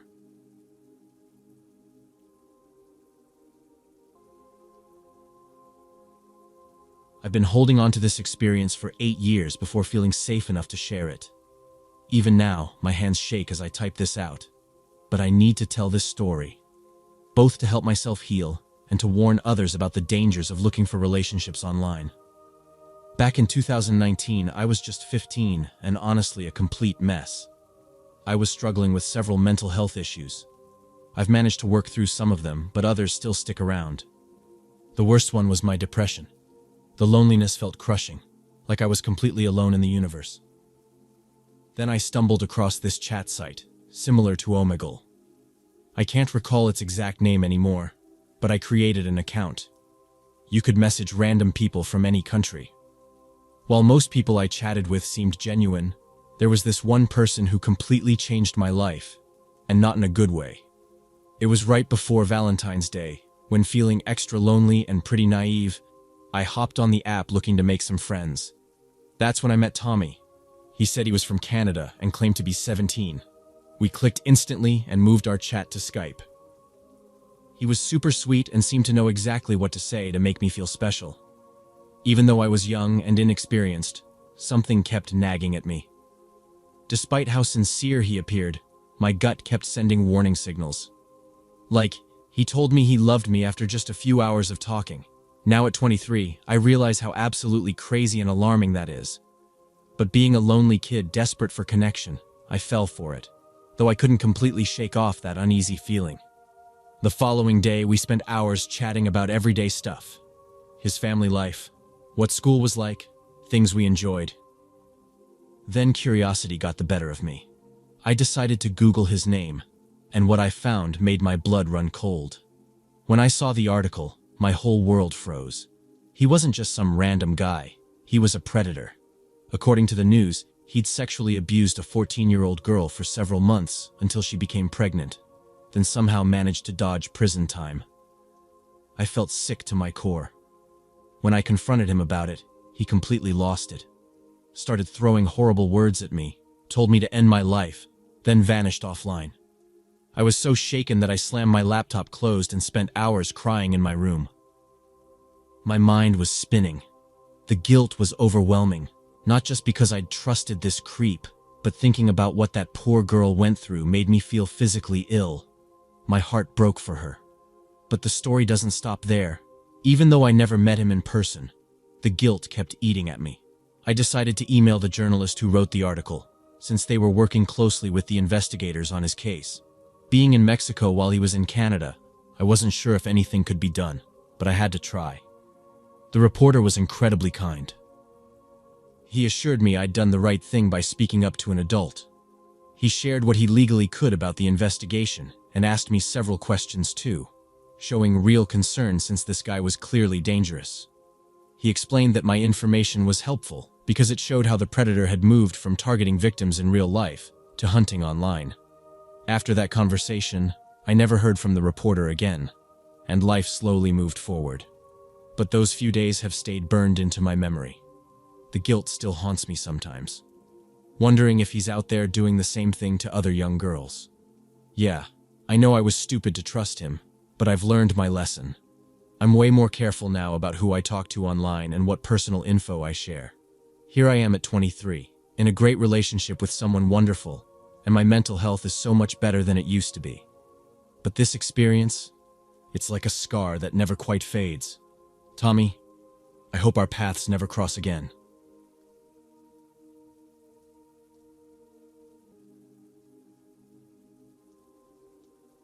This happened roughly 3 years ago, back in 2021. A little context first. I dated this girl, Emily, for about 7 months. It wasn't a long relationship, but things moved fast, like really fast. At first, it was incredible. She was sharp, hilarious, and seemed to understand me in ways no one else had. But then, around month 2, she dialed everything up to 100, and things got chaotic. Emily became ridiculously possessive. She started insisting I avoid talking to any of my female coworkers, which was impossible since my boss was a woman. Then, she had a meltdown because I called my mom on her birthday. She claimed she should be the only woman I cared about. There were other signs, but these were the ones that screamed, "Get out." So, I did. I ended things, and not surprisingly, she didn't handle it well. For weeks, she bombarded me with texts. It was like 100 a day at first, then eventually tapered off to just a few a week. I thought that was a good sign, like she was finally letting go. But the first time I saw her after the breakup, things took a weird turn. It was about 3 months later. I was at Target grabbing some groceries and cleaning supplies. I turned into an aisle, and there she was, standing by the shelves, staring at a box of cereal like it was the most important decision of her life. My heart sank. I hadn't seen her since the breakup, and every instinct told me to walk away. But I thought that might look childish, so I decided to say something. I managed a quick, "Hey Emily, long time no see." She seemed genuinely caught off guard but smiled and said, "Oh wow, hi, it's been a minute." We exchanged the usual awkward small talk. She commented on how I looked, I asked how work was going, and then I politely said I needed to finish my shopping. We said goodbye, and I felt relieved. But as I headed to the self-checkout, I noticed this guy standing near the end of the registers. He was watching me. Not just a casual glance, but a focused, intense look. I figured he was just one of those overly dedicated employees making sure no one was stealing. I scanned my stuff, paid, and was about to leave when the man stepped directly in my path. He blocked me, forcing me to stop. His badge read, "Store Manager." He didn't waste any time. "Sir, can you come with me, please?" he said firmly. I froze. "What's going on?" I asked, trying to keep my voice steady. His expression didn't change. "Just come with me," he repeated. Something about his tone made me nervous, but I followed him. He led me to a small office near the back of the store and closed the door behind us. That's when he turned to me, his face serious. "We've had a report that you were shoplifting. They said you shoved something into your pockets and even down your pants," the manager said, his tone sharp. I blinked in shock, trying to process what I'd just heard. "That's insane," I stammered. "I didn't take anything." He gave me a look that screamed skepticism and asked if he could check my bags and pockets. I agreed immediately. Sure, I could have refused, could have argued that this violated my rights, but I was too rattled by the accusation. My instinct was to clear my name. I handed over my bag, flipped my pockets inside out, and even shook out my pant legs. I wanted to make it crystal clear they were wrong. After an awkward few minutes of rummaging through my stuff, the manager muttered a half-hearted apology and let me go. As I stepped outside, still fuming, I spotted Emily leaning casually against her car. She was watching me with this smug, almost sinister grin plastered across her face. That's when it hit me. She was the one who reported me. It had to be her. Why else would she just happen to be there watching? But why go to such lengths? Was this her way of getting back at me for the breakup? It felt childish and cruel, but I shrugged it off, deciding she wasn't worth my anger. If she wanted to stoop this low, it said more about her than me. But then, just when I thought things were done, the posters appeared. About a week later, as I was heading out to my car, I noticed a piece of paper stapled to a nearby utility pole. Curious, I walked over and froze. It was a picture of me. My face, front and center, with bold letters above it. "Warning, this man is a cheater and a thief." My stomach twisted as I kept reading. The poster listed a bunch of outrageous claims, saying I was abusive, that I'd stolen from her, and other wild lies. My hands shook as I tore it down. My mind raced. It had to be Emily. Who else would do something like this? But as much as I hated it, I couldn't prove it was her. On my drive to work that morning, I saw more of them. They were plastered on streetlights, telephone poles, and bus stops. Each one stared back at me, mocking me with its lies. I wanted to stop and rip every single one down, but I couldn't. I was already running late. Instead, I prayed that rain or wind would deal with them for me. Part of me wanted to call the police, but what could I even report? Hi, yes, my ex is putting up slanderous posters about me around town. It sounded ridiculous, and without proof. What could they do? My frustration boiled over when I tried to confront Emily. I couldn't find her on Facebook, which meant she'd blocked me. My texts and calls wouldn't go through either. She'd cut me off entirely. I sat in my car that night, fists clenched on the steering wheel, feeling powerless. Emily had won this round, but I had to let it go, for my own peace of mind. Or at least, I told myself I did. The breaking point came about 4 days after the posters started showing up. I'd had a long day at work and just wanted to shut my brain off for a while. By the time I dragged myself into the living room, it was already late, close to midnight. I sat on the couch, zoning out in front of the TV, trying to unwind. Around 12:30, I decided I'd better head to bed, But as soon as I stepped into my room, something felt wrong. It was this gnawing sensation, like something was out of place, but I couldn't put my finger on what. I shook it off and went to check the windows. Locked. Then I double-checked the front door. Also locked. Yet, the feeling wouldn't go away. When I walked back into my bedroom, my gaze landed on the closet. That's when the uneasiness spiked. I can't explain it, but something inside me screamed that I needed to check. My closet's not huge, but it's a decent-sized walk-in tucked into the far corner of the room. I hesitated before gripping the handle and pulling the door open. Standing there, in the middle of my clothes, was Emily. Her grin stretched wide, like she'd just won a game I didn't know I was playing. I froze, my heart hammering. "What the hell are you doing here?" I demanded, my voice cracking. She didn't answer. Instead, she tilted her head to the side, her grin never faltering. Then, with a little laugh, she said, "Oh, hi there." And before I could even process what was happening, she bolted. She pushed past me and sprinted out of my apartment. For a moment, I just stood there, stunned. It felt like my brain short-circuited. Then reality hit, and I scrambled to grab my phone and call the cops. They arrived pretty quickly, but by then, she was long gone. I explained what had happened, and they took a report. I also contacted my building manager first thing the next morning to have the locks changed. The scariest part? I still don't know how she got in. To this day, it's a complete mystery. After that night, Emily vanished from my life. No more texts, no posters. No running into her at Target. It was like she'd been erased from existence.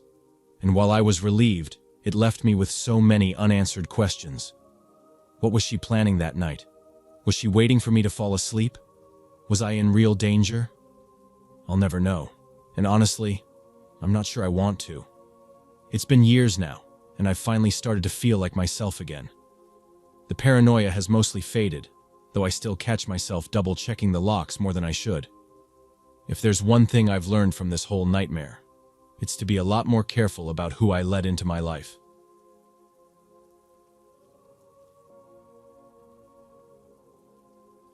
I was in my first year of college when it happened, but this started years before. In high school, I dated this guy, Alex.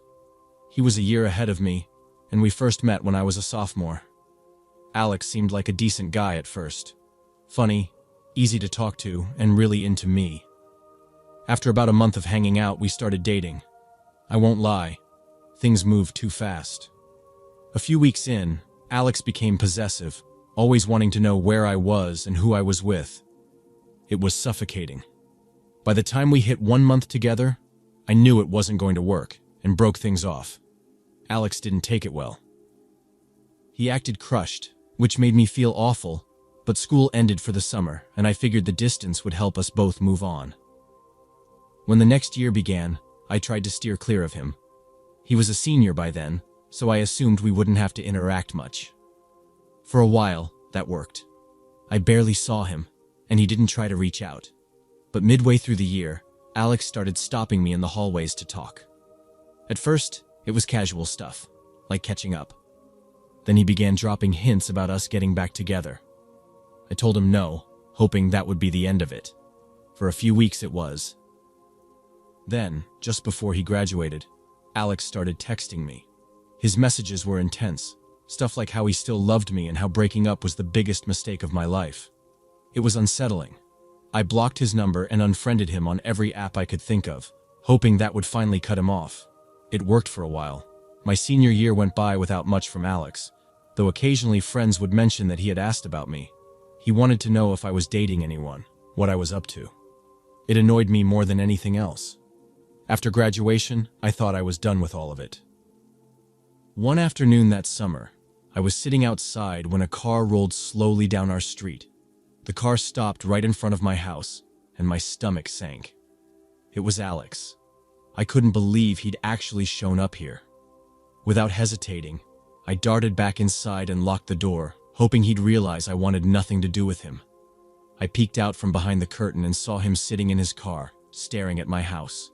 He stayed there for what felt like forever, probably just a minute or two, before driving off. Even after he left, I couldn't shake the unease. Why had he come here? What was he planning? Later that night, just as I was starting to relax, my phone buzzed. It was almost midnight, and the call was from an unknown number. I ignored it, but the phone kept ringing. They called again and again. On the fourth try, I finally picked up, more annoyed than scared. A familiar voice came through the line. "We need to talk." My chest tightened. It was Alex. Before he could say another word, I hung up and blocked the number. My relief lasted all of 30 seconds. A loud, sudden pounding on my bedroom window made me jump. I turned and saw Alex standing outside, his face twisted with rage. Panic kicked in, and I sprinted out of my room to find my dad. Luckily, he was still awake. I barely managed to explain what was happening before we both heard the sound of shattering glass. My dad followed me back to my room just in time to see Alex climbing through the broken window. He was holding a baseball bat, and his eyes were wild. He lunged toward us, but my dad slammed the door shut and leaned against it, yelling at me to call the cops. My hands were shaking as I dialed. Alex didn't stay long. We heard him retreating back out through the window before the police even arrived. They found broken glass and a few of his things he'd dropped during his escape. It didn't take long for them to track him down. After that night, I filed a restraining order, hoping it would keep him away for good. I still feel uneasy in my own home, but I'm trying to move on. I just pray Alex finally understands I'm done with him.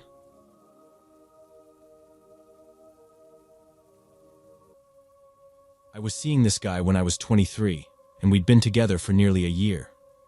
At the start, things were great.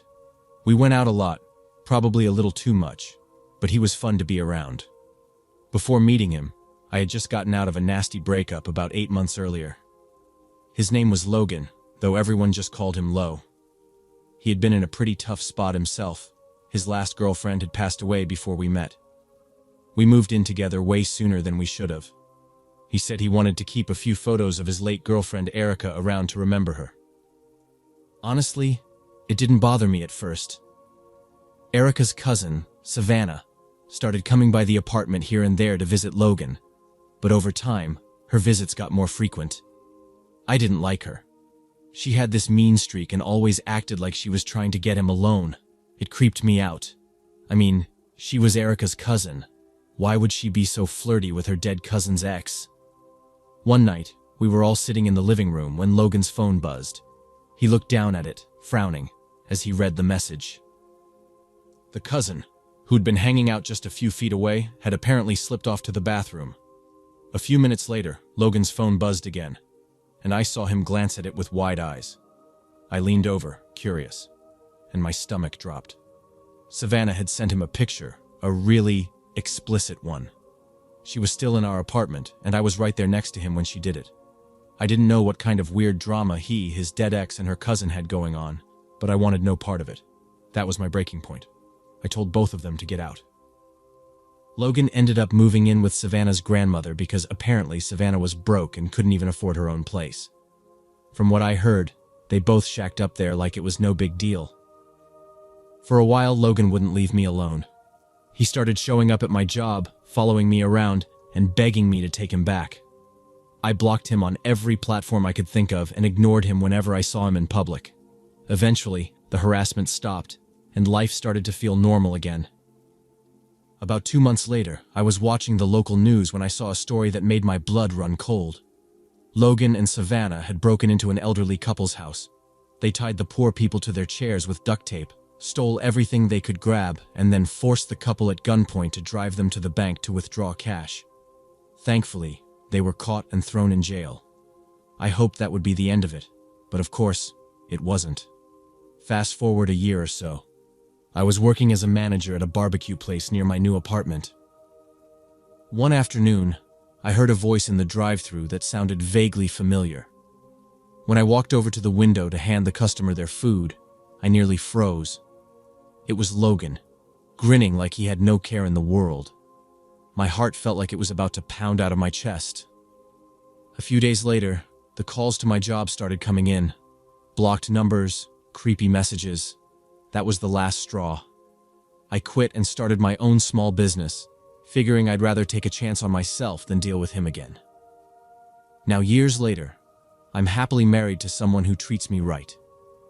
My husband and I have been together for 12 years, and I couldn't be happier.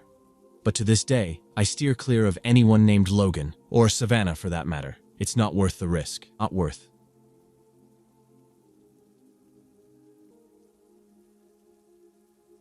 It was about 14 years ago on the East Coast that I lived through my unsettling story with someone who became my stalker. I was a 26-year-old woman at the time, renting my first little apartment all by myself. I wasn't into the dating scene much since I was juggling part-time work in college. My focus was on getting my life together, not romance. But as Valentine's Day got closer, a coworker suggested I meet her friend, a guy named Ben. She thought we'd hit it off. Ben and I talked over the phone for a few days before deciding to meet in person. When he showed up, he brought roses and a box of chocolates. He didn't waste time either. He told me right away how much he liked me, even calling me his girl. I remember feeling a bit uneasy about that. It seemed too much for a first meeting. But he had this warm smile and was undeniably good-looking, 6'2", compared to my 5'4". So, I ignored the awkwardness, thinking maybe I was overanalyzing. For the next month or so, we spent time together, but I started noticing odd things about him. Ben was quiet around anyone else, like my friends or family, even when they tried to talk to him. Yet he was overly curious about my life, constantly asking where I was and who I was with. If I wasn't free to hang out, he'd get upset. He wasn't violent, but his possessiveness was growing. About a month in, he said he loved me, which felt rushed. I nervously laughed it off, hoping he was kidding. Then came the night he went down on one knee and asked me to marry him. I was stunned. We'd only been dating for 2 months, and he didn't even have a ring. I told him we weren't ready for something so big, especially not like this. He didn't back down, insisting we could head to the courthouse that week and he'd get a ring later. I shut that down, saying we'd cross that bridge when it felt right. But just a week later, he tried again. Still no ring, but the pressure was even stronger this time. That's when my uneasiness turned into real fear. Ben's clingy behavior was getting worse, and I realized he wanted to control every part of my life. I told Ben we should take some space, saying I was swamped with work and school. At first he went quiet, and for a second I thought he might lose it. But then, out of nowhere, he smiled and agreed we could take a break. For a couple of days, I didn't hear from him, and I started thinking maybe he'd moved on. That hope was crushed when I got home one night and found him sitting on the stairs outside my apartment. I froze, and all I could think to ask was what he was doing there. His answer? Just waiting for you, with that same creepy smile. I told him he needed to leave, and after a moment, he got up and walked off. But that wasn't the end of it. Soon he was showing up at my place at all hours. If I saw him through the peephole, I'd stay silent, pretending I wasn't home. He'd knock for ages, leave for a little while, and then come back to do it all over again. It got so bad I started hiding at my neighbor's place until he gave up and left. He started blowing up my phone too, calling non-stop. I just ignored the calls, hoping he'd take the hint. Finally, after 2 months of this nightmare, he seemed to vanish. No calls, no surprise visits. It was like he'd disappeared. I felt such a wave of relief, thinking he'd finally moved on. But 3 months later, I got a call from a number I didn't recognize. When I picked up, it was Ben. He sounded casual, like we were old friends catching up. He asked how I was doing and said he wanted to come over. Then, out of nowhere, he mentioned that he'd told his mom about me, and she was excited to meet me. That set off every alarm in my head. I told him in no uncertain terms to lose my number and leave me alone. But instead of listening, he took it as encouragement. He started knocking on my door again, sometimes late at night. I had my friends and family tell him to leave every time he showed up. He always acted polite, saying he understood and wouldn't come back. But then he'd return anyway. The third time was different. My best friend was with me and I asked her to tell him I wasn't home. He smiled like always, but then asked if he could come inside to wait. When she said no, he tried to push his way in. My friend shouted my name, and I ran to help her push the door shut. My hands were shaking as I yelled at him through the door, saying I'd call the cops if he didn't leave and that he needed to stay away for good. He muttered something under his breath, but I couldn't make it out. Then I heard the sound of him stomping down the stairs. I never ended up calling the police that night, and it's a decision I still kick myself for to this day. Fast forward about 6 months. It was a sunny Saturday, the kind of day that feels so normal you'd never expect something bad to happen. My younger sisters, who were 17 and 15 at the time, were visiting me. I had a brutal migraine, so I was lying in bed trying to sleep it off. Living alone, I usually kept my bedroom door open to hear what was happening around me. From my room, I could hear them chatting about some Tom Cruise movie. Man in the Sky, I think it was called. Outside, kids were laughing and playing.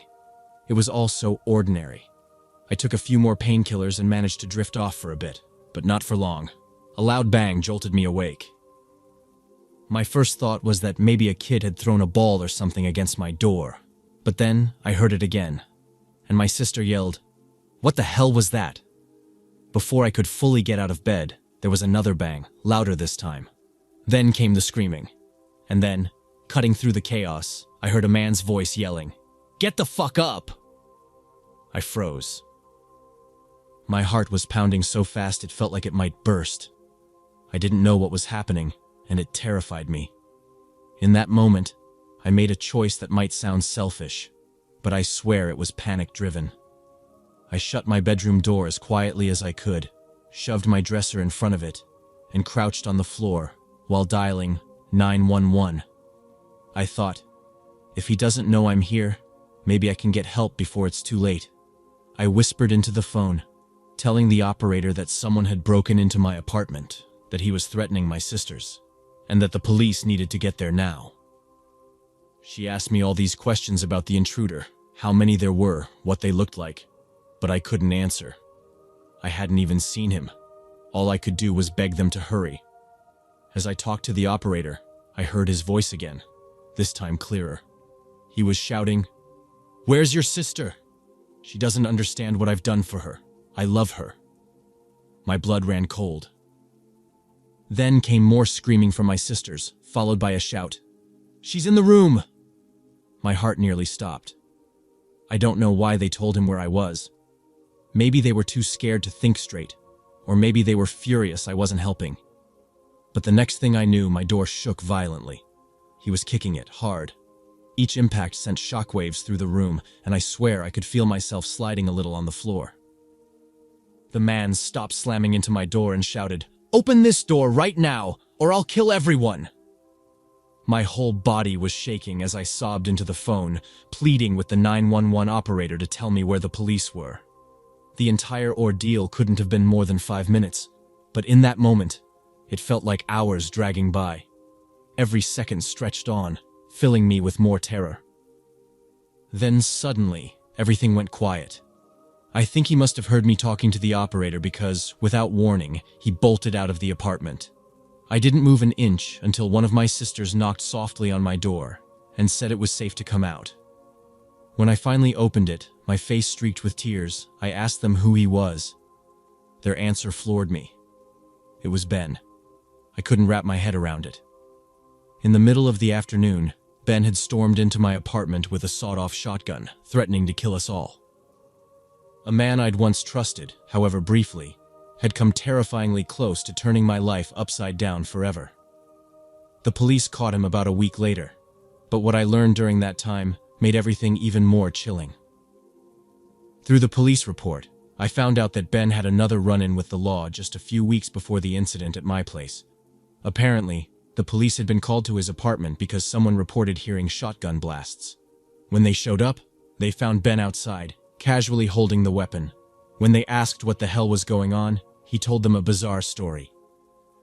He said someone had broken into his apartment, stolen his stash of weed, and cut off the tip of his tongue. It was too ridiculous to believe, but all the police did was give him a ticket. Eventually, I helped the authorities track him down by finding an address for one of his relatives in an old phone book.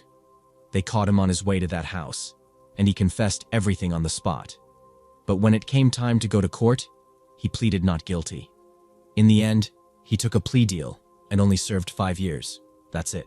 That's 5 years for breaking into my home with a gun and threatening to kill my family. After the trial, I packed up my life and moved to a different state, hoping to leave it all behind. But the nightmare wasn't over. I later found out that when Ben was released, he moved into a halfway house directly across the street from my old apartment. I was long gone by then, but the idea of him being so close to where it all happened still haunts me. It's been more than a decade, but I still live with the fear. I change my phone number every year, move to new places constantly, and carry pepper spray and a taser wherever I go.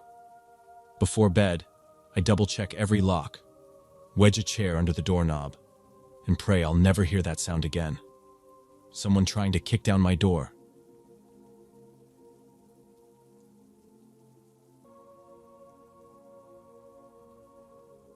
A bit of background first. This happened around the early 2000s. I was 25, still figuring things out in life. Back then, I was dating a girl named Sarah. We'd been together for about 2.5 years, and I thought things were going well. We didn't live together yet.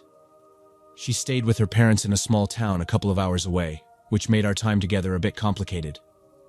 But we made it work. We hadn't had any deep talks about the future, no serious plans about marriage or starting a family. It felt like we were just coasting, enjoying each other's company without too many expectations. From my perspective, everything seemed fine. We met up regularly, texted often, and had our routines. I wasn't in a rush to change anything. Maybe I had the idea of us moving in together someday, but I figured there was no need to push it. This whole thing kicked off with something as silly as a lottery ticket.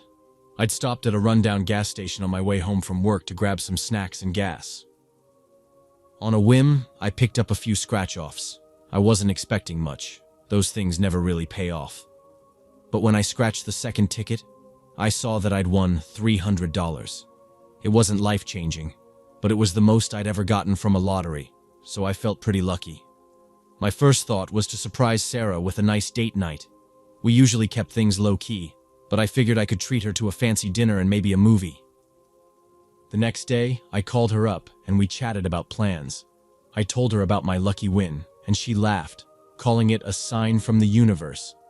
I joked along with her, not realizing she might actually believe it was something more. Looking back, I should have picked up on the way she said it, like it really meant something. But at the time, it seemed harmless. It wasn't until that Friday night, when we went out, that I started to realize she was serious about the whole fate thing. I got dressed in what I thought was decent, a button-up shirt and my cleanest jeans. Honestly, I wasn't exactly stylish, but I did my best. As I drove to pick her up, I remember thinking about how good things felt. I thought it would be a simple night out. Little did I know, that night would change everything. I pulled up to Sarah's place right on time, shooting her a quick text that I was outside. When she walked out the door, I couldn't help but smile. She'd really gone all out. Her hair was curled, and she was wearing a sleek black dress that made me realize just how out of my league she looked compared to my plain outfit. Still, her smile when she saw me eased my nerves. We both seemed excited about the night ahead. Dinner first, then a movie. That was the plan. I suggested something simple, but Sarah had her heart set on a more upscale place downtown.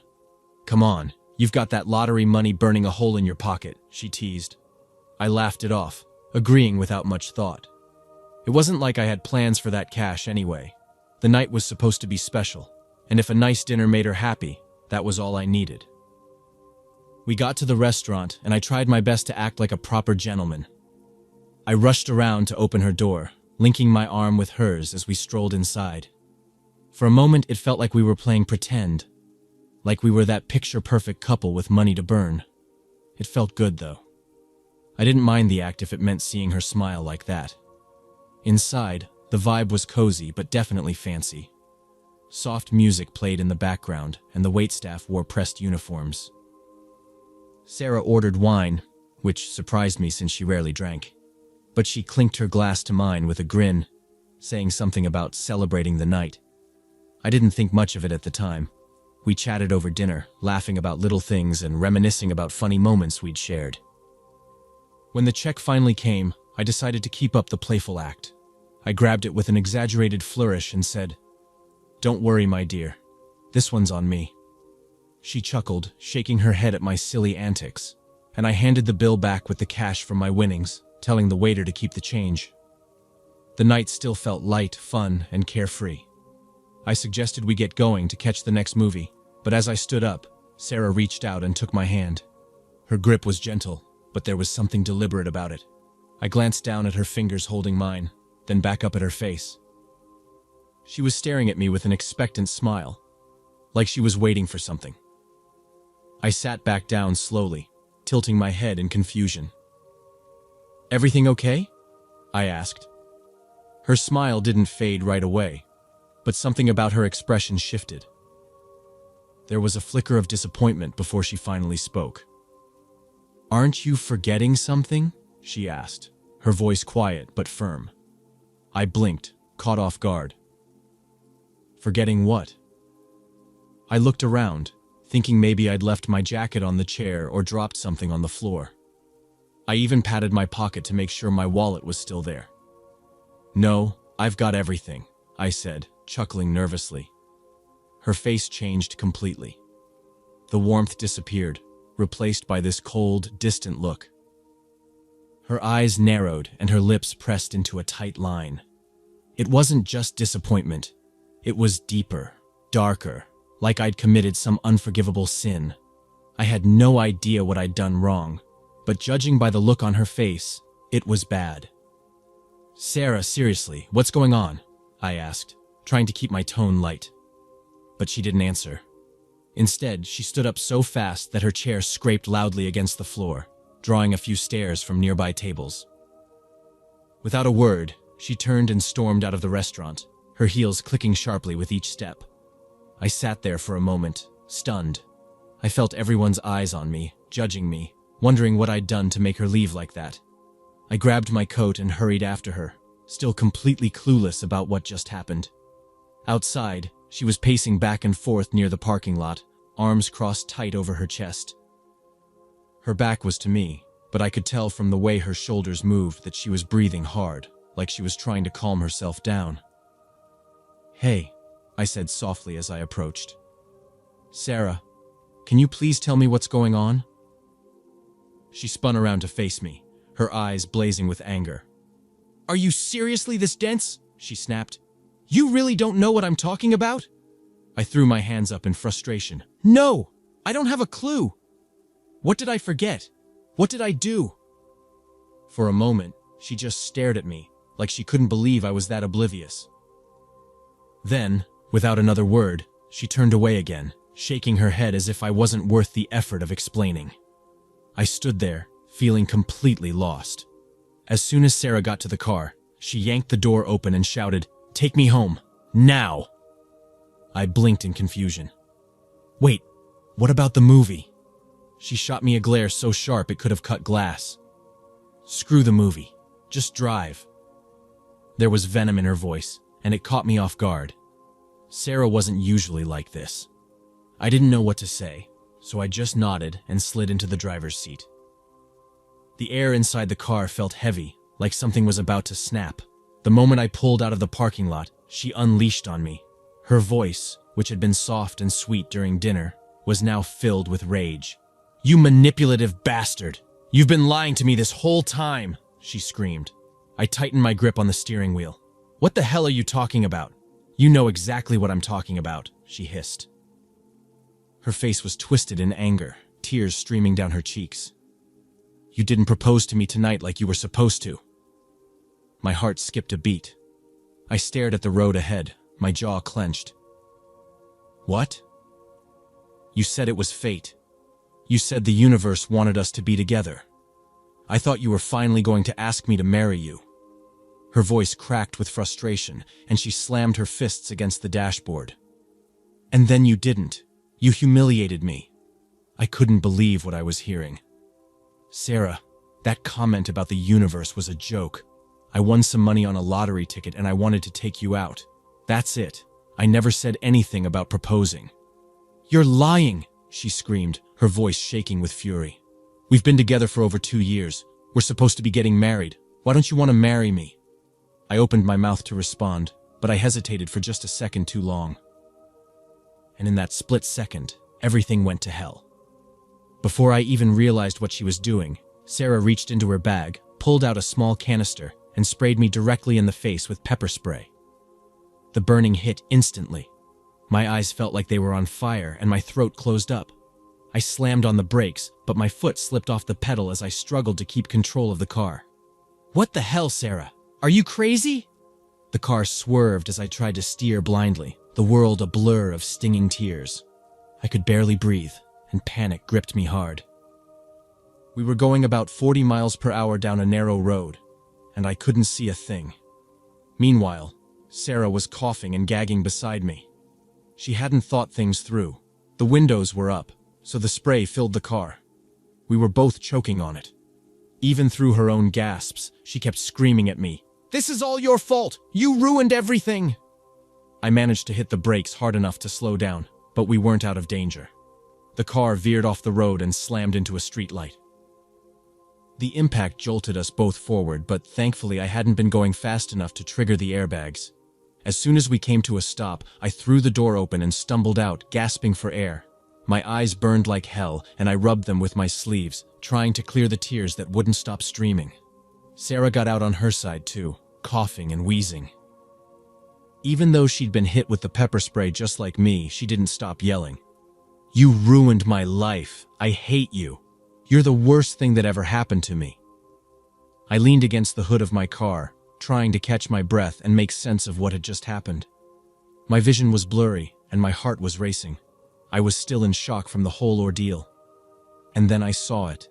Flashing red and blue lights reflecting off the broken streetlight. A police cruiser pulled up, and an officer stepped out, looking between me, Sarah, and the wrecked car. His expression was a mix of confusion and suspicion. Great.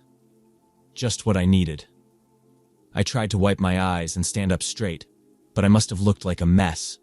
Face red, eyes swollen, still coughing from the pepper spray. Sarah wasn't much better. She was pacing back and forth, still ranting about how I'd ruined her night, her life, and probably the entire universe. The officer approached cautiously, hand resting on his belt. "Evening, folks. Care to explain what happened here?" I opened my mouth, but I had no idea where to even begin. I took a deep breath, trying to focus on staying calm as the officer stood in front of me, waiting for an explanation. We're dating," I started. My voice was rough from all the coughing. "We had a fight, and she, sprayed me with pepper spray while I was driving." Behind me, Sarah was still pacing, coughing between angry outbursts. She was ranting about how I'd ruined her life, how she couldn't believe she'd wasted 2 years on me. Her words didn't make much sense, but she wasn't holding back. The officer glanced between us, his expression shifting from suspicion to mild disbelief. "She pepper sprayed you while you were driving?" "Yeah." I nodded, rubbing my eyes again. "That's why we crashed. I couldn't see." For a moment, he looked like he wasn't sure whether to laugh or arrest someone. But thankfully, my calm tone seemed to help. He radioed for a tow truck, and after a long, awkward wait by the side of the road, we both got a ride back to my place. Once the officer left, I turned to Sarah. Despite everything, I still felt a tiny shred of hope that we could talk it out. "Do you want to come inside and, I don't know, figure this out?" She didn't even hesitate. Her hand came up fast, and before I knew it, she slapped me hard across the face. My cheek stung, and for a second, I just stood there in shock.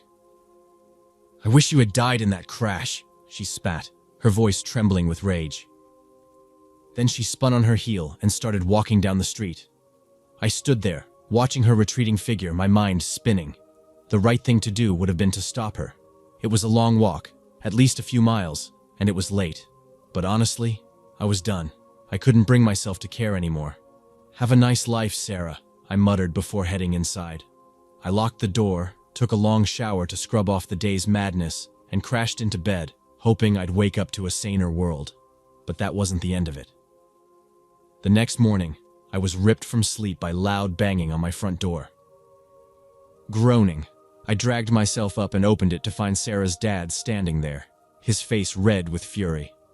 Sarah stood behind him, sobbing quietly, her eyes puffy and red. "What do you want?" I asked, my voice still groggy. Her dad wasted no time. "You almost killed my daughter, you reckless piece of crap. What kind of man leaves a woman to walk home alone in the middle of the night? You should have driven her home after your little tantrum." I leaned against the door frame, rubbing my temples as his words washed over me. When he finally paused to catch his breath, I looked him dead in the eye and said, "Did she tell you she pepper sprayed me while I was driving?" His rant stopped dead in its tracks. He turned to Sarah, confusion and shock spreading across his face. "Wait, what? She didn't tell you, huh?" I asked, my tone dry. "Yeah, she pepper sprayed me while I was driving down a busy street. That's why we crashed." Her dad's expression shifted again, now laced with disbelief. "Sarah, is that true?" Sarah's head dropped, and she gave the tiniest nod. "Why?" he asked softly, almost like he couldn't believe he was saying the word out loud. "She was mad because I didn't propose to her at dinner," I explained. "Apparently she thought I was supposed to get down on one knee and ask her to marry me because I made a joke about fate." Her dad turned back to me, then back to Sarah. He let out a heavy sigh, the kind that comes from someone who's completely out of patience. "Is that true?" Sarah barely whispered. "Yes." He shook his head, rubbing his temples just like I had. After a long pause, he looked at me with tired eyes. "I'm sorry." Then he turned to Sarah. "Let's go." I watched them walk back to his car, the tension draining out of me with each step they took. I stood there for a few minutes after they left, just processing everything. That was the end of it. Sarah tried to call me a few times after that to apologize, but I wasn't interested. I answered once to tell her that she could have killed us both with what she did, and that there was no way I could ever be with someone who'd do something so reckless over a misunderstanding. After that, I blocked her number. In the end, I wasn't hurt, and neither was she. But we both got to experience what it feels like to be pepper sprayed, not something I'd recommend to anyone. The car repairs cost me a small fortune, but thankfully the damage wasn't too bad. I moved on. Met someone new. We've been married for a few years now, and I've never been happier. I hope Sarah found someone who shares her views on fate. I hope she found her soulmate, and I hope she never sprays another boyfriend in the face over a missed proposal.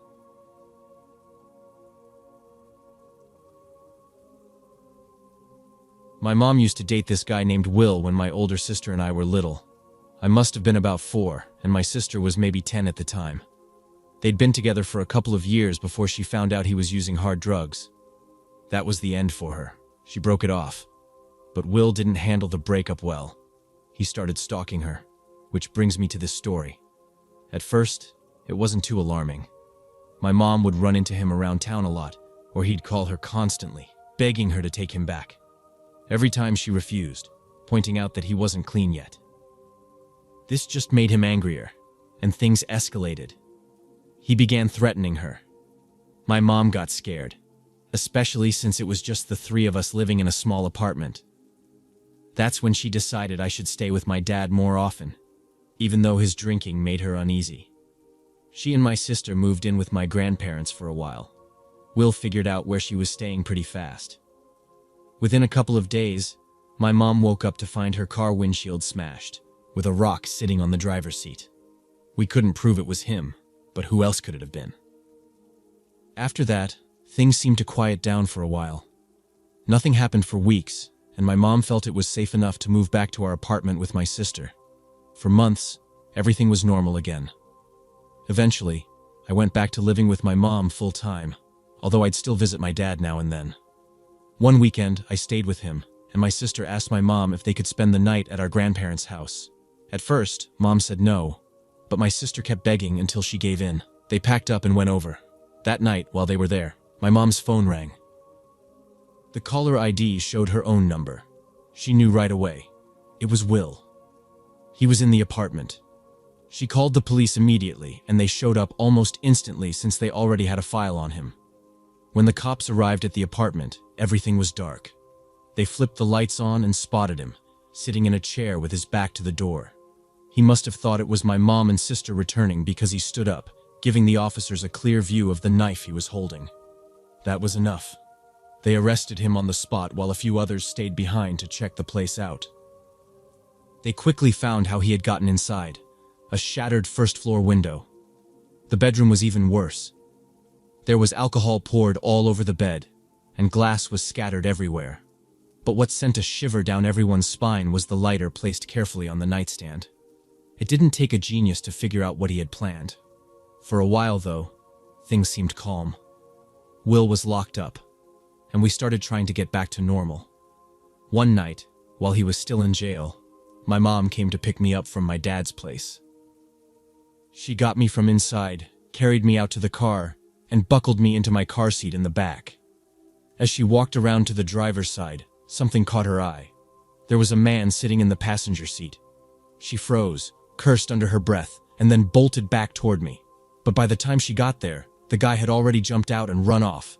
When the cops arrived, they noticed something strange. My mom's cash and medications were sitting right there in plain sight, untouched. The only thing missing was personal. Her social security card, her driver's license, or maybe both. It was obvious to her that this man was working for Will. Even though he was behind bars at the time, he was still pulling the strings. Despite everything, the legal system failed us. Will wasn't in jail for long. My mom had a restraining order, but that didn't stop him from trying to contact her. Not long after his release, he called her again, begging for another chance. She turned him down, of course, but he refused to accept it.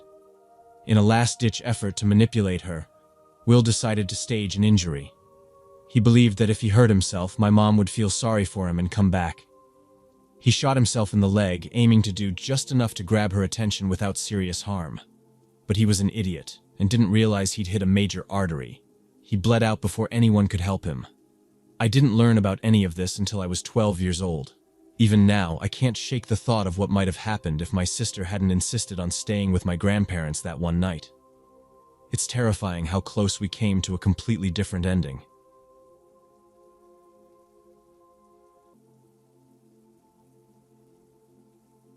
Before I begin, I want to give a heads up for sensitive topics like sexual assault, physical abuse, and harm to animals. I won't be using his real name because he doesn't deserve that recognition. Let's just call him Jay. I'm now 30, a woman who survived and is finally piecing her life back together. Therapy got me here, and I'm in a good place with my amazing husband. But it all started when I was 15. Jay lived in my neighborhood since we were kids, maybe around 3rd grade. During my freshman year, he started shadowing me at school.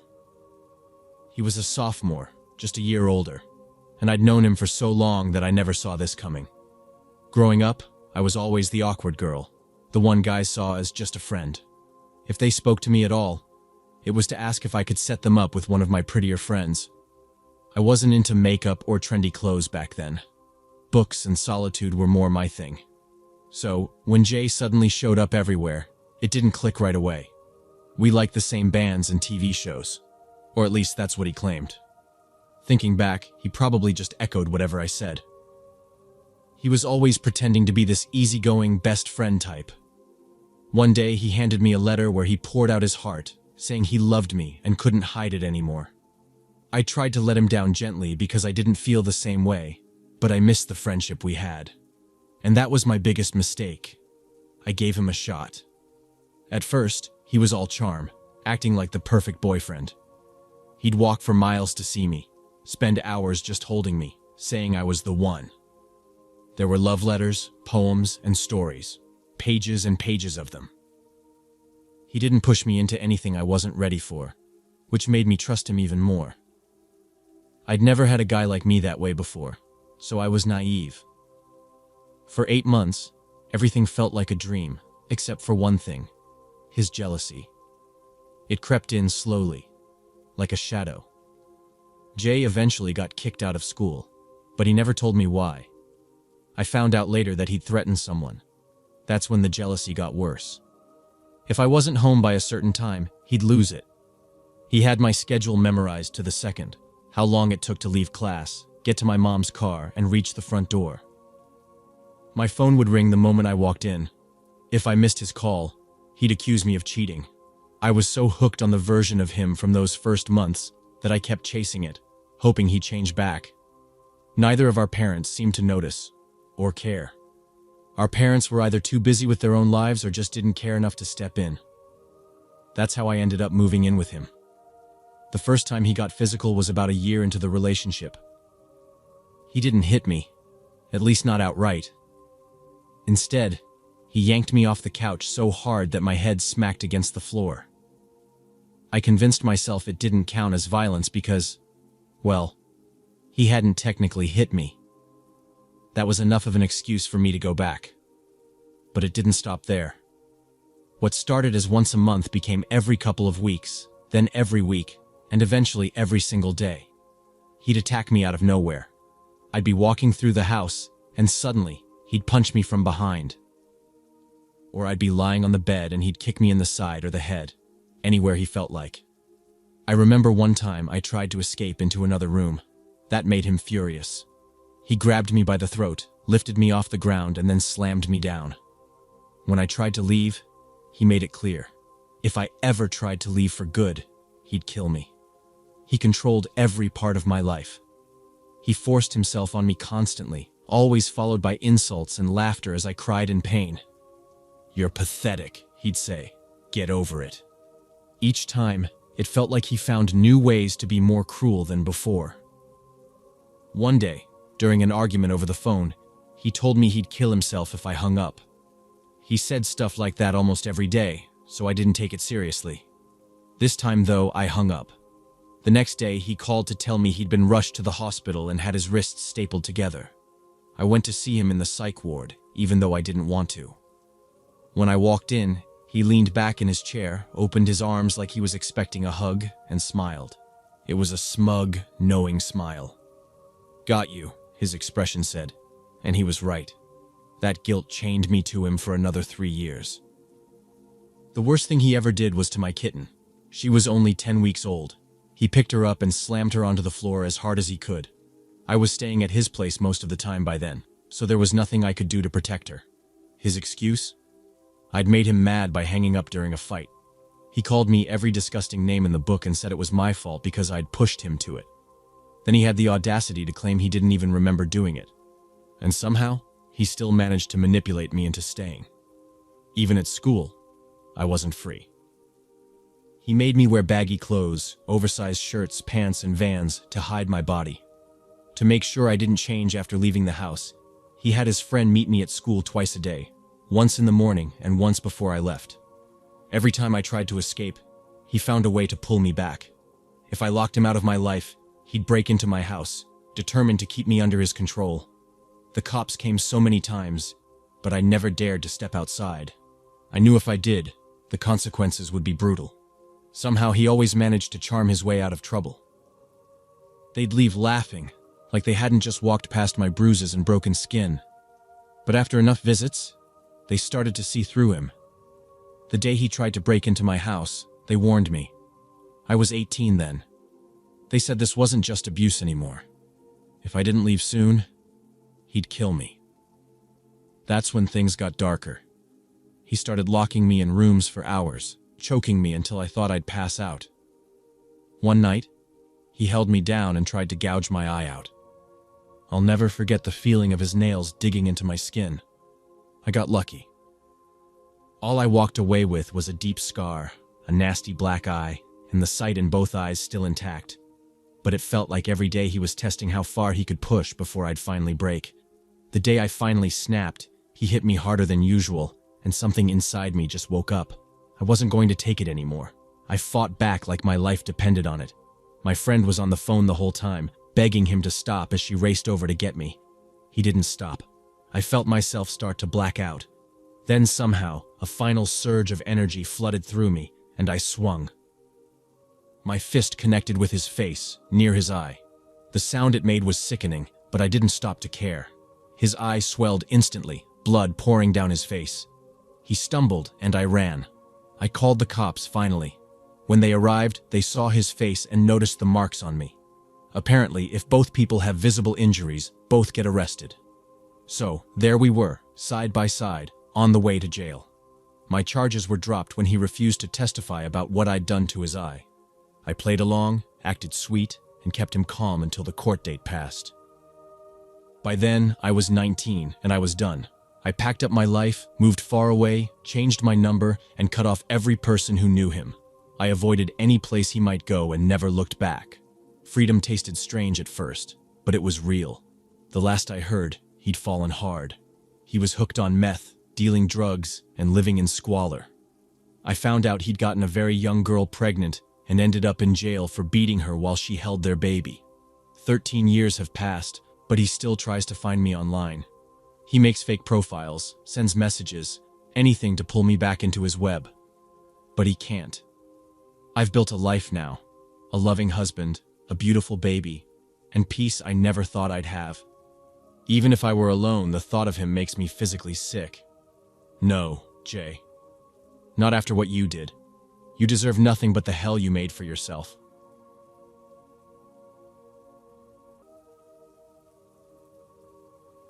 My name's Luna, and I just turned 32 not long ago. I live on the edge of a small town that's kind of infamous for its awful tap water, like the sort people joke about but also secretly avoid. What I'm about to share isn't a joke, though. It's something that still makes my skin crawl just thinking about it. Worst part? Every word is true. I met my ex about 9 years back. Let's call him Mark. We first connected on a dating site, though we didn't meet in person right away. Then, by sheer chance, I bumped into him at a bar one weekend. He walked over and said, "Hey, I swear I know you from somewhere. Weren't we chatting online a while back?" That line sparked a whole evening of conversation, and not long after, he invited me to his place for dinner. Mark seemed normal enough. He lived by himself, had a decent job as an HVC technician, and honestly, wasn't bad looking at all. Sure, he was 12 years older than me, but that wasn't a deal breaker. I'd always been drawn to older guys anyway. There was a heaviness about him, though, like he carried the weight of the world in his eyes. I eventually learned it had to do with his kids. They lived several states away with their great-grandmother. His story was complicated. He told me his ex-wife had passed suddenly while they were in the middle of divorcing. The details were hazy, but at the time, I didn't think to question much. It explained why he didn't have custody, which, admittedly, made me nervous since I had a 4-year-old son. But his reasons seemed logical back then, and I wanted to believe him. Things were good at first, but his possessive side came out not long after we got serious. If I missed a call or wanted to hang out with friends, he'd act like I was cheating. Once, we had this blow-up argument when I needed to wake up early for work. He kept yelling at me to wake up and talk, even though I told him to stop over and over. Eventually, I lost it. I grabbed the pillow I was laying on and hurled it at him. That's when he said something that made my blood freeze. "Do that again, and I'll call the cops on you." I was done. I locked myself and my son in my bedroom just to get some peace. That night, everything hit a breaking point. Mark removed the doorknob to my locked bedroom and stood there, glaring. He warned me to come out and talk, or he'd call the cops on me. My stomach sank. This wasn't just yelling anymore. My daughter was watching the whole thing. I couldn't take it. I grabbed my phone and called my mom. I knew she could get me out of there. Mark wouldn't try anything if she was around.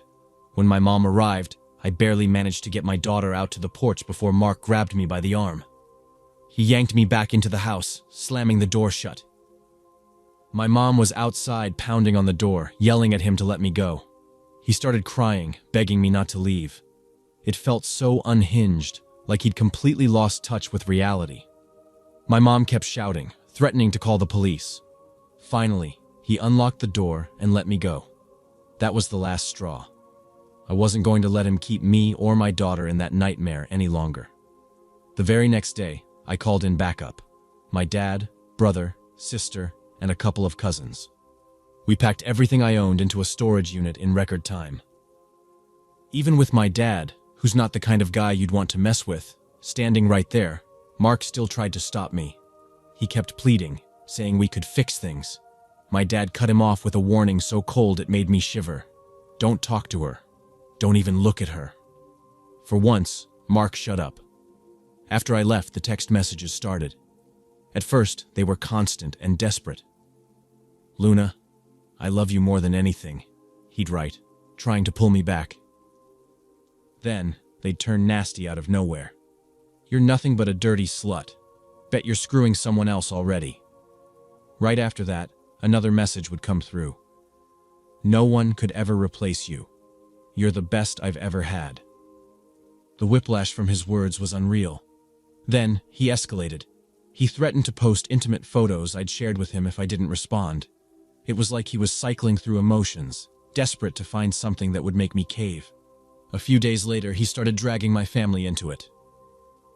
He sent them wild lies, accusing me of being a drug addict and spreading rumors that made no sense. That was when I decided enough was enough. I went to the police and reported him for harassment. The officer who came to take my statement turned out to be someone I knew, my mom's friend's ex-husband. Small world.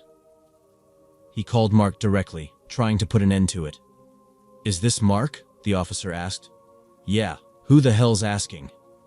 "This is Officer Grayson. You need to leave Luna alone, or there's going to be trouble." Mark's response was as unhinged as you'd expect.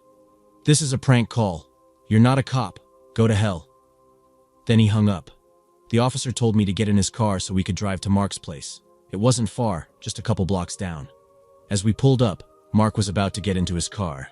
The officer quickly ran his plates and found out he had a warrant for unpaid tickets.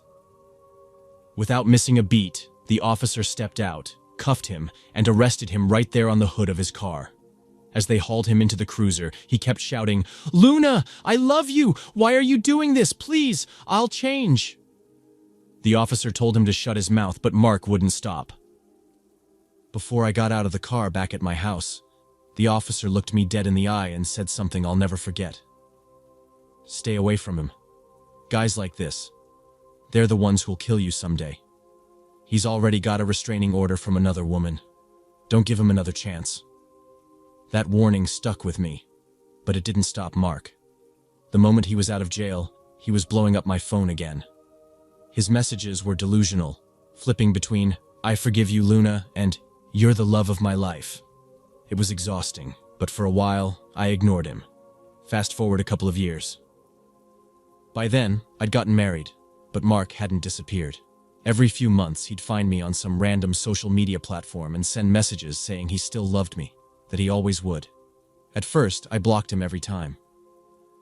Then, after my marriage fell apart and I went through a rough divorce, I wasn't thinking straight. I let my guard down, and like a total idiot, I started talking to him again. In that messy headspace, I even went on a few dates with him. I stayed over at his place more than once, thinking it was harmless.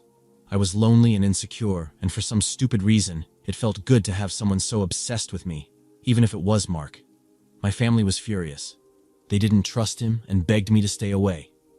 But at the time, I didn't listen. At first, things seemed okay. But, like clockwork, Mark's craziness crept back in. He'd accuse me of sleeping with random people, even my own relatives. He spread lies to my friends, telling them I secretly hated them or talked behind their backs. One day, he sent flowers, hundreds of dollars worth, to every place I might be. My work, my mom's house, my aunt's house, even my sister's place. It was suffocating. I'd had enough again and told him we needed to end things. That's when he begged me to come over to talk things out. Against my better judgment, I agreed. The second I stepped into his house, I regretted it. He was sitting on his bed, all calm and sweet, thanking me for coming. For a moment, it felt normal. Then his face changed. His whole demeanor shifted into something dark, something I hadn't seen before. "I know you've been screwing someone else," he said, his voice sharp and accusatory. "What?" "No, Mark, I haven't," I said, my stomach twisting. "Don't lie to me," he roared, jumping to his feet. "You better admit it right now. I know you did." I tried to stay calm, insisting it wasn't true. But he wasn't listening. He got closer, looming over me and hissed, "Admit it, or I swear I'll squeeze the life out of you." Terrified, I blurted out, "Fine, Fine, okay, I guess I did, hoping it would calm him down. Instead, it set him off. He lunged at me, pinning me to the bed. His hands gripped my face, shaking me violently. "You're just like Laura. You're nothing but a filthy whore," he screamed, spittle flying. Laura, his ex-wife, the one who died mysteriously. Her cause of death had been ruled inconclusive, but suddenly, that didn't feel so mysterious anymore. I fought back, punching and clawing at him until he stumbled off me. He stormed to the doorway, blocking it. "You're not leaving," he snarled, his voice low and dangerous. Panicking, I bolted for the sliding glass door on the other side of the room. I slammed my fists against it, screaming for help. My heart was racing, and for the first time, I truly thought I wasn't going to make it out of there alive. I was desperate, screaming for someone, anyone, to hear me. Mark locked eyes with me, his face twisted into something unnatural, and said in this mocking, sing-song tone, "Here, let me help you." Then, he started pounding on the sliding glass door himself, shouting, "Help!" at the top of his lungs, like it was some kind of joke. His laughter echoed through the room, cold and sharp. I panicked and dove onto the bed, yanking the blanket over my head and shoving a pillow down to block out everything. Don't ask me why. It was like my brain short-circuited, and hiding felt like the only thing I could do. Maybe I thought if I couldn't see him, he wouldn't see me. But his voice cut through the fabric like a knife. "Luna, Luna, Luna," he drawled, dragging out my name like he was taunting me. It was like something out of a horror movie, but it was real. Every second felt like an eternity. At some point, I peeked out from under the pillow, hoping he'd backed off. But the moment I moved, he lunged. He pinned me to the floor so hard I couldn't even struggle. My fight was gone. I just laid there and told him what he wanted to hear. "You're right," I whispered, choking back tears. "I'm sorry. I was wrong. I'll never hurt you again, Mark, I promise. Just let me call Jessica. She'll freak out if I don't tell her I'm okay. She might call my mom." He hesitated, then finally loosened his grip, letting me grab my phone. My hands were shaking so bad I could barely dial, but I managed to call 911 instead of Jessica. "Please help," I whispered, my voice shaking. "This guy is holding me against my will. I shouted the address as loud as I could before Mark figured it out. His eyes went wide. He bolted out of the house, ran to his car, and sped off down the street. I didn't stick around either. I sprinted to the neighbor's yard and crouched behind some bushes until the cops arrived. They issued a warrant for his arrest that night. Fast forward to when he got out of jail. By then, I'd started seeing someone new, and I was done with Mark for good. I even testified against him in court. He didn't get much. Fines and a bunch of anger management classes. Honestly, it wasn't enough, but at least he was out of my life, or so I thought. One day I was driving home when I heard this weird hissing noise. At first I thought it was a flat tire, but as I turned my head toward the center console, something brushed against my arm. My blood ran cold. I looked down and saw it, a possum. I froze, barely able to breathe. Mark knew I was terrified of rodents. I'd mentioned it 100 times. That sick bastard had somehow gotten into my car and left a possum for me to find. I slammed on the brakes and swerved into the parking lot of a diner on the side of the road. Throwing the car into park, I flung open every door and jumped out, putting as much distance as I could between me and that creature. My hands were shaking so bad I could barely hold my phone, but I called the guy I'd been seeing, blurting out the whole story between gasps for air. He stayed on the line with me, trying to calm me down as I kept my eyes glued to the car from a safe distance, waiting for someone to help. He said he couldn't come to help because he had his son with him. So, after pacing for what felt like forever, I finally mustered the courage to check the car. Thankfully, the possum was gone. I didn't call the cops. What could I even prove? I'd sound insane telling them my ex planted a possum in my car. But deep down, I knew it was him. A couple of weeks later, my mom sent me a screenshot of a picture she found online. It was of Mark, sitting with a woman. But here's the thing. She looked exactly like me. I don't mean similar, I mean identical. Blonde hair, blue eyes, round face, curvy build, everything. My dad was convinced it had to be photoshopped, But no, this girl was real. Somehow Mark had found someone who looked just like me, and that poor woman was now caught in his orbit. It sent chills down my spine. About a month after that, I was at work when I noticed one of my tires was completely flat. There was a big screw lodged in it. At the time, I didn't think much of it. Stuff like that happens, right? My stepdad patched it up, and I went about my day. But the next morning, when I walked out to my car with my new boyfriend, we found hundreds of screws scattered across my driveway. 2 more of my tires were flat. That's when it hit me. This wasn't random. This was him. I decided I needed proof. I downloaded a call recorder app, determined to get Mark to slip up. Then I blocked my number and called him. He didn't have my new number, so he picked up, sounding caught off guard. "Hey, Mark," I said, keeping my voice casual. "You want to come over?" "Wait, really?" His voice was eager, almost giddy. "You actually want to see me?" "Yeah," I said. "I've got a little video I think you'd like. You know, the one of you dumping screws all over my driveway?" There was a long pause. Then he sighed and said, "Please, Luna. I don't want to go to jail." I hung up right then and called the cops. The next day I filed for a PPO and the judge granted me a year-long protection order. Over the years, Mark kept finding ways to get to me. He'd create fake accounts to message me or even my fiancé, now my husband. He tried every trick in the book, but luckily, it's been over a year since I've heard from him directly. However, I did hear through the grapevine that he's dating someone with the same last name as me. Creepy, right? Every now and then, I think back to his late wife. Her death was ruled inconclusive, but I can't help but wonder. Did he have something to do with it? Could that have been me if I'd stayed with him? I'll probably never know. All I do know is this. To my psycho ex, if you're out there reading this, I have no intention of ever speaking to you again. Stay out of my life, for good.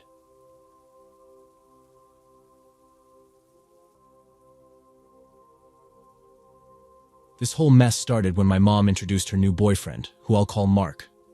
I was 13 when he met me and my siblings for the first time. He looked us over and laughed. "Didn't know you came with a crew?" Yeah, not exactly a great opener. At first, Mark seemed pretty average, normal guy stuff. But when he moved in, things went downhill fast. He had a short fuse, yelling over the smallest things and throwing fits like a spoiled kid. But somehow, he'd always smooth talk his way back into my mom's good graces. I think she stayed with him so long because she couldn't see past his charm. She always had this naive side to her. Mark didn't get along with me or my siblings at all. He complained about every little thing we did, like leaving a light on or not folding laundry the right way. He started accusing us of trying to sabotage his relationship with my mom, which was crazy. I have 2 sisters, and he focused most of his anger on me and my youngest sister. We were always the ones getting grounded or losing privileges because of his strict, unfair rules. The older kids got away with more for some reason. Then one day, he decided we weren't allowed to hang out with certain friends he didn't approve of. It was like he wanted to control everything. The day I realized Mark was unhinged was a weekday after school. He picked me up, which was strange since he never did that, and the whole drive home he kept hinting that I'd been talking about him behind his back. I asked him what he was talking about and he just said, "Don't even bother denying it. I've got proof." When we got home, he pulled out this little recorder and played it for me. It was a conversation I had with my sister in our bedroom, complaining about him. My stomach dropped. "Why the hell are you recording us in our room?" I shouted at him. We had a huge fight, and I immediately called my mom. But she just brushed it off, saying, "Don't make a big deal out of it." That still makes me angry to this day. Eventually, I got him to remove all the recorders, but it didn't feel like a win. When I turned 17, I started working at a local diner, and that somehow set him off again. My boyfriend at the time worked there too, and Mark was convinced the only reason I got the job was to mess around. He started showing up at the diner with his stupid recorder, watching me work. He did this for weeks before I finally had enough. I moved in with my dad, who had just come back to the States from Australia. When I told my dad about Mark's behavior, he wanted to call the cops immediately, but my mom begged him not to. Not long after, she and Mark broke up over something unrelated, thank God. I've never seen him since.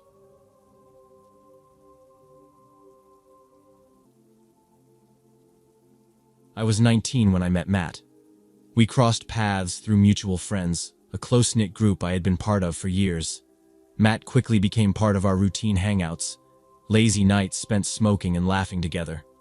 He had this magnetic charm, kind eyes and a smile that made my chest ache. I was smitten almost instantly. People warned me about him, though. Stories floated around about his messy history with exes and an anger streak that was hard to ignore. I brushed it all off, thinking he wouldn't act like that with me. Matt asked me out on April 15, 2019, during one of those hazy nights where everything feels unreal. We were at a friend's place, a little tipsy and riding a Xanax high, when he confessed how crazy he was about me. It had only been a couple of months, but hearing him say those things made my heart race in the best way. I fell hard. Those first weeks were perfect. Everything felt fresh, like the world was glowing, even though I was still grappling with my anxiety and bipolar diagnosis. For a while, it seemed like he made everything better. Things shifted 4 months in.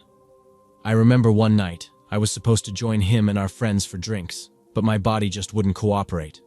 I was too drained to even move from bed, so I canceled last minute. His phone went dark that evening, which wasn't like him, and I spiraled into worry. When he finally messaged me the next morning, he said his phone had fallen into the pool and he'd left it in rice to dry. He came by my place later, doting on me while I was still feeling out of sorts. But then, days before my 20th birthday, I learned the truth about that night. He'd lured his ex-girlfriend to his place, playing the victim and saying he was on the verge of ending it all because of a fight we had. They slept together. The betrayal gutted me. I stormed out of his house in tears, with him chasing after me like some kind of scene from a bad drama. I ducked into a random driveway, switched off my location tracking, and grabbed the first bus I saw, watching him wander the streets, shirtless and frantic. Eventually, I answered one of his endless calls, just to tell him to leave me alone. He sobbed, yelled, begged, but I hung up. Minutes later, he called again, crying that he'd punched a glass mirror in a rage and needed to go to the hospital. I should have let that be the end, but my heart still ached for him.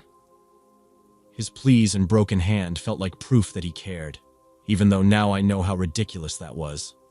His controlling ways only worsened after that. If I didn't pick up a call, my phone would blow up with 20 missed ones and texts calling me awful names. He needed to be around me constantly, to the point where it was suffocating. I was trapped, yet I couldn't bring myself to cut the cord. At the time, I convinced myself that all his outbursts were just signs of how much he loved me. We spent most of our days smoking weed. It wasn't just an occasional thing, it was constant. If Matt wasn't high, everything would unravel. The tension would build, and his mood would spiral until he could light up again. I spent way more money than I want to admit, buying weed to keep him calm. If we argued while driving, or if he was just in a foul mood, getting him high felt like the only solution. Looking back, there were so many red flags. He made disturbing threats before, even saying he'd hurt my friends' pets. They saw right through him and tried to warn me, but I didn't listen. Eventually, I fell out with most of them. Matt convinced me they weren't real friends anyway, that he was the only person who truly cared about me. I believed him. My self-worth started to slip away. I stopped feeling like myself. Real happiness was a distant memory, something I could only taste when he was in a rare good mood. He'd be sweet, cuddly, and affectionate in those moments, and I clung to them like they were the only thing keeping me afloat. For our 6-month anniversary, he took me out to a fancy restaurant downtown. The kind of place that made you feel out of place unless you were dripping in designer clothes. The dinner was incredible. Expensive food, good wine, and for a moment, it felt like we were normal. But when the check came, he told me to step outside and call a cab while he paid. I waited around the corner, only to see him rush out, laughing about how he dined and dashed.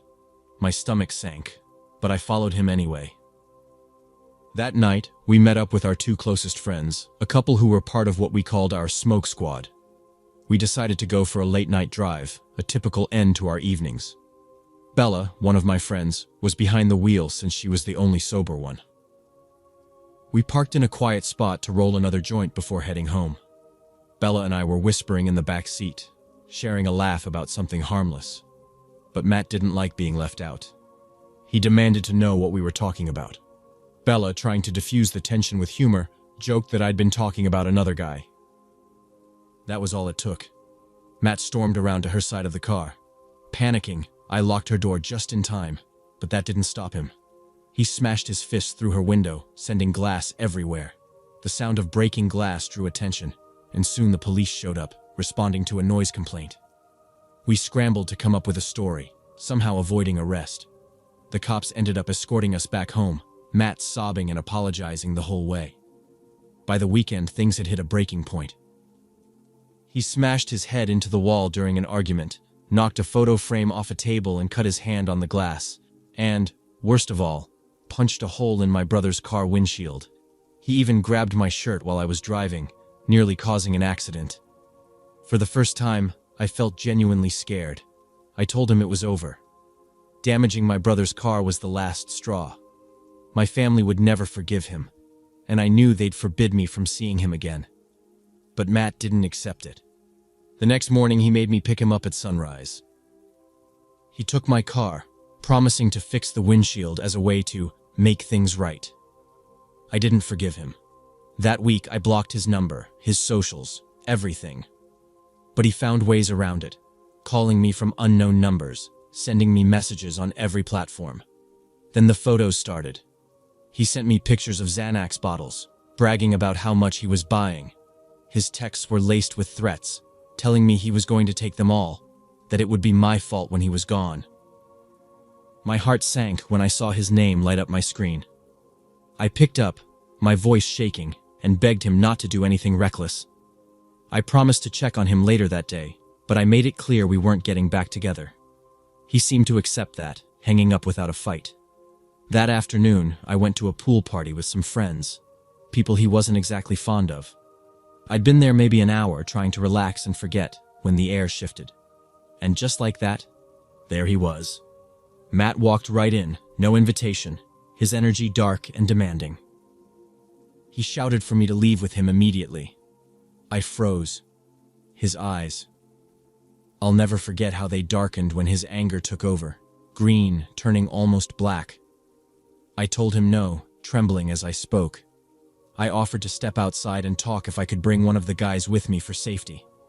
That suggestion made his jaw tighten, his fists clenching at his sides. He stormed out instead, which left me shaky but relieved.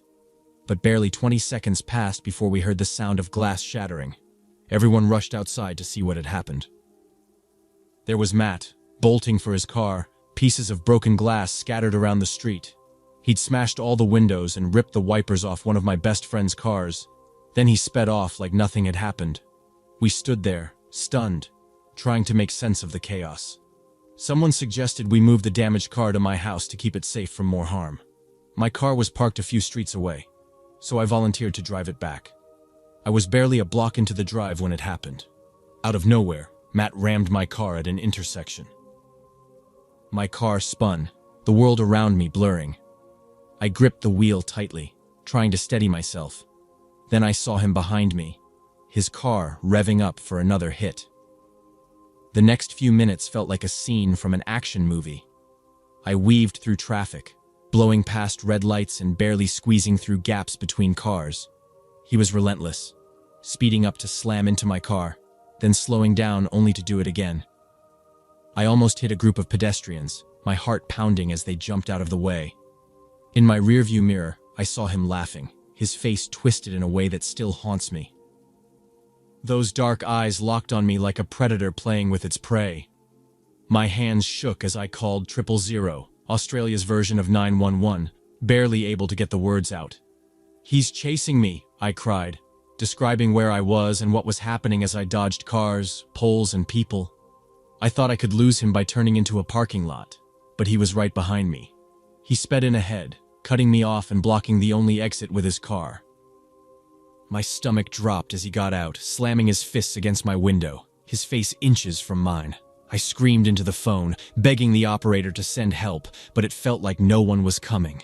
The window creaked under his weight as he tried to force the door open. Panic took over, and I realized I had no choice. I gunned it, driving over the curb and ripping off part of my car's bumper in the process. I sped back onto the street, thinking I'd finally escaped when I glanced behind me. But no, there he was again. His white car loomed closer, ramming into me once more. The pattern continued. Ram, slow down, speed up, ram. Each hit jolting me in my seat. He laughed with a kind of madness I'd never seen before, like he was enjoying every second of this nightmare. I tore through 3 neighborhoods, the engine roaring beneath me as I headed straight for my dad's house. My hands gripped the wheels so tightly they hurt, and I slammed the horn like a madwoman, hoping someone would notice. But Matt's car stayed close, the headlights looming in my rearview like a predator stalking its prey. As I neared my dad's street, a horrifying thought struck me. I couldn't risk bringing this chaos to my family's door.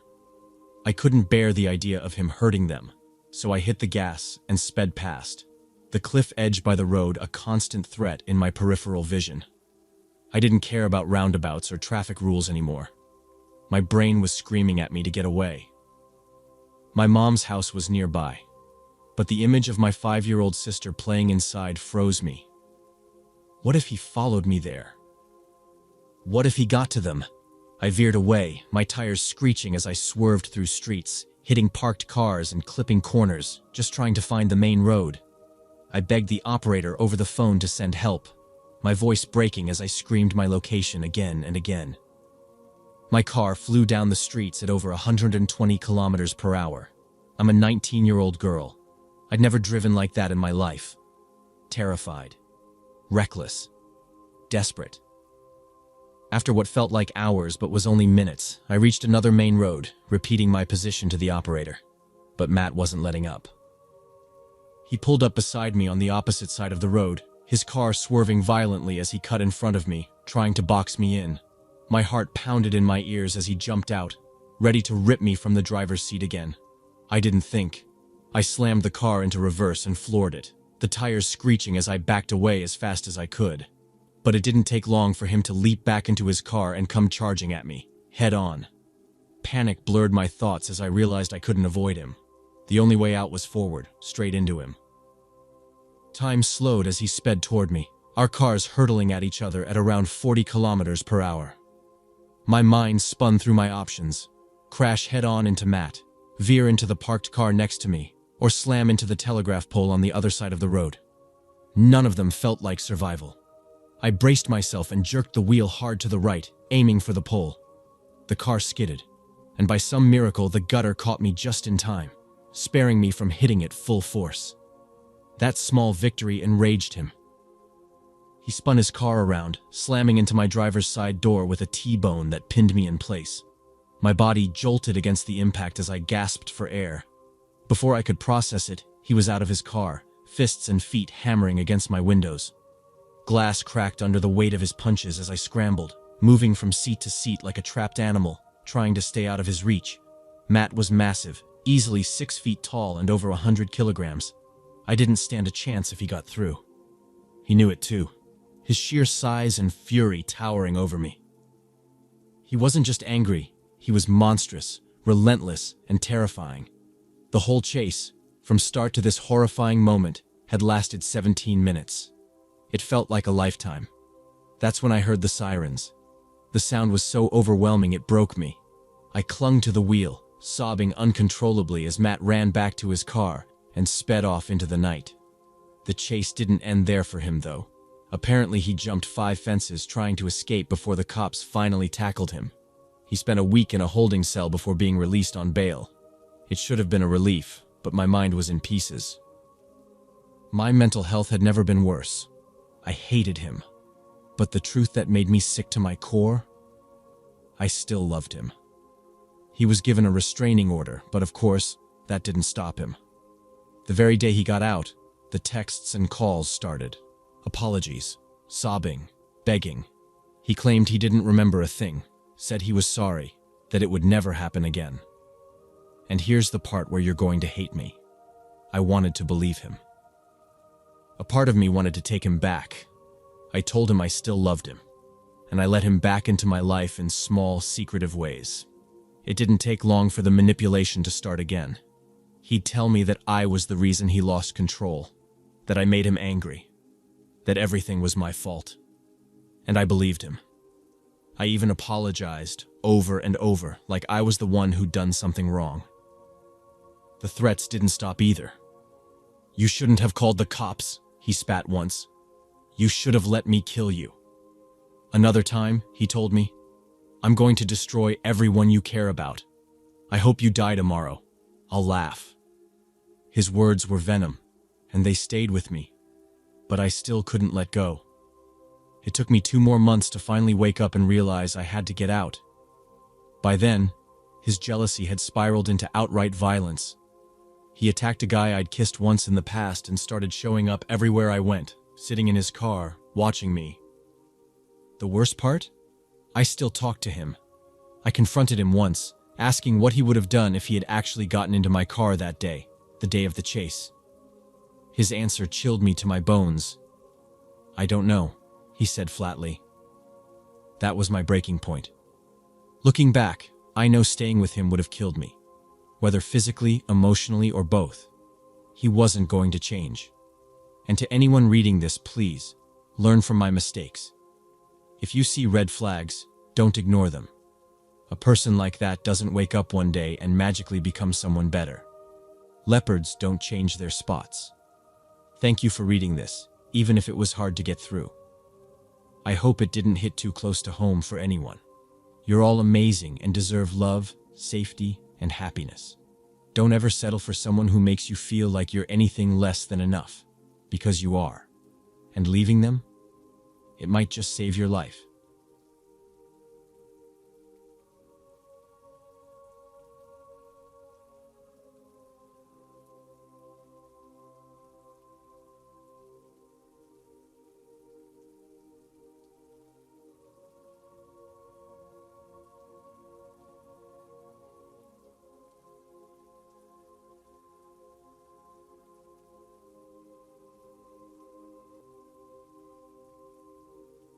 This happened to me a few years ago, starting in August 2014 and stretching into the next couple of years. Even now, I deal with lingering fears tied to those events. To stay safe, I'll avoid sharing my real name. Let's just say I grew up in a quiet little town where everybody knows each other. By the time I turned 19, most of us spent weekends partying on the beach, setting up bonfires, and letting loose. One Friday night, my close friend, let's call him Jake, and I decided to switch things up. We left the calm of my parents' home and took his old sedan for a ride toward the nearest big city. The idea was to catch a movie and maybe grab something to eat afterward. After saying goodbye to my mom and dad, we hit the road with no big plans, just the freedom of a couple of teens with a free evening ahead. The movie was a blast, and when the credits rolled, Jake suggested we stop at McDonald's for a late-night snack. While he placed our order, I stood nearby, scrolling through my phone and replying to some texts. The guy behind the counter smiled at me, and out of politeness, I smiled back before stepping outside for a smoke. A few minutes later, Jake came out carrying our food. The guy who had served us was close behind him. He came up to me and asked if I had a lighter. I handed it over, and that's when he introduced himself. Let's call him Brandon. Brandon was chatty, with an overly friendly vibe that I didn't immediately think much of. Before heading back inside, he handed me a slip of paper with his number and mentioned he'd love to take me out sometime. Against my better judgment, I agreed, and we set plans to meet the following weekend. About a month after Brandon and I started spending nearly every day together, we decided to make things official. I even met his parents, and he began crashing at my place during the week. I lived in a small guest house on my parents' property, so it was easy for him to stay over without much fuss. In the mornings, he'd drive me to school, which annoyed my friends who were stuck riding the bus. One morning, as he dropped me off, I noticed one of my friends waiting by the school bus. On a whim, I told Brandon to pull up beside her. Sticking my head out the window, I called out and invited her to hop in for a ride. That turned out to be my first big mistake, introducing him to her. We'll call her Megan. A few weeks after Megan met Brandon, things between him and me fell apart. The breakup was rough, messy, and full of drama. That's when the really unsettling stuff began. At first, it was small things, like hearing footsteps crunching on the gravel outside my window late at night. Other times, I'd notice Brandon's car parked at the end of our street, just sitting there under the glow of the streetlight. As time went on, it escalated. I'd hear muffled voices outside my sliding glass door, the sound of someone trying to open the garage, and footsteps pacing back and forth. The texts and calls started next, from random numbers. They described things like what I was wearing as I walked to the bus, or detail what my parents were up to during the day. The messages weren't just creepy. They were violent. One text described how they'd break into my place, hurt me, and dump my body in the woods where no one would ever find me. It felt like I was being hunted. This was happening right around my final exams, so I was already stressed. I confided in Megan, unaware that she had started spending more time with Brandon since that day I introduced them. This was my second huge mistake. She knew everything about my schedule, when I'd be alone, where I'd be, and how Brandon could find me. Eventually, they began dating, and the messages doubled. Both of them were in on it, making my life hell. It all came to a head one evening when I was staying late at school to rehearse for a drama class performance. The classroom was in a quiet part of the building, and I planned to leave around 10 p.m. As the night went on, a few classmates noticed a car parked across the street with two people sitting inside, watching. The description fit Brandon's car. My stomach dropped. I called my mom, panicked. She came right away, keeping an eye on the road as we drove home to make sure we weren't being followed. That night, I realized just how dangerous this situation had become. Things spiraled out of control after I received a text that terrified me enough to go to the police. It wasn't just the messages. Someone was sneaking onto our property at night, trying to break in. I told the cops everything, including the fact that Brandon carried weapons in his car. He claimed it was for hunting, but I knew the real reason. He was tied up in some shady drug-related stuff. When the police followed up on my report and searched his home and car, they came up empty. That only made him angrier. That same night, he was back at the end of our street, parked under the usual streetlight. Once the house went dark, he crept up the driveway toward the guest house where he thought I was staying. I had moved back into my parents' living room by then, which had big windows facing the driveway. I woke to the crunch of gravel and froze when I heard the unmistakable sound of a gun being cocked. My heart pounded as I realized he was heading toward the guest house. Staying as quiet as possible, I crawled down the hallway to my parents' room and whispered to my mom, "There's someone outside." My dad, half asleep but alert, grabbed his robe and his .22 rifle. He stormed out the kitchen door, triggering the motion sensor lights. I heard him shout as he chased someone running through the field behind our house. That night ended without incident, but it shook all of us. For about a month, things seemed to calm down. By then, I was preparing to move 10 hours away to start fresh in a new city. But the day after I left, my mom called to tell me someone had broken into my place. Muddy footprints were tracked through every room, as if the intruder was carefully checking it out. Back at my parents' house, the weird stuff continued. Trees were mysteriously chopped down in the middle of the night. Cars would crawl past the house with their lights off at bizarre hours. When I settled into my new apartment, I noticed similar patterns. Every morning, the same car with heavily tinted windows would be parked across the street, clearly watching me. Then there were the voicemails. Horrible, violent threats from private numbers. This went on for years, constant and relentless, until suddenly, last year, it stopped. No calls, no sightings of Brandon's car, no strange disturbances at my parents' place. Even now, I'm always cautious. When I visit my family, I don't tell anyone when I'm leaving or when I'll arrive. The fear hasn't gone away. I flinch when I hear a car backfire or see a vehicle that looks like his. I keep my home address private and my phone number unlisted, always afraid of drawing him back into my life. I've told my mom many times, if something happens to me, we both know where to start looking.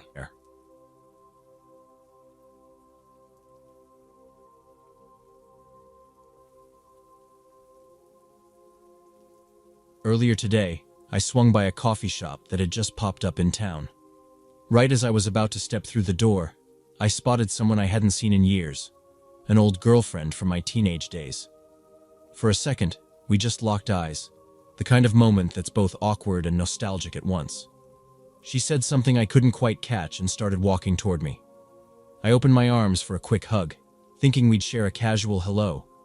But then she asked, "Do you even remember what you did to me?"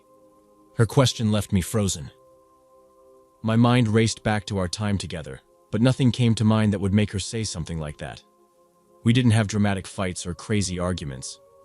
Our breakup wasn't even messy. She ended things because I wasn't ready for anything serious, and we stayed friendly for a bit after that. Eventually, she moved abroad for work, and we lost touch. But this felt off. Trying to keep calm, I asked her to explain what she meant, but she just kept dodging the question. We exchanged a bit of small talk, and finally, she brought up the time my friend and I cleansed her house. That's when it hit me. Back then, we were into all that weird paranormal stuff. Late-night Ouija board sessions, creepy urban legends, and things like that. She'd mentioned once that her house gave her the creeps. So one night, my friend thought it'd be fun to do some kind of ritual to cleanse the bad vibes. We were drunk, barely taking it seriously, but we did it anyway. She told me that about 7 years later, after talking about the ritual with some people, strange things began happening at her place. She was vague about it, but I could tell she was freaked out. She mentioned cold spots, strange noises, and a feeling like someone was always there, even when she was alone. In her mind, whatever we did that night might have stirred something up, and now her house isn't her own anymore. She said whatever we'd done that night had unleashed something, though nothing weird had happened in the years right after. Apparently, it wasn't until she started talking about it with her friends years later that things began to go sideways. She mentioned how she'd left for England shortly after that, but later returned to the States to escape an abusive fiancé. By then, I was feeling seriously uneasy. The whole thing was too much, so I awkwardly told her I needed to leave. As I was about to go, she gave me a tight hug and said something strange, how she'd found Jesus and now only had him in her heart. Then she suggested we sit down for a coffee soon. The way she said it, though, sent shivers down my spine. It didn't sound comforting. It felt off, almost cult-like. I muttered some excuse and bolted out of there, my heart pounding like I'd just escaped something dangerous. The thing is, we ended our relationship on really good terms, almost unusually so. She'd helped me out a lot after our breakup. When I moved to England for a while, she'd been the one to look after my dog. As a trained massage therapist, she'd worked on my back during a rough patch where I could barely stand upright. Even after she started dating someone else, she introduced us, and the four of us, her boyfriend, me, and my date, had gone out for dinner a few times. There was no bad blood, no unfinished drama between us. She'd even offered to help me find work in the city she was living in at one point. This wasn't some long, drawn-out revenge plot or a petty joke. It didn't feel like that at all. What scared me most was her eyes. The girl I remembered was full of energy, always cracking jokes and lighting up every room she walked into. But this version of her? Her eyes were dull, almost lifeless. She didn't laugh or smile, not even once. It was like she wasn't even the same person.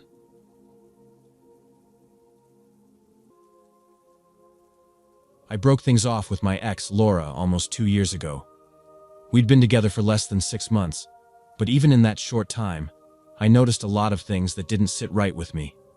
Once, I caught her messing with my phone, which was odd because I always kept it locked with a password. It clicked later that she must have watched me type it in once and memorized it. Then, a few of my friends told me she'd been asking them weirdly personal questions about me. Things like where I'd been on specific dates or what my habits were. That, along with other small things, was enough for me to call it quits. When I ended it, she didn't cry or throw a fit. Instead, she just stared at me, her eyes cold and unblinking, like she was trying to carve holes in me with her gaze. The vibe was chilling, but I brushed it off, thinking she'd just need some time to move on. I was living alone back then, in a tiny apartment on the second floor of a really old brick building in Kansas City. The place was ancient, probably built back in the 1930s, and had this clunky intercom system from the 90s. You could buzz people in, but it was one of those old setups where you had to physically press a button on a wall-mounted speaker. Most of the neighbors didn't care who they let in, so anyone who rang often got inside. A month or so after we broke up, I started to get this nagging feeling like something was off in my apartment. It was hard to explain, but small things seemed different. I'm a neat freak, so I always notice when things are out of place. One day, my bedroom door was open, even though I distinctly remember shutting it before leaving. Another time, my bathroom towel looked like it had been moved slightly on the rack. It sounds stupid, but those tiny details stood out to me and made my skin crawl. Of course, I thought about Laura, but I couldn't figure out how she'd get inside. I never gave her a key, and breaking into the building wouldn't be too hard with that old buzzer system, but getting into my actual apartment, that seemed impossible. The only window in my apartment was a second-floor one that faced the alley. Definitely not easy to reach. I convinced myself I was overthinking it and tried to push the weird thoughts out of my mind, but the odd stuff didn't stop. Over the next few weeks, I started noticing that clothes were disappearing. Not just the usual single sock lost in the wash either. My favorite hoodie went missing, and a pair of jeans I wore all the time just vanished. I started noticing that my bed, which I always kept perfectly made, looked disturbed. It wasn't just a rumpled sheet. This was like someone had climbed in, messed it all up, and then half-heartedly tossed the blanket back over it. I knew I hadn't left it that way. At this point, I was beyond unsettled. It felt like the walls of my little world were closing in. One night, after a late evening out with friends, I came home feeling a mix of exhaustion and paranoia. As soon as I stepped inside, something was different. It was like the air itself felt heavier. I stood in the doorway, flipping the light switch on and off, staring into the stillness.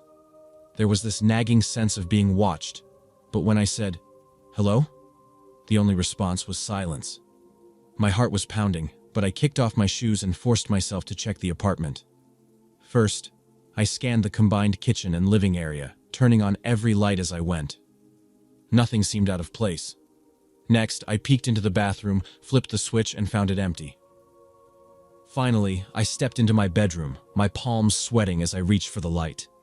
The room appeared normal, at least at first glance, but I couldn't shake the feeling that something was wrong. I bent down and checked under the bed, my breath catching in my throat. Nothing. The relief was instant but short-lived. My closet, the last unchecked spot, was practically screaming for attention. I swallowed hard and moved toward the door. With shaking hands, I grabbed the handle and slid it open. At first, I couldn't process what I was seeing. Laura was sitting there on the floor of my closet. Her knees pulled up to her chest, her face frozen in that same blank, icy expression she gave me the day we broke up. My stomach dropped, and every hair on my body stood on end. This whole time, she'd been sneaking in and out of my apartment. For weeks, I had been living with the dread of not knowing, and now the truth was staring me in the face. I slammed the closet door shut without thinking and bolted out of my apartment. My legs carried me down the stairs and halfway down the block before I stopped and called 911. When the police arrived, Laura was still sitting in the closet, like she hadn't even flinched. They took her in without much resistance. After hours of questioning, the officers uncovered how she'd managed it all. She'd somehow copied my keys while we were still dating. I couldn't pinpoint a time when she had my keys long enough to pull that off, which made the whole thing feel even more sinister. It meant she'd been planning this for a while, long before we broke up. Laura wasn't charged, but the court ordered her to attend therapy and granted me a restraining order. I packed up my life in that old apartment and moved back in with my parents in another state. I haven't seen her or heard from her since. Despite everything, I do hope therapy helps her, though I don't think I'll ever forget the sheer terror of finding her in that closet.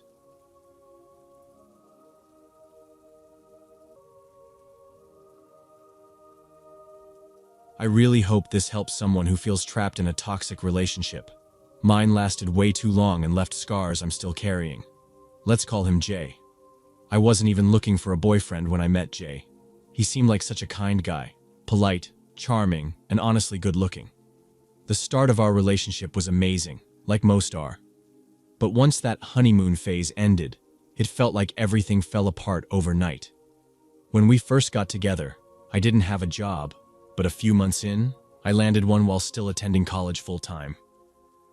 He constantly needed to know my work hours, when I'd clock in and when I'd leave. And he made me text him during every class or shift, or else he'd lose his mind. I'd try to explain I couldn't always be on my phone, but he didn't care. One time, he actually showed up at my college and sat next to me during a class break because I hadn't answered him fast enough. He didn't want me spending time with anyone else, especially male friends. One of those friends was practically family. We'd known each other since we were 5, but Jay pressured me into cutting him off completely. Gradually, I realized I was completely isolated. He'd done everything to pull me away from the people who cared about me. When Jay stopped by my workplace, it always ended in disaster. If a customer smiled at me or I was just being polite, he'd explode once we were alone. The fights were loud, aggressive, screaming so intense I couldn't even understand half of what he said. This became a daily occurrence. I remember him shoving me, knocking me down, or hitting walls near me. Once, he even punched a hole in the wall during an argument. I started to fear him deeply. Despite how much I tried to prove my loyalty, he was always accusing me of cheating. I couldn't even talk to an older male coworker without feeling his wrath. Leaving him felt impossible because he'd made threats before, and I didn't know what he might actually do. There was one argument where he suddenly stopped mid-yell, came up to me quickly, and yanked me into this harsh hug. The look on his face and the way he grabbed me made my legs feel like jelly, and I just broke down crying right there. It was a strange mix of love and absolute terror. The worst part? For so long, I thought he was my perfect match. He used to seem like the perfect boyfriend. Jay would hold doors for me, surprise me with little gifts that showed he was paying attention, and always showered me with affection. We bonded over the same hobbies and interests, and for a while, I was convinced he was my soulmate. But those feelings shifted. Slowly, love turned into a deep, paralyzing fear. At the time, I still lived with my parents, but they somehow never caught on to the fights. I don't understand how. If they ever stopped by while we were arguing, Jay would switch gears so fast, acting like the charming guy I'd first fallen for. It made me feel like I was losing my mind. When I tried confiding in others, most of them brushed it off. They'd tell me Jay seemed so sweet, and that I was probably just overreacting. Even my dad defended him. That was the hardest part. My own father standing up for a guy who was slowly breaking me. Eventually, though, Jay's mask started to crack. My dad finally saw through him and helped me get Jay out of my life. It wasn't easy. Jay sent endless messages, calling me heartless, saying I never loved him, and accusing me of ruining his life. For a brief moment, when his texts stopped, I thought maybe it was over. But it wasn't. Jay began stalking me. He'd drive by my house, sometimes twice a day. If I wasn't home, he'd text, letting me know he noticed I wasn't there. He'd demand to know where I'd gone and even tried to track me down a few times. It felt like I couldn't escape him, no matter what I did. Honestly, trying to explain everything here doesn't do it justice. There's so much that happened, so many things he did, that it feels impossible to put it all into words. But here's the important part. I met someone who finally helped me see the truth. A kind, patient man who stood by me, even when Jay started threatening him too. He reminded me that none of this was my fault, that nothing I did made me deserve how Jay treated me. He made me realize that Jay's actions were entirely on him. He also showed me that I wasn't alone, that I didn't have to keep enduring this on my own. With his help, I finally broke free. Jay changed me in ways I can't fully explain. I'm not the same person I was before. Now, if someone shows any hint of aggression toward me, I stand up for myself. I refuse to shrink or let fear control me. That man dragged me through hell, but I came out stronger. To any woman reading this, please don't stay trapped like I did. There are people out there who will love you for who you are, without trying to control or destroy you. Stay true to yourself. Stay free. Don't let anyone take that from you.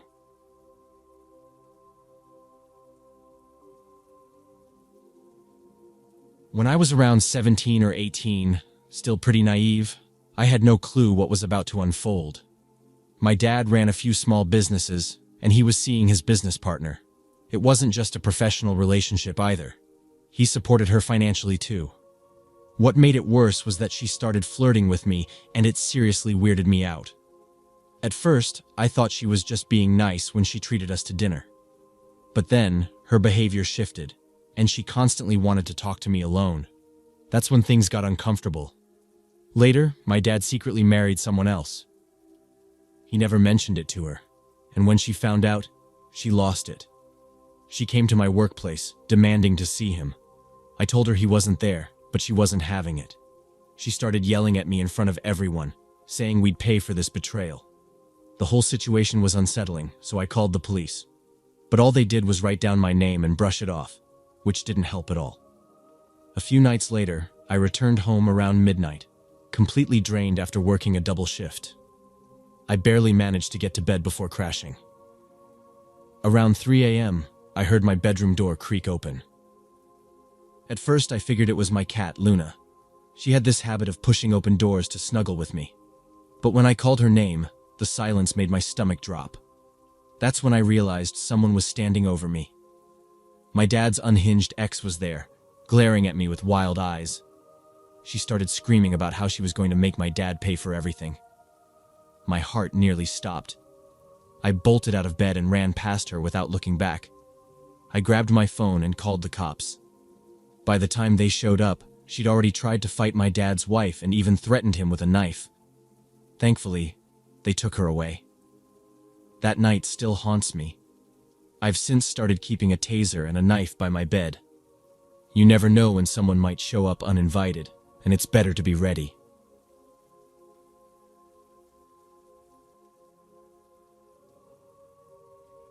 When I was around 6, my cousin Amy, 20 at the time, introduced us to her new boyfriend. He was like 35, which made my aunt nervous, but it wasn't unusual for Amy to do stuff like this. She was going through a really rough patch, dealing with serious mental health issues. She'd been into partying and hooking up randomly, so having a steady boyfriend seemed better than her disappearing every night without telling anyone where she went. The guy was super friendly, especially to me. He and Amy would take me places around Seattle. He'd buy me these fancy presents, and being a little kid, I obviously thought he was awesome. This detail matters for later. I even stayed over at his place once, but Amy was there too. Looking back, I never felt anything weird from him. He never did or said anything creepy that I can recall. Then came the breakup day. It's kind of fuzzy now, but I remember him showing up at our house and Amy refusing to open the door. My aunt was home, and it was still daylight. Thankfully, we had good neighbors nearby. My other cousin Emma, about 12 then, stayed in her room mostly, occasionally asking Amy if he'd gone yet. Being a nosy kid with zero clue what was happening, I kept following Amy around asking questions while she got more and more upset with me. I tried looking out my aunt's window, but Amy yanked me away. This part's important too. He kept shouting about driving all this way. He lived about an hour away, and something about cops, but I don't remember exactly what. He left after a while. Years later, I asked my aunt about that night. What she told me made my blood run cold. They'd found child porn on his phone. It still freaks me out thinking about how nice he'd been to me, and why Amy was so desperate to keep me away from the window that night. Maybe not the scariest story on here, but I wanted to share it. Let me know what you think. But dude, if you're reading this, I hope we never cross paths again. I matched with this guy named James on a dating app about 5 years ago. I'm 33 now, so I would have been around 28 back then. James was a couple of years younger, probably 25. He had this strikingly clean-cut look, sharp jawline, neatly styled hair, and these piercing blue eyes that seemed to see right through you. Honestly, I was hooked right away. Still, there was something a bit odd from the start. I felt like I was doing all the heavy lifting when it came to chatting. Normally, guys would make the first move, or at least keep the conversation going, but not James. I figured, why not give him a shot anyway? Maybe he was just shy. When we finally met in person, I was surprised at how smoothly our first date went. But one thing became clear. James wasn't just quiet, he was downright awkward. I ended up steering most of our conversations, which was fine at first, but after we started dating, it became a bit much. I planned all our dates, texted him first every time, and took charge of basically everything. Looking back, it was exhausting. At the time, I was in a really good place in my life. My career was thriving, and I'd just bought my first home, a cozy one-story house with 2 bedrooms. Meanwhile, James was still living with 2 roommates, and it felt like I was dating someone I had to take care of rather than an equal partner. It wasn't what I wanted long-term, but I tried to focus on the positives. One of the few things that made me stick around for as long as I did was how great James was with my dog, a goofy bulldog named Winston. Animals have this way of picking up on things about people that we might miss, and Winston adored James. At the time, I took that as a sign James must be a good person. Now, I'm not so sure. It turns out, even dogs can get it wrong. After a few months, I knew the relationship wasn't working. James didn't seem invested at all. He never put in any effort, and I felt more like a caretaker than a girlfriend. Worse, I started sensing he just didn't care whether we were together or not. That apathy was the final straw for me. I decided to break things off, and we met at a small park near my house to talk. We sat on a wooden bench, and I tried to ease into it with some casual small talk before getting to the point. I didn't expect much of a reaction. I thought he'd take it calmly, maybe even agree with me. But when I told him I wanted to end things, he fell apart. James didn't just cry, he full-on sobbed. His face turned bright red, and tears streamed down his cheeks as he gasped for air between his cries. He kept begging me to reconsider, his voice cracking with every word. I was stunned. I'd thought we were on the same page, and seeing him like that made me feel both confused and uneasy. But his outburst only made me more certain I was making the right call. At the time, I believed I could just walk away and leave it all behind. For weeks, I didn't think much about James. I even went on a couple of dates, trying to move forward with my life. Nothing really clicked with anyone, but I was okay with that. I figured I just needed some time. And then things started getting strange. After about a month of silence, the calls started. James began reaching out to me late at night, usually sobbing and pleading for us to get back together. His emotions were all over the place, and every call made me more uncomfortable. I didn't feel pity anymore, just disgust. After a week of this, I told him to stop calling. I blocked his number and scrubbed him from my social media accounts. It felt like closing a door on a bad chapter of my life. For a while, it worked, and I thought I was finally free. I couldn't have been more wrong. One quiet Sunday afternoon, while I was relaxing at home, my doorbell rang. When I checked the security feed on my laptop, there was James, standing on my porch. My stomach turned. I didn't want to confront him, so I stayed still, hoping he'd leave. He stood there, motionless, for what felt like an eternity, his face completely blank. He wasn't crying, wasn't shouting, just staring at the door. Finally, after what seemed like hours, he gave up ringing the bell. But instead of leaving, he began pacing around the porch. I was frozen in place, unsure of what to do. After a few minutes, I mustered up the courage to approach the door. I didn't open it. I just shouted, "Leave, James, or I'm calling the cops." No response. He didn't even flinch. When I returned to my laptop, he suddenly looked up at the camera, his eyes locked on it like he knew I was watching. Then, out of nowhere, he lunged at my door, slamming into it with his shoulder. My heart jumped into my throat. He was trying to break in. Without hesitating, I called the police. The officers arrived quickly and arrested him. I thought that was the end of it, but my relief didn't last long. James was out on bail within a few days. That night, I couldn't sleep. My brother offered to stay with me, and I took him up on it. For the next few weeks, everything was calm, and I started to believe maybe James had finally moved on. But once again, I was wrong. One Sunday morning, around 5:30 a.m., I woke up early to let Winston out into the backyard. I left him out there while I went for my usual jog. When I got back, though, Winston was gone. I checked the fence, thinking maybe he'd squeezed through a gap, though that didn't make sense. He was too stocky to fit through the slats. I ran up and down the neighborhood calling his name, hoping to spot him waddling around. Hours passed, and I couldn't find him anywhere. Exhausted, I went inside to check the security footage, desperate for answers. What I saw chilled me to the bone. The camera showed James climbing over the backyard fence. Once he was inside, he calmly walked up to Winston, grabbed his collar, and led him out through the gate. He even had the nerve to close the latch behind him, like nothing happened. I could barely breathe. James had taken my dog. I called the police immediately. Thankfully, they arrested him again, this time for theft. But what followed was a nightmare. James refused to say where Winston was. The tracking chip in Winston had been removed, and the police couldn't get James to talk. I kept telling myself that James wouldn't hurt him. He'd always been so good with Winston.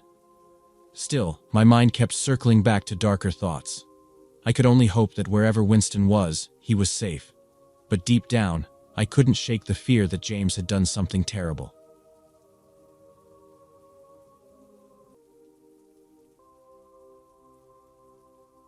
I'm not giving my real name or my exes. I'm a woman living in a small town in Indiana, and I met my ex-boyfriend through a random game on Xbox. At first, it was just casual fun for a few months until we decided to start dating seriously. Everything seemed perfect in the beginning, until I started to see who he really was. He turned out to be cruel and controlling, constantly putting me down. He would call me an idiot, insult me, and make me feel like I wasn't good enough. His words were like knives, leaving me crying more nights than I care to admit. Whenever I tried to break things off, he would threaten to hurt himself, leaving me feeling trapped and responsible. He kept saying I was the problem, calling me the toxic one, even though he was clearly the one playing mind games. Against my better judgment, I stayed. Looking back, I know it was a huge mistake. After months of talking, we finally decided to meet in person at a shopping mall in his city, about a 5-hour drive from where I lived. The moment I arrived, he acted like I was his personal ATM. He made me buy him food and clothes without even offering to pay for anything. Things got worse when, out of nowhere, he shoved me into a wall near one of the stores. My shoulder screamed in pain, and people around us stopped to stare. He leaned in close, his voice low and menacing, and hissed, "You'll do exactly what I tell you." My stomach twisted into knots, and I felt like I was suffocating. I mustered every ounce of courage I had and shoved him back as hard as I could. He started stammering apologies, but I was done. I walked away, trying to calm my racing heart. Before I could get far, he grabbed my arm and yanked me toward him like I weighed nothing. Dragging me along, he pulled me into a unisex bathroom and shoved me into a stall. He demanded things I'm too ashamed to even write here. My voice shook as I told him he was insane, that we were finished, and to leave me alone.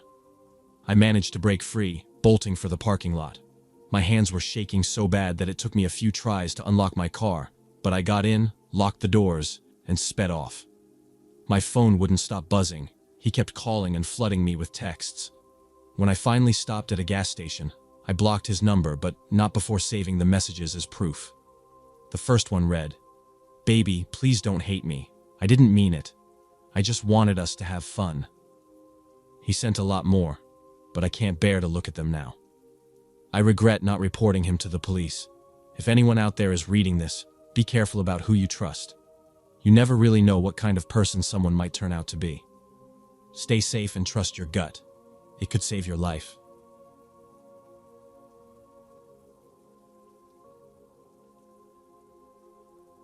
I was dating this guy from late summer to early winter in 2020, but I ended it.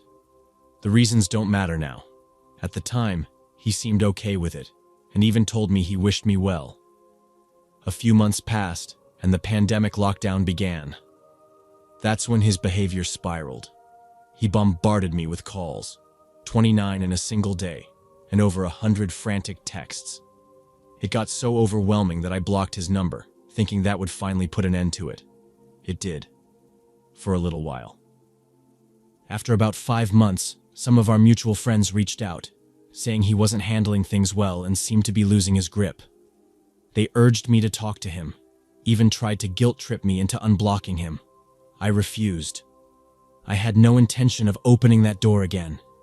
Once more, I thought this would be the end of it, that he'd eventually let go. I couldn't have been more wrong. Just a few weeks ago, I found a strange package on my doorstep. Inside was a 12-page letter, yes, 12, along with a painting of a character from my favorite anime, an album I'd always wanted but never bought, my favorite candy, a scented candle, a tiny keychain, 2 printed photos of us together, and, oddly enough, his custom-made jacket. I couldn't shake the uneasy feeling that he was keeping tabs on me. I told my mom, who immediately said we'd call the cops and get a restraining order if he showed up again. Although he seems to have backed off for now, the whole thing still makes my skin crawl. I've started burning the photos one by one, and I'm planning to burn his jacket too. It feels like the only way to truly move on and put this nightmare behind me.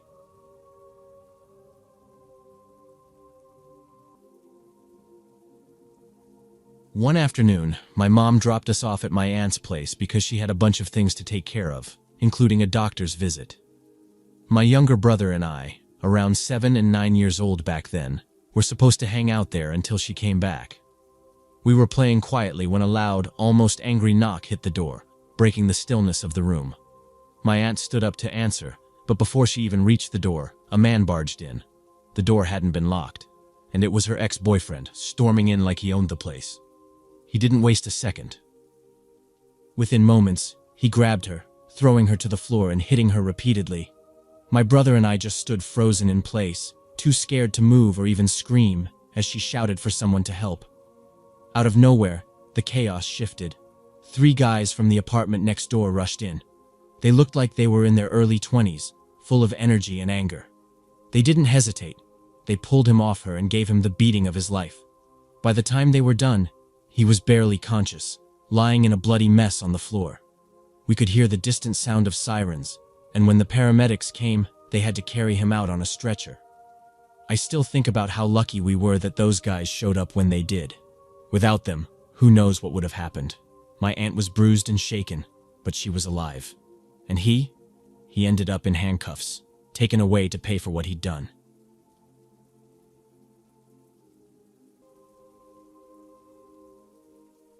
I dated this guy named Jared a couple of years ago.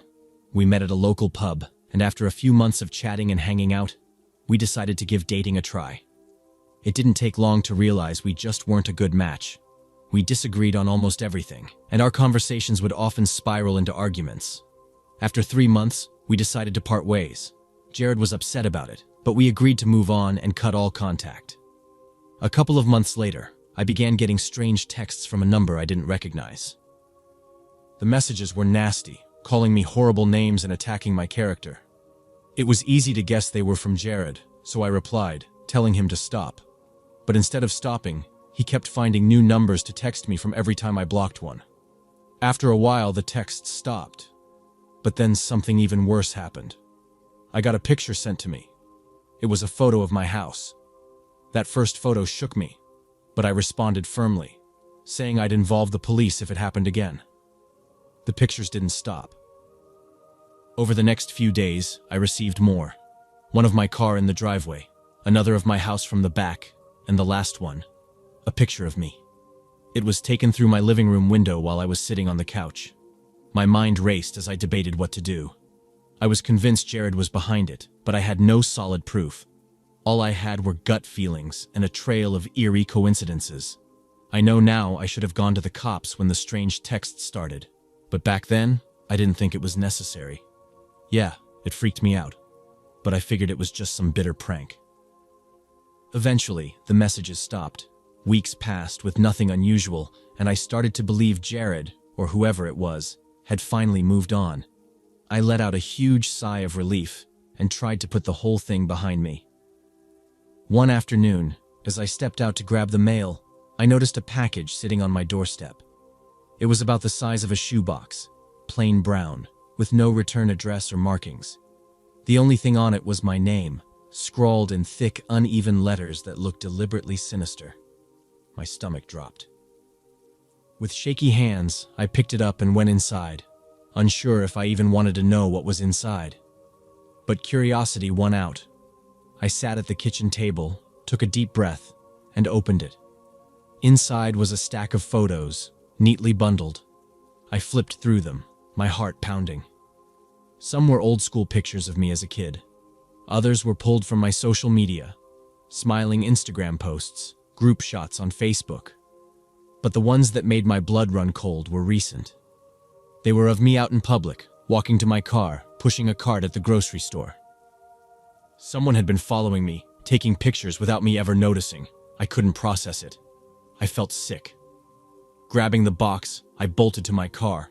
My paranoia skyrocketed as I drove to the police station, constantly checking my mirrors like I was being followed. Once I was there, I finally felt like I could breathe. The officers took me seriously and opened an investigation. A few days later, they brought Jared in for questioning. To my shock, he admitted everything. The texts, the pictures, the stalking. It had all been him.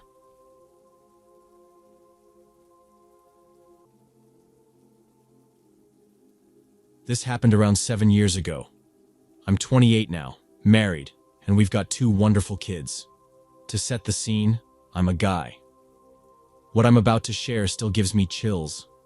Back then, I was trying to end things with my ex, who I'll call Emily. Every time I brought up breaking up or needing some space, she'd completely lose it, threatening to hurt herself, wreck her car, or even end her life. The thing is, we didn't live near any bridges, so her threats often felt like desperate cries for attention. Then one random afternoon, I bumped into my old flame, Megan, at the mall. We'd parted on good terms years back, so chatting with her felt easy. I told her about Emily, how things weren't working, and how scared I was of what Emily might do. Megan, ever practical, suggested I let one of Emily's relatives know, just in case. A couple of days later, I made up my mind. On my lunch break, I asked Emily to meet me for dinner. Before that, I swung by our apartment, packed my stuff, grabbed my dogs, and moved back into my parents' house. I know, not the bravest move, but you have to understand. Emily wasn't just emotional, she was on a different level of unhinged. During dinner, I calmly told her we were done. I wasn't happy and hadn't been for a long time. Honestly, just a few months into our 3-year relationship, I'd already felt we were better as friends. She didn't take it well, but she didn't explode either, at least not then. Returning to my parents' place wasn't exactly ideal. My mom and dad were worried Emily might lash out against me, our house, or worse. They wanted me to crash at a relative's instead. But seriously, who's going to take in a guy, his 2 big dogs, and all the drama that came with it? That night, while I was talking to my dad in the living room, we heard my truck's alarm blaring and the unmistakable sound of shattering glass. My stomach dropped. I didn't even have to check to know it was Emily. I stepped outside, trying to keep my voice steady. She was screaming at me, calling me every name under the sun, and before I could get a word in, she started hitting me, her nails leaving marks on my arms. I didn't raise my voice, didn't push back, just tried to calm her down, even as my dad kept asking if I needed help. I told him to stay inside. I could handle it.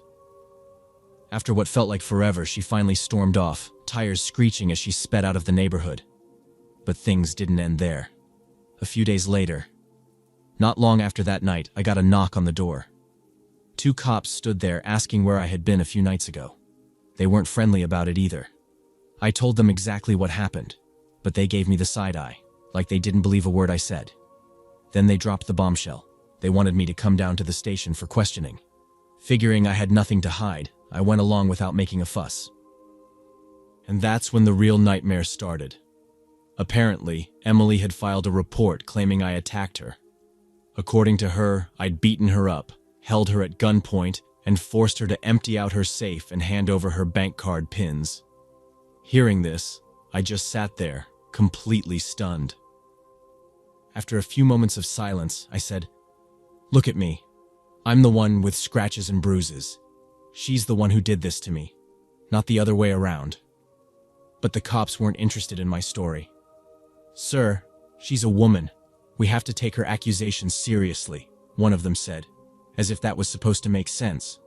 They told me they'd need to take some DNA samples and ran tests while I waited in a holding cell. Fast forward 2 weeks.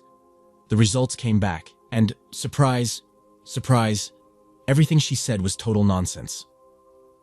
They let me go, But not before I had spent all that time stuck in jail, waiting for a hearing that didn't even need to happen. Oh, and during all this chaos, Megan and I decided to give things another shot. But Emily wasn't about to let me move on so easily.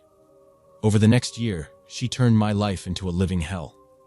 The cops started showing up at my door every few weeks, saying Emily had filed complaints about me stalking her. She even hired a private investigator to follow me and Megan around. Every time, I had airtight proof of where I was, work logs, receipts, witnesses. It didn't matter. She managed to slap me with 4 restraining orders. I hadn't even been anywhere near her. Eventually, the judge saw through her act. After months of madness, he refused to grant any more of her requests. But by then, the damage had been done. Megan and I barely made it through the ordeal, and the stress nearly tore us apart. Emily had tried her best to ruin my life, but I was finally free of her.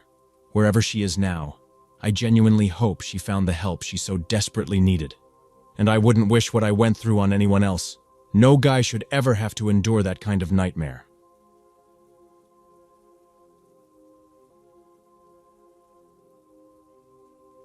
It took me 5 years to feel okay enough to share this.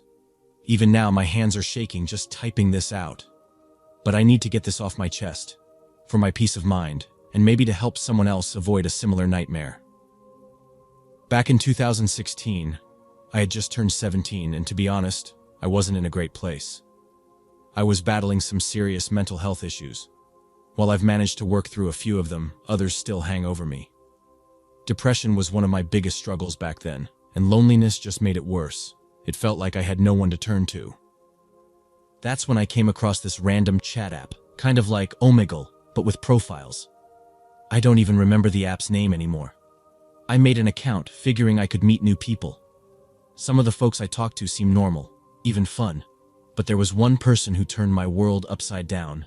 It was just a few days before Valentine's Day. Feeling lonely and a bit dumb, I logged into the app and started swiping through profiles, hoping to find someone to chat with. That's when I met Jake. He said he was from Australia and a couple of years older than me. We clicked instantly, and soon we were sharing Skype usernames. He had this way of talking, so warm and charming. He made me feel seen in a way no one else ever had. But even with all his sweet words, something felt off. He said he loved me after only a few hours of chatting. Now that I'm 21, I can see how insane that was. But back then, I was a naive, desperate teenager, and I fell for it. Still, I couldn't shake the uneasy feeling creeping up in the back of my mind. The next day, we spent hours talking. We chatted about everything, our favorite music, school, our families. But curiosity got the better of me. I decided to Google his name, and what I found made my stomach drop. Jake wasn't just some sweet guy looking for love.